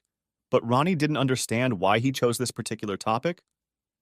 Hyunjun knew very well that treating rare diseases is usually not cost-effective, and the priorities of pharmaceutical companies usually push this topic into the background. Therefore, if they take a step forward and develop a cure for a rare disease, it will help patients who cannot afford expensive drugs. They will finally have a choice. But Hyunjun wondered whether Olympus would accept such an unprofitable topic. But as Ronnie noted, the contract does not indicate anything about the profitability of the project. Then, nothing else stood in their way, and first of all, they needed to create a concept for the drug. And for this, they needed to find data on rare diseases. From that moment on, Hyunjun began to pay attention to almost every person he saw on the way home, and the first one who caught his eye was the asthmatic driver. He noticed that even when the driver inhaled the inhaler, he did not feel better. It must be very inconvenient to live with such an illness. Suddenly, the driver did not stop at the stop where he was supposed to, and Hyunjun decided to remind him that he needed to stop, because there were people waiting for him there. But the driver had no time to stop. It seemed he was having an asthma attack, which he couldn't stop on his own. The guy understood that he needed to stop the bus immediately, otherwise it could cause trouble, because there was a pedestrian crossing ahead. Hyunjun tried to take control of the bus and steer the steering wheel, but it was very difficult to do. It seems Hyunjun was still able to do it, and he crashed into nearby trees, which softened the blow. He immediately asked the passengers if any of them were injured, but fortunately everyone was just scared, but nothing more, so he asked someone to call an ambulance. The bus driver was very ill. Ronnie got involved in the process in time and advised Hyunjun to turn the steering wheel 150 degrees to crash into the nearest trees. Thanks to Ronnie's instructions, they managed to avoid serious damage and minimize losses. Hyunjun carefully laid the man on the floor and tried to examine him in as much detail as possible. He understood that at first he used an inhaler, but the symptoms did not disappear after using it. Then maybe it was not asthma? Hyunjun decided to examine him in more detail and saw that he had signs of hives. Therefore, inhalation of salbutamol did not help. But he needs immediate help. Waiting for an ambulance is too long. The guy understood that if the medicine was not administered immediately, brain damage would begin due to lack of oxygen, and then it would be too late to help. Ronnie suggested that Hyunjun try to release adrenaline through his anterior lobe of the brain.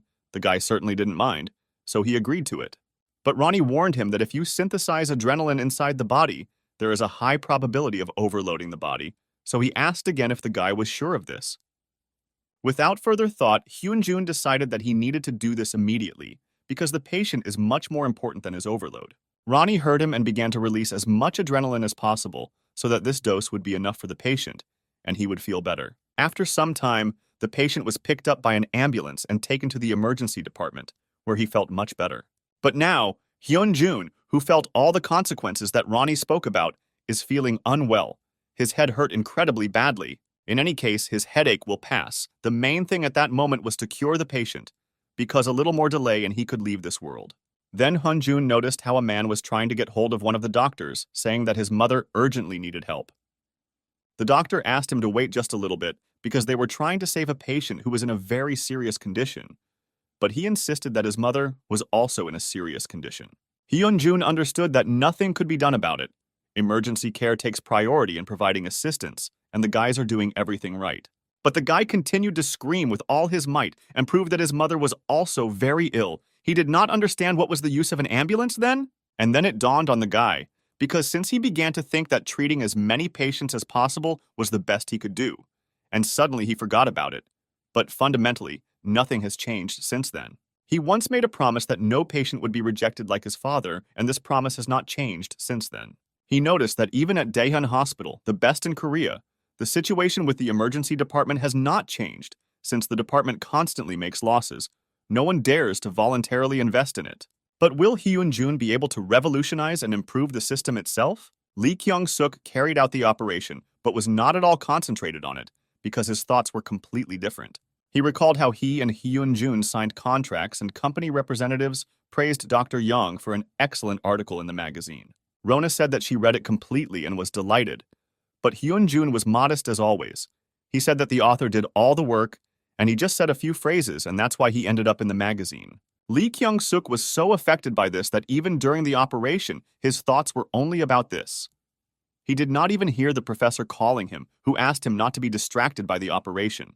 This led to him making a mistake during the operation, and in the eyes of the professor, this was unexpected. After the operation, Lee Kyung-suk decided that it was all because of Hyun-jun, who was clearly preventing him from living a normal life, so he decided to act. He most did not want to be indebted to the hospital's deputy, but from that moment on he was ready to do anything. He had a request to the vice president because he wanted to go over his head and become even higher in his rank. As it turned out, Lee Kyung-suk wanted to ask the deputy to join the team of the World Society of Liver Transplantation of Professor Java J. Yong. Lee Kyung-suk knew that being on the World Liver Transplantation Society team meant attending a world-class conference where hundreds of surgeons gathered. At this conference, operations are performed live so that surgeons from different parts of the world can gain experience from more experienced colleagues. Until last year, the live broadcast was conducted by the team of Professor Ju Guan-wook. But his team recently, for mysterious reasons, began to disintegrate, and a large number of people left. Therefore, at the moment, one team is preparing to participate in a conference on liver transplantation using a surgical robot. The head of this team is Professor Woo Ja-yong, who is a fairly close person to Vice President Pyo.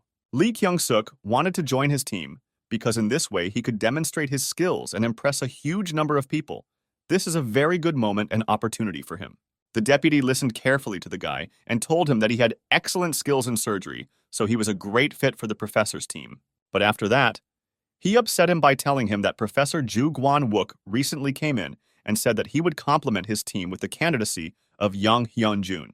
The deputy was confident that he would still take part in the conference, even though he had a first-year student on the team. Lee Kyung-suk was too angry with Hyun-jun. He managed to get in here too. He is spinning everywhere. In any case, the vice president believed that it was better to stay in the shadows now because there are elections next year. He believed that at this time, he would have an excellent opportunity to throw out of the hospital the people who were preventing him from living in peace. And the first thing he decided to start with was the emergency room. Lee Kyung understood his desire to kick out Professor Ju and Young Hyun-jun. But why would he touch the ambulance? He understood that most likely the professors of emergency medicine and the chief of traumatology could be targeted, because they do not sympathize with the deputy. But still, he considered them to be the key figures in the emergency department. The deputy apparently set out to weed out everyone who would go against his will.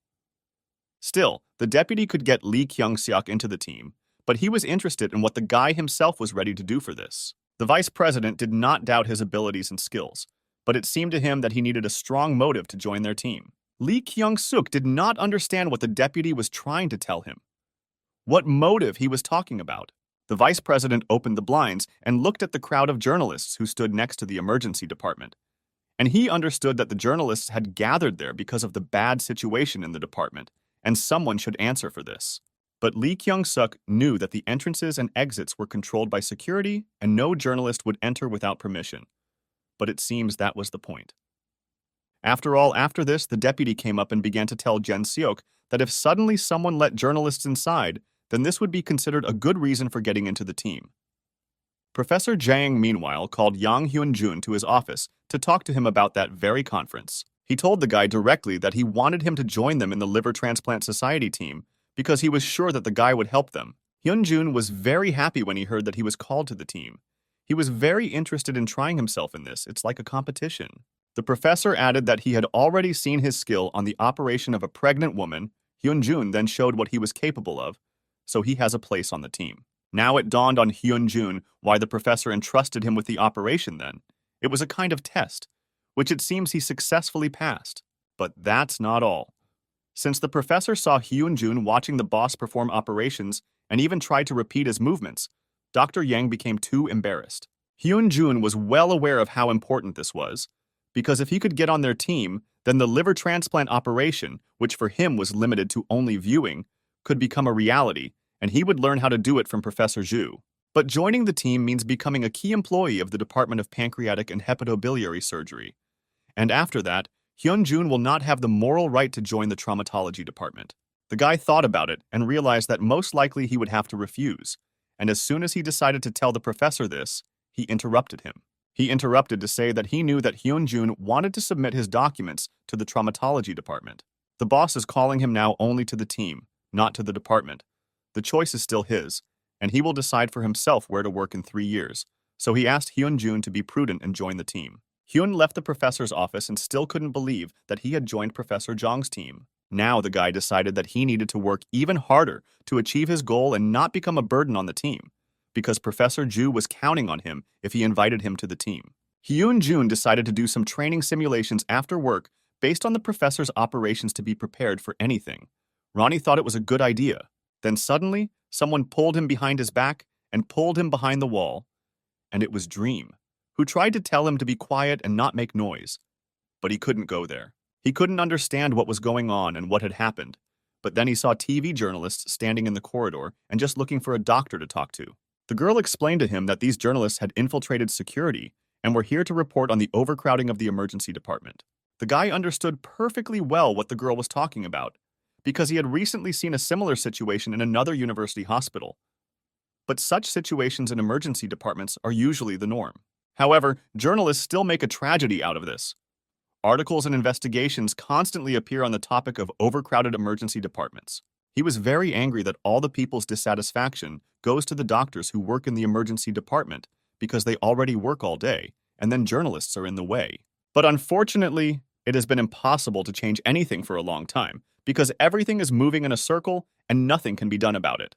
Hyun-jun was even more surprised when he heard from the girl that these journalists entered through the staff entrance, and it seems that someone let them in on purpose. He immediately realized that the employee's employee was involved in this, because in order to open the doors for the staff, you need a card that opens the doors.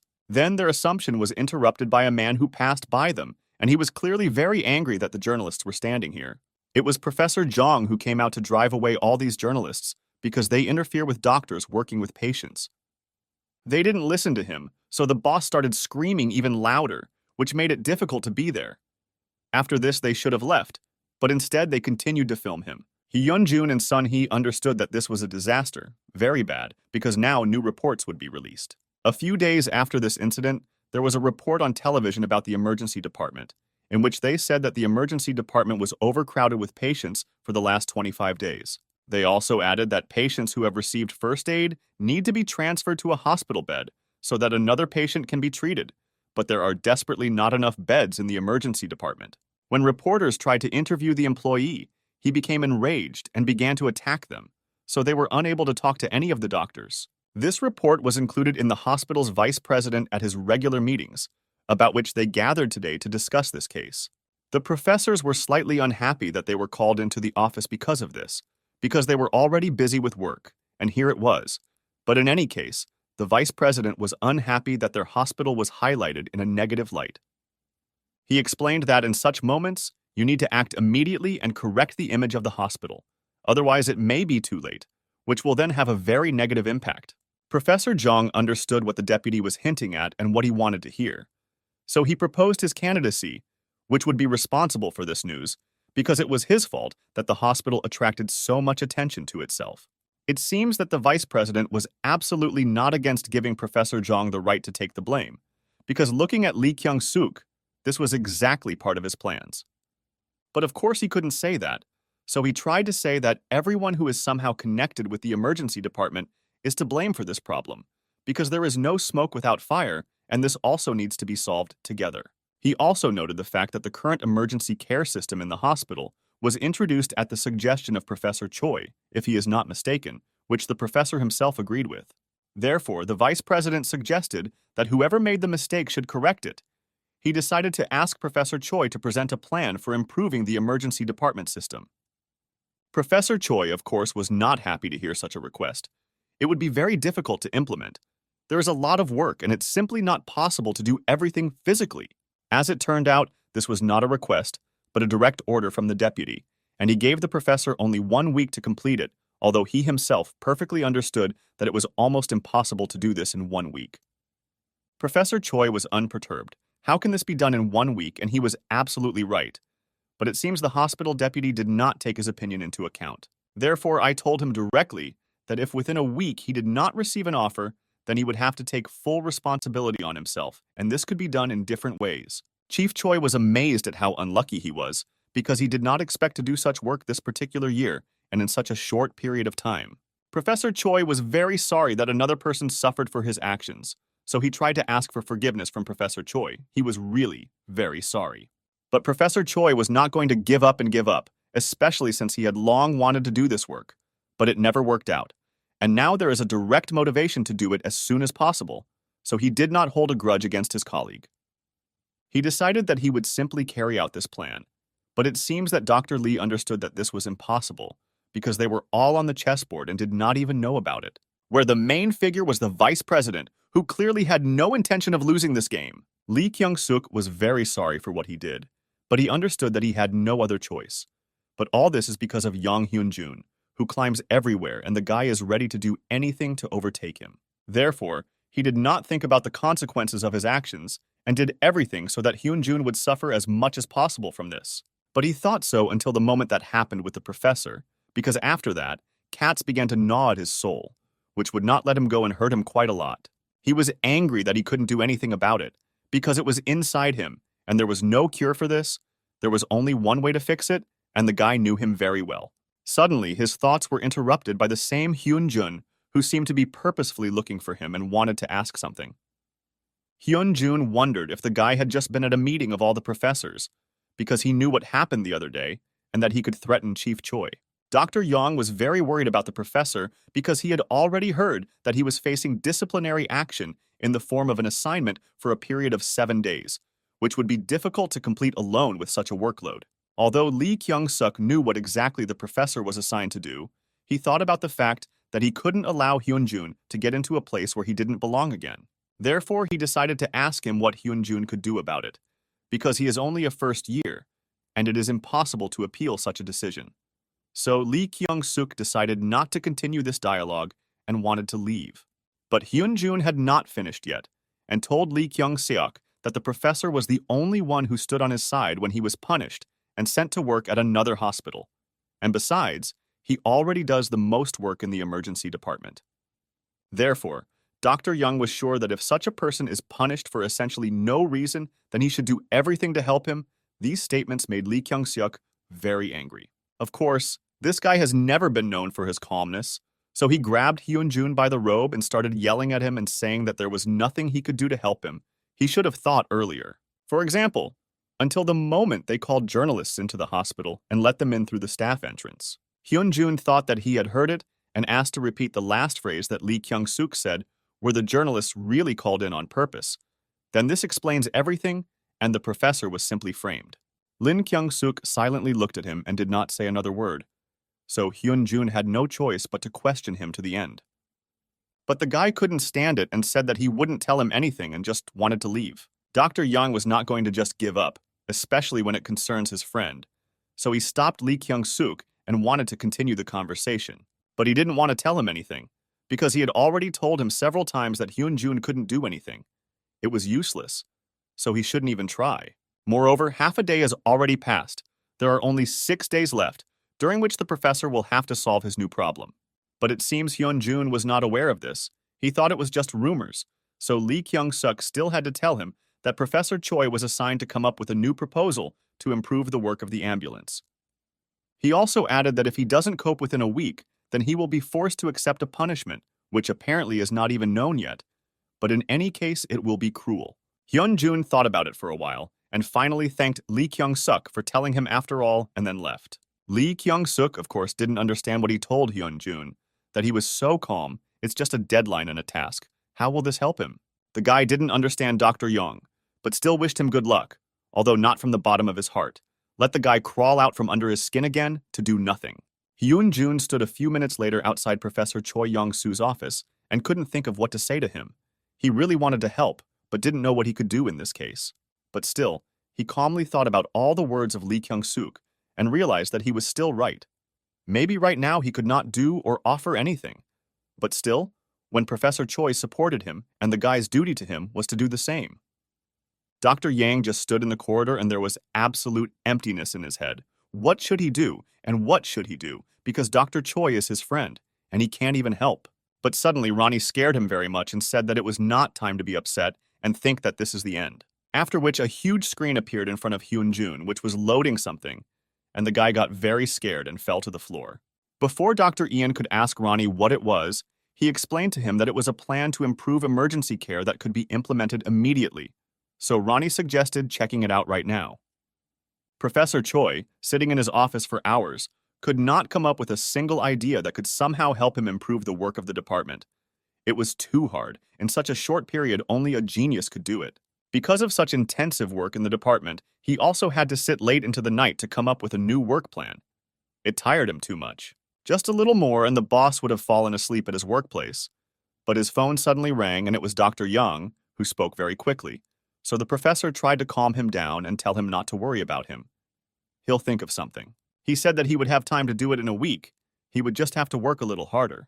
Hyun-jun called not only to ask how the professor was doing, but also for him to go to his email, because the guy dropped him some information there that was worth seeing. The professor carefully read everything that was written in the letter, and could not believe that Hyun-jun did this for him. It looked like a revolution in the emergency room. The next morning, Hyun-jun dropped by the professor with a flash drive on which there was a presentation that would help explain everything to other professors, and most importantly to the vice president, so that he would not touch the professor anymore and leave him alone. The professor could not stand it and almost burst into tears, so he decided to at least hug Hyun-jun for helping him so much. He essentially saved him, because he himself would hardly have thought of such a good idea. Hyun-jun Byul is very happy to hear this, because the professor also did a lot of good things for him in his time, and he wanted to thank him and do something similar. The boss told him that when Hyun-jun called him yesterday, he got goosebumps. The improvement plan itself is simply magnificent. It is impossible to believe that Hyun-jun was able to do it alone. He was just once again tired of being amazed by Hyun-jun's excellent work, and the guy was pleased to help the professor, so they were both in a good mood. It was time to run to the meeting to explain everything to the others, so the boss promised to finish this quickly, and after he returned, he would go with the guy and treat him to something. After the professor left, Hyun-jun decided to talk to Ronnie, whose work he was even more surprised by, because even he would have to bear such a thing for more than 1 week. Ronnie told him that when Hyun-jun vowed to himself that he would help the emergency department improve its work, and since then, Ronnie had been secretly developing a plan for this.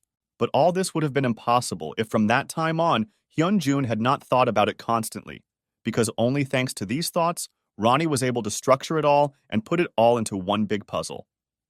Dr. Yan was amazed by Ronnie's abilities. It's simply incredible. He is simply the best friend and assistant in the world. But their joy was suddenly interrupted by the vice president, who was also going to the training camp along with other professors, and said that most likely Professor Choi gave up, because only 4 days had passed since the request.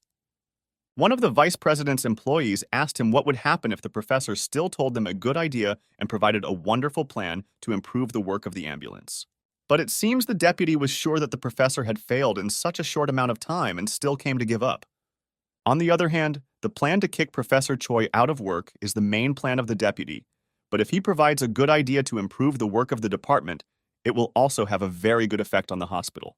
Hyun-jun heard every word of the vice president and understood what he was really up to, because he himself gave this task to the professor, and he will win in any case, even if Professor Choi provides a good plan. Dr. Young began to boil with anger when he heard everything these men were saying, because he understood that they were doing this on purpose, and this was the specific idea of the vice president. But more than that, they not only want to fire Professor Choi, but they also want to steal his plan to improve the department's work. It's so dishonest. Hyun-jun understood the seriousness of the situation and decided that he would not allow the professor to be kicked out. He would do everything possible for this. Professor Choi began his presentation by saying that the biggest problem in the emergency department is the waiting time, which causes traffic jams and patients have to wait much longer. As soon as the professor wanted to explain how this problem could be solved, the vice president interrupted him and said that this was not enough. For him, the idea of expanding emergency room space or beefing up the workforce isn't something he wants to hear. Efforts to reduce wait times are something the hospital is already struggling with. As everyone else sees, the budget is huge and the results are scanty. The method proposed by the professor has shown its inconsistency, which means the concept needs to be changed. And the professor agreed with him, because he had not yet had time to announce his main plan of action. Because as the vice president said, no matter how much the capacity and workforce increase in the end, if there are more patients, the situation will repeat itself. Therefore, it's time to present the entire improvement plan that the professor came up with and briefly tried to show it on a slide. He suggests creating a brochure that describes the treatment process step by step, with the help of which the patient can understand what stage he is currently at. By distributing them through professional guides, the department will thus not force patients to wait for their turn. Monitors should also be placed that will show congestion and latency in real time, so questions about the visit time will also be reduced. Other experts who attended the meeting were shocked that Professor Choi came up with such a simple and very good idea in just 4 days. Plus, it was easy to implement and not costly on the budget. Only the deputy was dissatisfied with this. He could not believe that he managed to do it, and in 4 days. One of the deputy's assistants noted that the idea was still not bad, but would it solve the problem with queues, since there would still be a lot of people? Therefore, he decided to ask Professor Choi again, "The number of patients admitted to the hospital is not decreasing. Can this be called a fundamental solution to the problem?" The deputy was now pleased because it seemed that this was not enough, and with such questions the professor was driven into a dead end. But this was only at first glance, because the professor did not limit himself to just these proposals. Later in the presentation, he has more radical methods. The next idea that the professor proposed was many times better than the previous two, because the mobile application that he proposed to make would help patients themselves determine and see in which hospital the waiting time would be shorter, and thus the patient would not go at random. This way, in his opinion, patients will be able to be evenly distributed across several hospitals.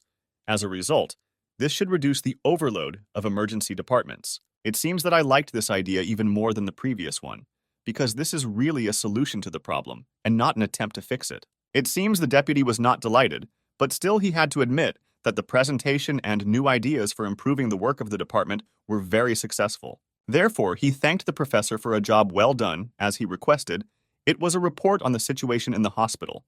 The president's office will take responsibility and provide support. And now he offered to clap for Professor Choi. He did a great job and deserved this applause. Of course, all this was a mask. In fact, the vice president was very sorry that he was not able to fire Professor Choi. But he is sure that this is not the end. On the other hand, this is not a waste of time considering what results this plan can bring. It can only be beneficial for the elections of the director next year. But it seems that everything will not be as planned, because after the professor thanked the vice president for his speech, he told him that this plan had already been requested for consideration by the Planning and Coordination Department. The man who ran for vice presidents understood perfectly well what this meant, because this department reports directly to the director of the hospital, and the plan that the deputy came up with seems to have failed. It seems the vice president was very angry, because now he should be better prepared for the elections. But still he said with a smile that he was already looking forward to it. After these words, he decided not to stay at the meeting any longer and left it not in the best mood, and it was clear why. Before the faculty meeting, Hyun-jun managed to tell everything that the deputy said and what he plans to do. The professor, of course, knew how bad the vice president was, but to do such a thing, he believed that the plan was then absolutely pointless, because it would only benefit the vice president. But Hyun-jun did not go empty-handed and already knew how to act to get ahead of him, because there are places that even the deputy cannot reach. Dr. Yong recalled that the deputy once told him that he would not allow everything to go as usual in the hospital. But the guy now clearly understood that this was not his kingdom. It was created for patients, and he would protect it to the end. Professor Choi was very pleased after the faculty meeting and decided to hug and thank Hyun-jun again for everything he had done for him. Therefore, without thinking for a long time, he suggested going to eat. Otherwise, all this is very tiring and you need to refresh yourself. So the professor's assistant suggested eating either sushi or beef. But it seems the man had a better idea, and this is the soup that he adored so much. They sat at the table and talked about something. Hyun-jun was very glad that he helped the professor, because now he will remain in the hospital, and the deputy's plan did not work. A plan to improve the emergency department has been successfully approved by the council. After a meeting of directors and approval of the budget for this project, Professor Choi personally began to implement it, and a major restructuring began in the department. A whole season had passed since the professor began implementing the new system, and by that time it was already ready. People began to use the mobile application and monitors. And Hyun-jun moved to the second year of his work. Now he is another year closer to his dream. When Hyun-jun entered his second year, he thought that it would be much more interesting and better there. Participating in operations, caring for hospitalized patients, he was so busy taking care of his first year that he didn't even notice how it went. He didn't have a moment to rest, so preparations began in earnest for Professor Ju Guan-wook's World Liver Transplantation Conference. When he entered the second year of receiving his specialty, he did not even suspect how many things awaited him. The first liver transplant operation ended successfully, and Associate Professor of Transplant Surgery Oh Yeg-jin thanked everyone who participated in this. As the doctors began to leave, the assistant professor asked one of the doctors on his team for something else. He asked him to go to the administrative office. There would be a courier standing in front of Professor Ju's office. He needed to pick up the package and take it to the laboratory. This guy didn't like the fact that after 2 years he was still running errands, and he didn't understand why newcomer Hyun-jun couldn't do it. It seems that the assistant professor noticed his dissatisfaction and told him that Dr. Yang absorbs all information like a sponge, so he advised Dr. Lee to try harder, because this way you can lose your place on the team. The guy thought that it was dishonest and ridiculous, because as soon as the team was created, he was the most devoted member of it and did his job as a junior specialist perfectly. And now they are doing this to him. And now they say that he will have to compete with a second-year doctor for a place on the team, although the doctor told him that it was a joke. But the guy seriously thought about it. He threw the operating clothes and told Hyun-jun to do this work, especially since he was also there and heard everything. After which he left the operating room, and Hyun-jun didn't understand why the guy was so nervous, because it seemed like nothing bad had happened. Song watched all this carefully and understood what was happening here. But she was still surprised that Hyun-jun so easily agreed to go and pick up the parcel. She went with him to find out why he decided to do something that he was not instructed to do.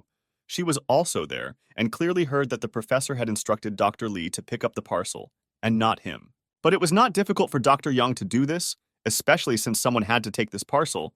The girl thought that he was acting too humanely. But the girl was not joking with him and tried to talk to him seriously about how he was going to survive in such a harsh world if he treated everyone like that.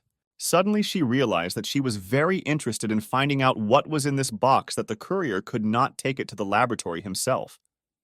When she opened the box, she saw ordinary 3D glasses there, and did not understand why the professor needed these. It was very similar to the glasses they give out in movie theaters when a movie is playing, and Hyun-jun found it funny to watch. After all, he understood that you would hardly watch a movie with such glasses. Their main feature is that you can see the screen during the operation, and do not need to turn your head again. It will be possible to see the existing organ and volume, and so the operation becomes much faster and more accurate, and it is much easier for the surgeon to work with them. The girl had never heard of such technology. It sounds very cool and very modern. Hyun-jun assured her that these glasses are simply a miracle, and they are worth being seen by the whole world. Besides, these are Dr. Ju's personal development. Did the girl think that they would then be presented at the conference? She felt so sorry that she didn't make it to the team. He would also really like to get to the conference as a participant. But Hyun-jun didn't think it would attract much attention. The development was certainly worthwhile, but he thought it was the same as seeing robotic surgery by Professor Wu's team in 3D. Suddenly, the same guy who was assigned to carry the box came into the office. He came in to check if Hyun-jun had completed his task and found them talking about the professor behind his back. The guy immediately began to get angry with Hyun-jun and told him that Dr. Young should go and say the same thing to the professor's face? Or can he only say that behind his back? Hyun-jun was a little confused because that's not what he meant. Dr. Lee was happy about this because now he understood what Dr. Yang really is. The professors pushed him a little, and now he is now discussing them behind their backs without any inhibitions. The guy decided to check whether they would maintain the same good attitude towards him if they found out about everything. After work, Hyun-jun was very worried about this situation because he understood that Professor Ju would really be offended if he heard this.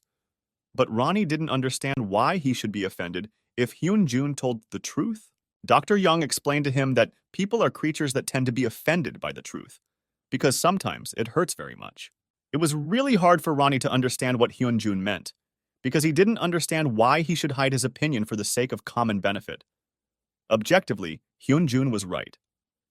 The guy explained to him that he had jumped too much from one topic to another. He just meant that there are times when it is better to remain silent and not say what you really think. After which Ronnie asked what should be done even if Professor Ju Guan-wook is expelled from the hospital. Hyun-jun was very surprised by such conclusions and did not understand why such thoughts, but Ronnie explained to him that he had analyzed the voices of the vice president to all the professors and realized that the vice president was worse disposed towards Professor Ju Guan-wook, even more than towards Professor Choi. Based on this, Hyun-jun understood that if Professor Ju's team did not perform at the World Conference, then he could have huge problems, which the vice president would definitely use to expel him from the hospital. Dr. Yang realized that without Professor Zhu, robotic surgery would naturally become the mainstream, and the high cost of robotic surgery would become a huge burden for patients. And now, because of some kind of struggle in these games, the best liver transplant worker in the whole world may be fired, and this will deprive patients of the right to choose. To prevent this, Hyunjun definitely needs to come up with something that could distinguish his team from Professor Wu's team, and for this, he needs to somehow convince Professor Zhu. But he did not have hard evidence. And then he thought about independently developing a new method of surgical intervention that would be worthy of attention. But so far, nothing comes to his mind. No ideas at all, even if Dr. Zhu agreed to help him with the operation. But no one was going to give up. And Hyunjun now decided to develop a new method of surgical interventions that even Mr. Zhu would believe in. And while he prepares for this, he must remember to control his words. The next day at the team meeting, the guy who heard what Hyunjun said yesterday, of course, told the professor everything, and he was interested to find out from Dr. Young himself whether he really thought so. But the other doctors didn't let him say a word. They immediately attacked him because they couldn't understand how he could talk like that. Professor Zhu stood aside and watched the guy, what he would do and what he would say. It was difficult for Hyunjun to explain what he really thought because several people attacked him at once, and it was difficult to speak in principle. 5 minutes before this, the associate professor of the department told the team members the work plan, while they had not yet decided on the patient. But this was not the main thing. He believed that it was necessary to develop a structure first. A minute later, he drew a plan for the transplant, which he advised each participant to read. When he told them to get ready, he meant that he was talking about each participant, and not just one or two. Professor Zhu suddenly came out from behind the board and slightly scared Dr. Li, who was very confident in himself and believed that he should be the one to do the work of the first assistant. He agreed with the professor that he still lacked a lot, but he made every effort to do everything at the highest level, after which the professor turned to Dr. Young, who was also ready for this operation and did not mind acting as the first assistant on it. The associate professor tried to enter into a dialogue and say that he believed that Dr. Li had much more experience and could do a much better job than Dr. Young, but the professor wanted to listen to everyone to make up his mind. So he simply asked the guys directly what they thought would do the job of first assistant better, Dr. Yang or Dr. Li. Hyunjun, without thinking for a long time, said that he did not think so, that at this stage, there was a choice. The professor didn't quite understand what the guy was talking about, so he asked him to explain in more detail. Dr. Yang believed that the patient needed to provide the highest quality surgery.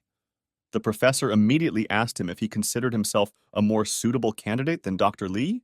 Hyunjun told him that he analyzed past operations where both doctors took part, and the average procedure time for Hyunjun is much lower than that of Dr. Li, which will be especially important for liver transplantation.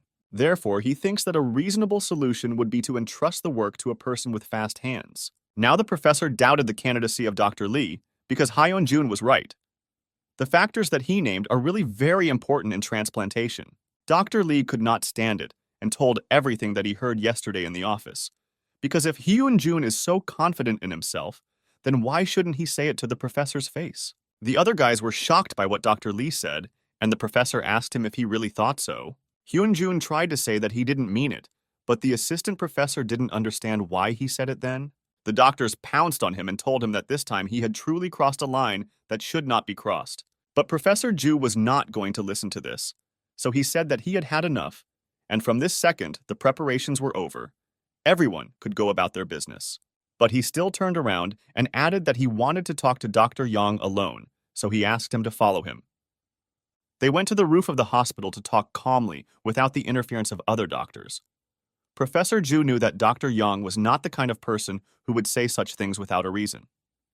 He was wondering what he still wanted to convey with his statement.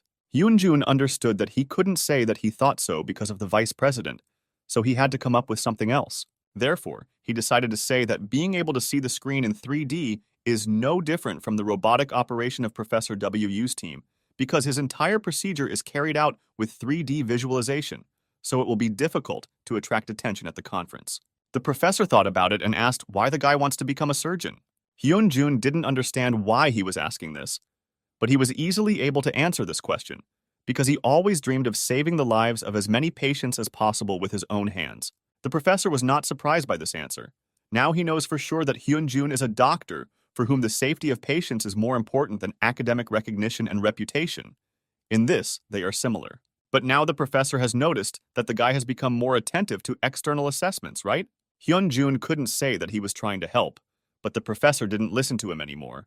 So he finally told him that too much ambition leads to bad consequences. For now, he believed that the guy was doing well, and he hoped that in the future, Dr. Yang would not give up his position.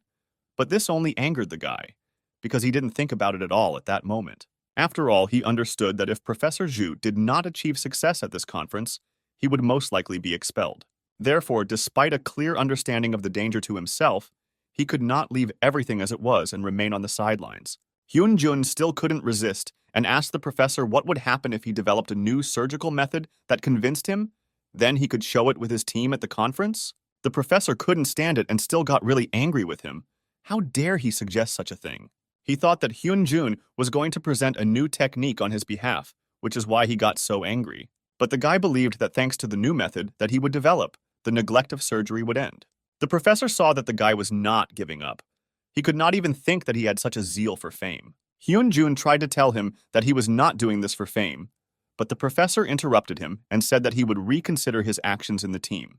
Therefore, from now on, if Hyun-jun gives up even the slightest detail in the professor's operating room, he will instantly expel him from the team. He doesn't need a doctor who forgets about his duties. Ronnie was worried about the guy, so he asked how he was feeling, because from now on, Professor Zhu would no longer be friendly with him. The guy understood this perfectly well, but he could not help but do it. There were 3 months ahead, and he was sure that they needed to be used to the maximum, so he was ready to get to work. One of the directors called Professor Zhu to thank him for such a wonderful product in the form of these glasses. Customers will be delighted with this. Therefore, he called with exactly this question. Could they put these glasses into mass production? Which the professor, in principle, was not against. As soon as the director finished the conversation, a strange man appeared next to him, who said that he had come precisely for this technology, because it was so interesting to him. As it turned out, it was Vice President Fei, who personally came to get acquainted with the product that one of his employees had come up with. Hyun-jin was in the operating room getting ready for the next operation, when suddenly Professor Zhu and his new first assistant came out. The guy told them it was a good job. He took a quick look. But apparently the professor was not eager to talk to him and did not even call him for the next operation, which was supposed to take place tomorrow morning. Dr. Lee was very glad that the professor now had such an attitude towards Dr. Yang. He had been waiting for this for a very long time, because now he assists in operations. Hyun-jun has been trying to develop a new method of surgery for 2 weeks. In order to find a new idea, he tried very hard, looked through a bunch of information, and reviewed a bunch of books. But so far, he has not achieved any results. He walked around the hospital too irritated because nothing was working out for him, and even Ronnie couldn't help him. It was too hard. Suddenly, Hyun-jun realized that his friend, whom he had completely forgotten about, was calling him.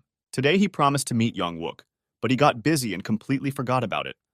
Young-wook himself was already very nervous, because Hyun-jun promised him that he would definitely come today. He called him and started yelling at him that he was late again, and he was tired of constantly waiting for him. Hyun-jun quickly got ready and took a taxi to the cafe where his friend was sitting, and immediately apologized to him. As soon as Hyun-jun entered the bar, he immediately saw Lee Kyung-suk, who was just sitting and drinking beer. Young-wook told him that he had been sitting here for a long time and hadn't spoken to him.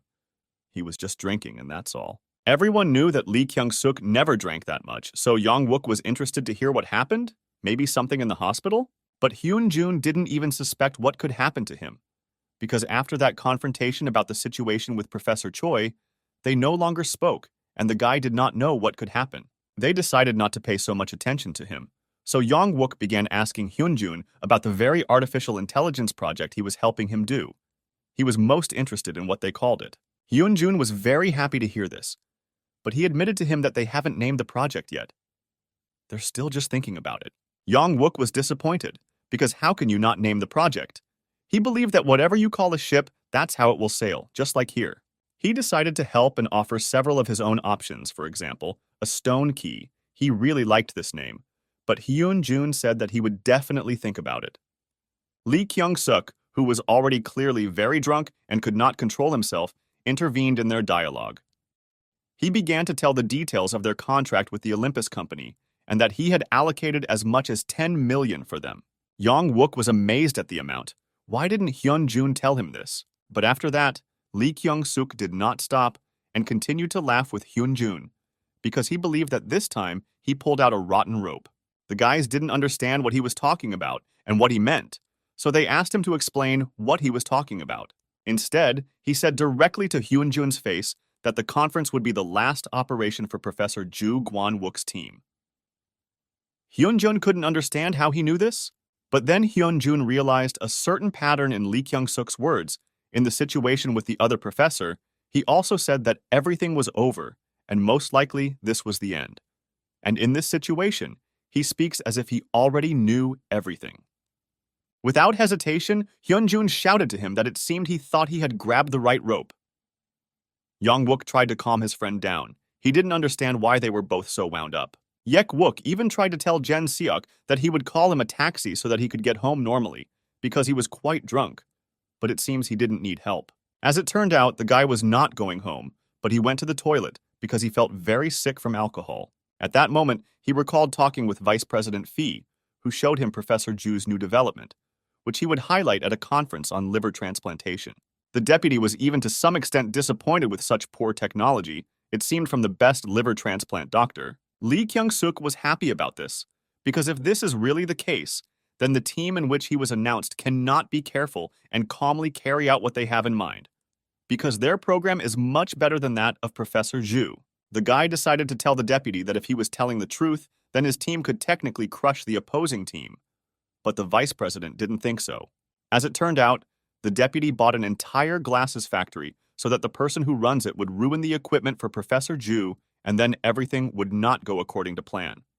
Lee Kyung-suk understood how dangerous this was, because if the doctor's equipment was broken, then there was a very high risk of losing the patient, which would result in a tragedy and a kind of shame at the conference. The deputy saw the guy's face and decided to clarify, or is there nothing that confuses him in this proposal? The guy seemed to have broken into pieces and clearly understood that this was a murder, and that Professor Ju's team would be blamed for this first of all. But he couldn't say anything to the deputy, so he simply agreed with him. He was just trying to be a good doctor, but everything had gone too far, and now he found himself in a situation that would be very difficult to choose from, and he understood this very well. How he could fix this now, he didn't even know. The only thing that was spinning in his head was Yang Hyun-jun. From that moment on, the guys could not sit normally. They worry about Jen Seok, yet he is not a stranger to them. This is the first time they see him so drooping and drunk. Yong-wook nevertheless decided and asked Hyun-jun to tell him everything that happened. For some reason, he was sure that he knew something. It was not for nothing that Jen Seok told Hyun-jun for this rope. Hyun-jun himself wasn't sure what was wrong with him, because this guy's usual mood is anger and aggression. But today it was something different, something especially bad. Dr. Yang understood that Jen Seok was tormented by something, but what was not clear was that they don't behave like that because of stress at work and don't get drunk like that. Yong-wook suggested that it was all because of Hyun-jun, but the guy denied it, because everything is fine with him. Suddenly, their conversation was interrupted by a girl with a huge amount of beer that could be won for free, and today, the guys were lucky. Without thinking for a long time, Yong-wook went to try his luck, because it's not every day that someone offers something like this. Hyun-jun noticed the girl who was drawn on the girl's portable refrigerator and couldn't remember where he saw her. Of course, he understood that this was a celebrity, so it was normal that he could see her somewhere. But he had a feeling that he knew this girl personally. But where? Yong-wook, as always, reminded Hyun-jun about his favorite actress Kim Sora, and Hyun-jun instantly remembered the girl he treated when he worked in a dermatology clinic. Since then, she changed her hair color, so he didn't recognize her. While his friend won 2 bottles of free beer, Hyun-jun thought very hard about the dyeing method. Something told him that it could help come up with a new method in surgery. Unexpectedly for everyone, he jumped up from the table and shouted a word. Everyone who was in that bar immediately paid attention to him and got a little scared. What happened? Without thinking for a long time, the guy quickly collected all his things and ran to the exit, along the way saying goodbye to his friend, whom he promised to meet later and have a drink. But for now, he needs to think about the idea that just came to mind. Yong-wook was upset. He always does this. At least once he stayed and drank properly, but he didn't even pay for the bill. But there was also Jen Seok in the bar, who had just come out of the toilet and seemed to feel a little better. It was only at first glance. He fell on Yong-wook and began to repeat the name Yang Hyun-jun. The guy tried to tell him that he had left, but he did not stop and continued to repeat. Yong-wook told him that Hyun-jun suddenly stood up somewhere and ran away. He also doesn't know where. Jin-seok was very upset by this. Apparently, he had something important for Dr. Young. Jin-seok's consciousness began to gradually turn off, and in front of his eyes there was a picture that again reminded him that he was again behind Yang Hyun-jun and was losing to him again. At that moment, he just fell to the floor. Yong-wook tried to catch it, but it didn't work. He tried to revive him, but the guy just got so drunk that he fell asleep right on the floor. The whole next night, Hyun-jun worked tirelessly and Ronnie began to worry about his health, because staying up all night is very harmful. But it seemed to him that everything was not just like that, because it seems that he had found an article that would change the entire course of surgical practice, an article that would be the key to creating a new surgical method. There was only one problem: adapting this article to liver transplantation, and this was very difficult. The moment Hyun-jun saw the dyed hair, it reminded him of the brain tumor surgery he had once heard about. In that operation, there was an unusual method. They painted the area of the tumor to make it more visible. With this technique, it was possible to carefully remove the tumor tissue. If it were possible to stain the liver structure, which is difficult to resect, it would definitely significantly reduce the work time and the burden on the patient himself, which, in any case, would have a positive effect on the patient. Therefore, with this question, he went to Shim Guk-hyun, the chief of neurosurgery, who was competent in this matter, and it was from him that Hyun-jun asked whether it was possible to use surgery for a brain tumor that was stained with a special instrument for liver transplantation. The fact was that Hyun-jun read the dissertation of a professor on brain tumor surgery using dye, and its co-author was Shim Guk-hyun, so it was to him that he came. The professor thought a little and realized that dyeing a specific fabric did not seem impossible, but he was no longer surprised by the method, but by the one who came up with it. Hyun-jun is still a sophomore on the way to obtaining a specialty, and coming up with such a thing is worthy of respect. The boss thought that in this course, people hone their surgical skills and not come up with new methods. Hyun-jun tried to say that his skills, but at this point, the professor interrupted him and added that he knew that his skills were already quite good. Guk-hyun looked at Hyun-jun and remembered who this guy was and what he was like, so you shouldn't have been surprised when he came to him with such a request. Therefore, the professor told him that if another doctor of the same age came to him with such a question, he would kick him to work. But he did not doubt Hyun-jun's confidence, so he would help him in any way he could. Hyun-jun was very grateful for such pleasant words, but the professor already wanted to begin the question that interests the guy.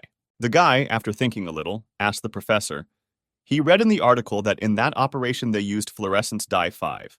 Based on this, the question is, how can this be applied to liver tissue? The professor suggested to the guy, instead of answering directly, he asked him why he should use the dye for malignant tumors, and try to look for a method of using it when he could find a dye for a specific organ.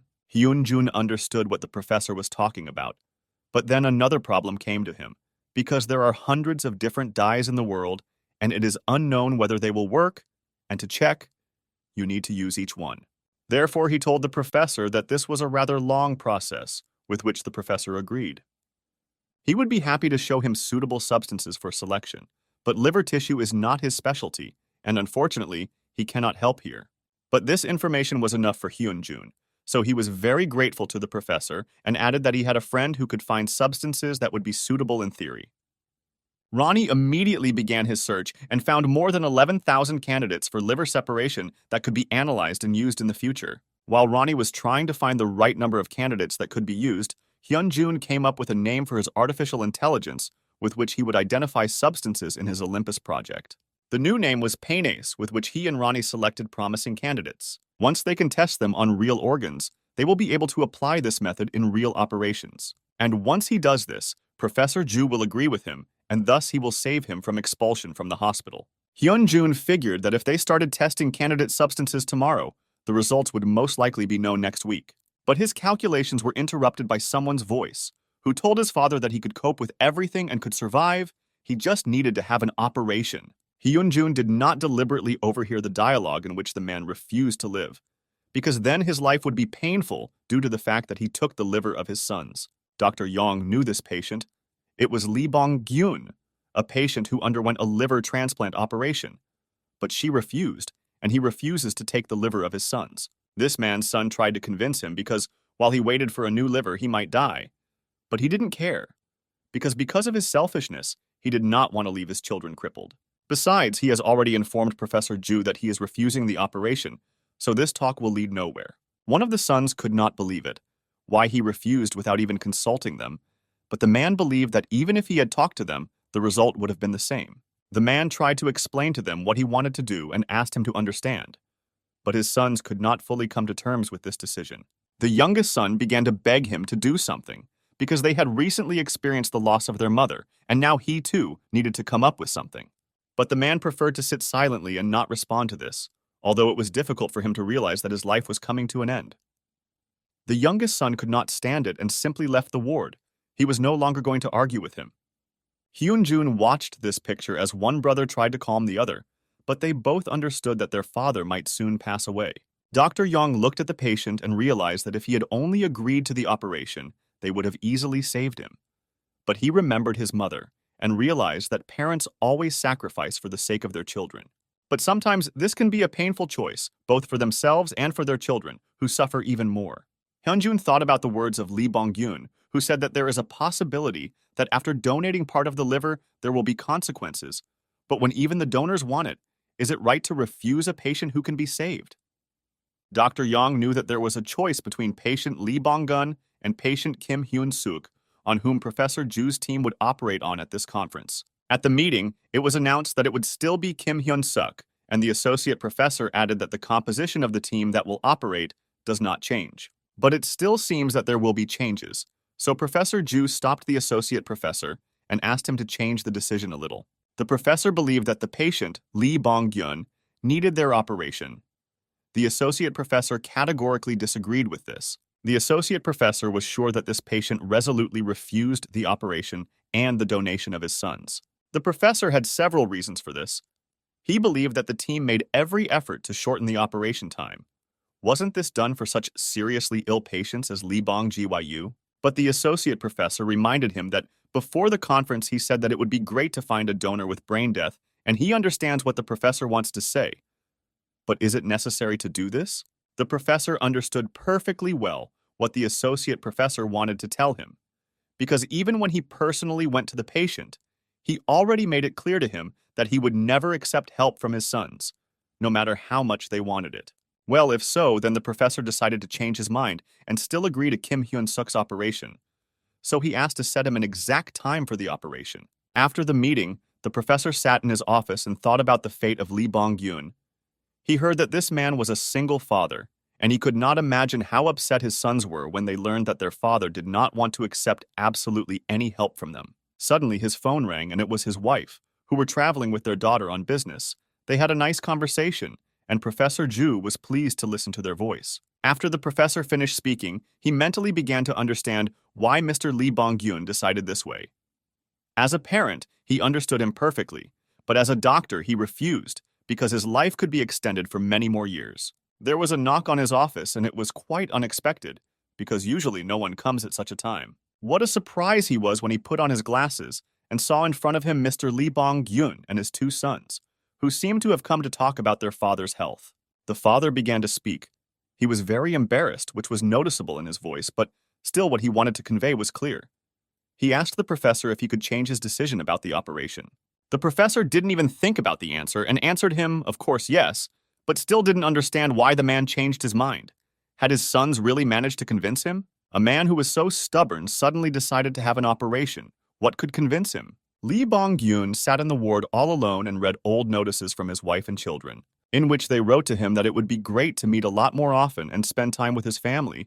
His wife told how his sons were growing up while he worked hard at work. It was very sad and at the same time very good memories when they were happy with their wife and sons. But one terrible day, everything changed when she passed away. He remembered his wife only with kind words and missed her very much. So he decided for himself that it would be best to quickly come to her and say goodbye in a normal way for everything that he had done. Then his peace was interrupted by one of the doctors, who entered the room to talk to him. It was Hyun-jun. He introduced himself as a doctor from Professor Ju's liver transplant team and asked for a few minutes of his precious time. It seems the old man was not particularly delighted, but still did not mind chatting. if, of course, he could maintain the topic of conversation.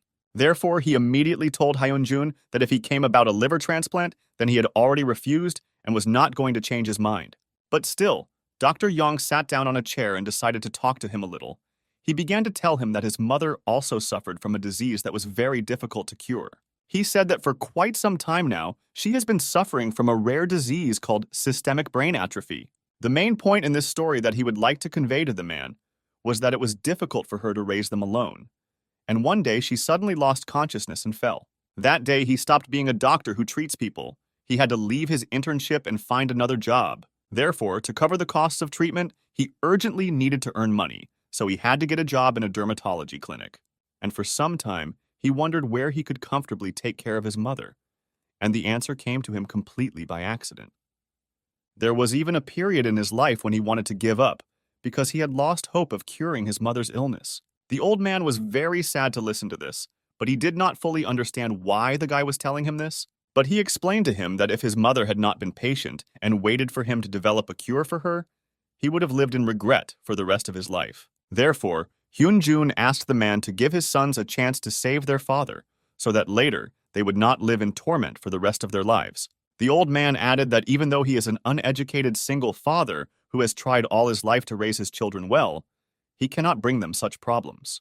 Hyun-jun told him that Professor Ju is the best liver transplant surgeon in the world, and their team will do everything possible to ensure that the old man's sons do not suffer from the consequences of the operation. But the man understood that this probability was far from 100%, so he realized that the body of a person whose liver was cut out would never be healthy. Therefore, he believed that this operation was pointless and was sure that someday they would regret this choice. But before he could finish speaking, he was interrupted by one of the sons who had just entered the room. He told his father that they would never regret this, because for them, all moments with their father will always be precious, and they want to have as many of them as possible. The most important thing for them is that the family should stick together under any circumstances, so they asked him to change his mind and agree to the operation, because they want him to live as long as possible. He closed his eyes for a minute and burst into tears because he saw his boys very small and realized that he couldn't just leave them unattended, so he agreed to the operation. The old man retold this whole story to the professor, who shocked him a little. But still he was grateful to the man for changing his mind and still deciding to undergo this operation. But first of all, they were grateful to the professor for giving them a chance to live a little longer. When the patient and his children left, the professor thought very much about Yang Hyun-jun. He did not know that the guy's mother was sick, and she was suffering so much. As soon as he remembered the guy, Hyun-jun immediately appeared and wanted to say something to the professor.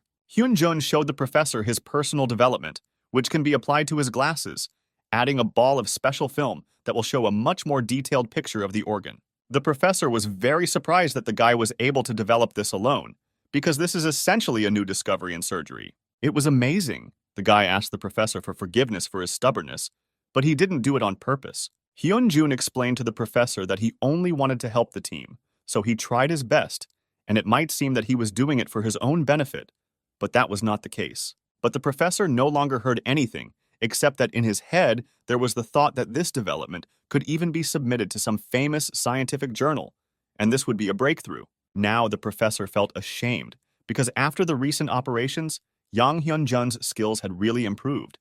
And now this development, it means it was not impudence.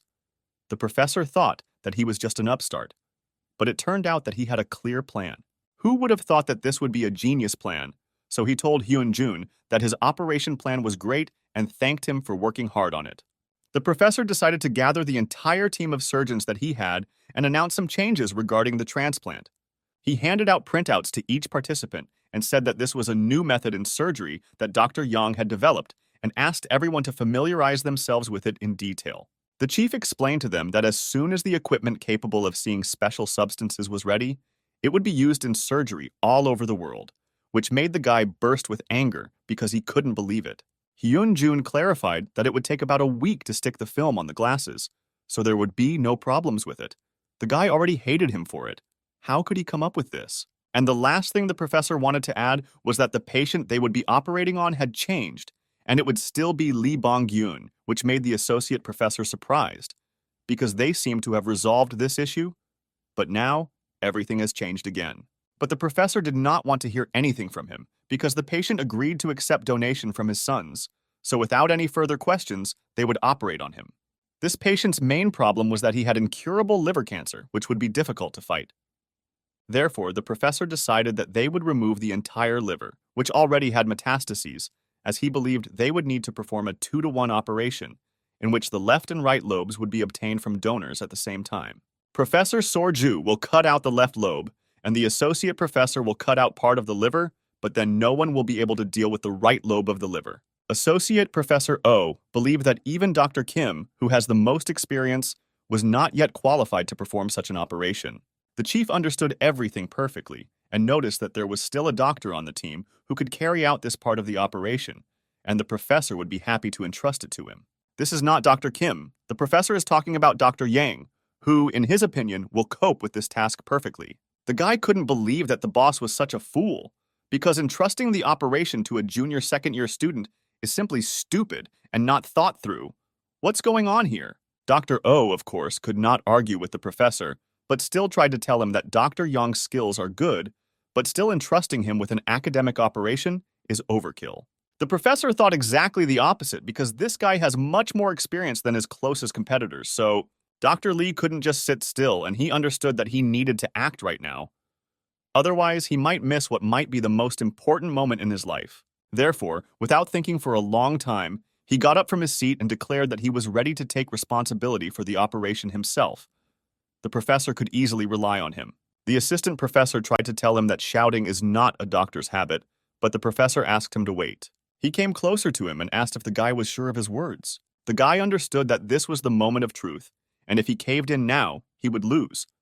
But it seems his answer was not as confident as a few seconds ago, and he said in a quiet voice that he would try to cope with something like that. After such an answer, everything was clear to the professor, and he did not want to see a doctor who could cope with something like that. He believed that if he attended the operation and tried to deal with something like this, it would take him longer than Dr. Young, so the choice was obvious. But the guy was not going to give up and tried to say that if he speeded up, he could probably cope. The professor came even closer to the guy and told him a very important thing that should help him in life. Surgery is not a place for excitement. This is not a game. He gave him a rather creepy example. He hoped that the guy knew a game like Russian roulette, in which a revolver with one bullet in the chamber is put to the head and they risk their lives by taking turns pulling the trigger. By the way, the professor didn't think that this was any different from what a guy wants to do. When an uncertain doctor holds an instrument, it's more like Russian roulette, where there is every chance of losing. He was sure that pointing a gun at a patient without knowing when it might explode was the same as pulling the trigger and hoping for safety. Therefore, it is better to refuse right now if you are not sure or be responsible for your actions in the future. The guy's hands began to shake involuntarily, which made it clear that he was very nervous. Was the professor really hinting to him that he couldn't perform the operation? The guy still could not withstand the professor's pressure and gave up. He said that he still would not be able to carry out the operation. The assistant professor and Hyun-jun came out together after the team meeting, and the man said in front of Dr. Young that it was brave to instruct a second-year resident to perform an operation at a scientific conference. Hyun-jun immediately tried to say that it was not just like that and he would try his best. But as it turned out, he simply misunderstood the man, because he did not doubt his abilities, and was even confident. He was worried about what the guy's colleagues, who were several years older, would think. Would they feel left out? After all, in fact, he himself knows this feeling when one of your younger colleagues becomes better than you. Hyun-jun was interested in listening to the man's story, so he asked to tell him in more detail what happened. The associate professor began to say that once there was such a man, Hwang Beom-jung, he was a third-year resident in the liver transplant team, and his talent was amazing. The man simply did not have a chance to keep up with him. Professor Zhu at that time cared for him as his best and only student. He decided to end his story there, but he hoped that Dr. Young understood the moral he was trying to convey. Hyun-jun decided to find out more about that person, what kind of person he was. Maybe he still works at the hospital? But at this moment, the man interrupted him, saying that this man had not been working in this hospital for a long time. For him, this was not a very pleasant story. So he asked Hyun-jun not to talk about it, especially since there was no one else to talk about. The guy was still very interested in what could happen to this man. He became especially interested after the phrase he was no longer there. But before the assistant professor had gone far, a man called him, and when he turned around to see who was calling him, he saw something that he would like to forget. That man didn't understand why Associate Professor O was running away from him, because they were once friends. It was the same Meister Huang Beom-jung, the same shameless and favorite student of Professor Jung. Currently, Mr. Huang Beom-jun works as Deputy Director of the Transplant Center at the University of Illinois Hospital.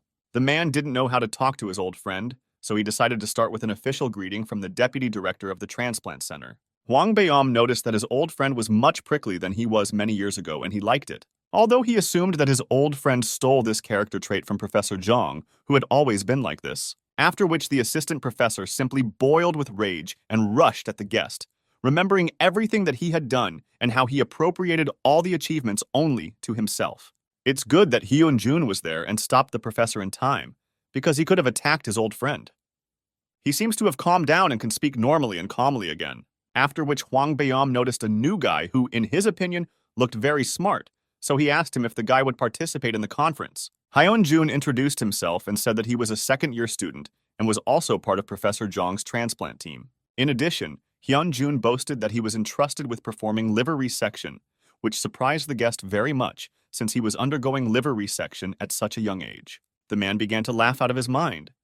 Did they really allow a second-year student to do such an important job? At first, he thought that they had confused the conference with a school arts festival. There was simply no other explanation for such a decision.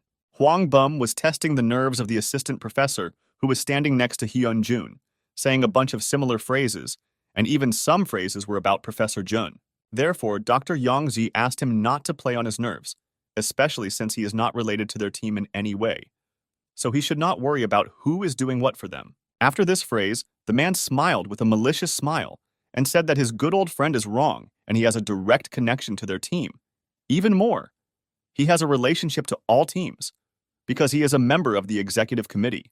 Hyun-jun went out to get some fresh air because he was already very tired.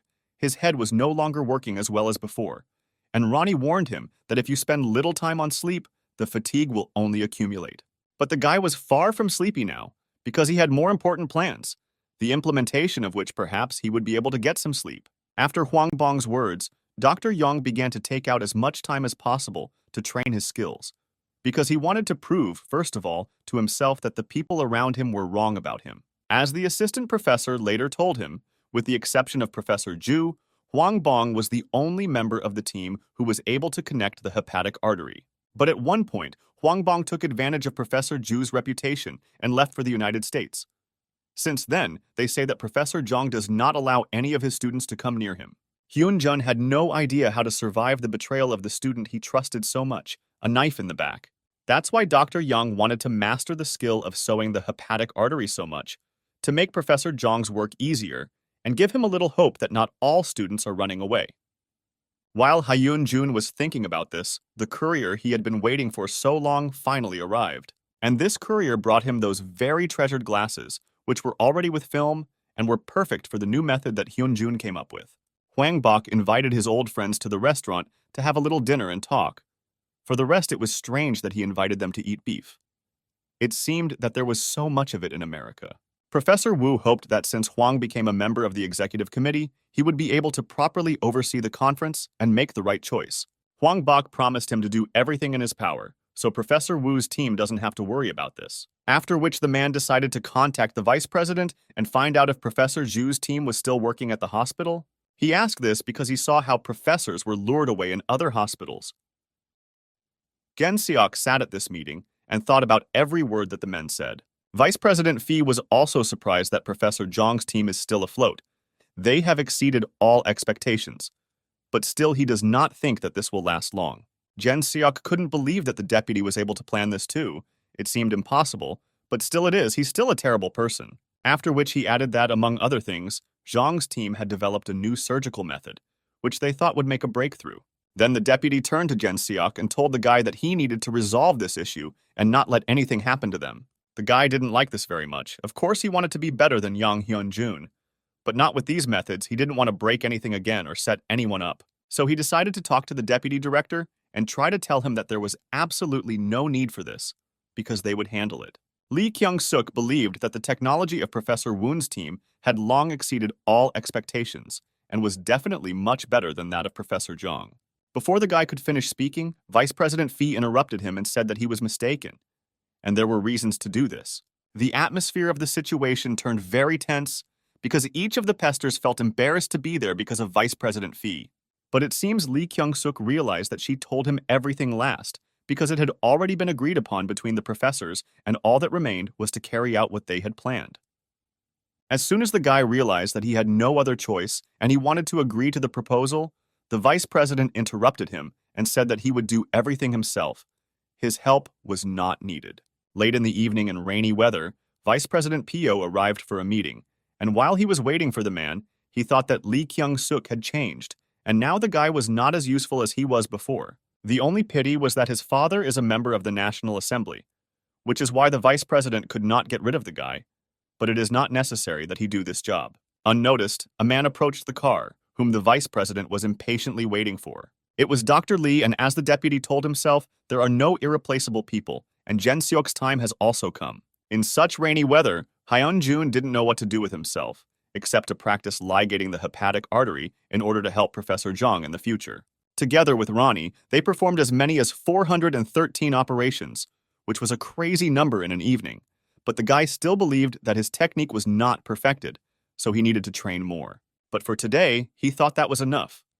Because tomorrow was an important day, and he needed to have a full supply of energy to cope with all the difficulties. Ronnie was surprised that the guy went to bed so early, because usually at this time the real training is just beginning. But he was glad about it, because Hyun-jun had worked hard and rest was necessary. Hyun-jun tried to sleep and thought about the fact that in recent days he had not wasted a second of his precious time and was constantly working to improve his skills. He valued every working day and every operation they performed together and tried to take as much information as possible. This all continued until the very day of the conference arrived when patient Lee Bong-gyun would undergo a liver transplant. So the guy woke up a little earlier to collect his thoughts. In the morning, Professor Jong gathered his entire team and held final preparations before the conference. He repeated to them the plan and details of the operation and then sent them to change clothes. And Dr. Yang was assigned to take care of the devices they would use during the operation. Hyun-jun was glad that finally everything was happening for real, and he really hoped that everything would be successful because this conference is so important for the whole team. The guy took the necessary instruments for the operation and noticed that someone had not cleared the table yesterday. He remembered that Dr. Lee was here yesterday, so he threw the tray in the trash without any problem and thought that perhaps he was too busy preparing, so he forgot to clean it up. As soon as Dr. Yak opened the doors to bring the instruments into the operating room, Lee Kyung-suk appeared in front of his face, apparently running here with all his might. He forced Dr. Yang to enter the room and talk. Hyun-jun didn't understand why he should do this right now, but he entered anyway. Hyun-jun tried to explain to him that he was in a hurry because he needed to prepare for the operation and prepare the instruments, so he didn't have time for all these games right now. So Dr. Yang asked him to talk about it later, but Lee Kyung-suk was not going to let him go and said that until he listened to him, he would not go anywhere. The guy already wanted to yell at him, but Jen Seok spoke calmly and did not shout, which is very unlike him. Did something really serious happen? Jen Seok looked him straight in the eye and said that if everything is left as it is, then their team's operation will be disrupted and the patient may not survive. Sometime before, Lee Kyung-suk, having heard about the meeting, immediately came running. He did not know that it would be before the conference, so he apologized for being late. But Vice President Fei and the professor told the guy that his presence was not necessary and he could go and prepare for the operation. Lee Kyung-seok didn't understand what all this was about. Is he a surgeon who is responsible for the operation and he is not needed at the meeting? Unexpectedly, Dr. Lee entered the office, who seemed to be called by the vice president and professor himself. Lee Kyung-suk did not understand what one of the people from Professor Jong's team was doing here, but his thoughts were interrupted by the deputy director, who asked the guy to leave since they were having a private conversation. The guy couldn't understand what was happening here. He tried to connect all the motives that could lead to a solution and remembered their conversation in a restaurant in which the vice president promised to do everything himself. Apparently, due to the fact that he did not agree with the position of the deputy director, he decided to replace him with a more obedient guy who, as a member of Professor Jong's team, would easily break the equipment. Lee Kyung-suk understood that the man was not backing down from his plan and continued to do what he had in mind. He looked at the patient and realized that he could no longer take part in this and mentally apologized to his team because he had done everything he could. Lee Kyung-suk understood that if he went even further, he himself would become the next target, and no one could guarantee that he would be able to get out later. His thoughts were interrupted by the patient's sons, who thought that Lee Kyung-suk was from the liver transplant team. He told them that he was from a different team and they had a different patient, but the brothers knew this very well because they were grateful to every doctor in this hospital for such thorough preparation for their father's operation. They were very worried about their father, but looking at how all the doctors here treat patients, they could only give some respect to Dr. Lee. Something is happening inside the guy, because when he heard that thanks to doctors like him, their father had hope, he felt very bad inside. That's why he came to Dr. Young, whom he asked to check the glasses before the operation began. He cannot explain now, but it is very important to do. Hyun-jun took out his glasses and began to examine them, and Lee Kyung-suk could not believe that he was doing this. Was he really helping his opponents? Ronnie did a quick analysis of the glasses and found that there were no breakdowns, but came to the conclusion that this was an old device without a special coated film that should help see parts of the organ. Hyun-jun understood that then these glasses would not be suitable for him to use for his new method. How could this happen? He recalled how yesterday before leaving work, he checked them several times and everything was fine. How could this happen? But Dr. Young realized that now was not the time to run around and worry about what happened. He decided to immediately act and go in search of new glasses that would be suitable for the operation, and at the same time thanked Lee Kyung-seok for telling him about this. Jen Seok, hearing the word thank you, realized that from that second he crossed the line and their paths with the vice presidents of PO diverged. Now he is not part of their team. To him, it was as if he himself had left hospital politics, and this meant that everything he had tried to do until then was in vain. But still, another feeling appeared inside him, which dispelled the fog of sadness, warmed slightly, and everything became clearer. So he realized that he had done everything right. Jen Seok felt incredible lightness. Now he realized that his desire to become the best doctor really meant a lot to him. But now he thought about why he had this desire. Did he want it himself? Or perhaps this desire was imposed on him from childhood and continued it due throughout his life. He didn't know the answer to this question, but he remembers for sure that when he had to take the Hippocratic Oath, he was honest with himself and always wanted to save patients. At that moment, he was sincere than anyone else. His assistant tried to tell him that he was going the wrong way, but Gen Seok didn't hear him because he was fighting with himself in his head. Therefore, he decided that he would do everything that depended on him, and it would all be for the sake of the patient, because he is first and foremost a doctor. The time for the conference had arrived. In the hall, they announced simultaneous liver transplantation in 2 operations at once, which was scheduled for 13 o'clock. Due to technical problems, Dr. Ju's team's broadcast was delayed for 30 minutes, so the presenters asked for patience and understanding from viewers. The thing was that Hyun-jun was late for the operation, but there was no time to explain where he was, so he immediately went to change clothes to finally begin the operation. After Lee Kyung-suk told him about the glasses, Hyun-jun immediately ran to look for new glasses that would fit, and he found them. I found them not anywhere, but in the freezer in the restroom. They were in a bag from a boxed lunch that Dr. Lee Dong-shin ate yesterday. Apparently, he didn't have enough brains to hide them better. Dr. Lee was unhappy that Hyun-jun was late. He must have a lot of time if he can afford to be late for such operations. Song-song asked Hyun-jun why he came so late, to which he replied that they had garbage in their team, which no one knew about before. But now everything was absolutely clear to him. The girl didn't understand what he was talking about. What kind of garbage and who even was this? Professor Ju's broadcast finally began, and the audience was pleasantly surprised by Dr. Young's skill. Hwan Bok also carefully watched this guy, and now he was no longer so funny because he saw that his movements were as clear as Professor Zhong's. It's incredible. The man noticed that Zhong's team's operation was going too smoothly, so he assumed that the guy they asked to change the glasses couldn't do it, and the plan went awry. But the vice president didn't want to listen to it and asked to keep quiet. In addition, there were a lot of people around, among whom there may be someone who should not hear this, so you need to be careful. Moreover, there were no mistakes in the plan that the vice president came up with, so everything will go smoothly as planned. You just need to wait a little. But still, Hwan Bok was worried and decided to ask if the vice president had a backup plan. He smiled and told him that he shouldn't worry about it, because he did everything he needed to do. 2-to-1 liver transplantation is an operation that involves donating livers from two healthy people, such as in the case of the patients of Professor Zhang's team.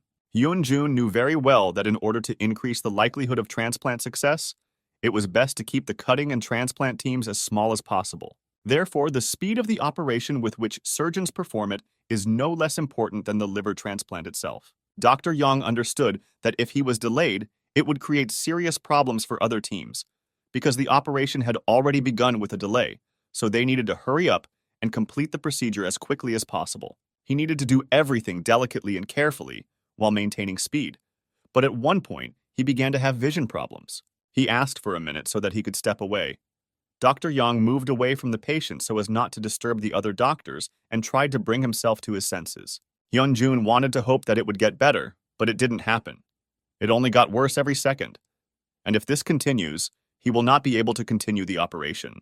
The spectators did not understand why Professor Zhang's team suddenly stopped, but then they saw that something had happened to one of the surgeons, and the vice president was very happy about it. He watched it with pleasure. The glasses manufacturer could not afford to take the money and do what the vice president of the hospital asked him to do, because of these actions a person could die. Therefore, he decided that he would return the money to the vice president and asked him to pretend that nothing had happened and that no one had agreed with anyone. But the deputy knew perfectly well the rules of this game, because if you can't convince a person with money, then the only matter is what the person wants to get in return. Therefore, he had to use something more convincing because the amount of money alone was not enough, which the manufacturer had to agree with. The vice president sat at the conference and understood that instead of film, the manufacturer put another substance, and the proverb, no matter how nimble an insect is, if the web is wide, it will be caught one day, was completely justified. After all, even if the guy failed to replace the equipment, they still used something, so Professor Zhang's team had no chance, as they say, checkmate. But then his smile disappeared as soon as he heard that the people in the hall were delighted that the operation had continued, and the surgeon was now feeling much better.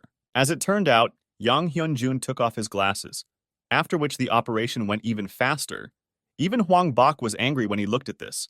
Is this Dr. Yang definitely in his second year? The deputy could not stand it with anger and stood up, saying in his head that this was simply impossible. How could he conduct an operation without technology?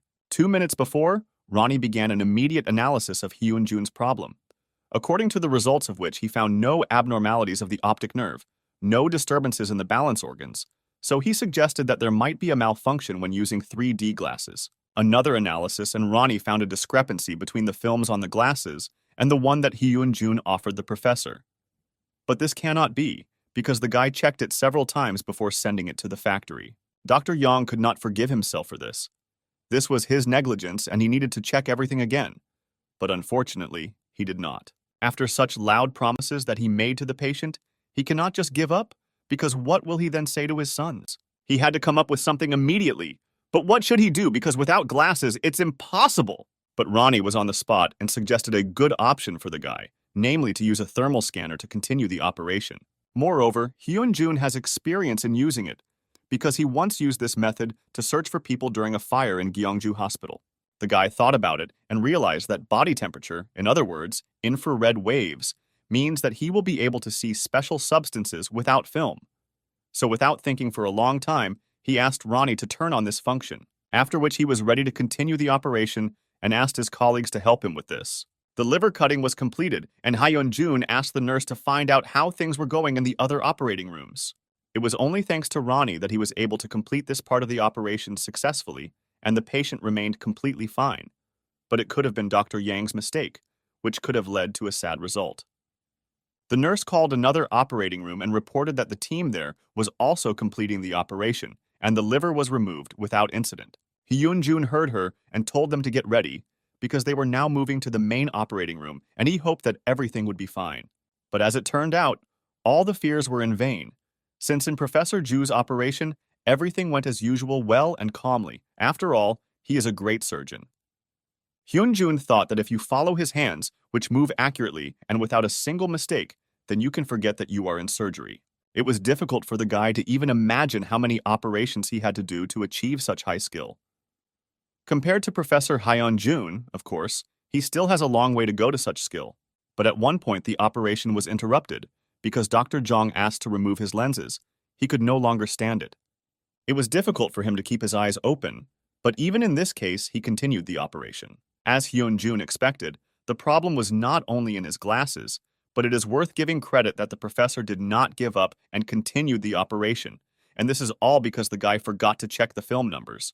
Professor Zhang suggested asking Dr. Zhang from vascular surgery to continue this operation, but unfortunately, as he was told, this doctor was busy with another operation. The associate professor was still right that it was necessary to take a backup surgeon with him who could complete this operation in an emergency. But as it turned out, there was a backup surgeon in the operating room for the professor, and it was Dr. Young, to whom he transferred the course of the operation into his hands, which made the guy froze, because it was more like a dream than the truth. After all, the guy was not sure whether, with his lack of experience, he could do the operation as well as Professor Zhu. Dr. Yang was worried that if he had another seizure like the one he had during the first operation, would he be able to complete it without problems? The professor didn't understand why the guy was hesitating, because he was the first to show persistence, convincing Lee Bong-gyun to undergo the operation. Dr. Zhu believed that he did so because he was confident in himself. Hyun-jun nevertheless agreed with the professor and asked the nurse to put a magnifying glass on him, because for doctors in the operating room, there is no phrase, "what if?" So if the guy was not sure, he would not have gone to surgery. From that moment on, he was full of confidence and motivation. With this attitude, he would be able to complete the operation and not let Professor Zhang down. Hyun-jun managed the staff at the operation as if he had been operating with them for many years, but the guy was only 2 years in surgery. The preparatory process for suturing the hepatic ligament has been completed, and they are ready to begin the procedure itself. At this time, the patient was in a deep sleep, in which he saw his sons, who were so worried about him. But they were together, which means that everything will be fine with them. The other doctors were simply delighted with the speed of Dr. Yang, who sewed up the patient's artery with a slight movement, as if he had done it thousands of times before. The speed was simply incredible. The procedure was completed after Dr. Young checked his pulse, after which he asked to remove the magnifying glass, and the operation was successfully completed. The assistant professor was looking at a patient who had severe hepatic artery stenosis, and this case was difficult even for Professor Zhu. But this guy managed it in such a short amount of time. Hyun-jun didn't think about what he did, because it wasn't over yet, so he asked the assistant professor, "What will they do next?" It seemed that Hyun-jun expected such a decision from the doctor, who informed him that it would be Dr. Young who would continue the operation, because in his opinion, he was more collected and would cope better with this task.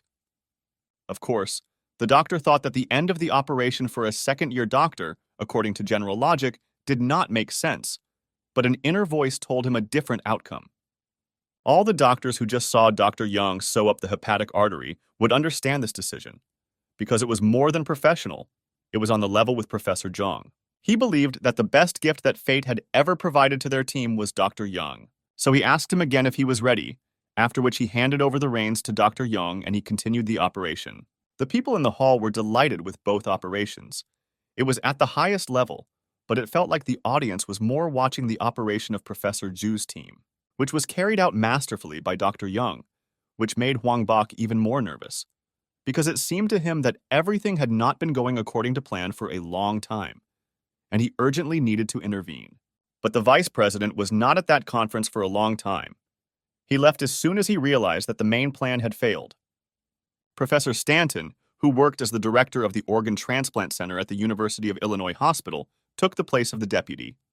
He was very glad to see his old friend Hwang Bok. He was pleasantly surprised that the team he previously worked for was still at its best and was showing such good results at the conference. By the way, he forgot to tell his deputy that this year he would like to invite Professor Zhu's team to exchange technologies. Hwang Bok was slightly against this, but he could not say anything to the director. He tried to say that they had already decided to call Dr. Wu's robotic surgery team, but the director assured him that it was his mistake. At that time, he thought that he needed to keep up with the times. But when he saw the operation of Dr. Zhu's team today, he changed his mind, because they do all the actions so smoothly and at a high level. Dr. Zhu still, in his opinion, remains the most advanced liver transplant surgeon. In addition, there should be no problems with recruiting the professor, because the director believed that he and Hwang were good friends, because Hwang used to be his best student. The director promised him that once their clinic hired Dr. Ju, Dr. Huang's appointment as deputy director of the center would be guaranteed. So he congratulated him in advance. Now, Dr. Huang has huge problems because he did not expect such a turn. He believed that Vice President Payo's plan was perfect, but now it turns out that he has big problems. After all, he hoped that Professor Wu's team would crush their opponents, and his invitation to Professor Wu to the clinic emphasized his contribution, and the position would be guaranteed to him, and he would simply become the deputy director of the center. But now the director doesn't want Wu's team. Now he wants to see Professor Zhu, and Huang's position has begun to move away from him. At this time, in front of the entire hall, Professor Zhu's team completed the liver transplant operation 2-1, and the entire hall gave a standing ovation. Now that the operation is over, Hyun-jun began to hear applause, which his concentration had previously drowned out. But now he can put it away and exhale, because everything went well. The operation of Professor Wu's team was also successful, and without any complaints, but there was no hero left in their team after the conference, because all the attention was again drawn to himself by another person, who as usual was very disturbing to Lee Kyung-suk. But this time, he did not feel such irritation. Hyun-jun was very angry with him, because he guessed that the glasses were ruined by Professor Wu's team, so he was reluctant to talk to him. But still, Hyun-jun said that the operation was successful, and the patient would be fine, which made Lee Kyung-suk smile on his face. On the last day of the World Liver Transplantation Congress, Professor Ju's team, which presented new tools that can successfully perform liver transplantation, received the award for Best Presentation. Lee Kyung-suk was of course upset that they couldn't win. But deep down, he knew that this was how it was supposed to end. Although Dr. Young's surgical method was not announced, it also became a hot topic among the participants. As soon as the conference was over, Dr. Lee, who had been promised a place on the team, approached Professor Wu, but pretended that he did not understand anything. According to those who did not live up to the hopes of Vice President Phi, he simply threw them away as an unnecessary thing. A similar situation happened with Professor Wu. It is reported that he will resign from his post as director of the Liver Transplant Center at the end of this year. But Lee Kyung-suk and all the doctors who were involved in this understood that he was actually fired.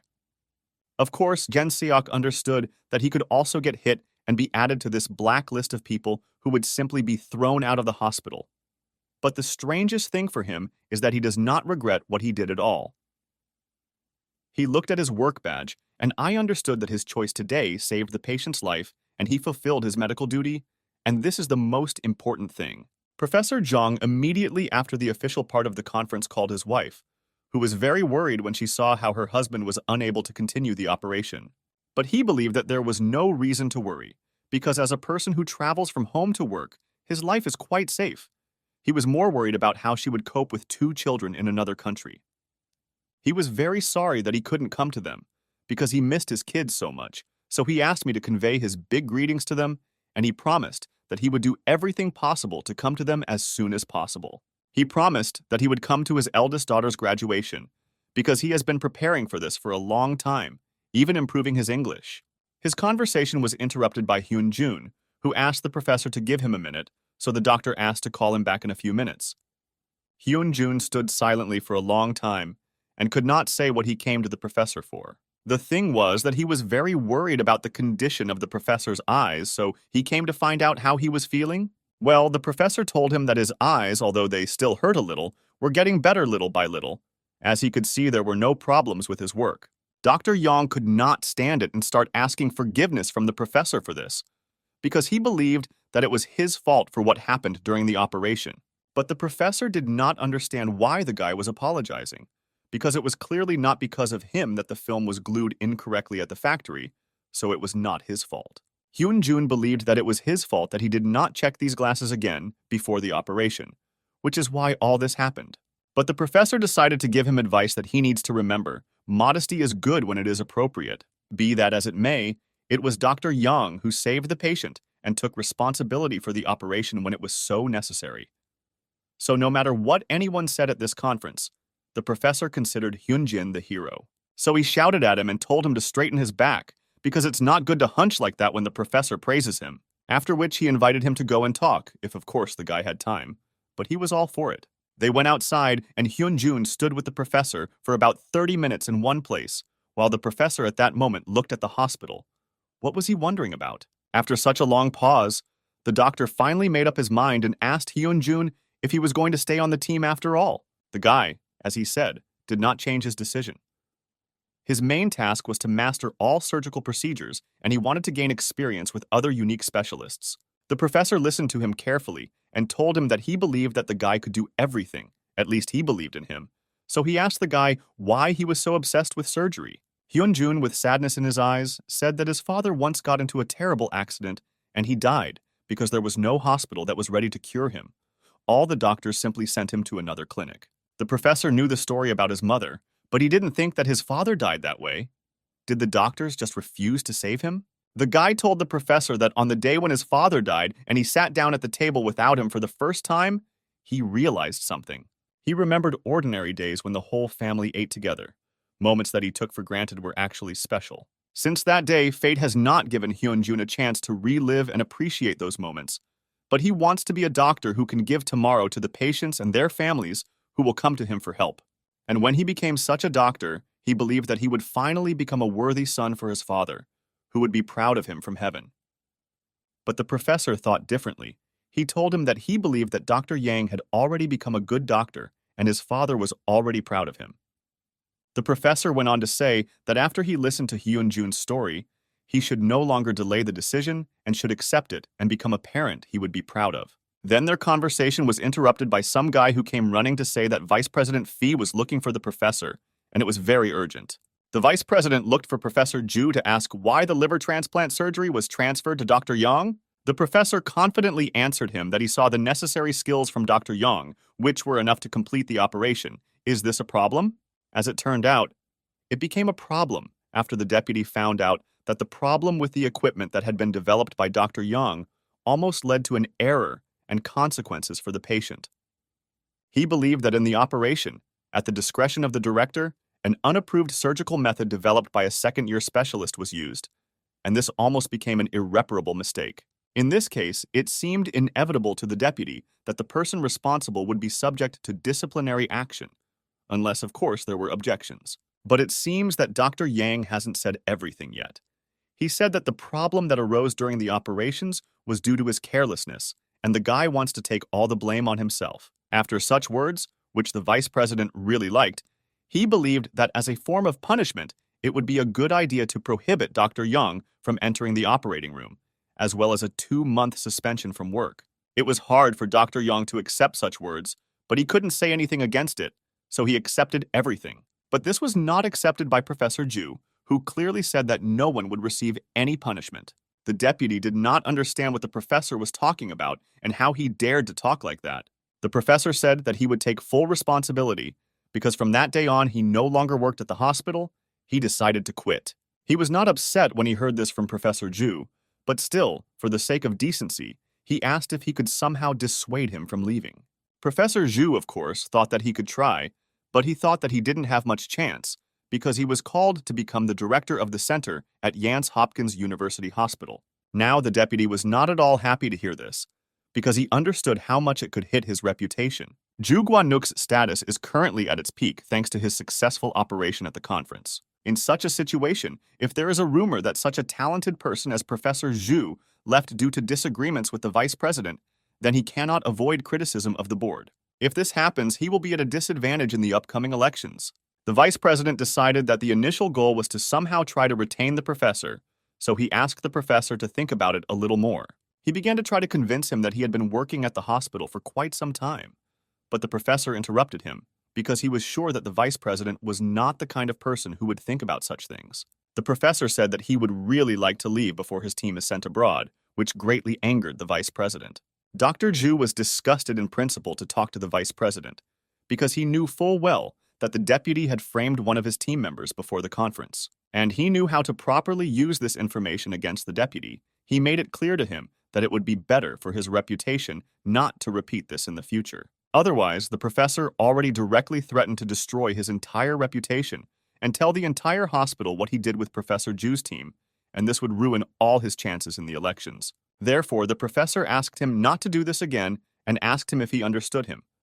The vice president, gritting his teeth, answered him that he understood everything.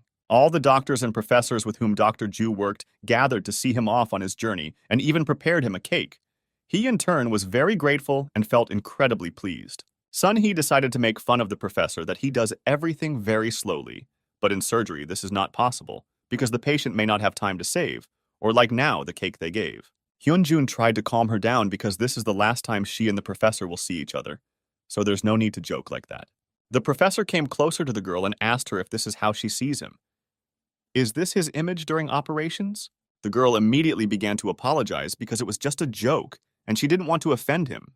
But Dr. Ju also joked and asked her not to worry, because he understands that all this time he was putting pressure on the girl because of his desire to save the team. Since there were not enough people, everyone had to be an ace. The professor was very grateful that everyone obeyed him, even when his demands were unreasonable.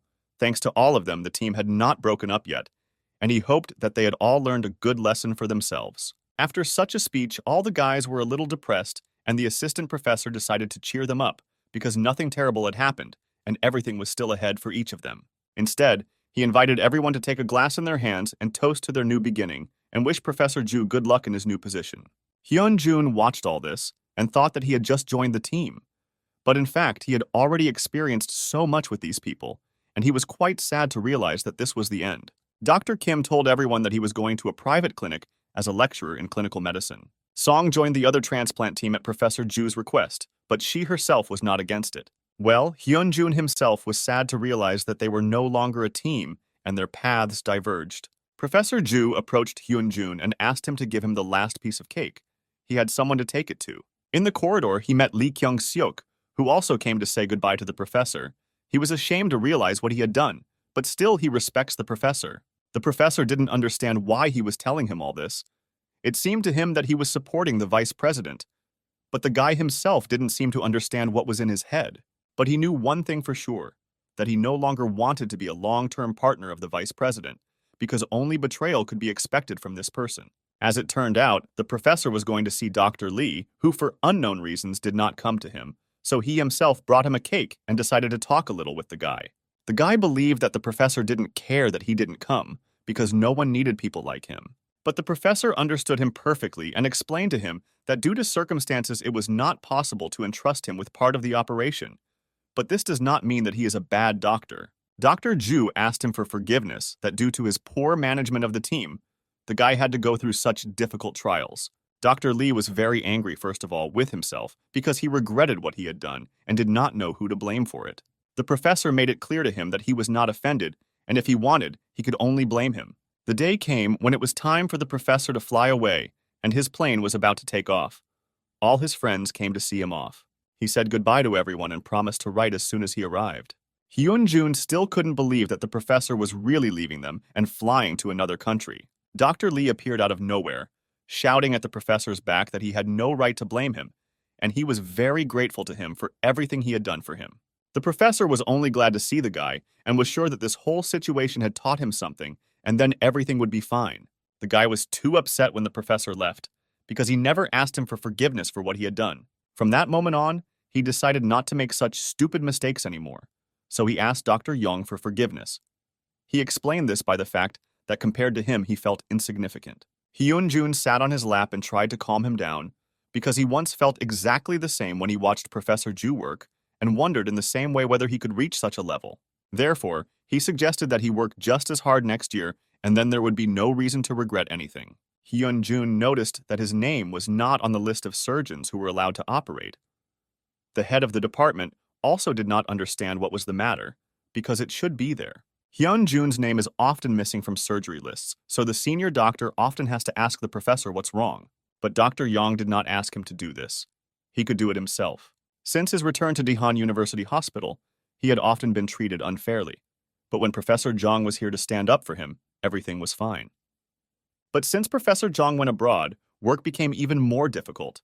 They began to treat the guy even worse and were constantly haunted by some problems. Hyun-jun couldn't do anything about it, especially after the main person responsible for his problems became the director of the hospital. The guy simply didn't understand how a person like him could run such a place as a hospital, because he doesn't sympathize with people at all, and does everything only for his own good. Who would have thought that he would still be elected director of the hospital, but Hyun-jun wouldn't care if he didn't pursue him. In honor of this, the new director of the hospital decided to gather all the doctors to celebrate such an important day for him. He decided not to wait long and raised the first glass to himself, because it was a great honor for him to work with such professionals as they.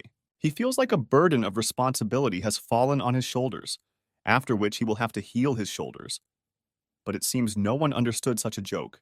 But the main thing for which he gathered everyone here was to congratulate them, first of all, because he would thank and not forget every doctor who supported him on the path to becoming this position. Therefore, the new director wanted to drink to the good times that had finally come to each of them. Lee Kyung-suk looked around and didn't understand what he forgot here, because as he noticed, there wasn't even Professor Wu here. Was he really not invited? He did not understand why he was called here, because he did not live up to the hopes of the new director. One of the guests decided to ask if it was true what they say that guilty colleagues will not be allowed into the operating room. Maybe he could tell who exactly. The new director of the hospital pretended that he did not understand what he was being asked about, because making some kind of list on a pencil does not suit the director. He said that he believes that the director cannot impose sanctions on certain people in the hospital. Professors can do this if they want, but definitely not him. But Lin Gen-sok knew this man for several days and understood what he meant, and most likely if such questions are asked, then these sanctions are already in effect. Suddenly, the director turned his attention to Lee Kyung-seok and asked him how his father was doing, because he so wanted to meet him and have lunch. The guy didn't know, he doesn't communicate with him, because his father is a very busy man, but he will definitely ask. After which Dr. Jen Seok got up from his seat and went to the exit. The director did not like this and asked him to stay, because he knows that he does not need to go to work. The guy assured him that he couldn't stay any longer because his father couldn't stand it when he came home late. Hyun-jun, meanwhile, was already going crazy from the fact that he was not in the operating room. He did not like it at all, so Ronnie suggested that he undergo several virtual operations.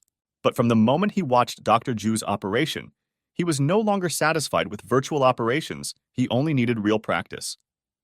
Suddenly, someone knocked on his room. The guy was slightly surprised because it was already quite late. Who could be there? When he opened the doors, standing behind them was Lee Kyung-seok, who came here right after the meeting of the new director of the hospital. As it turned out, the guy did not come to Hyun-jun empty-handed. He brought beer and chicken. Dr. Yang was shocked when he saw this. It was very strange for him, because it was the first time they had gathered like this in all the years that they had studied together at the university. But it didn't take long before Lee Gen-suk told his classmate that he always hated him. And now after this phrase, Hyun-jun recognized Gen-suk. Now the guy added to him that he hates him a little less, which made Hyun-jun very amused. It was even nice to hear. The problem that Lee Kyung-suk came here with was that Hyun-jun is hated by one person even more than the guy. Hyun-jun immediately guessed the name of this person, because it was obvious that this person was the new director of PI. Lee Kyung-suk knew very well that Hyun-jun didn't even go into the operating room and came here to explain to him what this could mean. He told him that Professor Ju left the hospital, and he protected Dr. Yong as best he could from this new director. And now there is no one to protect him, and exclusion from the list of operating doctors is only the beginning. Gen-suk believed that from now on, not a single professor would want to protect the guy, and then Hyun-jun would spend the next 3 or 4 years sitting around doing nothing. So even if he had any thoughts, he advised him to put them aside. But Hyun-jun was not going to do that. It might seem impossible to him, but his goal remains the same, and he is not going to change anything. He still planned to build a hospital where every person could count on help, and for this he thought that it was necessary to adhere to the principle of caring for the patient regardless of the situation. So he was not going to compromise with his patients. So Lee Kyung-suk decided to offer another offer that Hyun-jun would like. Perhaps this would be a better offer for Hyun-jun. Gen-sok offered him a program of foreign medical volunteers in Cambodia, which was recently put on the internet.